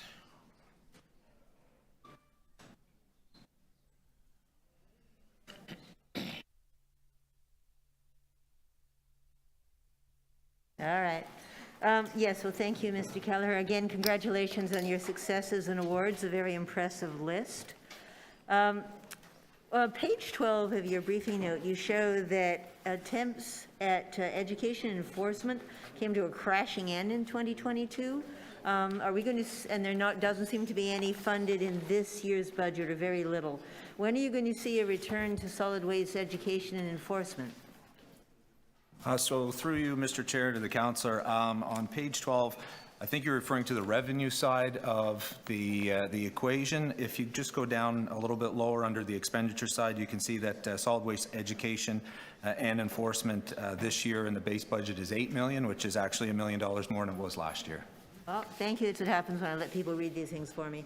On page 9, you mentioned the solid waste strategy, and there was when the solid waste strategy was improved in 2016, it was due for a 5-year review, which would have been 2021. Are we going to see that solid waste strategy review report back to council in 2023? Through you, Mr. Chair, to the councillor, we're currently working on the strategy review, and our plan is to bring that forward to council late 2023, 2024. The reason why it was delayed is because of the provincial mandate on extended producer responsibility, which has really changed the nature of our business on recycling. So now that those agreements have been signed, we can implement that into our next phase of the strategy and bring that back to committee for approval. I'm glad you mentioned the provincial changes. Do you have the resources that you need in this budget in order to prepare for and make that transition go as smoothly as possible? Through you, Mr. Chair, the councillor, we have all the resources required to successfully transition the blue box system. We have an agreement that's been executed that will provide for a seamless transition with full cost recovery of our recycling system for solid waste management services, with no reduction in staffing levels, no adjustments to curbside delivery of service, so that it will be a seamless transition July 1st, 2023. And is the city going to be left with stranded assets? Through the chair to the councillor, at this point in time, from 2023 to 2026, we're not anticipating to be left with any stranded assets. But we don't know what happens after that. So through you, Mr. Chair, to the councillor, we are providing a report to Infrastructure and Environment Committee at the end of this month, seeking direction on negotiation guiding principles for entering an agreement with the producers for 2026 and beyond. So if we are successful in first getting council's authority and buy-in on those negotiating principles, and then negotiating an agreement as successful as the team has done now, I don't envision that we'll be left with any stranded assets. So we have more than $10 million in assets which may or may not be able to be continued to be used. Okay, that's not a question. Do you have in this budget several programs that were expected but don't seem to be listed? For example, the waste reduction community grants, are they going to continue, and are they funded in this budget? Yes, they are, councillor, and I have a full briefing note that's available for you on all of the programs over the past 5 years and the delivery and number of community service hours and funding that solid waste management has provided to the community. So just in brief, it's upwards of $7 million for the community programs, and we have tens of thousands of hours of community volunteer time to support all those initiatives with community organizations. Well, thank you. I look forward to getting the briefing note, and that'll deal with the waste reduction community grants, the community reuse programs, the textile waste diversion, and food waste reduction? It will have all those in there, councillor. Thank you. Now, we have a huge problem with litter in the city. How much do you spend on litter, and how much of that is attributable to disposable food takeout containers? So through you, Mr. Chair, to the councillor, we spend upwards of $40 million per year on litter collection and city beautification.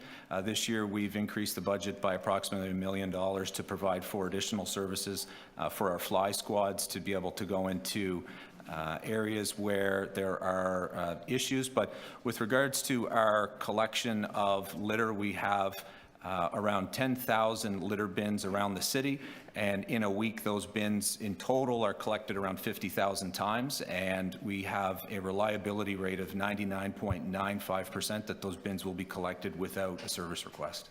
I know, but you didn't answer my question. What percentage of it is attributable to disposable food containers? Through you, Mr. Chair, to the councillor, I'm not sure, to be honest, but we can look at some of our litter audits and get back to you with that information. Thank you. Thank you. Inside, we'll come to committee. Councillor Moist, then Ziada. Thank you. Through you, Mr. Chair. Councillor Sachs did ask one of my questions, but really I want to come back to it again because I have to say that the downtown core has a lot of garbage everywhere. I'm not quite sure. I don't think it's being well kept. I feel that perhaps whatever you're doing, you need to do more of it. I know you said that you've increased the budget by $1 million, but I'm not even sure that's enough based on what I'm seeing and the complaints I've been receiving. So again, there is a question, I'm sure, in there somewhere. I just wanted to voice my concerns about that because again, you know, I want to make sure people come back to the city and enjoy it and use the open spaces. So are you going to focus on the downtown core, make it cleaner and more welcoming? And do you have the resources for that to happen? So through you, Mr. Chair, to the councillor, it's an absolute focus of the division to make sure that the litter bins are collected on time, that the streets or the sidewalks are swept and the lanes are cleaned and the bikes are removed and graffiti's removed and that the weeds are removed by solid waste. We do have very high service standards within the division, and meeting those service standards is absolutely critical for us to make sure that the city is welcoming. We do service different areas of the city in different frequencies, as you can quite well imagine, just due to the number of people and the time of year. We are focusing a lot of our efforts on that, and we can definitely throughout the year report back to you on some of the successes that we've had through our increased efforts and fly squads who go out to manage those hot spots. And we also work very closely with transportation services, MLS, and parks in all areas of the city to ensure that it's clean and welcoming. Well, I hope you also work with the council's offices as well, because we know where the hot spots are. But my second question is around the garbage bins. I mean, a lot of them are broken, and I have to say a lot of them overflow because I walk by them every day to come here to work. You also mentioned that they are attended to quite regularly, but a lot of us don't see it, quite frankly, because I receive a lot of complaints about it. What are your thoughts about that?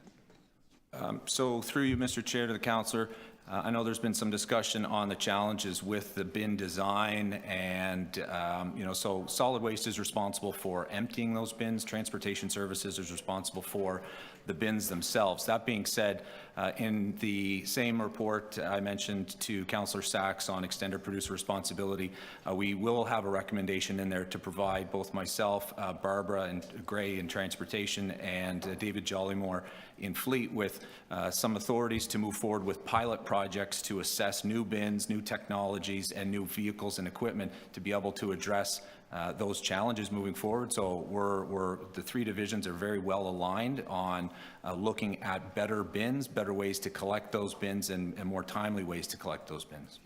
Okay, thank you. That's it. Thank you. Councilor Nunziata? Yeah, it's also a lot of litter in the suburbs as well, not just downtown. So I mean, the question was asked about the bins, and I think we discussed it, was a year ago, that transportation is to look at, because a lot of them are broken throughout the city. I mean, they're disgusting, actually, these Astra bins. Do we still have the litter hogs? In downtown and in the suburbs, yeah? Councillor, can you speak into your mic? It's hard to hear you. Yeah, sorry, it's just that when they're behind me, I hate to speak. Yeah, the litter hogs. So have we expanded that at all? Like, are they just in certain areas now, just in the business area, or are they in the residential area as well? So they're mainly within the BIA areas and downtown core. And again, looking at those partnerships with other organizations to keep the sidewalks clean. We do have a lot of bag and broom folks, and especially in the summertime in the major areas, but we can definitely look at some of the challenges that you have in your ward and work to address those. Yeah, I think maybe we should look at, maybe I mean, I don't know what the shift is, how often they are in the BIA's area, but maybe they can go out, you know, in some of the streets, because really there's a lot of litter on all the streets, right? Last year, was it last year or 2 years ago, where we eliminated the waste calendar? Was it last year? Yes, it was, Councillor. Okay, so, yeah, so did you get a lot of complaints on that from the community? Through you, Mr. Chair, to the councillor, I haven't received a complaint. We actually did a public opinion survey on the transition from the calendar, the 21 different calendars that we produced, to a standard one calendar that went in everybody's utility bill. And generally speaking, the residents that were surveyed liked that format much better. And with it being approximately $500,000 cheaper to move to the electronic form over the 10-year plan, it provided $5 million to our capital program. Yeah, I don't think I received any complaints either. I know that we were debating that. Also Environment Days, so that's in the budget. We'll continue with the Environment Days, correct? Correct, Councillor. So again, this year, we are providing 2 Environment Days per councillor. One for the mayor, so 51. But one of the learnings that we took from COVID-19 is we used our transfer stations for community environment days as well, and we're continuing that this year. So we have a total of 58 community environment days, and on average, there's around 350 individuals that use those, and they're very well attended and appreciated by the community. Okay, thank you. My last question is, we added a fee on bulk pickup, you know, for mattresses and furniture to every household, correct? And I think there was a certain amount of units in a building. So we still charge that, right? That's correct, What was Councillor. that? I think it was a few years ago. Was it $8 or $10? I believe it's up to around $19 now. $19? And it's increased over the past 4 or 5 years. Okay, so, and that's been successful as well, right? It has. Yeah. So people are actually putting out their furniture and their toilets and everything on the day that, you know, we pick up the bulk pickup. Okay, thank you. Thank you, Councillor. Seeing no other questions, we will now go to city planning. Visiting Council, City Planning. Seeing no questions from outside members, I'll take it into... Mr. Chair, I think Councillor Malik talked to you. She wished for me to ask her questions. On city, I thought it was on, was it on City Planning? There's one on, a couple of questions on city planning and a couple of questions on Waterfront Revitalization, and she's unfortunately in a Oh, I committee didn't meeting. realize there was someone, okay, so we're in committee now, you're up. Okay, thank you. On behalf of Councillor Malik, concern has constantly been raised over the continual loss of staff to the private sector. This budget seems to only meet inflationary raises. What actions are being taken to keep planning staff working for the city? Thank you for the question through the chair, Councillor. You may recall that in December, at the December City Council meeting, there was a report on the issue of staff retention and compensation. That report was approved and is currently being implemented. I think that will, in part, address some of the issues that we identified last year in a comprehensive report about staff retention, but generally speaking, just the competitiveness of the planning field and the engineering field and other fields at the city where we're facing stiff competition, especially from other municipalities in the GTA. We can't necessarily hope to compete with the private sector always, but that report did include the hiring of more staff to implement the impact of Bill 109, and includes hiring more planning staff as well as other staff in other divisions. Perhaps you've addressed part of this, but Councillor Malik's second question is saying that on page 4 of the briefing note, or the analyst note, it says that only 27% of complete OPA rezoning decisions were reached within 18 months, and only 66% of complete or incomplete notices were sent within 30 days, despite both having an 80% target. How will this budget be able to turn these numbers around?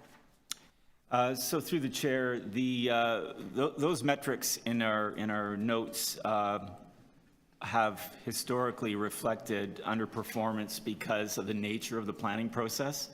We can typically get a notice out to an applicant when the application is complete within 30 days. Our performance on that is pretty good.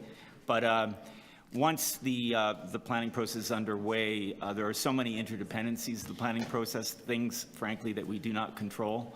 And that is a characteristic of the planning process, and council ultimately does not always control the decision if the matter is appealed.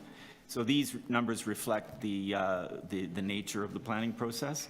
I will say, however, as we indicated in the report in December, that the province has changed the legislation and requires us to make decisions faster. And if we don't, there will be financial penalties to the city. So we are, as we outlined in that report, revisiting a lot of our planning processes to condense the extent of the process, but also to front end the process more without sacrificing meaningful engagement and quality outcomes. And Councillor Malik's third and final question to you is, the backlog on heritage conservation districts have continued to grow during the pandemic, yet the budget for heritage has decreased to $4 million compared to $7.2 million pre-pandemic.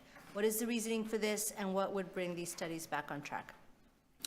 The the slight reduction in the heritage amount, we tried to reset the budget around our ability to perform, our service level, if you will. So it was, I think we took one heritage HCD out of the list, if I recall correctly. So we're still aiming to complete some of those in 23. I will comment, however, though, that the province has also changed the rules on heritage designations. Bill 23 included some extensive changes to the heritage rule book, if you will, and we will be reporting to Planning and Housing Committee on the impact of that in the next meeting or two, because it will impact our ability to designate districts as opposed to getting after a backlog of listings. If we do not designate buildings, we may lose the ability to conserve our heritage resources. On behalf of Councillor Malik, thank you. Thank you. Any other councillors? Questions of planning? Councillor Moise? Thank you, through the chair. So the chart on page 3 shows how many housing units were approved by the end of October 2022. Do you have an updated number for us? To the end of the year, it's approximately, if my memory serves me, about 11,400. And that is residential units issued through our notice of approval conditions, which is the very last part of the planning process. The rezoning numbers are much, much higher, Councillor. For example, in July 2022, Council approved 25,000 units in one meeting. Okay. Let's pivot a little bit. Your department is one of the ones that have a lot of problems in retaining staff. You know, the city hires them, trains them, which is a cost to us, and then the private sector, you know, grabs them. What are we doing to hire and retain planning staff? I mean, as far as I'm concerned, I think you're essential service, and we need to do whatever we can to make sure that, you know, you have a full complement. Through the chair to Councillor, as I indicated in a previous answer, we had an extensive conversation last year, and there was a request before the election we had a report, first of all, a request to report, and we did report in July on our retention challenges. And rising out of that was a direction to negotiate with the union around our compensation, and that was undertaken in the latter part of 22 and is being implemented by virtue of Council's approval in December. So that compensation aspect of retention was being identified through exit interviews as one of the concerns that we had to address as in a kind of a hard-to-fill environment that we have in those disciplines, in planning disciplines and other disciplines in the city. I believe other parts of the operation or the organization have been challenged with the same issues. And I think we're following and have been following a constant attempt to hire. We've been aggressively or assertively running competitions all last year, and continue to do that this year. And also, I think the whole issue of making sure that we see a result from all this activity. Our vacancy rate has come down, and so we're seeing some results. We've got a big job ahead of us, and this year with hiring the number of people who council have authorized, and we have setting up a dedicated team with people in equity to resource that effort. So we've got a road to travel, but we have, I think, turned the corner on addressing some of our retention issues. You know, I must apologize. It's getting late. I'm a little tired, so I'm having difficulty concentrating. But just to go back to the salary piece, is it comparable to the private sector? Because the problem will continue if we don't pay our planning staff what they're worth. So again, I think if I may, refer that question to Mary and People in Equity. Thanks very much through the chair and Councillor Moyse. We don't propose to pay exactly what the private sector pays, although it is a competitor. But when we did go out to do our research with an external compensation firm, we did use partial comparators of the private sector. So although we don't want to be at the 50th percentile of the private sector, we have used private sector comparators to come up with the salaries that we have.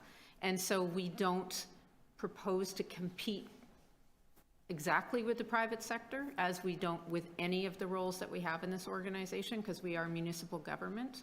We do this year, which I have just come into, there's been a very, very strong effort to look at very specific roles that we do lose in some ways to the private sector, city planners, engineers, project managers, our legal team, so that we are at least more competitive. Are we at, the 75th percentile of where the private sector is? No, and that's not where we aspire to be, nor can we afford to be. But people also join municipal government because they want to be here. So there are different things you get from different kinds of organizations. So I don't know if that answers your question, but that's kind of our background. Thank you. Any other committee members? Okay, Councillor Thompson, sorry. Yeah. Thank you very much, Mr. Chair, through you to Mr. Lintern. And Mr. Lintern, I apologize, I won't turn around because then folks won't be able to hear me as well. But I just wanted to ask a few questions around the issue around certainty as the planning process unfold with an application. And I'll give you the example. I've had repeatedly applications that have come forward where a planner on the file has started the process and has gone through varying stages, and for whatever reasons the planner changed and a new planner comes into being on the file, and whatever had been agreed upon with the old planner seems to change for the applicant with respect to the new planner. So I guess my question for you, as part of the planning process, do we have sort of a planning protocol, sort of a checklist that planners go through that would be consistent with respect to if a change took place? Through the chair, Councillor Thompson, I would acknowledge that dynamic, especially with sometimes with turnover of staff. And it's something that has to be actively managed. I think certainly that's the role of managers who are overseeing the application review process with their teams of planners. I think what's important is some of the operational changes that we are continuously implementing, including issue identification early, a checklist with applicants. That is something that we use and are making more robust as we roll out the new operating model. So people are aware of what the issues are. Those issues are tracked, they're known, and through the circulation process ultimately resolved, hopefully, so we can get to a position where we can recommend a project. And that involves technology, it involves active management, it involves clarity around process, around issue identification, and it's something that we have to continuously keep our eye on. So, that being said, would you recommend then, as part of a process, through a PPR process or a informal gathering where people can sit and talk and have a conversation about an application before a full submission has taken place? Would that help? Through the chair, yes, Councillor Thompson, and that's something that is being stood up more consistently across the city. It's being modeled now in Etobicoke, York, and has been for over a year through the C2K support that we are getting on application review teams. And the whole intention here is, as we move toward a mandatory pre-application process, which will come into force April the 1st this year, is to require pre-application meetings with applicants, issue identification, circulation of checklists, a lot more rigor and discipline being inserted into the process around and making sure that we get at some of the issues that you're identifying in your questions. Thank you very much for that, because I've found, with respect to my office, when we've gone through that process and bringing people together with your staff, we tend to get a better result and better outcome. So I'm really pleased to hear that you are looking at putting in place that process. And I guess my final question to you, and again, it's just a matter of trying to figure out as we relate to budgets and we're able to bring in a concern about our experiences and so on. There are times when staff will give an answer to an applicant. And by the way, we have brilliant staff. Let me be very clear about that. I'm not criticizing them. I'm just saying the sort of feedback that I've had from applicants where, for example, there is a secondary plan matter that wasn't discussed with the applicant. Later, when they thought that their application would be finalized, it's oh, by the way, you forgot to do this, or we bring something in as part of the checklist. So the applicant now has to go back and revise and go back and spend more monies and so on, and there's a whole further delay. Just wondering, how do we continue to, how do we reinforce sort of the changes that are necessary? And I know maybe that's part of the reason why the province made many changes to the planning process, what is now affecting us as a city. I'm just wondering, how do we address those? I mean, what checklists, what sort of system do you have in place to ensure that's reviewed, whether or not through the director and or managers? So through the chair, yes, Councillor. I mean, I think the pre-application process that is being implemented and will become mandatory April 1st will go a long way to having everyone work off the same list of issues, the same matters that need to be resolved. It is a question of clarity in, clarity out sometimes. Both sides can become a little bit guilty of what unfolds through a planning process. So making sure that we have clarity on both sides, really robust communication, as you said, employing the old-fashioned device of getting together around the table sometimes goes a long way. Thank you very much, Mr. Lintern. Thank you, Mr. Chair. And thank you for your leadership. Yeah, just on that point with Councillor Thompson, I agree. So when you meet with the applicant, you have, to check the checklist. All the divisions are at the table. So if there's any additional information that the city is asking, it would be said at that time during your meeting, not 2 months later and said, I forgot to tell you, you need something else. So through the chair, yes, that's the whole intent, and Yeah. that is what's in place now in Etobicoke, York. I will say that part of the reason for a process is to discover issues. And oftentimes there are kind of sleeping issues that are revealed maybe 2 or 3 months later. Oftentimes the city, through a functional servicing report, will only determine that there is a servicing issue once we have really, really good information that comes in through that engineering report. And when our engineers are able to decipher perhaps inadequacies in that engineering report from the applicant. So I would just stress that it's on both sides to make sure that this process performs as well as it should. Yeah, but I guess what's frustrating for the applicant is in the delays, that it takes months for us to, there's an issue here, there's a problem here. Absolutely. And now, when we talked about Heritage District, so any districts that we've been working on for past few years, they're going to proceed, am I correct? I'm talking about the western one. Yes. That won't have any impact on any changes, right? That's there, and where are we? Yeah, I will. Been 5 years. Let me just take a second to confirm the status of Weston. I believe, if my memory serves me,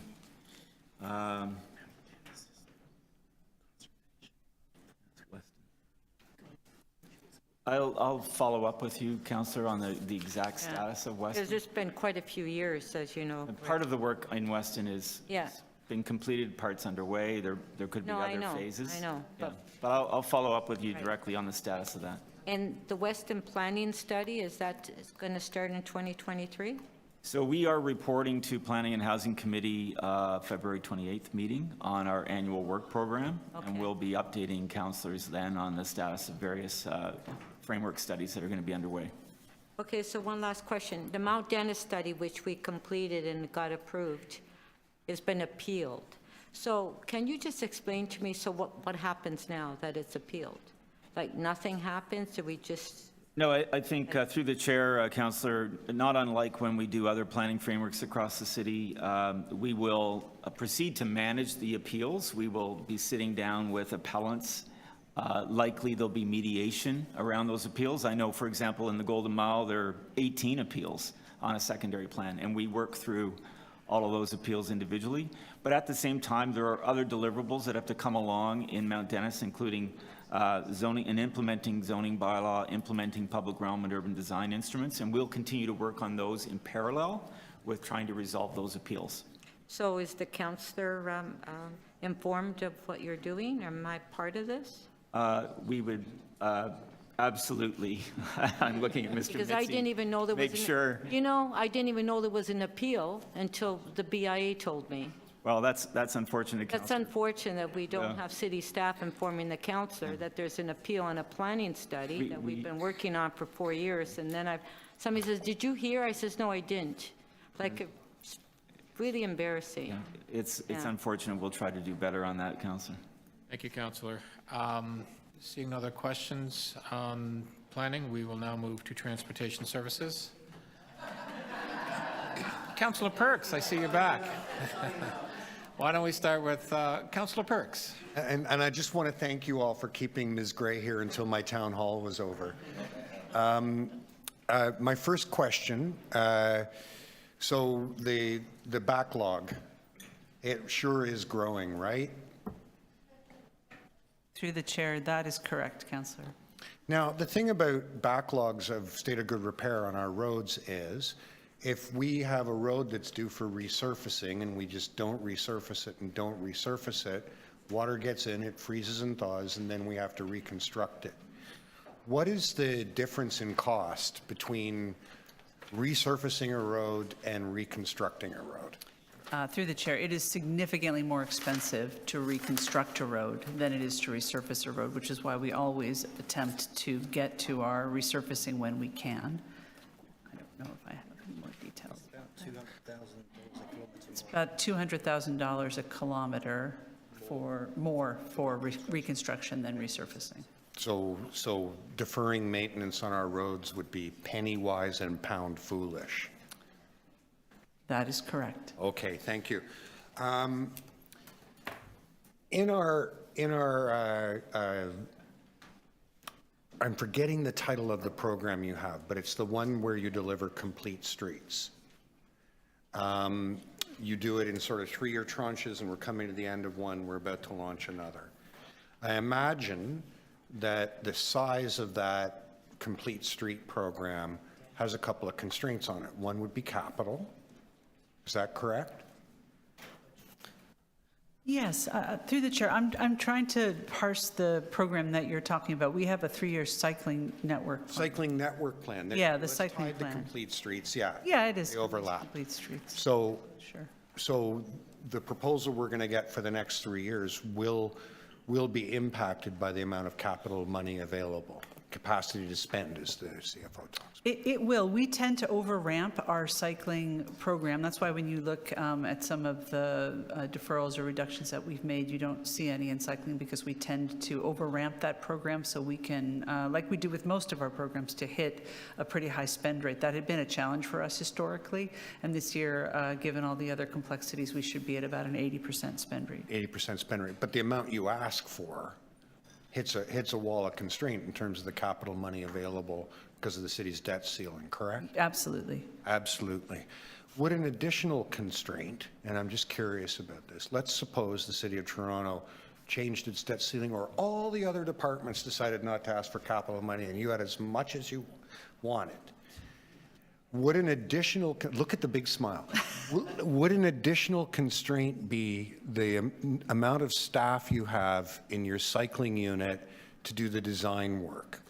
Through the chair, so we have actually hired up pretty significantly in our cycling unit. I would say a bigger constraint would be coordination amongst all of the other capital works and impacts related to construction that have a challenge, that create a challenge for us to deliver our capital works on major corridors. And that's where we do a lot of those programs for complete streets, where we get sort of the most bang for the buck is on our biggest arterial corridors.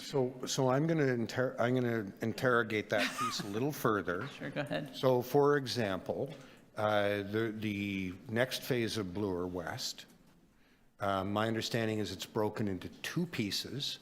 One piece to be delivered in year 1 and the second piece to be delivered in year 2. And the reason why it isn't all being done in 1 year is a design constraint, design staff constraint. We simply don't have a big enough team to design the whole thing and do it in 1 year. I've been told that. Is that accurate? Councillor, through the chair, we're seeking to look at ways to be able to design the entire segment to 6 points per the last briefing that we had with you. So we'll certainly be coming back the next time we speak. But we did note it's both a design constraint as well as a constraint in terms of the level of community engagement for a longer stretch that's required. And so there's a lot of boots on the ground and door-to-door work that we do to design each component. So it's both design and engagement that really constrains the ability to. So you're constrained there. You're constrained there. Yeah. And I would say that as a staff. 25 seconds left. So if some members of the community have noted that we are not rolling out the bike plan to as fast as we had originally hoped, how much additional staff resource do you need in dollar figures in order for us to catch up and get back on track? Councillor, I would say we are on track. The 2019 to 2021 cycling network plan had a goal of 65 kilometers during that period, and we delivered that. The 2022 to 24 cycling network plan has a goal of 100 kilometers through that period, and we are on track to get there with what we built last year and what we are intending to build this and the next. So we do seek to expand our delivery rate, but in terms of the goals that Council has endorsed, we are on track. Thank you. I'll take it, Councillor Sachs, I think you had, and then Deputy Mayor McKelvey. All right. Yes, thank you very much. We already had some exploration of the question of the backlog, but I see on page 20 of the briefing note that the state of good repair of Toronto's transportation assets is an order of magnitude worse than the state of good repair of the water system, correct? Through the chair, that's correct. And in fact, what you're predicting is that there's going to be a steady deterioration of those roads from $3.7 billion worth of backlog right now to over $7 billion worth of backlog this decade, correct? Correct. And that will greatly increase the total cost to the city and particularly to tomorrow's taxpayers, correct? That is correct. And it will also likely cause significant inconvenience to residents and businesses? That is correct. And we know that when the roads are in very poor condition, it's less attractive for both tourists and the economy, correct?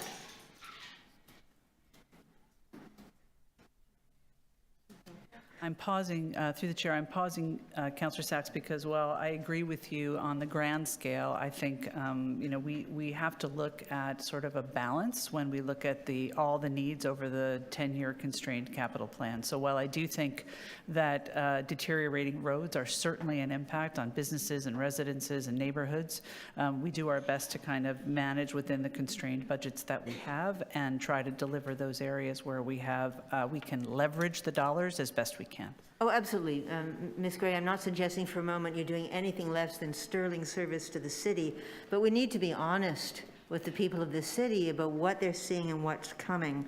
So this huge backlog, failure to do maintenance when you know you should do it and want to do it, that increases the risk of catastrophic failures like the Dundas Street sinkhole, correct? Through the chair, the Dundas Street sinkhole was based on a variety of different issues. So the pavement condition was not one of the issues there. Okay. But it does increase the risk of catastrophic failures associated with the roads, correct? I think that the lack of investment over a long time that leads to a huge SOGR backlog does certainly make it more complicated and more difficult to maintain the assets in a safe and manageable condition. And is it fair that Bill 23 is one of the reasons why you're predicting such an enormous increase in lack of good repair? I don't, through the chair, I think the issues for us are more around funding level, the capacity to spend and coordinate the work amongst all of the different issues, including the major projects like our coordination with Metrolinx and private development, and then generally the network impacts that are a result of doing the actual construction. When we do actual construction, we have to shut down the roads, and so that's a significant impact on the network. Ms. Gray, isn't it true that it's much cheaper for the city when people get around on foot or by bike than when they drive a car or a truck? To the average homeowner? I think that depends on people's lifestyle choices. Certainly, it is a lot less expensive to walk or cycle than it is to have to pay for fuel, if that's what you're getting. Okay, my question was cheaper for the city. It's cheaper for the city to provide to get a certain number of people around on foot or by bike than it is to have them driving, correct? Sure. Okay. Now, one thing about the increasingly poor condition of the road surface is it means a lot more potholes, correct? That is correct. And potholes and other hazards may not be much of a problem for a truck, but they can be life-threatening for a cyclist, correct? Potholes are definitely a huge issue for cyclists, as they are for all travelers on the road. Have you made any provision in this budget to compensate cyclists who are injured by the deteriorated road surfaces? Anytime that somebody has an impact, they are certainly able to work through our claims process to bring that forward, and that gets evaluated. But did you increase the budget to provide for increased claims? I don't believe that we did. Okay. No. All right. Now, you've got a parking strategy that's due this year. Is it going to include an EV charging rollout? The EV charging rollout is going to happen in partnership with our colleagues at Environment and Climate, as well as TPA. We will certainly be talking about EV charging with those two, but I don't believe it will be a focus of the parking strategy as per se. Will your parking strategy address parking levies and the urgent need for that money to support the TTC and other mobility requirements? We are just in the beginning of putting together an RFP for a consultant to do that work. We are going to be doing a number of white papers, and if there are issues that you have an interest in, we're certainly willing to bring those forward. Thank you. Deputy Mayor McKelvey. Thank you, Mr. Chair. I want to focus on capacity to spend for a minute. So remember when I was first elected 4 years ago, I think you did a big recast of the way you do your capital budget and really took a good grasp of capacity to spend. So where are you at with that now? Through the chair, so thank you, Councillor McKelvey. We continue to focus very much on our capacity to spend. This year was quite challenging, actually. We've been in about the high 80s or 90 or mid 90s in terms of our overall capacity to spend. Certain programs have higher numbers than others. Like I think last year we did 99% on our Vision Zero spend.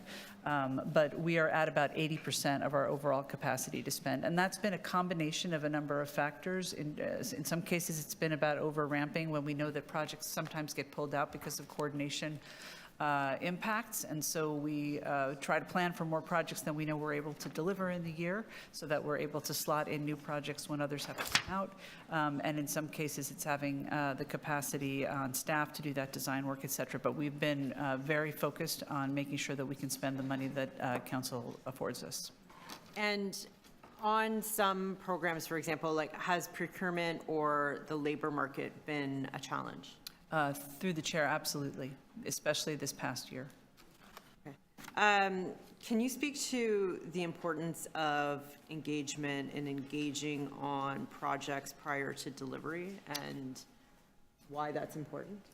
Yes, so through the chair, we spend a lot of time, and I think Jacqueline referenced it in the response to Councillor Perks earlier on sort of on-the-ground engagement with communities. Some of our programs are sort of more popular than others, and I think require a very deep level of consultation. And we also are working very hard to ensure that we're reaching out to equity-deserving communities. So we do lots of consultation on our complete streets and cycling projects. We do lots of consultation on our surface transit projects, especially those projects that are really going to reshape the way the roads are used. We spend a lot of time on consultation with the community, and I think it's critical because we really want people to understand what's happening not only in their neighborhood, but how that impacts the broader network as well.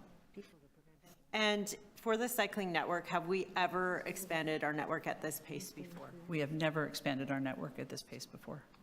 Is expansion like this really, in a sense, exponential, where buy-in leads to more buy-in, and every year we do more and more? That is correct. And also, the more that we can connect the network, the more people can experience that connectivity, and then we see more people using the network. So it does self-fulfilling there. And has that tipping point, where you kind of spiral off with community buy-in, like, is it the same everywhere in the city? Through the chair, no, it is not. There are certain areas of the city where the land use and people's historical patterns of travel are much more aligned around walking and cycling and taking transit, and there are other areas of the city where there's much more distance between destinations and people are used to driving. And so it's a bit of a chicken and an egg thing. You want to have the network in place for people to use it, but then you want to be able to have people feel confident and comfortable using the network. And so we are trying to build it at a pace, especially in neighborhoods where that land use is much more suburban in scale. We're trying to build it at a pace where it can be accepted by the community. And are some of these major capital projects and complete streets done well a catalyst for communities wanting more? So it's right to take the time and do those big transformational projects, right? Yeah, absolutely. I think that it's worth the time to do it if we get community acceptance. Absolutely. Thank you. Thank you. Councillor Myers. Thank you, Chair. Could you just explain a bit the city's rollout on electric vehicle charging stations? Through the chair, I can. I am one of a number of division heads who works on electric vehicle charging. We have recently put together a working group with James Nolan in Environment and Climate, and then also a big delivery partner for us on EV charging is the Toronto Parking Authority. And so we are working with them and with Toronto Hydro. In the last couple of years, Transportation Services has worked with Toronto Hydro and these other groups as well to deliver some pilot projects of EV charging on street. And we are continuing to gather data on those and looking to expand as well. And I think we have a number of on-street charging stations that we're going to expand this year, and James is going to tell you about that. I think Barbara has captured most of it. I would add for environment and climate, we play the role kind of from a plan, kind of a broad plan perspective, looking at the overall infrastructure plan. And as it relates to plans for this year, it is being delivered by the Toronto Parking Authority, again, in partnership. And this year, there's a plan for 50 on-street chargers, or an additional 50 on-street chargers, as well as they have a longer-term plan for the Green P parking lots, which I think is in the range of 500 to 600 over the period of that plan. Thank you. And could you please explain a bit the relationship, if any, that the city has with rideshare applications and sort of expanding this network? Through the chair, when you say rideshare, are you referring Uber, to Lyft. and Lyft? So the city licenses rideshare, and our partners at MLS are the folks who do that work. We support through data collection and analysis that work. So what other partnerships are you thinking about?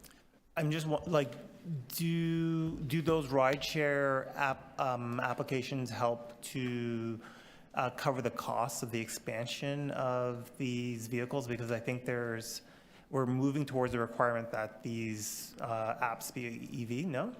Am I wrong? James knows. So as per council direction, this is being led by MLS, so I won't speak for Carlton, but as he's not here, I'll give you a general sense of the work that's underway because we are participating. There is a working group with various parts of the sector to look at what it would take and some of the challenges related to electrification of the fleet, the taxi fleet, rideshare fleet, et cetera. So that work is currently underway with both MLS, supported by Environment and Climate, as well as the Toronto Atmospheric Fund. So I'll connect with Carlton and we can provide probably an update, but that work right now and those discussions are underway as per the direction provided by council to look into electrification of that fleet. Thank you. That's it. Thank you. Councillor Fletcher. Thank you very much. I'm just going to follow up on the expansion of EV charging in Green P. I'd like to have something that's a little more concrete if you could, or if we need to get that in a briefing note, but you said over a number of years. But what is the plan? Because a lot of people write to me and the Green P lots are there and they'd like to be able to charge as quickly as possible.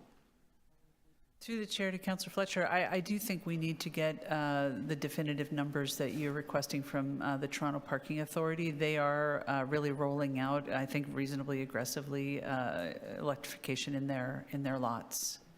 I guess they might be rolling it out, but it's a corporate policy, and I'd like to know who oversees their rolling it out as a corporate policy of the City of Toronto. Okay.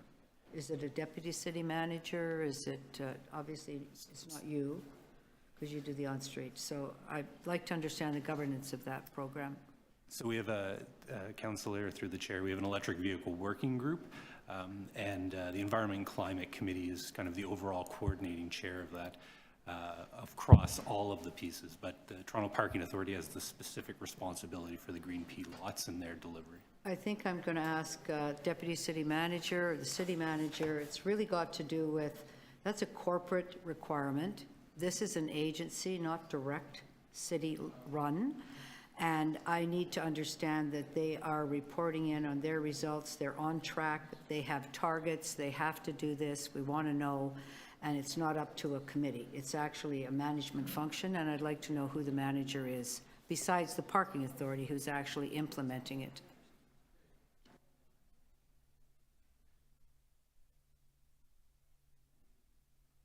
Sorry. Through the chair, Councillor, can you see me? I can see you, yes, yeah, I think Mr. Johnson's going to let you sit in his chair. He's such a gentleman. He is. We actually have had conversations with the Parking Authority regarding some of their plans. I think what we need to do is have a further discussion with them as to the governance to your question to us, right? And I know the teams, there's many teams that have had those dialogue. So if you could leave that with us and we'll come back to you and through the city manager and myself.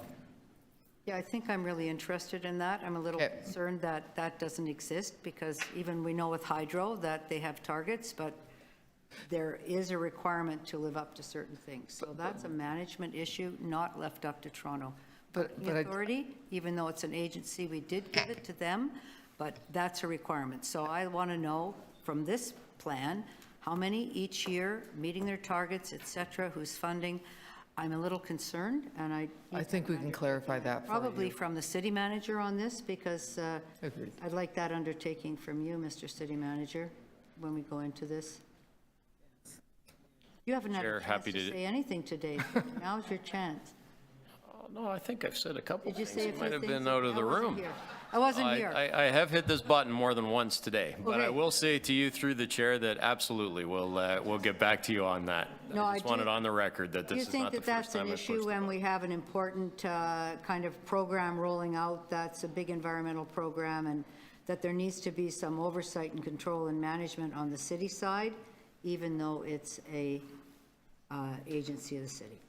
So through the chair, governance of these types of cross-cutting corporate-wide pieces is always critical, as well as setting those targets and understanding the outcomes. So I get the various people that will end up doing the work, but to your point, that needs to be matched with the right governance and the right performance structure in place as well. So agree, and we'll get back to you on how that looks. Is that something that we could actually get, because people are interested in EV charging, that we understand what the anticipated rollout is, year 1, year 2, year 3, funding, costs, et cetera, and who overseeing that? That, to me, would be an important thing to do when we're here at this budget. So through the chair, that makes perfect sense to me, so I can't see why not. Thank you very much. Thank you. We'll take it into committee. Transportation questions. Councilor Nunziata. Thank you. So, I have a few questions.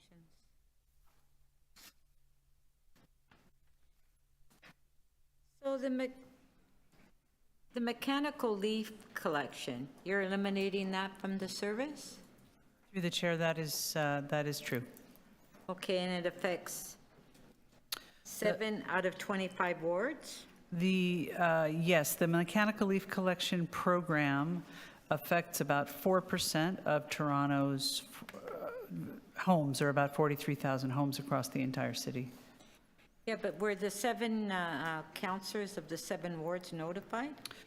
We have certainly put forward in this budget, and we've done a note as well, our intention to reduce or remove the mechanical leaf collection program.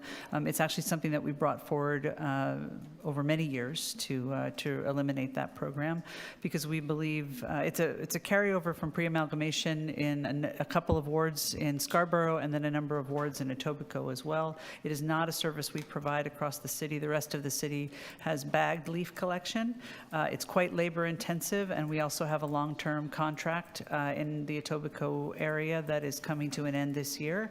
And so we identified it as the right time to take that action. Yeah, but my question is, were the 7 councillors and the 7 wards notified? I don't know the answer to that question. I don't know the answer. I don't think specifically as part of the run-up to this budget. What do you mean? So the councillors were not notified that represent the 7 wards? We have. So through the chair, this is being put forward as a proposal through the budget. Right. So, we wouldn't do that type of consultation, and the reasons for it have been explained, and furthermore, the contract comes to an end, so this is the moment for us to make this type of decision. So in terms of the consultation across those 7 ward councillors, no, but it is a proposal in this year's budget, as a number of other items are as well. Yeah, but I'm not talking about consultation, I'm just talking about notifying the local councillor. So through the chair, no, and that's consistent with the other pieces in the budget as well. Okay. A question on the Scarlett and Dundas Bridge that we've been working on for 20 years. And Michael, I'm really sorry that you're not going to be with me to complete this project. So Michael, can you give me an update? 20 years you've been working on this, and You're leaving. Yeah, through the chair, I'll start the response, Councillor, and I'll turn over to our colleagues in Transportation. Yes, we are working jointly with Transportation, and I'm saddened to see that I won't be here for the official groundbreaking when we do actually construct the bridge. I can tell you that the design is almost complete. It was fraught with issues with respect to CPR, wanting an extension of the bridge for future growth in their network. I can tell you that through Transportation, we're working with our colleagues in CREM with respect to some property acquisition issues still. The good news is, hot off the press, is that the utility companies are finally beginning to relocate their plant, with Enbridge hiring a contractor finally, and they expect to begin with their relocation in March. But as you know, we've got Bell, Rogers, Enbridge, and Toronto Hydro that all have some pretty significant plant relocation work in advance of our construction. Yeah, and I know, Michael, you've been working on it with me for years, and, you know, it's, I'm still inviting you back when we complete it. It's been 20 years, so hopefully, and I want to thank you. So everything else, all the legal work that we had to do, that's been completed, right? Any legal work stuff that we have to do that it's still out there? Through the chair, Councillor, we are in the stages of finalizing our negotiation with CP Rail in terms of the various cost share issues and for future maintenance of the grade separation location. But we are quite far along in terms of the property acquisition issues that we've previously briefed you on. Okay. Thank you. And Michael, I'm really sorry that you're leaving. Thank you for your hard work, what you've done for us. Please.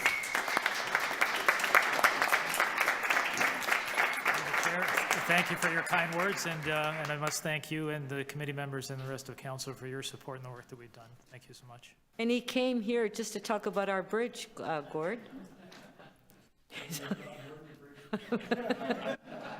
Councillor, questions? Councillor Bravo?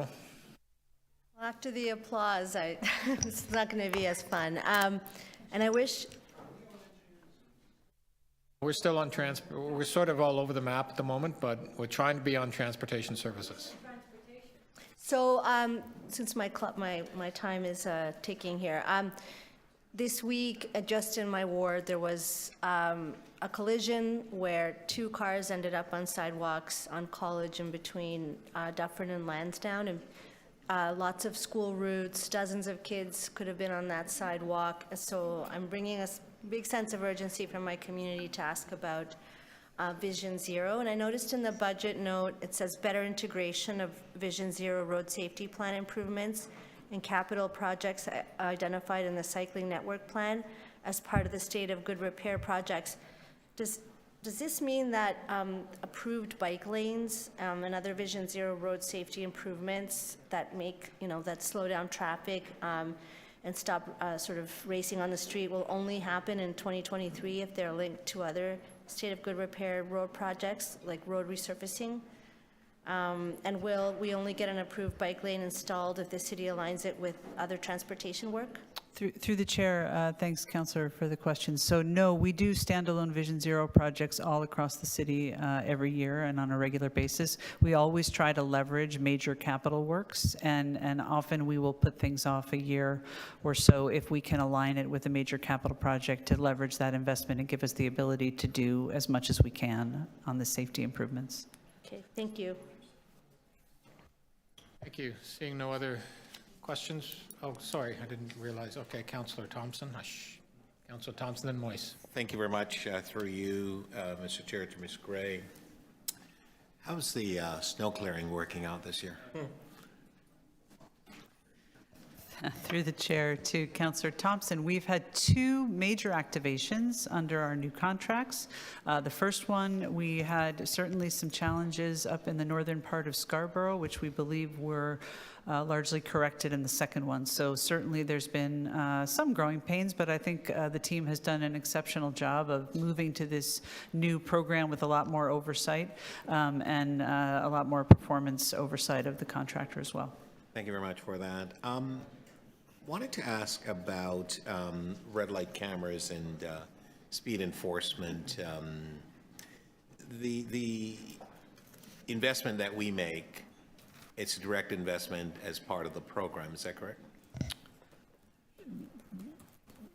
Yes, the investment that we make is a direct investment as part of the program, is what you said? Yeah. Yes, through the chair, that's true. I was going to ask, there's a reason for me to ask it in that fashion. Okay. I'm wondering, through you, Mr. Chair, whether or not we have ever envisioned or considered a situation where a contractor would provide that service and we would cost share instead of having to make that investment.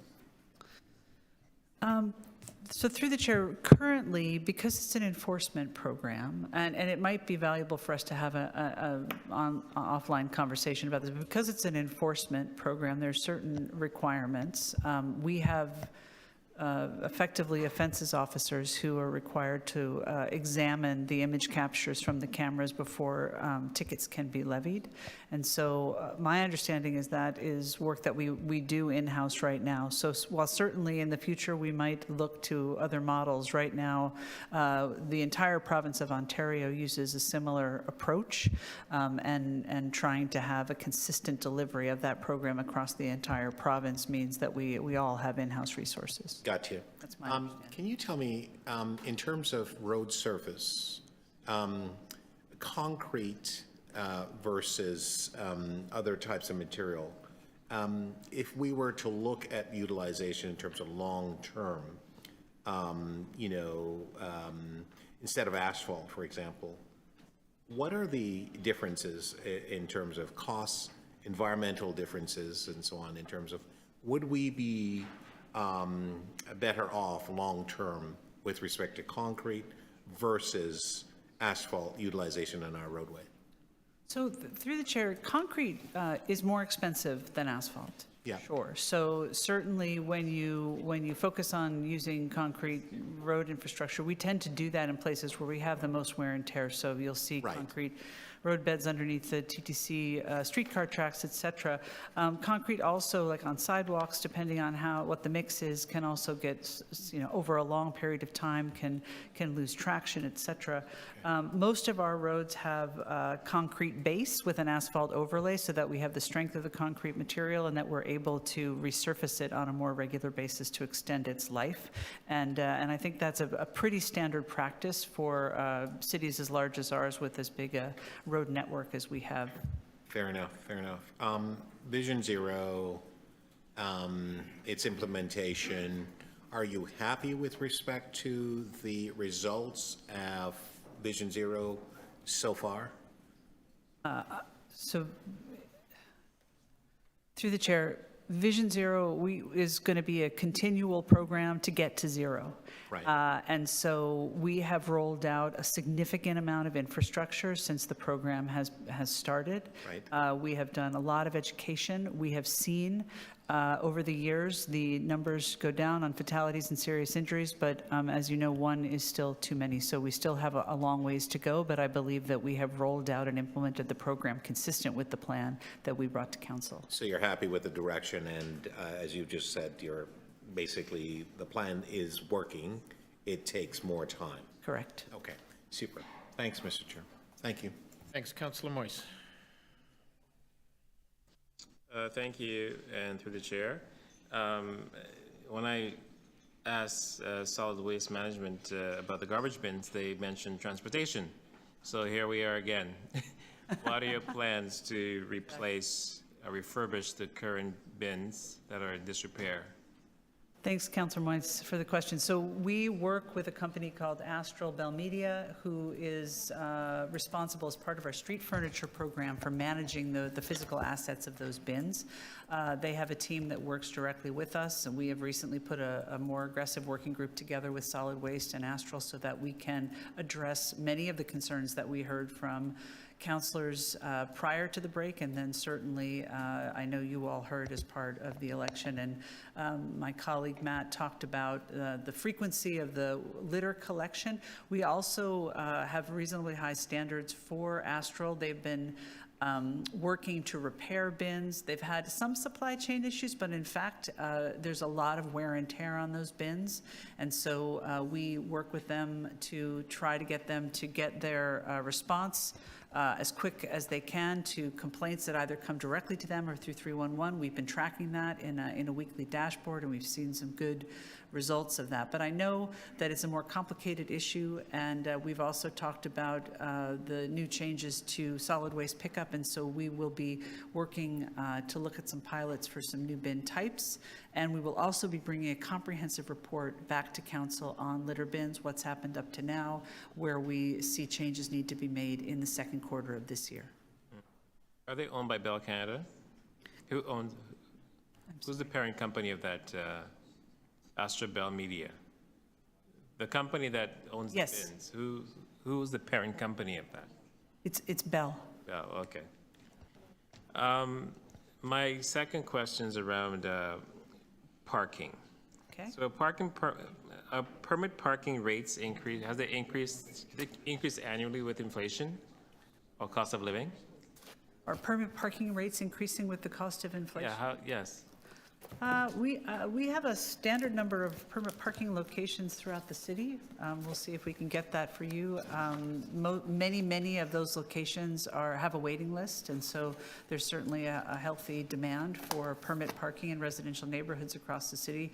So much so that we've recently been directed to exclude some new developments from having accessibility to on-street residential permit parking. So it's quite a popular program. Yeah, and when was the last review of the permit parking rates?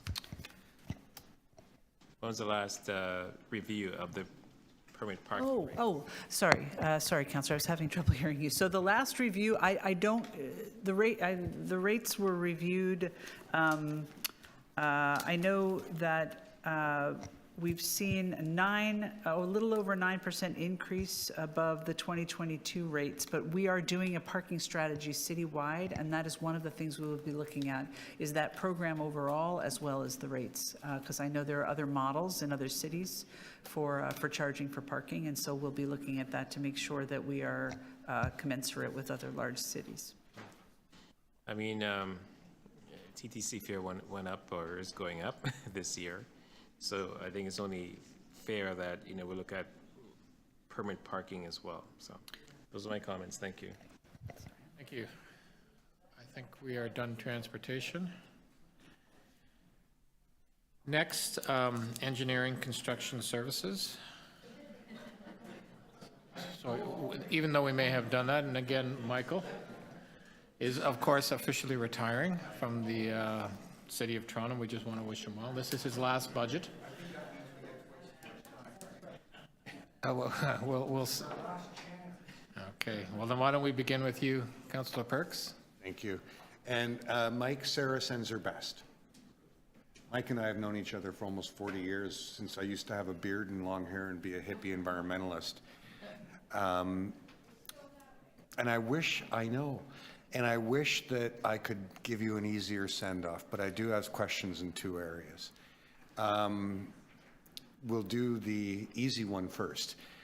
How much money is in the 10-year capital plan for work on the Gardiner Expressway for which the contracts have not yet been signed?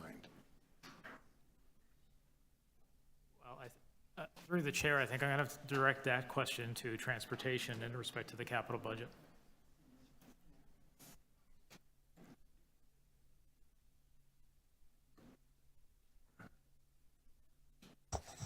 So through the chair, that will be about 1.8 billion dollars. Yeah, that's a B, right? Yeah. Yep, that's a B. 1.8 billion. Okay, thank you. And I wanted to get into project management and staff retention and so on. You and I have just been through an awful, grueling event known as the Queensway Roncesvalles reconstruction, and it was originally scheduled for 18 months, and it now looks like it's going to go for 24. I want to share with you that some of the problems that we've had, everything from delays in work to discovering that underground utilities were not where we thought they were, to the Ministry of Labor catching unsafe conditions that our own staff did not catch. One of the common themes I have found in trying to manage this project with you is the almost revolving door of project management staff, communications staff, public consultation staff through your office.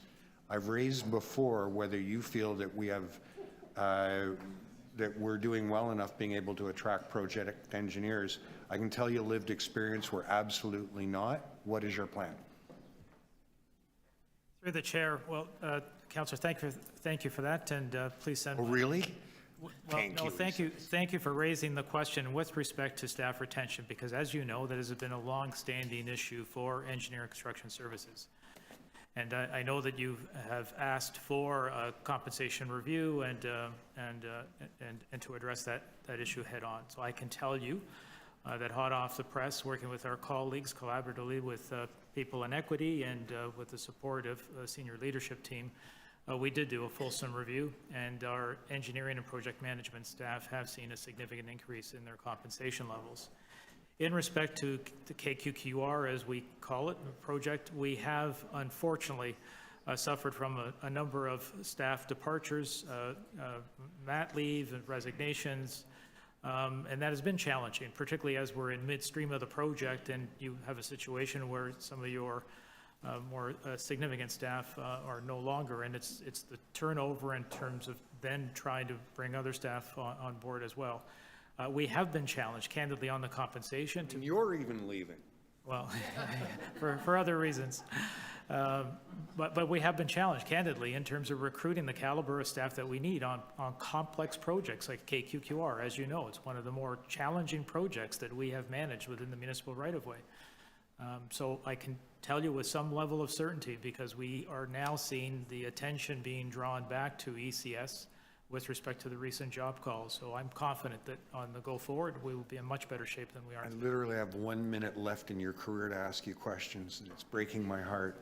One of the pieces that, I'm sorry, I'm getting very, I'm getting a little emotional, Mike. We've known each other a very long time. You have a great retirement. I'll ask you another time, okay? Yeah, I know. I feel terrible. Okay, we'll take it into... Through the chair, thank you. We'll take it into committee. Committee members have any questions? Seeing none, here we go. Can I just say thank you to Mike? Yeah, absolutely. You go ahead. Just thank you very much. We go back a long way as well. You've helped us tremendously in my community, and so I will never forget that great wall that has created a vibrancy of connection between my community and the commercial environment, and so many of the residents have actually benefited from your expertise. And that's just one of the many things that we've done over the years together. So I want to thank you on behalf of my community for your contribution, and I wish you well in your retirement and your endeavors. I have no doubt that you'll continue to excel. Thank you.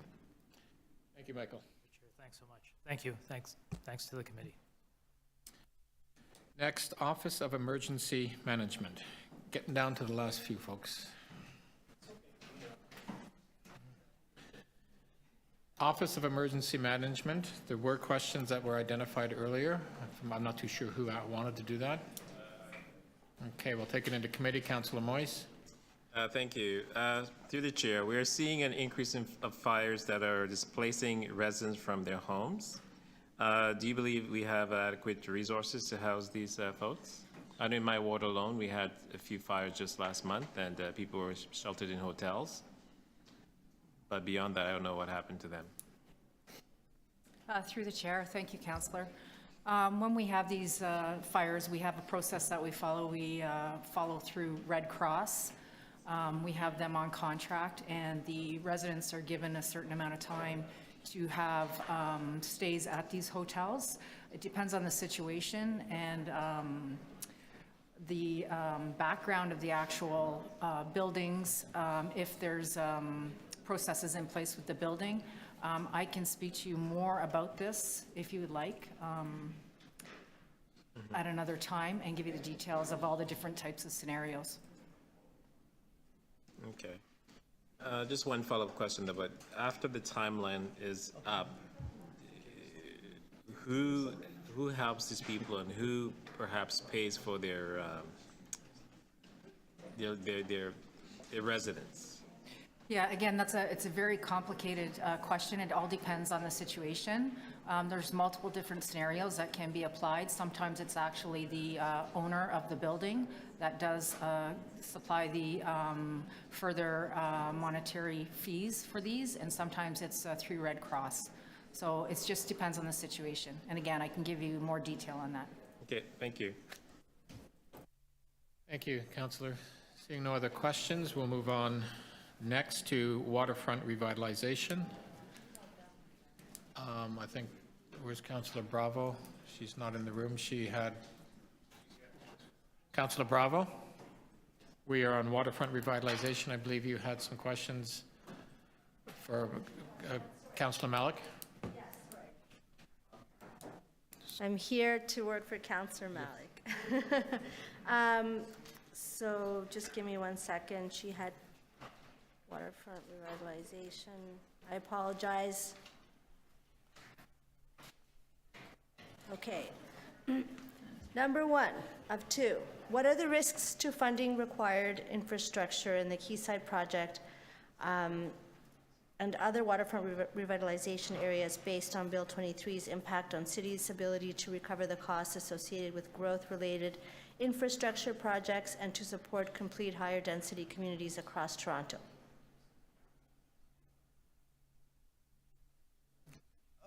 Through the chair, It's on my question, so can it? Through the chair, I mean, I think that the risks associated with Quayside and other Waterford precincts are the same as the precincts that, or the issues that are of citywide relevance. Okay, and what steps are being taken to plan for the funding for maintenance of new parks and infrastructure being implemented through waterfront revitalization?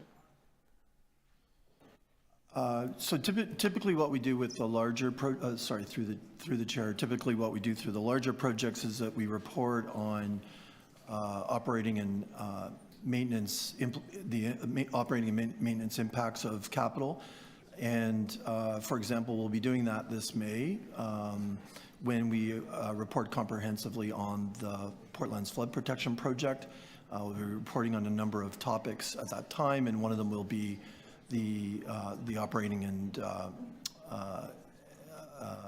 the impact of capital. Thank you. On behalf of Councillor Malik. Thank you. I'll take it into committee. Any questions? Seeing none. Next, we'll go to the City Manager's Office. Councillor Perks, I believe you had questions on the City Manager's Office? Or somebody did? Well, Councillor Moyes did, actually, so I apologize. Just a quick one. Now I'll ask them both together. Are you aware of how many positions the city has that are currently not filled, or not being actively filled? Yes, through the chair. I'm happy to say, actually, coming into 2023, we have just under 4,000 positions that are open. We filled 9,400 positions last year. So the number is significantly dropped, as has our turnover numbers are starting to decline. So it's kind of both headed in the right direction. So optimistic for 2023 in terms of filling vacancies. So just a follow-up question. The HR department of the city, are you fully staffed? Because it's your department that actually hires people. So are you fully staffed? I mean, we have gone through turnover as the rest of the world has. We are at a pretty healthy complement right now. On the recruitment side, we do levy agency for resume review when we can, and we have actually hired a number of part-time people in the recruitment space to help us specifically with filling jobs. We're not at full complement, but I mean, we certainly are on track to do that. And sustainability is a big piece for me, and we're called People in Equity. It's a big piece for us in our focus in going into this year. Thank you. That's it. Thank you. Any other questions? Okay, last, we have City Clerk's office. Councillor Moise, did you have questions on City Clerks? Yeah, I did. I'll be quick, sorry. So it's really around the next election. So I know we had some hiccups in this past election. So what are your plans for the next election to make it easier to vote at any polling station rather than just specific locations on election day? So I'm aware that in BC, elections, they're making some changes there. Well, Mr. Chair, that we're just starting the planning for 2026, but I will say, in terms of the ability to vote anywhere, there are technological limitations to that. And the expense of providing technology for 1,600 voting locations across the city is one of the barriers to that. So we continue to monitor best practices. We continue to monitor changes in technology. And, it's something we'll take into account for 2026. Because one of the issues that, I observed in this past election was that you had polling stations in some buildings, and it was only exclusive to those living in that building, right? And in some of those buildings, very few people voted in those buildings, be up to 5 or 10. And then you have other areas where, hundreds of people have lined up across the street at the community center to vote. So my question to you then is, how come people cannot vote anywhere? They choose in the city if they have ID and they have, right, whatever they need to vote. And Mr. Chair, I'll repeat, the issue is it has to do with the voters list. So you have to be struck off a voters list to vote. And as you will know, on election day at the 1,600 voting locations, we have paper voters lists. To have electronic strike-off, you have to have computer equipment in all 1,600 locations. Some of those we control, and of course some we don't, in the sense of, as you mentioned, apartment lobbies and those types of things. So the cost to deploy technology across 1,600 locations is currently prohibitive. But as I say, we'll have a look at, we continue to monitor trends in technology, and 4 years from now, it's something we can look at. But that's the practical reason. The practical reason is the voters list. Okay. Well, hopefully you'll go electronic, and that way it won't be an issue, but thank you.